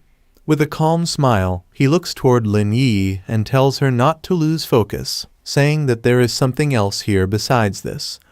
The moment Lin Yi hears this, she immediately turns around and sees a dragon standing behind her. Seeing the dragon, she becomes slightly frightened. Instantly, our hero rushes forward at full speed, sword in hand, and positions himself in front of Lin Yi. He calmly tells her that it is not a dragon, but merely a mutated lizard, saying that at best it can only become a slightly larger four-legged insect. Then, our hero activates his twilight energy and laughs as he says that this is perfect timing to test his newest ability, the Twilight Flame domain. The moment the dragon sees this, it quickly opens its mouth and launches a fire-type attack toward our hero. Seeing the attack rushing toward him, our hero immediately swings his sword forward and releases his own attack. Both attacks collide violently in midair and explode instantly. The impact is so powerful that the entire cave is blasted apart in a single shockwave. The force of the explosion is immense. The guards standing outside are completely stunned by what they witnessed. A girl standing outside feels the overwhelming pressure and urgently says that something has gone terribly wrong inside and that backup must be called immediately. Beside her, another man is monitoring the situation through his device. The spiritual energy readings on the device skyrocket, causing him to panic. He hurriedly agrees and quickly sends out a signal from the device. The signal travels directly to the War God Zone, where Galen is present along with many other people. A warning voice echoes from the system, announcing that a new mutated life form has been detected in Tianhai Forest. The spiritual energy concentration has increased by 1000%. The danger level is classified as S rank, and the abnormality level cannot be calculated for now. At this moment, Senior Wu is standing beside Galen. After seeing the spiritual warning signal, Galen says with concern that this timing is extremely bad. She notes that the spiritual energy in Tianhai Forest had been stable for a long time, yet something like this happened precisely when the Entamer entered to cultivate. Senior Wu, standing next to her, speaks as well. He says that although he trusts the hero's strength, they should still go and check the situation personally. Immediately afterward, both of them depart at full speed, heading straight toward the direction where our hero is located. They soon arrive near the hero's area and land heavily on the cave where he is inside. The girl responsible for security is shocked when she sees how fast they arrived, thinking to herself about that terrifying speed and realizing that this must be the power of a Vajra realm expert. She thinks that while the Entamer is someone whose strength alone can trigger phenomena, Elder Wu is someone who doesn't even need to mobilize spiritual energy. With just a simple movement, he can shock all pioneers with his low-key yet profound power. In just a few seconds, they accurately locate the position and arrive at the scene. This level of teleportation ability can only be described as flawless mastery. As the two continue moving forward, they reach the cave entrance. Senior Wu raises his hand and says that this is the place. In a single motion, he uses his power to throw aside the massive stones blocking the cave and begins moving inside, saying that they should go in. Meanwhile, inside the cave, the attack our hero launched at the dragon was extremely powerful. In order to protect Lin Yi, our hero had created a protective barrier around her. Even so, Lin Yi was still affected by the pressure of the impact. She could not see anything clearly. Looking toward the light ahead, she anxiously called out, asking, "Brother, are you okay?" After completely finishing off the dragon, our hero replied calmly, "I'm fine. But it seems someone wants to have a conversation with us." The moment our hero says this, Senior Wu suddenly appears in front of him in a single flash. Our hero immediately turns serious and looks at him intently. Senior Wu then speaks, saying, "You are my lifesaver, the Intamer, aren't you?" Seeing Senior Wu act like this, Galen becomes slightly startled and nervously calls out her master's name. At the same time, Senior Wu's gaze shifts past our hero and lands on the dead dragon lying on the ground. Looking at it, he says, "Intamer, did you truly grow to this level all by yourself?" This mutated lizard was on the verge of completing its evolution. Once it transformed into a dragon, it would have surpassed the spirit creation realm and reached a level equivalent to the Vajra realm. Judging from its wounds clean, sharp, and precise, you killed it instantly with a single strike. He then begins thinking to himself, "Strange, on this young man, I sense twilight fire energy similar to that of a half-dragon, and it was extremely pure. Could it be that the warning detected earlier was?" At this moment, Galen steps forward and asks our hero, "Did you resolve it again?" Hearing this, our hero responds honestly, "The truth is, I directly finished it off." Hearing this, Galen is shocked and thinks to herself, if this half-dragon had successfully broken through, it would have possessed Vajra realm level power. And yet, the war zone had never detected its existence before. If it weren't for the Intamer, the consequences would have been unimaginable. Our hero then looks towards Senior Wu and says, "So it really is you. Elder Wu, there's no need to be so polite. I'm truly happy that a senior like you has recovered." After hearing this, Senior Wu laughs and replies, "Ha ha, and how could I not feel the same? With such a powerful junior like you, I can finally retire with peace of mind. Since you've already killed this half-dragon, may I ask you to help us keep this matter confidential? Please don't let anyone outside Tianhai Forest know about its existence, including the Spirit Association." Our hero grows serious and begins thinking deeply. So that's how it is. Tianhai Forest may look like a mutation and cultivation zone under the jurisdiction of the Star God War Zone, but in reality, as the area with the most frequent spiritual energy fluctuations, anything could appear here. The things that emerge here might be even more abnormal than the dark anomalies of the extreme dark zone. The Star God War Zone must be bearing greater responsibility and doesn't want to place an even heavier burden on the Spirit Association. After thinking this through, he speaks seriously and says, "No problem. The Twilight Fire attribute I absorbed just now mainly focuses on devouring, which is extremely similar to the legendary Touty. That lizard earlier also absorbed Twilight Fire and was able to mutate into a half-dragon.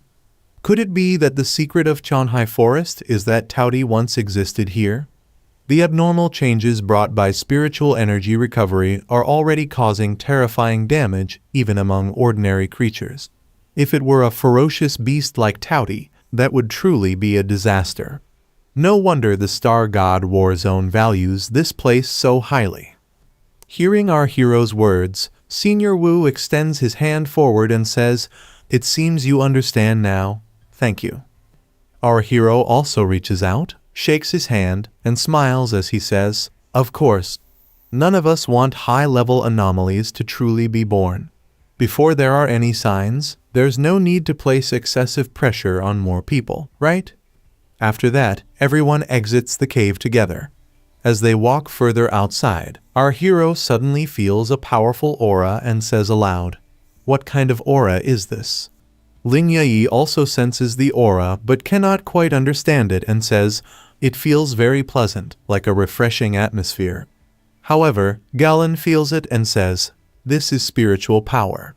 At that very moment, a figure appears before them, slowly advancing through towering bamboo trees. And after only a short moment, Baisu, the wood attribute vanguard of the star god Warzone, appears before them. Everyone present becomes happy the instant they see him. One member, sensing his aura, looks at Baisu and says in surprise, "Isn't this Baisu's aura?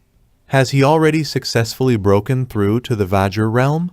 Seeing this, the girl also says excitedly, "That's great!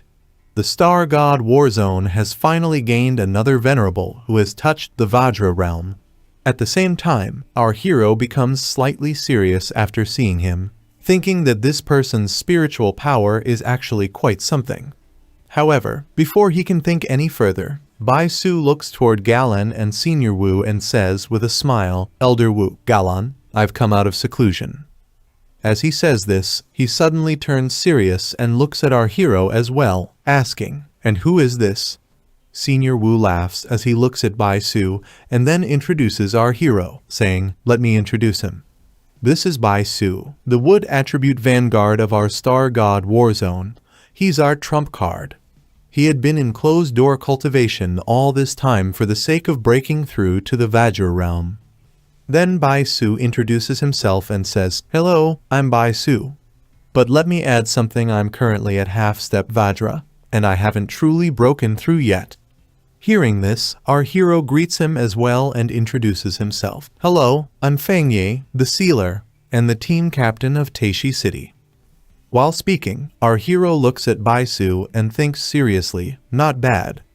This man's spiritual body is transparent and thoroughly nourished, flowing through his entire body.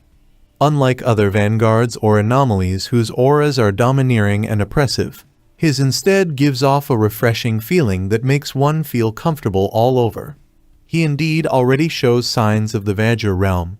Compared to my current strength, he seems to be not far behind.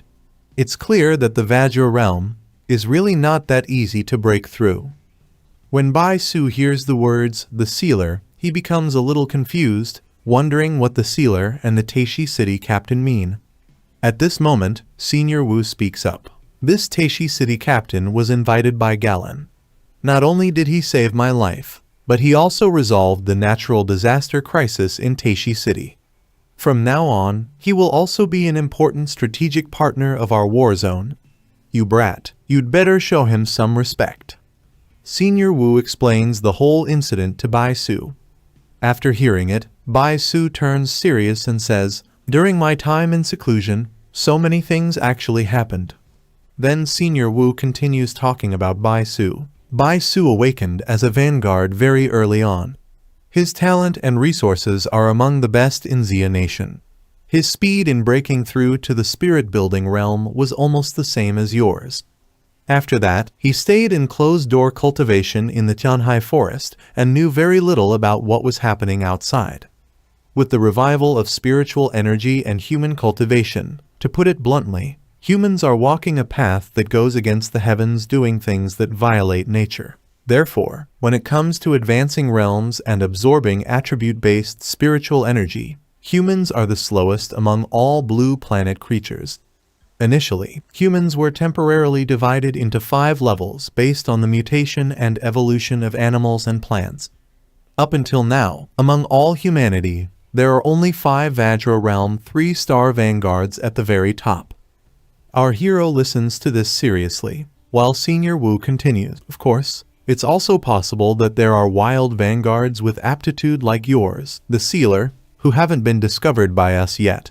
But such people are truly as rare as phoenix feathers and killing horns, and they can hardly advance any further. As time passes and spiritual energy becomes denser, the difficulty for vanguards to cultivate and break through will decrease. However, the Vajra realm is still an insurmountable chasm. Countless vanguards have fallen one after another trying to break through, and some have even lost their lives during the process. But once someone reaches the Vajra realm, their entire being undergoes a tremendous transformation. It can be said to be a complete rebirth. They become infinitely close to the legendary state of transcendence and ascension spoken of by the ancients. The spiritual energy infusion becomes far more transparent and smooth. Baisu safely reached half-step Vajra, and his attribute power did not go berserk. Instead, it became gentler and more harmonious, benefiting both himself and others. That is already very impressive. I am deeply gratified. As soon as Senior Wu finishes speaking, Baisu laughs and says, I think this sealer is also extremely powerful.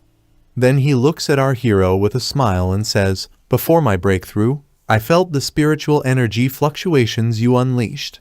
Because of that influence, I managed to break through to half-step Vajra. So, I really want to spar with you. How about it? After that, the spiritual energies of the two begin to collide with each other. Upon hearing Baisu's words, our hero becomes serious and thinks, this Baisu is humble in character, yet his battle intent is not lacking at all. In some sense, we're quite similar. One could even say that from him, I can feel the aura of someone of my own kind. Then our hero smiles and says, I have no problem with that. As soon as the two prepare to fight, everyone present quickly moves far away. Senior Wu steps forward as the referee and says, since that's the case, I'll take it upon myself to act as the judge this time. You two may spar, but stop before going too far. As the duel is about to begin, both of them activate their spiritual power. The instant Baisu and our hero activate their spiritual energy, a massive explosion erupts in the area, leaving everyone stunned. Seeing this, the girl from the team immediately exclaims, Baisu has come out of seclusion, and the moment he does, he's fighting the Teishi City captain. Damn, a clash between two monsters. I'm getting excited just watching this. Senior Wu also thinks seriously, one is a suddenly rising new star gifted by heaven in Teishi City, and the other represents the star god Warzone. In this spar, who will gain the upper hand? At this moment, Baisu activates his wood attribute, causing an enormous amount of wood-based spiritual energy to gather in the area. Seeing this, our hero thinks, a wood attribute vanguard is naturally extremely compatible with plants, able to command them and stimulate their growth. Immediately after, our hero activates his thunder attribute and continues thinking. Baisu's spiritual power has already reached perfection. He has developed his ability even further. He can forcibly create a plant army. Naturally, he can also catch opponents off guard in battle and manipulate any plant to launch a lethal strike. As soon as he finishes this thought, he launches thunder-type attacks toward Baisu. However, several wood roots suddenly come from behind to attack our hero. Seeing this, our hero thinks seriously. This entire Tianhai forest is his home ground.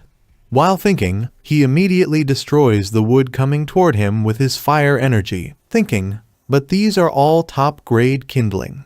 However, none of the burning plants are completely reduced to ashes. Seeing this, our hero looks at Baisu and asks, are the plants under your control non-flammable? Baisu answers seriously, that's right. Wood attribute is indeed very disadvantaged against fire attribute in battle. But now, my plant army cannot be suppressed by fire attributes.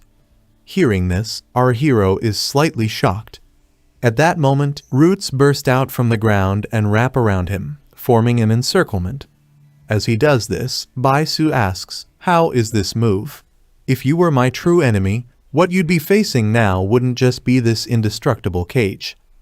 Trapped within the roots, our hero places his hand on them and thinks seriously, amazing.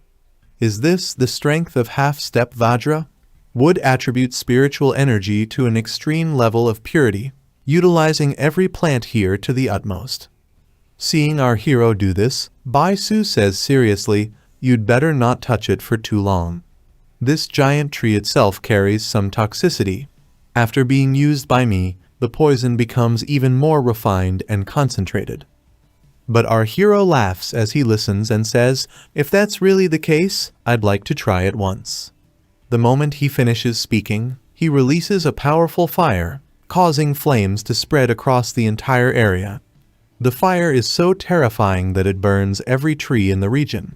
Bai Su is utterly shocked upon seeing this, unable to believe it's possible. At this moment, the entire forest is engulfed in flames, and Bai Su thinks in panic. Plants reinforced by my spiritual power shouldn't be burnable by any fire attribute's spiritual energy. What kind of terrifying power is this? At that moment, our hero appears behind him with his sword and says, "You seem distracted." The instant Bai Su senses our hero behind him, he quickly dodges the attack and retreats a short distance, thinking nervously, how is this possible? He's clearly only at the spirit-building realm 3-star. But his abilities don't seem inferior to mine at all.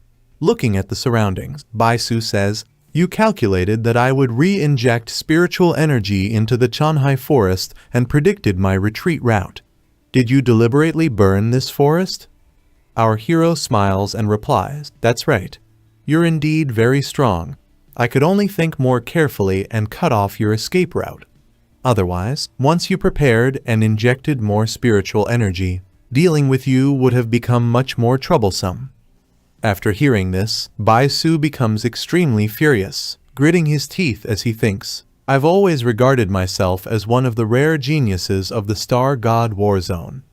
The Tianhai Forest, which ordinary vanguards fear, is an unparalleled aid to my cultivation. He's clearly at the same realm as me, yet his mind is so meticulous. Even on my home ground, he doesn't fall behind at all. Now that I've reached half-step Vajra, I cannot lose." Then he lets out a maniacal laugh and says, "Fine then, let's take this step as well." Immediately, he places his hand on the ground and activates the roots, releasing them toward our hero. Seeing the roots rushing at him, our hero becomes slightly serious. At the same time, when Senior Wu and Galen see this, they rush toward them and shout loudly, "Bai Su, have you lost your mind? Creating another wood attribute Chanhai Forest will drain all the spiritual power from your body." Seeing himself on the verge of defeat, Bai Su releases his full power in an attempt to stop our hero.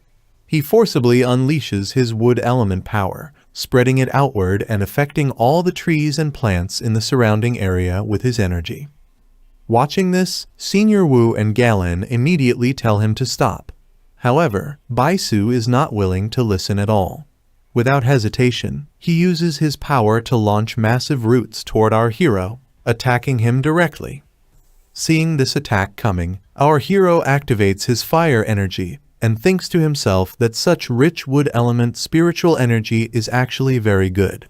Then, looking towards Senior Wu, he says, "Old man Wu, Galen, the competition isn't over yet. Leave this to me." Hearing our hero's words, Senior Wu calms down. At the same time, our hero, with fire energy activated in his hands, destroys Bai Su's attacking roots while advancing toward him.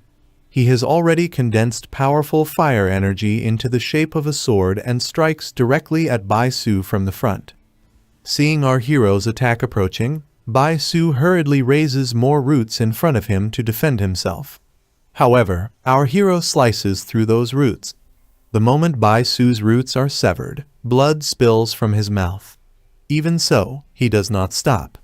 Once again, he activates his wood attribute and shouts again, "I can still replicate and recreate the entire Chanhai forest." Hearing this, our hero speaks in a serious tone, "Is that all you've got?" As he says this, he charges toward Bai Su and launches a punch at him. Seeing our hero coming straight at him, Bai Su hurriedly creates a protective shield in front of himself. However, the instant our hero's punch collides with the shield, it shatters completely. Bai Su is sent crashing downward under tremendous pressure, smashing violently into the ground. The people standing below are shocked by this sight. One of them says, "It seems he's disappointed with the strength of the Star God War Zone. Bai Su is the strongest among us. Was even this not enough to catch his eye?" The girl standing beside him also speaks up, saying that there was nothing wrong with what he did. In reality, Bai Su himself had pushed things to this point. Among them, Lin Yi is also standing there. Looking at her cousin, she thinks to herself, My cousin didn't even use his full strength. He hasn't even shown many of his attribute abilities yet. For a genius of the Star God Warzone to lose this is completely normal.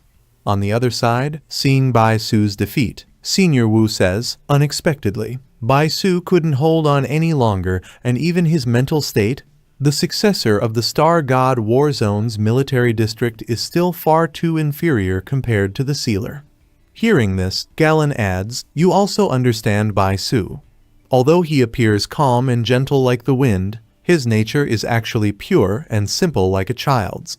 He is a truly pure martial fanatic. At the spot where Bai Su crashed down, a cloud of dust rises. When the dust finally settles, Bai Su is kneeling on one knee. He looks at our hero and thanks him. Then he immediately stands up again, increasing his spiritual power as he says that he can still continue the fight and that his spiritual energy has not yet been exhausted. Hearing this, our hero replies, actually, I think it's time to end this. While our hero is speaking, Bai Su continues increasing his spiritual energy and instantly creates 3 or 4 clones of himself, sending them around our hero. Seeing this, our hero becomes slightly serious and thinks, using spiritual power to create clones. His spiritual power and consciousness are indeed top tier among the pioneers. It can even be said that he is the strongest opponent I've encountered so far, and he's consumed quite a bit of my spiritual power. At the same time, Bai Su and his clones charge toward our hero to attack him. Seeing them approach, our hero immediately activates his fire energy again and releases it toward Bai Su's clones. In a single instant, all of Bai Su's clones are completely destroyed. At this moment, Bai Su can only see a fire-formed dragon standing before him. Witnessing this, he says in shock, where did they go? Their presence was clearly here just a moment ago, so where did they disappear to? Before he can react, blazing flames surge up from below at incredible speed and wrap around Bai Su, binding him tightly. As he struggles within the flames, he realizes that he cannot break free. He thinks to himself that he cannot move at all. At this moment, our hero appears in front of him and points his sword directly at Bai Su's forehead. Seeing this, Bai Su becomes terrified. Our hero holds the sword steady and says, "You are finished." Watching this from below, Senior Wu says, Bai Su's defeat was already a foregone conclusion. The sealer truly is full of surprises. Hearing this, Galen says, although I expected Bai Su to lose, I didn't expect him to lose so completely. This monster, this is the first time he's suffered such a massive defeat. Seeing her brother's victory, Lin Yi says confidently that she already knew this would happen. A boy standing nearby adds, someone who can consecutively resolve 2 calamity-level anomalies, Bai Su losing to him was only natural. The girl standing beside him also agrees, saying that no matter how many plants Bai Su created, he never stood a chance of winning. Meanwhile, our hero releases Bai Su from the fire binding him. Bai Su walks up to our hero and says, "A half-step Vajra, a genius. In front of you, it's nothing." Then, bowing his head before our hero, he says, "Thank you for your guidance. I have something to attend to, so I will take my leave now." Hearing this, our hero replies casually that it's fine and there's no problem. As soon as Bai Su finishes speaking, he leaves the area at full speed. Seeing him leaving in such a hurry, Galen asks where he is going. Bai Su doesn't explain much, he only replies that he is going into retreat. Bai Su had already left the area, and Galen was still somewhat worried about him. As he was leaving, Galen spoke up once again. "Didn't you just come out of seclusion? There are still many matters in the war zone that require you." Standing beside her, Senior Wu placed a hand on her shoulder and said calmly, "This is the first time he has suffered such a setback and lost control like this. Let him go." As he finished speaking, Senior Wu turned around and looked toward our hero. He walked over to him and said, "Sealer, do you have any intention of staying in our Star God war zone? Although you are the captain of Tai City, holding both positions is completely possible. I want you to become my successor. When our hero heard this, he asked in surprise, "Your successor?" Senior Wu nodded and explained, "That's right, I want to cultivate you. This isn't me being arrogant. The resources of the Star God War Zone rank second in Xia country. No one dares to claim first. These are not things that can be obtained through ordinary missions." He continued, "After that, I would introduce you to the people of Divine City.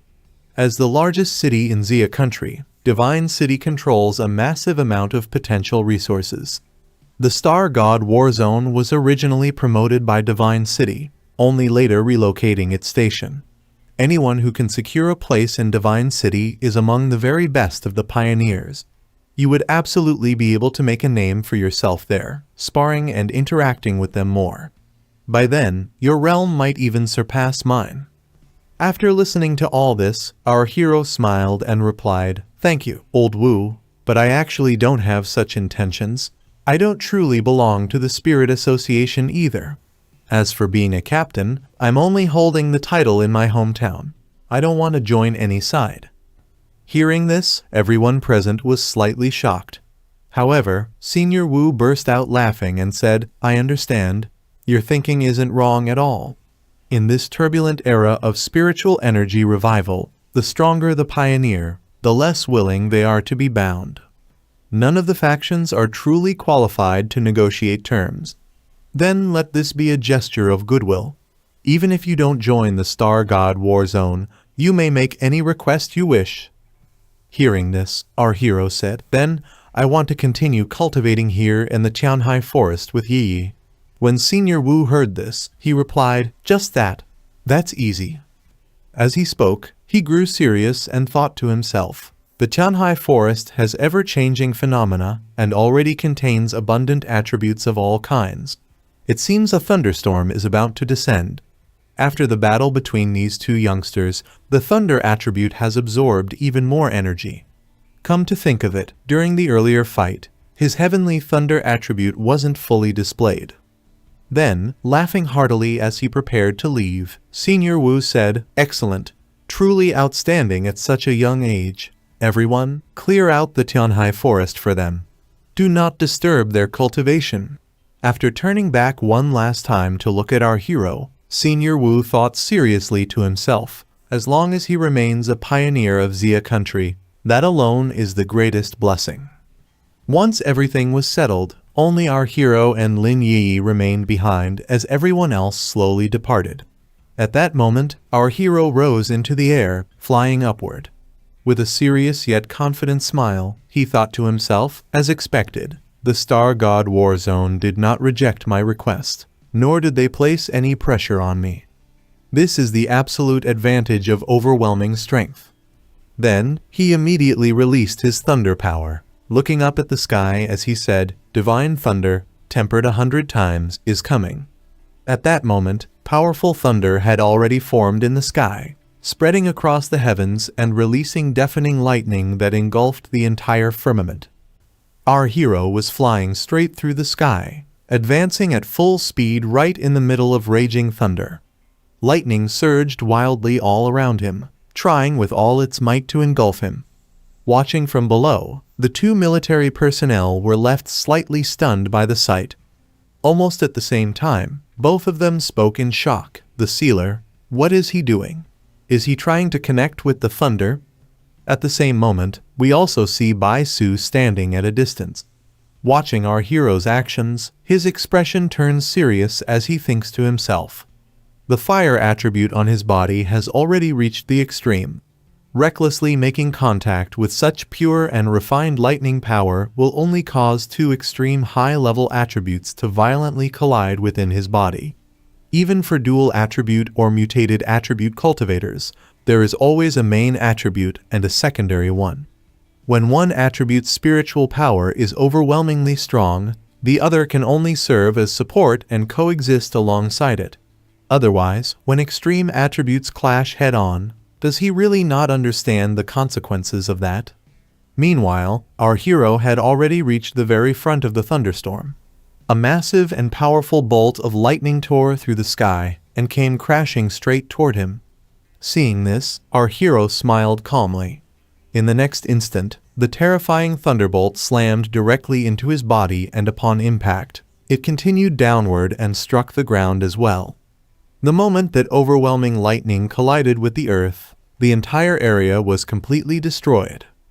Watching this scene, the military personnel exclaimed in utter shock, "Sister Galan, aren't you going to stop the Sealer of Graves?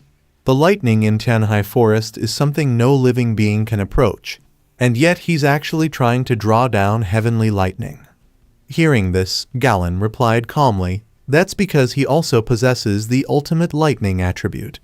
The tyrant that was reported earlier is actually the Sealer." The moment Galan's words reached the team members, they were utterly stunned. The girl in the team asked in disbelief, "Is that really true?" The boy beside her spoke with equal shock, "Have I been in the war zone for too long? Dual attributes aren't rare in the war zone, but this is just too abnormal." Smiling gently, Galan said, "You're surprised, and that's only natural. When I first learned about it, I felt exactly the same way. He's been called the Sealer so many times that people have forgotten he also carries the title of Tyrant. Looking across the entire Xian nation, he is a peerless genius capable of suppressing an entire era. The stronger the thunder, the more he can turn it into his own power, tempering his body through it." At this moment, our hero was not satisfied with just one powerful lightning strike. He looked up toward the sky and spoke boldly, "The more, the better. I'm worried my spiritual power isn't enough, yet still not abundant enough." Soon after, even more terrifying lightning began forming in the sky. One bolt after another crashed down and collided with our hero's body. As the lightning struck him, it was rapidly absorbed into his body. Feeling this overwhelming sensation, our hero spoke, "My bones, my veins, and every part of my body are trembling with roaring power." With each attribute he gained, everything became more perfectly harmonized. Then, system notifications began appearing before him. Inner Flame attribute refinement completed. Heavenly Fire attribute refinement completed. Yang attribute refinement completed. Dark attribute refinement completed. After countless messages flashed by, one final notification appeared. Divine Thunder 100 refinements full body great completion. Your physical body and spiritual power have fused more seamlessly, and your spiritual energy reserves have become far more abundant. As soon as this message appeared, our hero smiled, feeling the thunderous spiritual power surging within him. He said with deep emotion, "Thunder refinement. It feels like my entire being has been reborn." Then, while still suspended in midair, he threw a powerful punch. The instant his fist moved, thunder mixed with black energy burst from his hand. When it collided with the mountain ahead, the entire mountain was completely obliterated. Watching this power, our hero said with satisfaction, "As expected of the heavenly thunder of Tianhai Forest." After cultivation, the experience truly feels entirely different. At the same time, we see Bai Su once again. Watching our hero's display, his expression grows extremely serious as he thinks, "The spiritual mountains and spirit stones of Tianhai Forest have been nourished by spiritual energy for countless years, yet a casual strike shattered an entire mountain. I can tell he didn't even use 30% of his strength." Even lightning attribute pioneers of the same level, who share the same natural advantage of tempering their bodies, could never achieve such a feat. Destroying a mountain from afar with nothing but the force of a single punch, no one else could reach this level. Then, turning his gaze toward our hero, Bai Su continues thinking, "Is it over already? Sealer of Graves, we will have another chance to compete again." After observing the thunder, our hero began descending toward the ground. At that moment, Senior Wu looked at our hero and laughed as he spoke. "Such a top-tier talent he's only visited once, yet he's already given me one surprise after another. The younger generation is truly formidable. I still want him to stay in our war zone.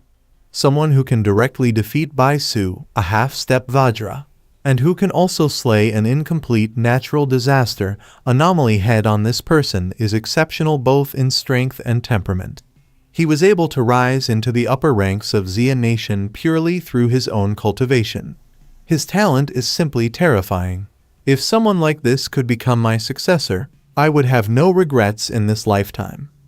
Standing beside him, Galen spoke after hearing this. "However, at present, from a certain perspective, it is the star god Warzone that needs the assistance of the Sealer of Graves, not the other way around. It's not that he needs us." Hearing this, Senior Wu burst into laughter. Laughing, he said, "Galen, I feel that you've changed quite a bit." Upon hearing this, Galen also smiled and replied, Yes, I've changed as well." Senior Wu then spoke again. "Very good. After hearing your answer, I feel even more confident about your future." Then, casting a sideways glance toward Lin Yi, he added, "Or perhaps, we can invite that young one as well." At this moment, Lin Yi was cultivating. She was completely focused. Our hero walked over to her side, looked at her, and thought to himself, "This is a rare opportunity. Cousin, you must work hard." Just then, our hero noticed Senior Wu and Galen approaching. Seeing them, he asked, "Elder Wu, Galen, haven't you left yet?" Senior Wu smiled upon hearing this and said, "Yes, I have a new idea, and I don't need you to promise me anything. I would like to invite your family member, Lin Yi, to our testing zone." Hearing this, our hero asked seriously, "Are you saying Yi can continue studying and cultivating in the war zone?" As he asked this, he thought to himself, "Perhaps this condition isn't enough to move me. But for Yi, it's an excellent opportunity for growth. The benefits far outweigh the drawbacks. I just don't know what Yi herself thinks." Then, speaking seriously, he said, "Thank you, Elder Wu. The Star God War Zone treats new pioneers with great sincerity, and I am deeply grateful. As her acting guardian, this invitation is something I find very hard to refuse, but I cannot make the decision for Yi." At that moment, a voice came from behind. "I won't go." The instant our hero heard this voice, he turned around to look at Lin Yi and asked, "Have you finished your cultivation?" Lin Yi replied, "Yes, and thank you for your kindness and the opportunity. However, I don't want to go." Hearing this, Senior Wu asked her seriously, "Why don't you want to go? May I ask the reason?" Lin Yi then explained, "Perhaps I'm still quite naive, and I still have a bit of a student's mindset. If I were to say that I don't want my cousin to be put in a difficult position, that would be looking down on the sincerity of the Star God War Zone and using my cousin as an excuse." As she spoke, she continued excitedly, "But it's because I am also a pioneer. I have my own pride. I want to rely entirely on my own abilities to obtain everything that rightfully belongs to me." Hearing her words, our hero thought to himself, "Why does it feel like my sister has suddenly grown up?" On the other side, Senior Wu laughed after hearing Lin Yi's words and said, all right. We were too narrow-minded. Forgive us, child. But we will continue to keep an eye on your performance. Keep it up." Hearing this, Lin Yi became happy and said with a smile, "I definitely will." After that, the story shifts to our hero's home. Both our hero and Lin Yi had returned home. As our hero climbed the stairs, he thought seriously to himself. The issue of spiritual power reserves has been resolved. Next, I should organize the new Twilight Fire attribute and think about how to use it. And then there's the more troublesome Death brand. These are all my bottlenecks. As Lin Yi walked a bit ahead, she suddenly noticed someone squatting at their doorway. She asked her cousin, "Hey, cousin, why is there someone squatting at our door?"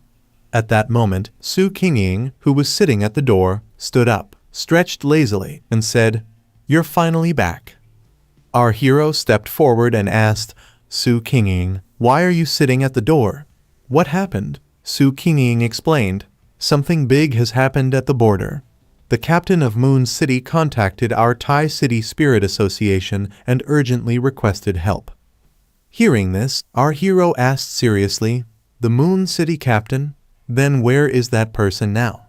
Su Qingying began explaining, "The Moon City captain is currently severely injured and is still being treated at our Spirit Association. She risked her life to escape from Moon City to deliver this message. With no other options left, She specifically asked for you by name, Sealer of Graves. After this, the story shifts directly to the Thai City Spirit Association Medical Institute, where Su Kingying brings our hero along with her. As soon as they arrive at the hospital, she sees Chen Ruo standing in front of her and immediately calls out her name. The moment Chen Ruo hears her name, she becomes happy and says with relief and excitement, "Sister Su Kingying, you're here." Then Su Kingying introduces our hero to Chen Ruo, telling her that he is Thai City's captain, the Sealer. After that, she tells our hero about Chen Ruo as well, saying, "This is U City's captain, Chen Ruo." After hearing about our hero, Chen Ruo walks up to him, grabs his hands tightly, and says anxiously, "Captain of Thai City, hello. I am Chen Ruo, the captain of U City.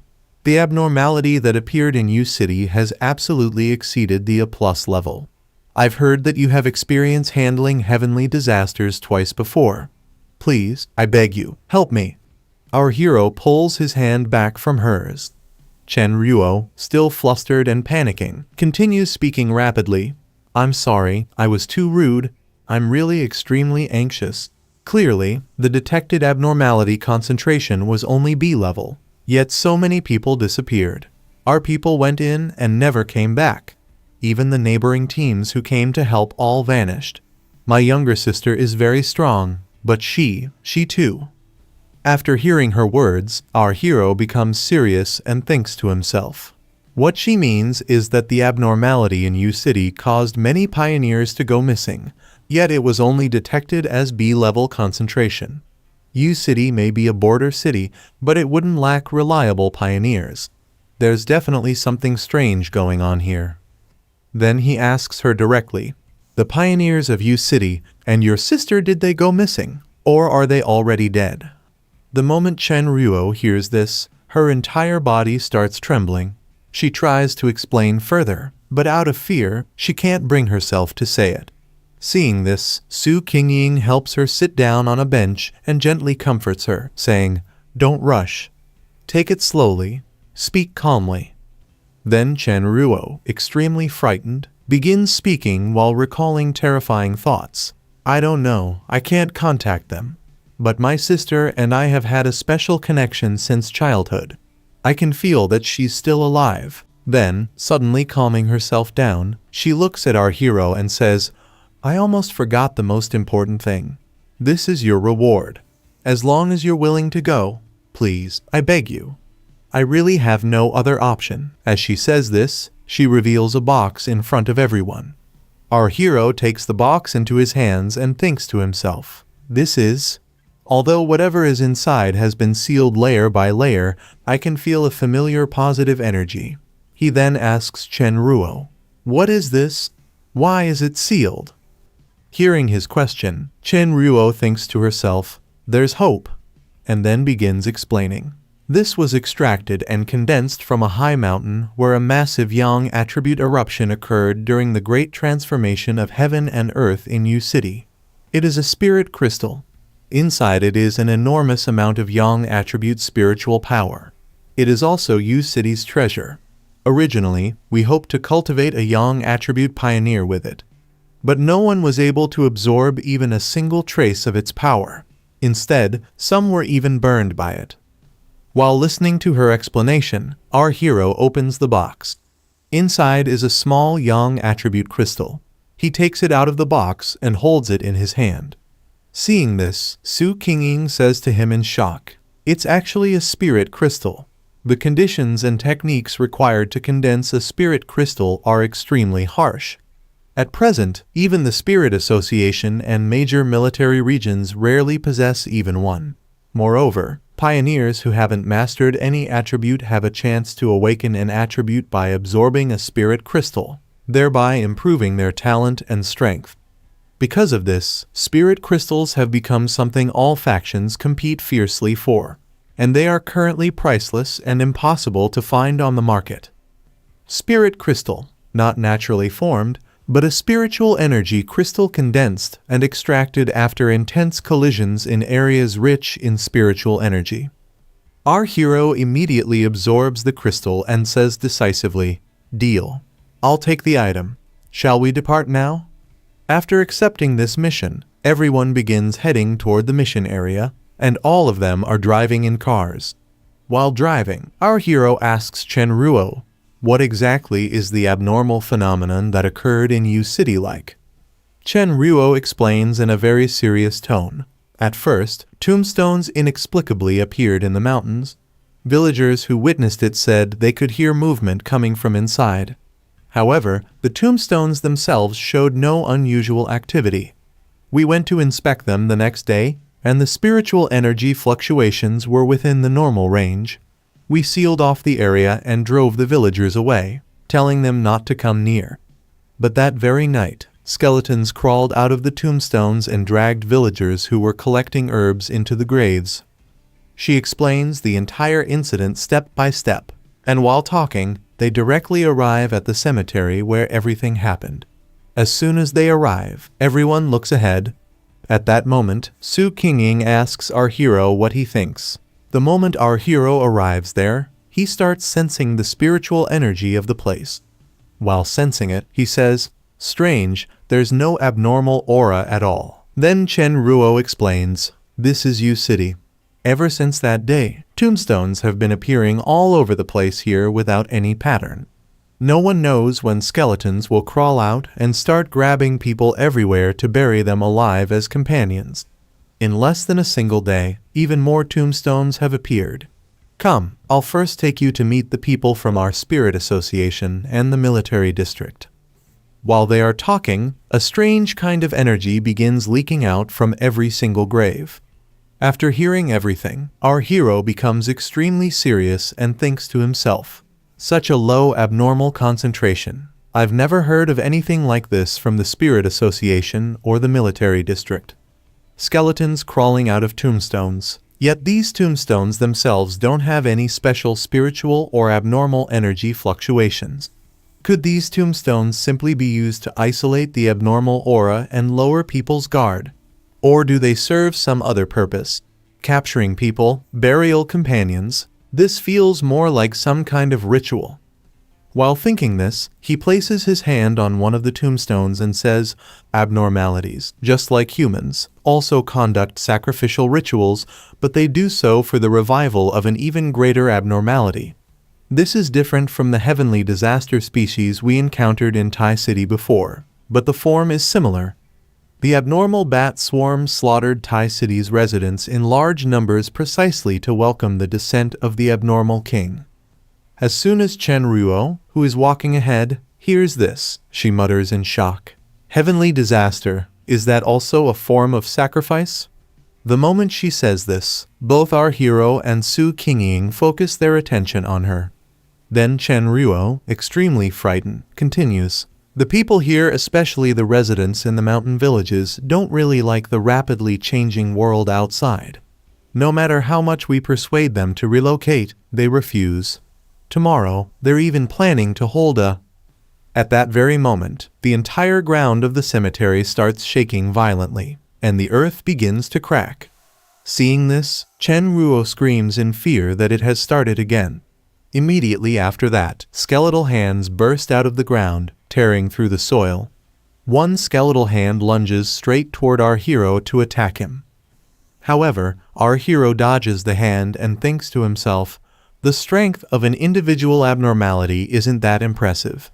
As expected, it's only B rank." He immediately draws his sword and cuts the skeletal hand cleanly in half. But when his sword slices through it, the blade is pushed backward. Just as his sword is forced back, another skeletal hand bursts out of the ground and grabs his sword from behind. Our hero tries to move his sword, but it won't budge. He turns around with a serious expression, and at that moment, the skeleton has already fully crawled out of the ground, glaring at him furiously. Su Qingying and Chen Ruo are also surrounded by skeletons. Su Qingying, feeling nervous, says, "What on earth is going on here? They're actually not afraid of the boss's yang attribute?" At this moment, a huge number of skeletons have gathered throughout the cemetery. Looking at all of them, our hero laughs and says, "Seems like it, but I still need to verify it. This mission is getting interesting."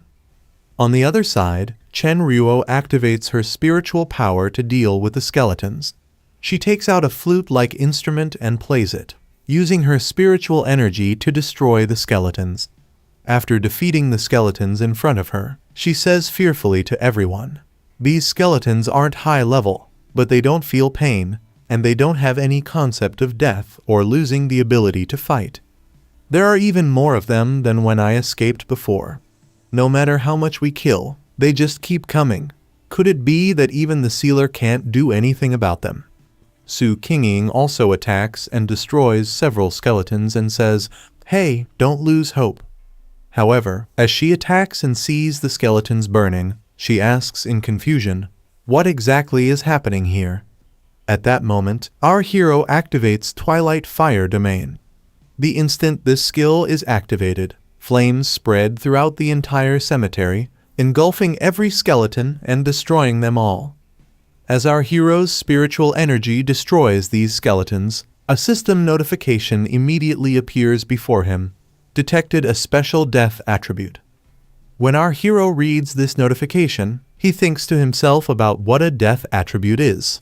At the same time, another system notification appears, stating continuously absorbing this attribute, energy conversion in progress, strengthening yang attribute. Then another system notification appears, indicating that the strengthening of our hero's yang attribute has been completed.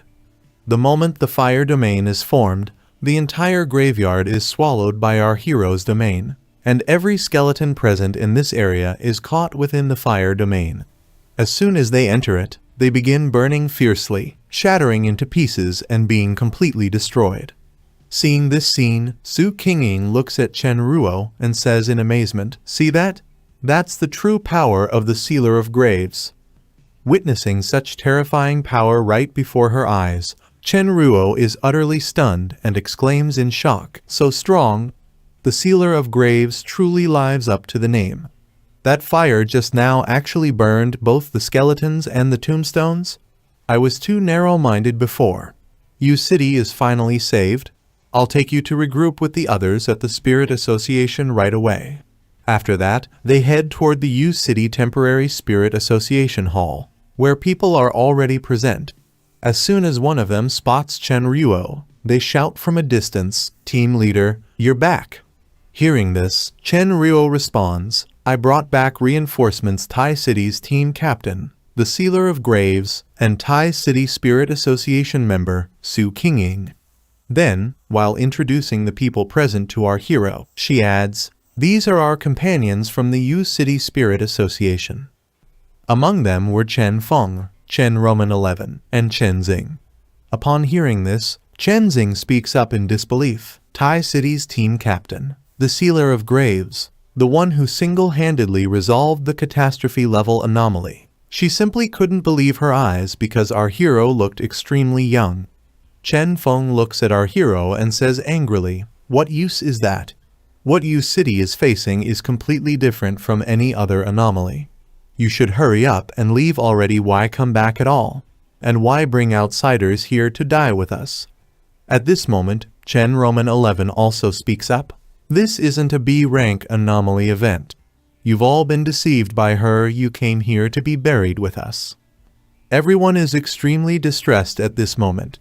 Then Chen Ruo steps forward and says to our hero, "Sealer of Graves, they've just been through too much." So our hero cuts in with a serious expression and says firmly, "I accepted someone's request, so naturally I will see it through. I will resolve the problem here." Hearing our hero's words, everyone looks toward him. Chen Roman 11 then says, "Yu City is relatively remote, and the villagers' way of life is quite primitive. Whenever something can't be resolved, they invite the gods and pray for blessings." Feeling slightly uneasy, Chen Ruo adds, "With graves covering the ground, they still want to pray for blessings. We couldn't persuade them. You should go and take a look yourselves." After hearing all of this, our hero begins to think to himself, a large-scale god-inviting prayer ritual, primitive villages, simple beliefs, and ancient activities. It all feels like there might be some similarities to the anomalies that have appeared. Just then, the ritual begins. Some people start beating huge drums, and as the sound of the drums echoes, everyone moves toward the ritual area. Watching this, Chen Ruo says nervously, "The ceremony is about to begin." With so many people gathered like this, if an anomaly erupts from the tombstones. At that moment, our hero walks forward, a faint smile forming on his face, and says calmly, "I actually think this event is quite interesting. Who wants to go take a look with me?" After this, everyone is standing in Yuan Square. On the central stage, a fire is burning, and some of the people present there fall to their knees on the ground, crying bitterly and begging desperately. One of them, weeping uncontrollably, cries out, "O gods, open your eyes and look upon your people." Another person also shouts through tears, "Please show mercy.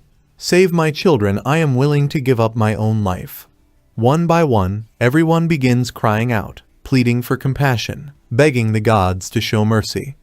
At that moment, the burning fire starts to fade, and as the fire is extinguished, the people watching grow even more frightened, terrified that the divine flame has gone out. At the same time, the entire stage begins to collapse.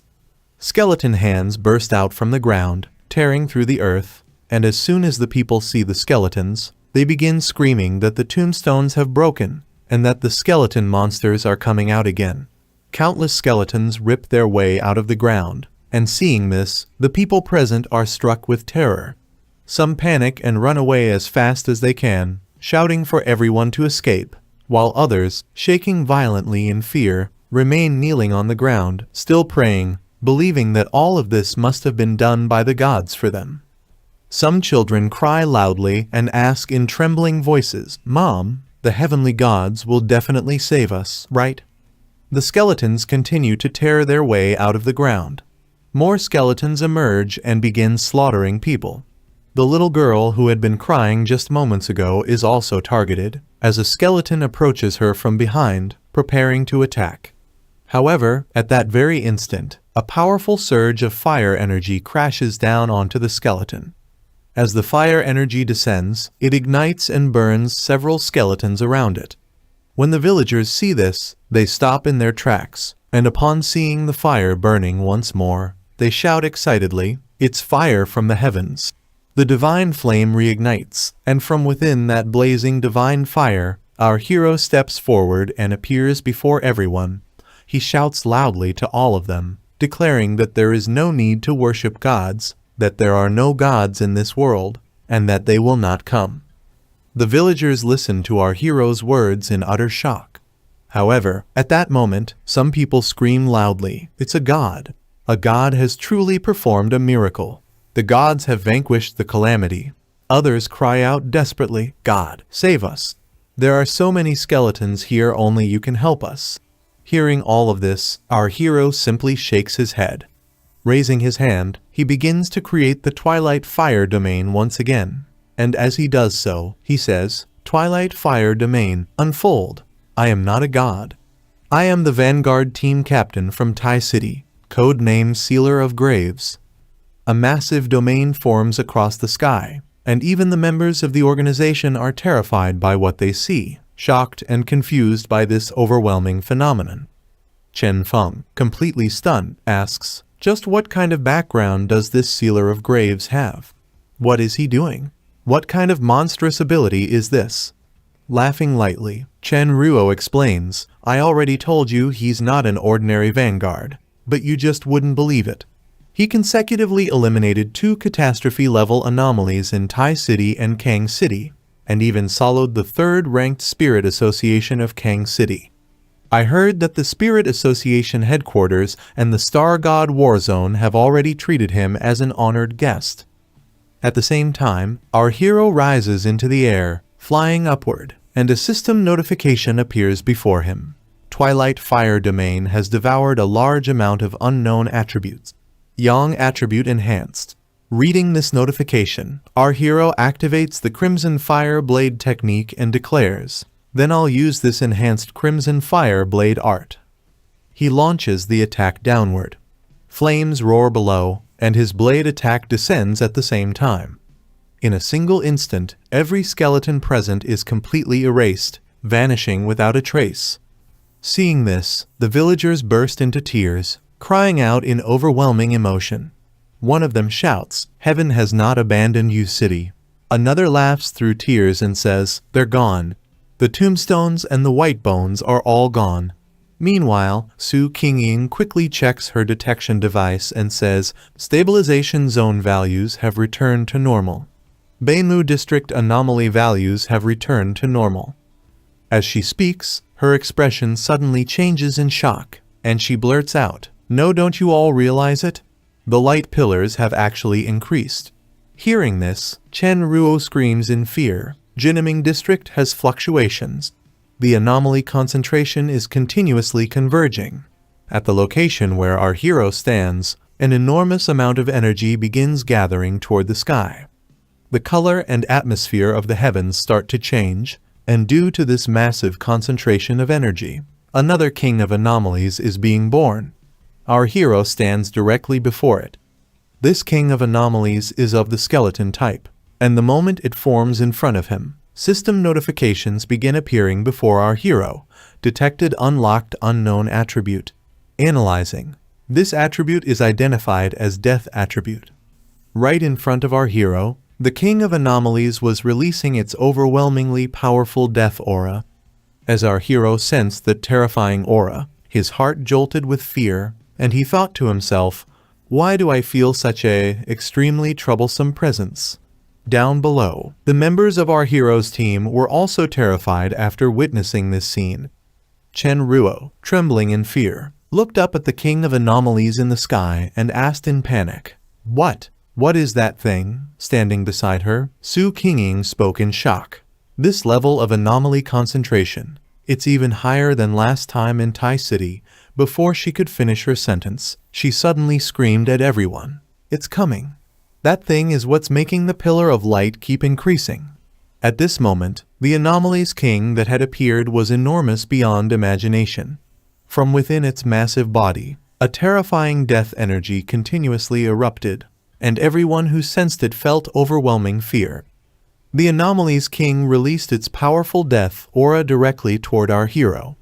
The moment our hero felt it, he clutched his head and said in shock, "This forcibly twisted mental pressure. It feels like my brain is being polluted. This nauseating sensation. What is going on? So strong. Has a fully born and completely evolved king of anomalies already appeared? This death energy is stronger than anything I've ever encountered before." At that moment, several energy-type attacks rushed toward our hero. Struggling to steady himself, he destroyed those death energies with his sword while thinking, "Yang attributes restrain dark attributes." This death attribute and the dark attribute belong to the same system. It's a branch of the dark attribute. But even my strengthened Yang attribute still can't completely suppress it. The battle continued without pause. Our hero charged toward the anomaly's king to attack it.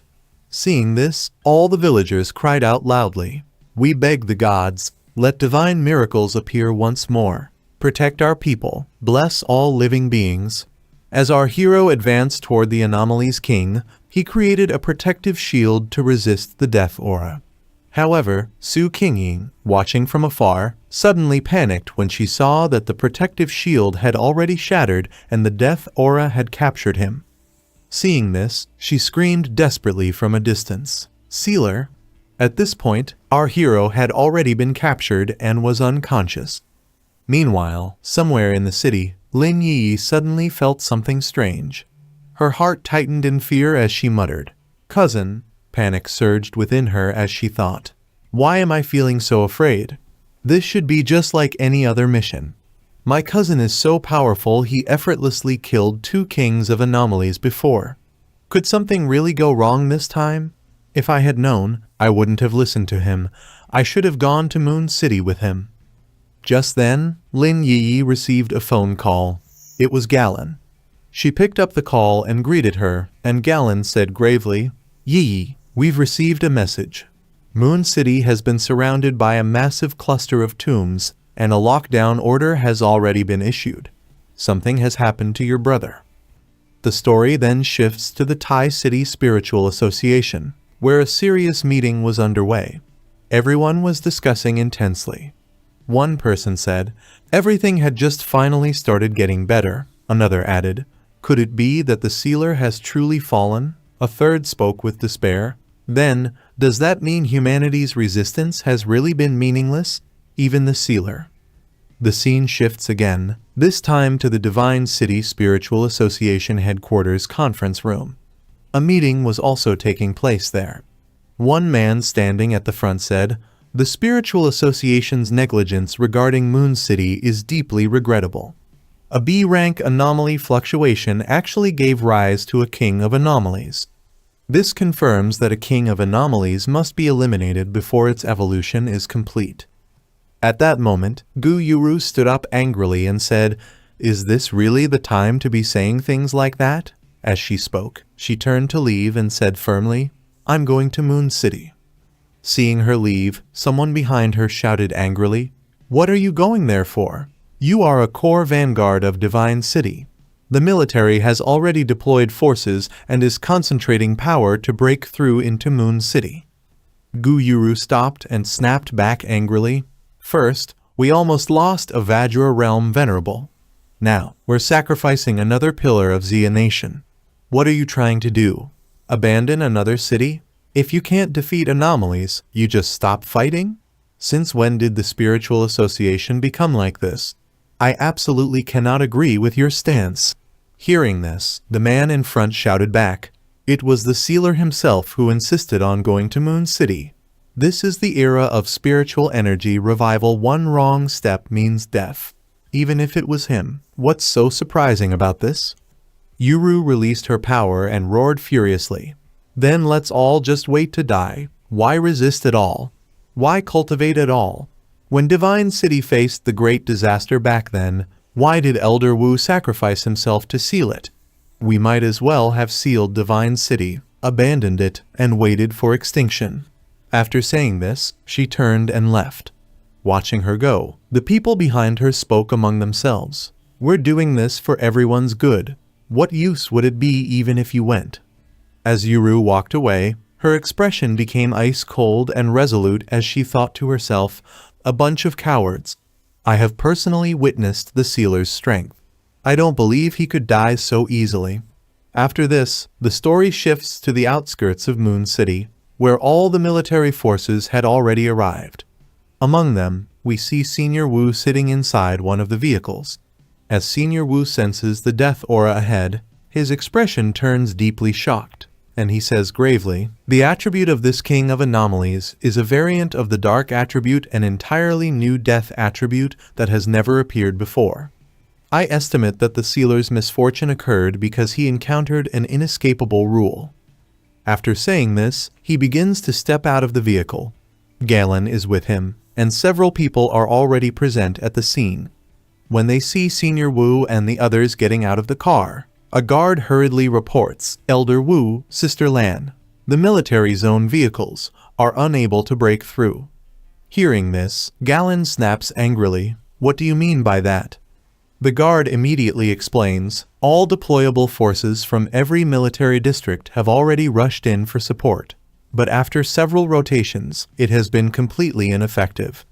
Moon City has been covered by an enormous number of tombstones.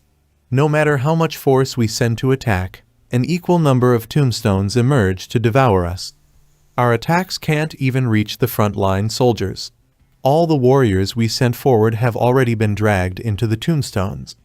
The power of the King of Anomalies is still spreading and radiating outward." He pauses briefly, then continues in a heavy voice, "After rapid simulation and analysis, the probability of resolving the Moon City situation is 0. As he speaks, everyone around begins to panic. Someone then asks Senior Wu anxiously, "Senior Wu, should we retreat from here? The King of Anomalies fears no attribute and can even suppress the abilities of the frontline vanguards, including the sealer." Before he can finish, Lin Yi interrupts angrily, "No, I will not retreat. All of you have done very well, but I will go in myself." At this point, the story shifts once again to Moon City Plaza, where everything has fallen into complete silence. All the tombstones remain standing exactly as they were. However, powerful death energy continues to be released from within them. As that death energy pours out, it is all transferred directly into the body of the Anomalies King. Amid this scene, we see our hero. His unconscious body lies inside a coffin, while countless small centipedes crawl across him.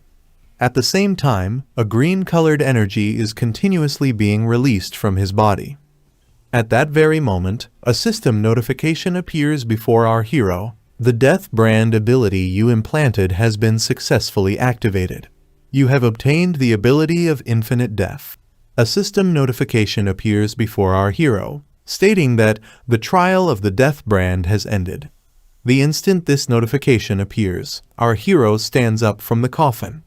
The moment he rises, he sees the Anomalies King standing in front of him. With a serious yet strangely relieved expression, he thinks to himself, "What a terrifying death brand." This trial actually made me feel that even the King of Death has started to seem somewhat kind and approachable. However, this experience of the rebirth trial, I truly never want to go through it again. Our hero begins recalling everything that happened in the past. The moment I confirmed that I had already been locked by the King of Death's inevitable death ability, I immediately made my decision. Since death was inevitable anyway, there was only one option left to gamble everything: implant the Death Brand. At that moment, the system notification appeared before him. You have implanted the Death Brand into your body, learning all abilities of the Death Brand. As soon as our hero clicked OK on the system notification, he instantly lost consciousness. This happened because his death seal had activated and was in a waiting for effect state. Because of this, he fell completely into the control of the Anomalies King. During that time, continuous system messages kept appearing before him. Among them were several messages related to the King of Death, such as, "The rule of inevitable death applied by the King of Death is now in effect on you. You have died. Death Brand ability activation step 1 completed. Detected that the Death Brand has been implanted into the body of the King of Death. Ability activation step 2 completed." At the same time, our hero fell into the coffin. Even while lying inside the coffin, system notifications kept appearing continuously. The Death Brand will now proceed with the final step, the Trial of Death. The Trial of Death is the threefold trial imposed by the Death Brand upon its holder. Only after passing this trial can one obtain the 3 abilities of the Death Brand. The first is the Fire Attribute ability Mystic Yellow Springs. Across heaven and earth, in all 4 directions of hell, the flames of the Yellow Springs burn endlessly, never extinguished, endlessly incinerating. The second is the Poison Attribute ability Death Collapse. Your body will be assaulted by the invasion and curse of death itself, collapsing endlessly without end. The third is the Earth Attribute ability Hellish Evil Scenery.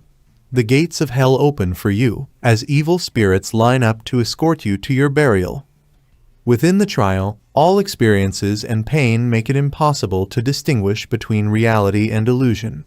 It feels as though one has truly entered an endless cycle of death and rebirth. Only after exerting unimaginable effort did our hero finally pass the trial of the Death Brand skill. After regaining consciousness, as our hero recalls everything he experienced while unconscious, his expression becomes extremely serious. Looking straight at the Anomalies King standing before him, he thinks with unwavering determination, "Now is the moment to face the true battle, to oppose the inevitable death rule of this King of Death." At that very instant, he activates his thunder power and releases it across the entire area. The moment his thunder power erupts, violent turmoil breaks out everywhere. Seeing this, the Anomalies King becomes slightly shaken. Our hero continues releasing thunder endlessly. The coffin that once bound him is shattered from below as he breaks free and falls directly onto the ground. The moment he lands, massive clouds of dust rise everywhere. From the sky above, the Anomalies King stares down at him with a serious expression. From within the dust, our hero emerges, laughing as he grips his head, his eyes burning with rage as he glares at the Anomalies King. At this moment, the Anomalies King is visibly stunned. Just then, another system notification appears before our hero. The King of Death has sensed your resurrection. Seeing our hero resurrect right before his eyes, the Anomalies King becomes overwhelmingly furious and immediately launches attacks. Waves of death energy are continuously unleashed across the entire area. The attacks fall directly onto the spot where our hero had been standing. However, our hero dodges the attacks and moves a short distance away, stopping directly in front of the Anomalies King. As he stares at him with a serious gaze, another system notification appears. You have successfully evaded the inevitable death rule. Reading this notification, our hero begins to laugh. Blood slowly drips from his mouth as he laughs, but despite that, his eyes are filled with madness and resolve. At the same time, the Anomalies King, seeing our hero in this state, is consumed by even greater rage. After this, the story shifts to outside the Moon City blockade line. There, we see that the entire area is completely surrounded by tombstones. Senior Wu arrives along with the others. The moment they witness this horrifying scene, everyone panics and says in shock, "Such dense death energy." Seeing the terrifying sight in front of her, Lin Yi immediately thinks of our hero and worries deeply, wondering if her cousin might be involved. However, at that very moment, Galen activates her spiritual power and shouts loudly, "Don't overthink it. Since we're already here, hurry and save people. Try breaking the tombstones." Just as they activate their spiritual powers and prepare to launch an attack, a water-type attack suddenly strikes from beside them. It is Gu Yuru, who arrives at the scene and says that she is coming along as well. The moment Galen sees her, she asks in surprise, "Yuru, you're here too?" After that, Yuru and Galen both begin attacking together. While attacking, Gu Yuru says that she also wants to join them. They continuously launch attacks throughout the entire area, smashing the tombstones one after another. As they break the tombstones, they discover many dead bodies inside them. However, there are also some bodies that are still alive, even though they were buried inside the graves. At this point, all the tombstones have been destroyed. But suddenly, new tombstones are created once again. Seeing this, everyone becomes extremely alarmed and panicked when they realize the tombstones have reappeared. Galen, now visibly shaken, urgently warns everyone, "Be careful. The anomaly here has the ability to pull all living beings into tombstones." At the same time, several skeletons burst out from inside the tombstones, tearing through the ground as they emerge. They prepare to launch a simultaneous attack on everyone. But suddenly, all of the skeletons feel an overwhelming and powerful pressure. One by one, they begin sinking back into the ground. Seeing this unexpected turn of events, everyone is left completely stunned. Witnessing this, Gu Yuru asks anxiously, "A collective retreat. What is the Anomalies King trying to do now?" While moving forward, Galen responds, "I don't know. It must be a major move. Since we're already here, all we can do is respond to whatever comes." At that moment, Senior Wu arrives carrying several people on his shoulders and says, "This might actually be a good thing. The Anomalies King has withdrawn his power. Those who were just buried here may still have a chance to revive. This means that the Entamer did not sacrifice himself. On the contrary, he has caused considerable trouble for the Anomalies King." Here, our hero is fighting the Anomalies King. Until now, every attack that the Anomalies King has launched at our hero does not dodge a single one. Instead, he lets every single attack strike his body directly. After enduring so many attacks, he stands completely still and calm, because at this moment, several system notifications appear in front of him. Death count, King of Death. Because of your ability, you have dragged yourself into a cycle governed by death. Weakening level, 10%. While reading these notifications, he turns serious and begins to think deeply. Once locked onto by this King of Death, instant death is inevitable. In front of it, there seems to be nothing but death and destruction. This kind of absolute death rule makes it extremely special among the Anomalies Kings. While he is seriously thinking about these things, the death seal activates. The moment the seal is activated, our hero laughs and looks straight at the Anomalies King and says, "But now, absolute death rule on your body will also be fulfilled on you." Seeing our hero completely unharmed, the Anomalies King becomes extremely enraged. In his fury, he begins launching powerful death energy type attacks. Countless waves of death energy rush toward our hero and collide with him directly. And the moment all these attacks hit our hero, a system notification appears, death count 3. Along with it, another system notification appears, because of your ability. The King of Death has been weakened once again and has begun entering an unconscious state of collapse. Weakening level 30%. Along with these system notifications, the Anomalies King's body made entirely of skeleton begins to destroy itself bit by bit in various places. Seeing this, the Anomalies King becomes extremely panicked. With every attack he launches at our hero, his own body is also being destroyed by the triggering of death marks. Meanwhile, our hero wipes the blood flowing from his mouth with his hand and thinks coldly, "Let's see how long you can last before I completely wear you down." As soon as this thought forms, he immediately prepares to attack and launches a powerful energy type attack toward the Anomalies King. The attack collides directly with the Anomalies King's skeletal body and pierces straight through it. At the moment of impact, several more system notifications appear. Mark mysterious yellow springs activated. King of Death has obtained the debuff Netherfire burns the body. Seeing death-marked energy erupting from inside his own body, the Anomalies King becomes extremely frightened, and as our hero notices the Anomalies King's attention wavering, he immediately moves in to attack again while thinking. Just as the description of Thedeth imprint said, the King of Death has not noticed the weakening I'm inflicting on him. He hasn't even felt pain from the ability of Thedeth imprint. He believes my attacks are ineffective. Thinking this, he creates a fire sword and strikes at the Anomalies King. However, the moment the Anomalies King sees our hero's attack, he also launches his own attack. Both attacks collide at the same time. And the instant our hero's attack hits the Anomalies King, more system notifications appear. Death count. Forking of Death is being continuously weakened. Weakening level 45%. Mark death collapse triggered. This time, the mark has fully triggered. While fighting the Anomalies King, our hero's body also begins to slowly break apart. Seeing this, our hero turns serious and thinks, it's starting again. And while he is thinking this, the Anomalies King grabs our hero with his massive skeletal hands and glares at him in rage.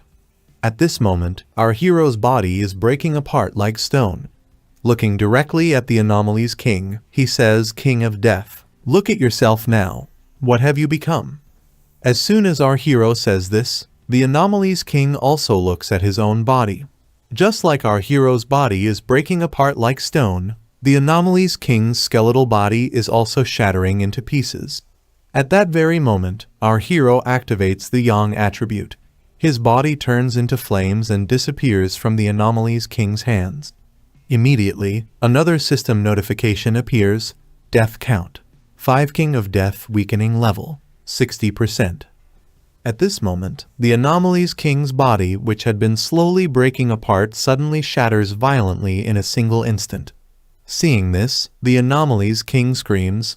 Another system notification appears, mark hellish evil vision triggered. The weakening speed against King of Death has increased. At this moment, the Anomalies King is completely panicked, because more than half of his body has already been completely destroyed. After this, the story shifts to outside Moon City. There, we see Galen and Gu Yuru moving forward.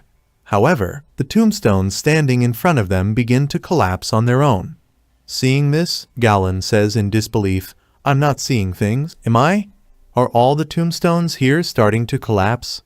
Standing beside her, Gu Yuru speaks, "That's right. And look over there, the strange lights reported from the front lines are also gradually fading away."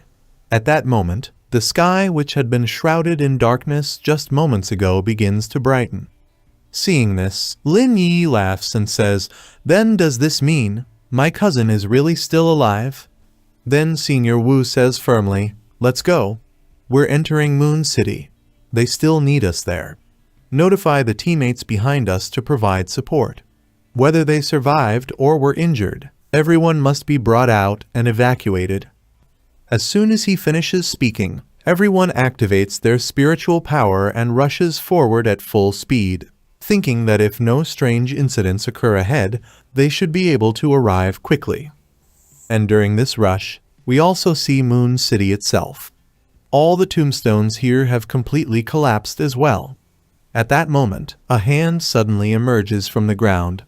It is Su Qingying, who crawls out of the earth and kneels on the ground, thinking to herself, "What just happened? Just now, I truly felt like all my life force was about to be completely drained away. And at the instant I was pulled into the tombstone, my body and soul were no longer here. Instead, I was in hell, unable to escape. But then, that scene collapsed so suddenly. The tombstones, we need to save people quickly." Thinking this, she hurriedly starts clearing away the soil from the tombstone beside her, shouting as she does, Chen Ruo, are you still alive?" As some of the dirt is cleared away, Chen Ruo is revealed, still buried in the ground.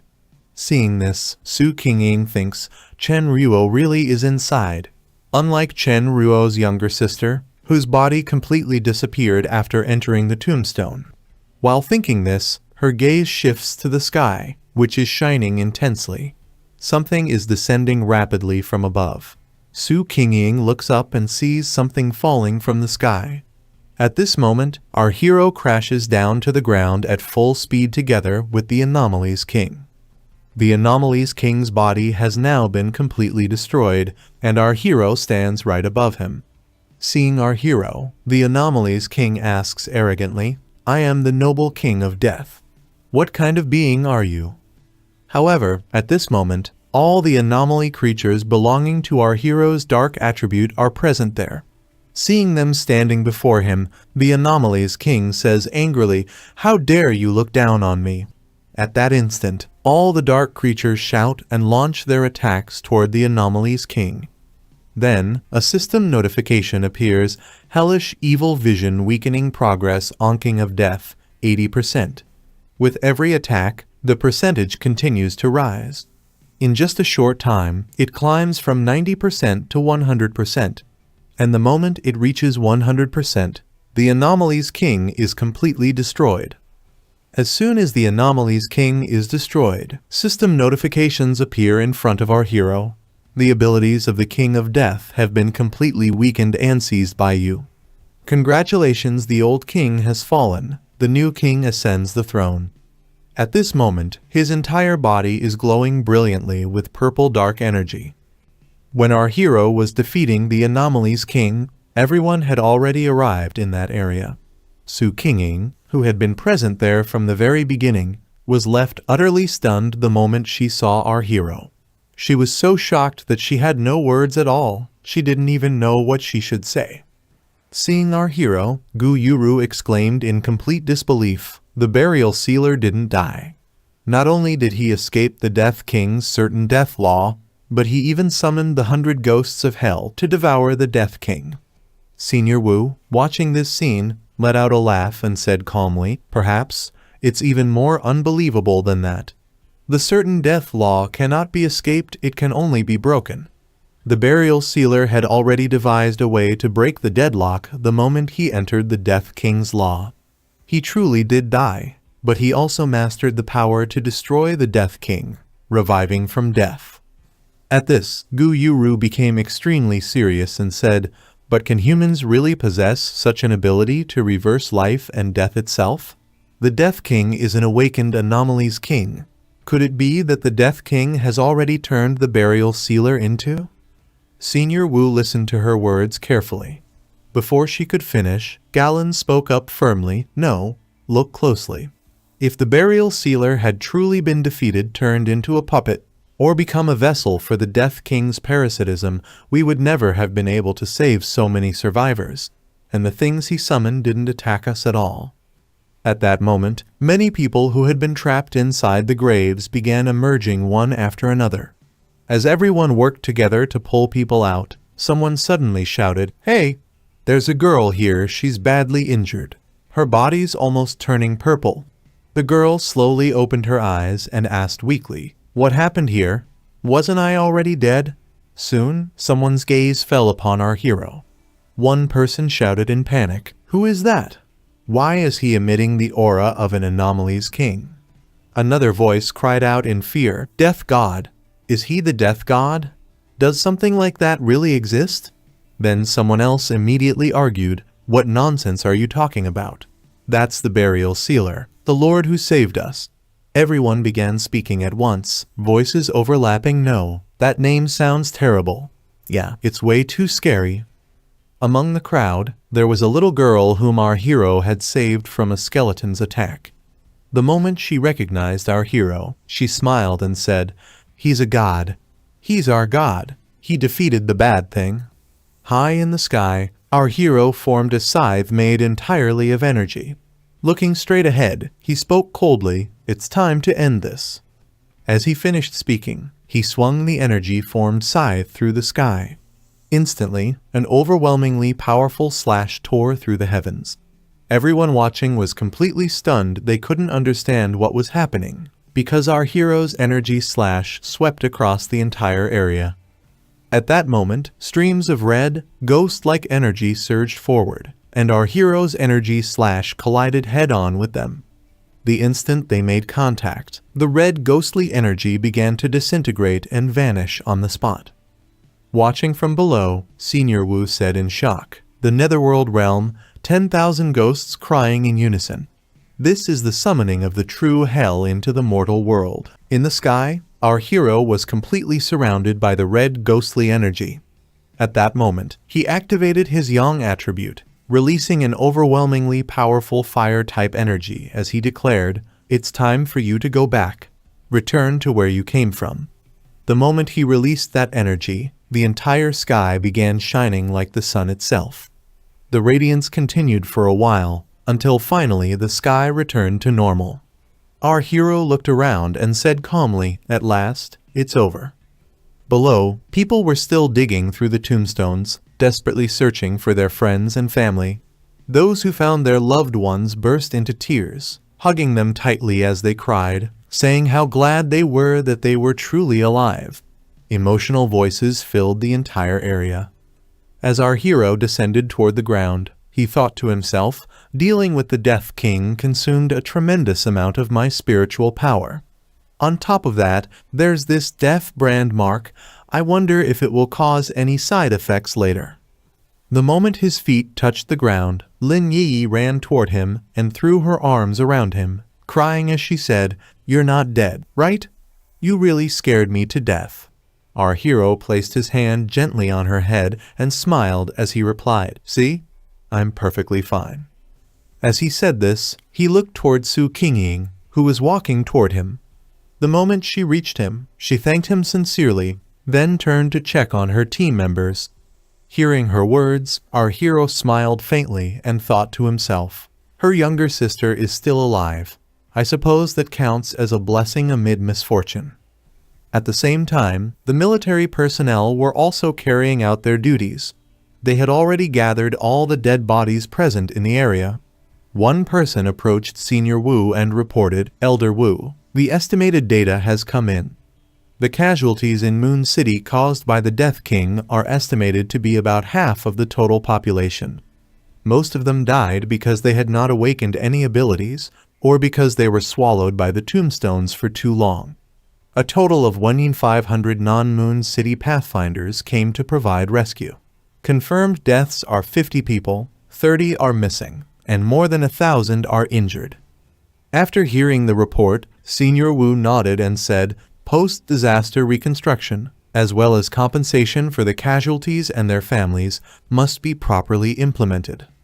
Hearing this, Gu Yuru added, "God City will also establish an aid channel." At that moment, Galen spoke up, "Teacher, can we officially announce the awakening of spiritual energy now? How long are the Pathfinders supposed to keep hiding the truth from the residents?" Right now, I feel that I'm far too insignificant. I simply can't save that many people. Listening to her words, Senior Wu replied calmly, "This isn't something you or I can decide so easily. People aren't as weak as you think." Through these repeated incidents, many have already begun to grasp the underlying patterns. Even those who haven't awakened as pathfinders are still using their own abilities to prepare for the coming apocalypse. As he spoke, he placed a hand on Galen's shoulder and continued, "Galen, you don't need to carry everyone's fate on your own. Pathfinders each have their own missions. Doing what you can, within your limits, is enough." While the two were talking, Gu Yuru suddenly laughed and said, "I originally came here to support the burial sealer and to meet him in person. To support him. But now, it seems that's no longer necessary. Besides, he looks extremely busy. This battle has undoubtedly placed him in the position of a pillar of Xia Nation." During this time, the villagers surrounded our hero. Everyone looked at him with reverence as they spoke excitedly. One person shouted, "Lord Burial Sealer, you are our god." Another cried out, "If it weren't for you, I would have turned into a vengeful ghost in there. Thank you for saving me." Meanwhile, Senior Wu continued speaking with the others. Referring to our hero, he began explaining, publicly revealing Xia Nation's pathfinder, the burial sealer, successfully laying to rest an already descended anomalies king will undoubtedly serve as the highest deterrence to other countries. However, we must continue to keep the burial sealer's personal records and abilities confidential. At present, we already know that countries A, B, and C began monitoring and investigating him the moment he became famous. But regarding his core data and abilities, they know nothing at all. He continued seriously, "Once the Moon City incident is made public, they will believe that Xia Nation, through the burial sealer, has already figured out the laws of the kings. This is something the entire Blue Planet has yet to achieve. Regardless of whether they plan to unite against Xia Nation or not, they will not dare to act rashly. In this way, we can secure a greater advantage for Xia Nation in the unknown future." Then, suddenly becoming energetic and excited, Senior Wu said, "All right. Next, it's time to return and study all the on-site data and recordings from this incident. Information on a complete anomalies king must be understood as soon as possible. The road ahead for Xia Nation is long and harsh. We can't possibly let the burial sealer handle every anomalies king alone in the future, can we?" Hearing this, Galen laughed and replied, "You're right. Retirement is impossible." Gu Yuru also laughed and said, "We don't yet know what kind of anomalies will appear next, but the next one should still be handled by our god city." After that, the story shifted to our hero's home. He was calmly taking a shower, and while bathing, he thought about the crystals. After clearing the plaza, the officials discovered a dark attribute spirit crystal left behind by the Death King in the square, and they directly gave it to me as a token of gratitude. And then there's the Moon City treasure Chen Ruo mentioned earlier, the Yang attribute spirit crystal. Right now, I have 2 top-tier attribute crystals. As he thought about the crystals, he quickly stood up, preparing to observe them more closely, while thinking again, although these 2 attributes are mutually opposing, since I've been recognized as the new Death King, absorbing them shouldn't be a problem. Just as he prepared to absorb the crystals, a system notification suddenly appeared, dark attribute fluctuation detected. Preliminary analysis identifies it as a dark attribute spirit crystal.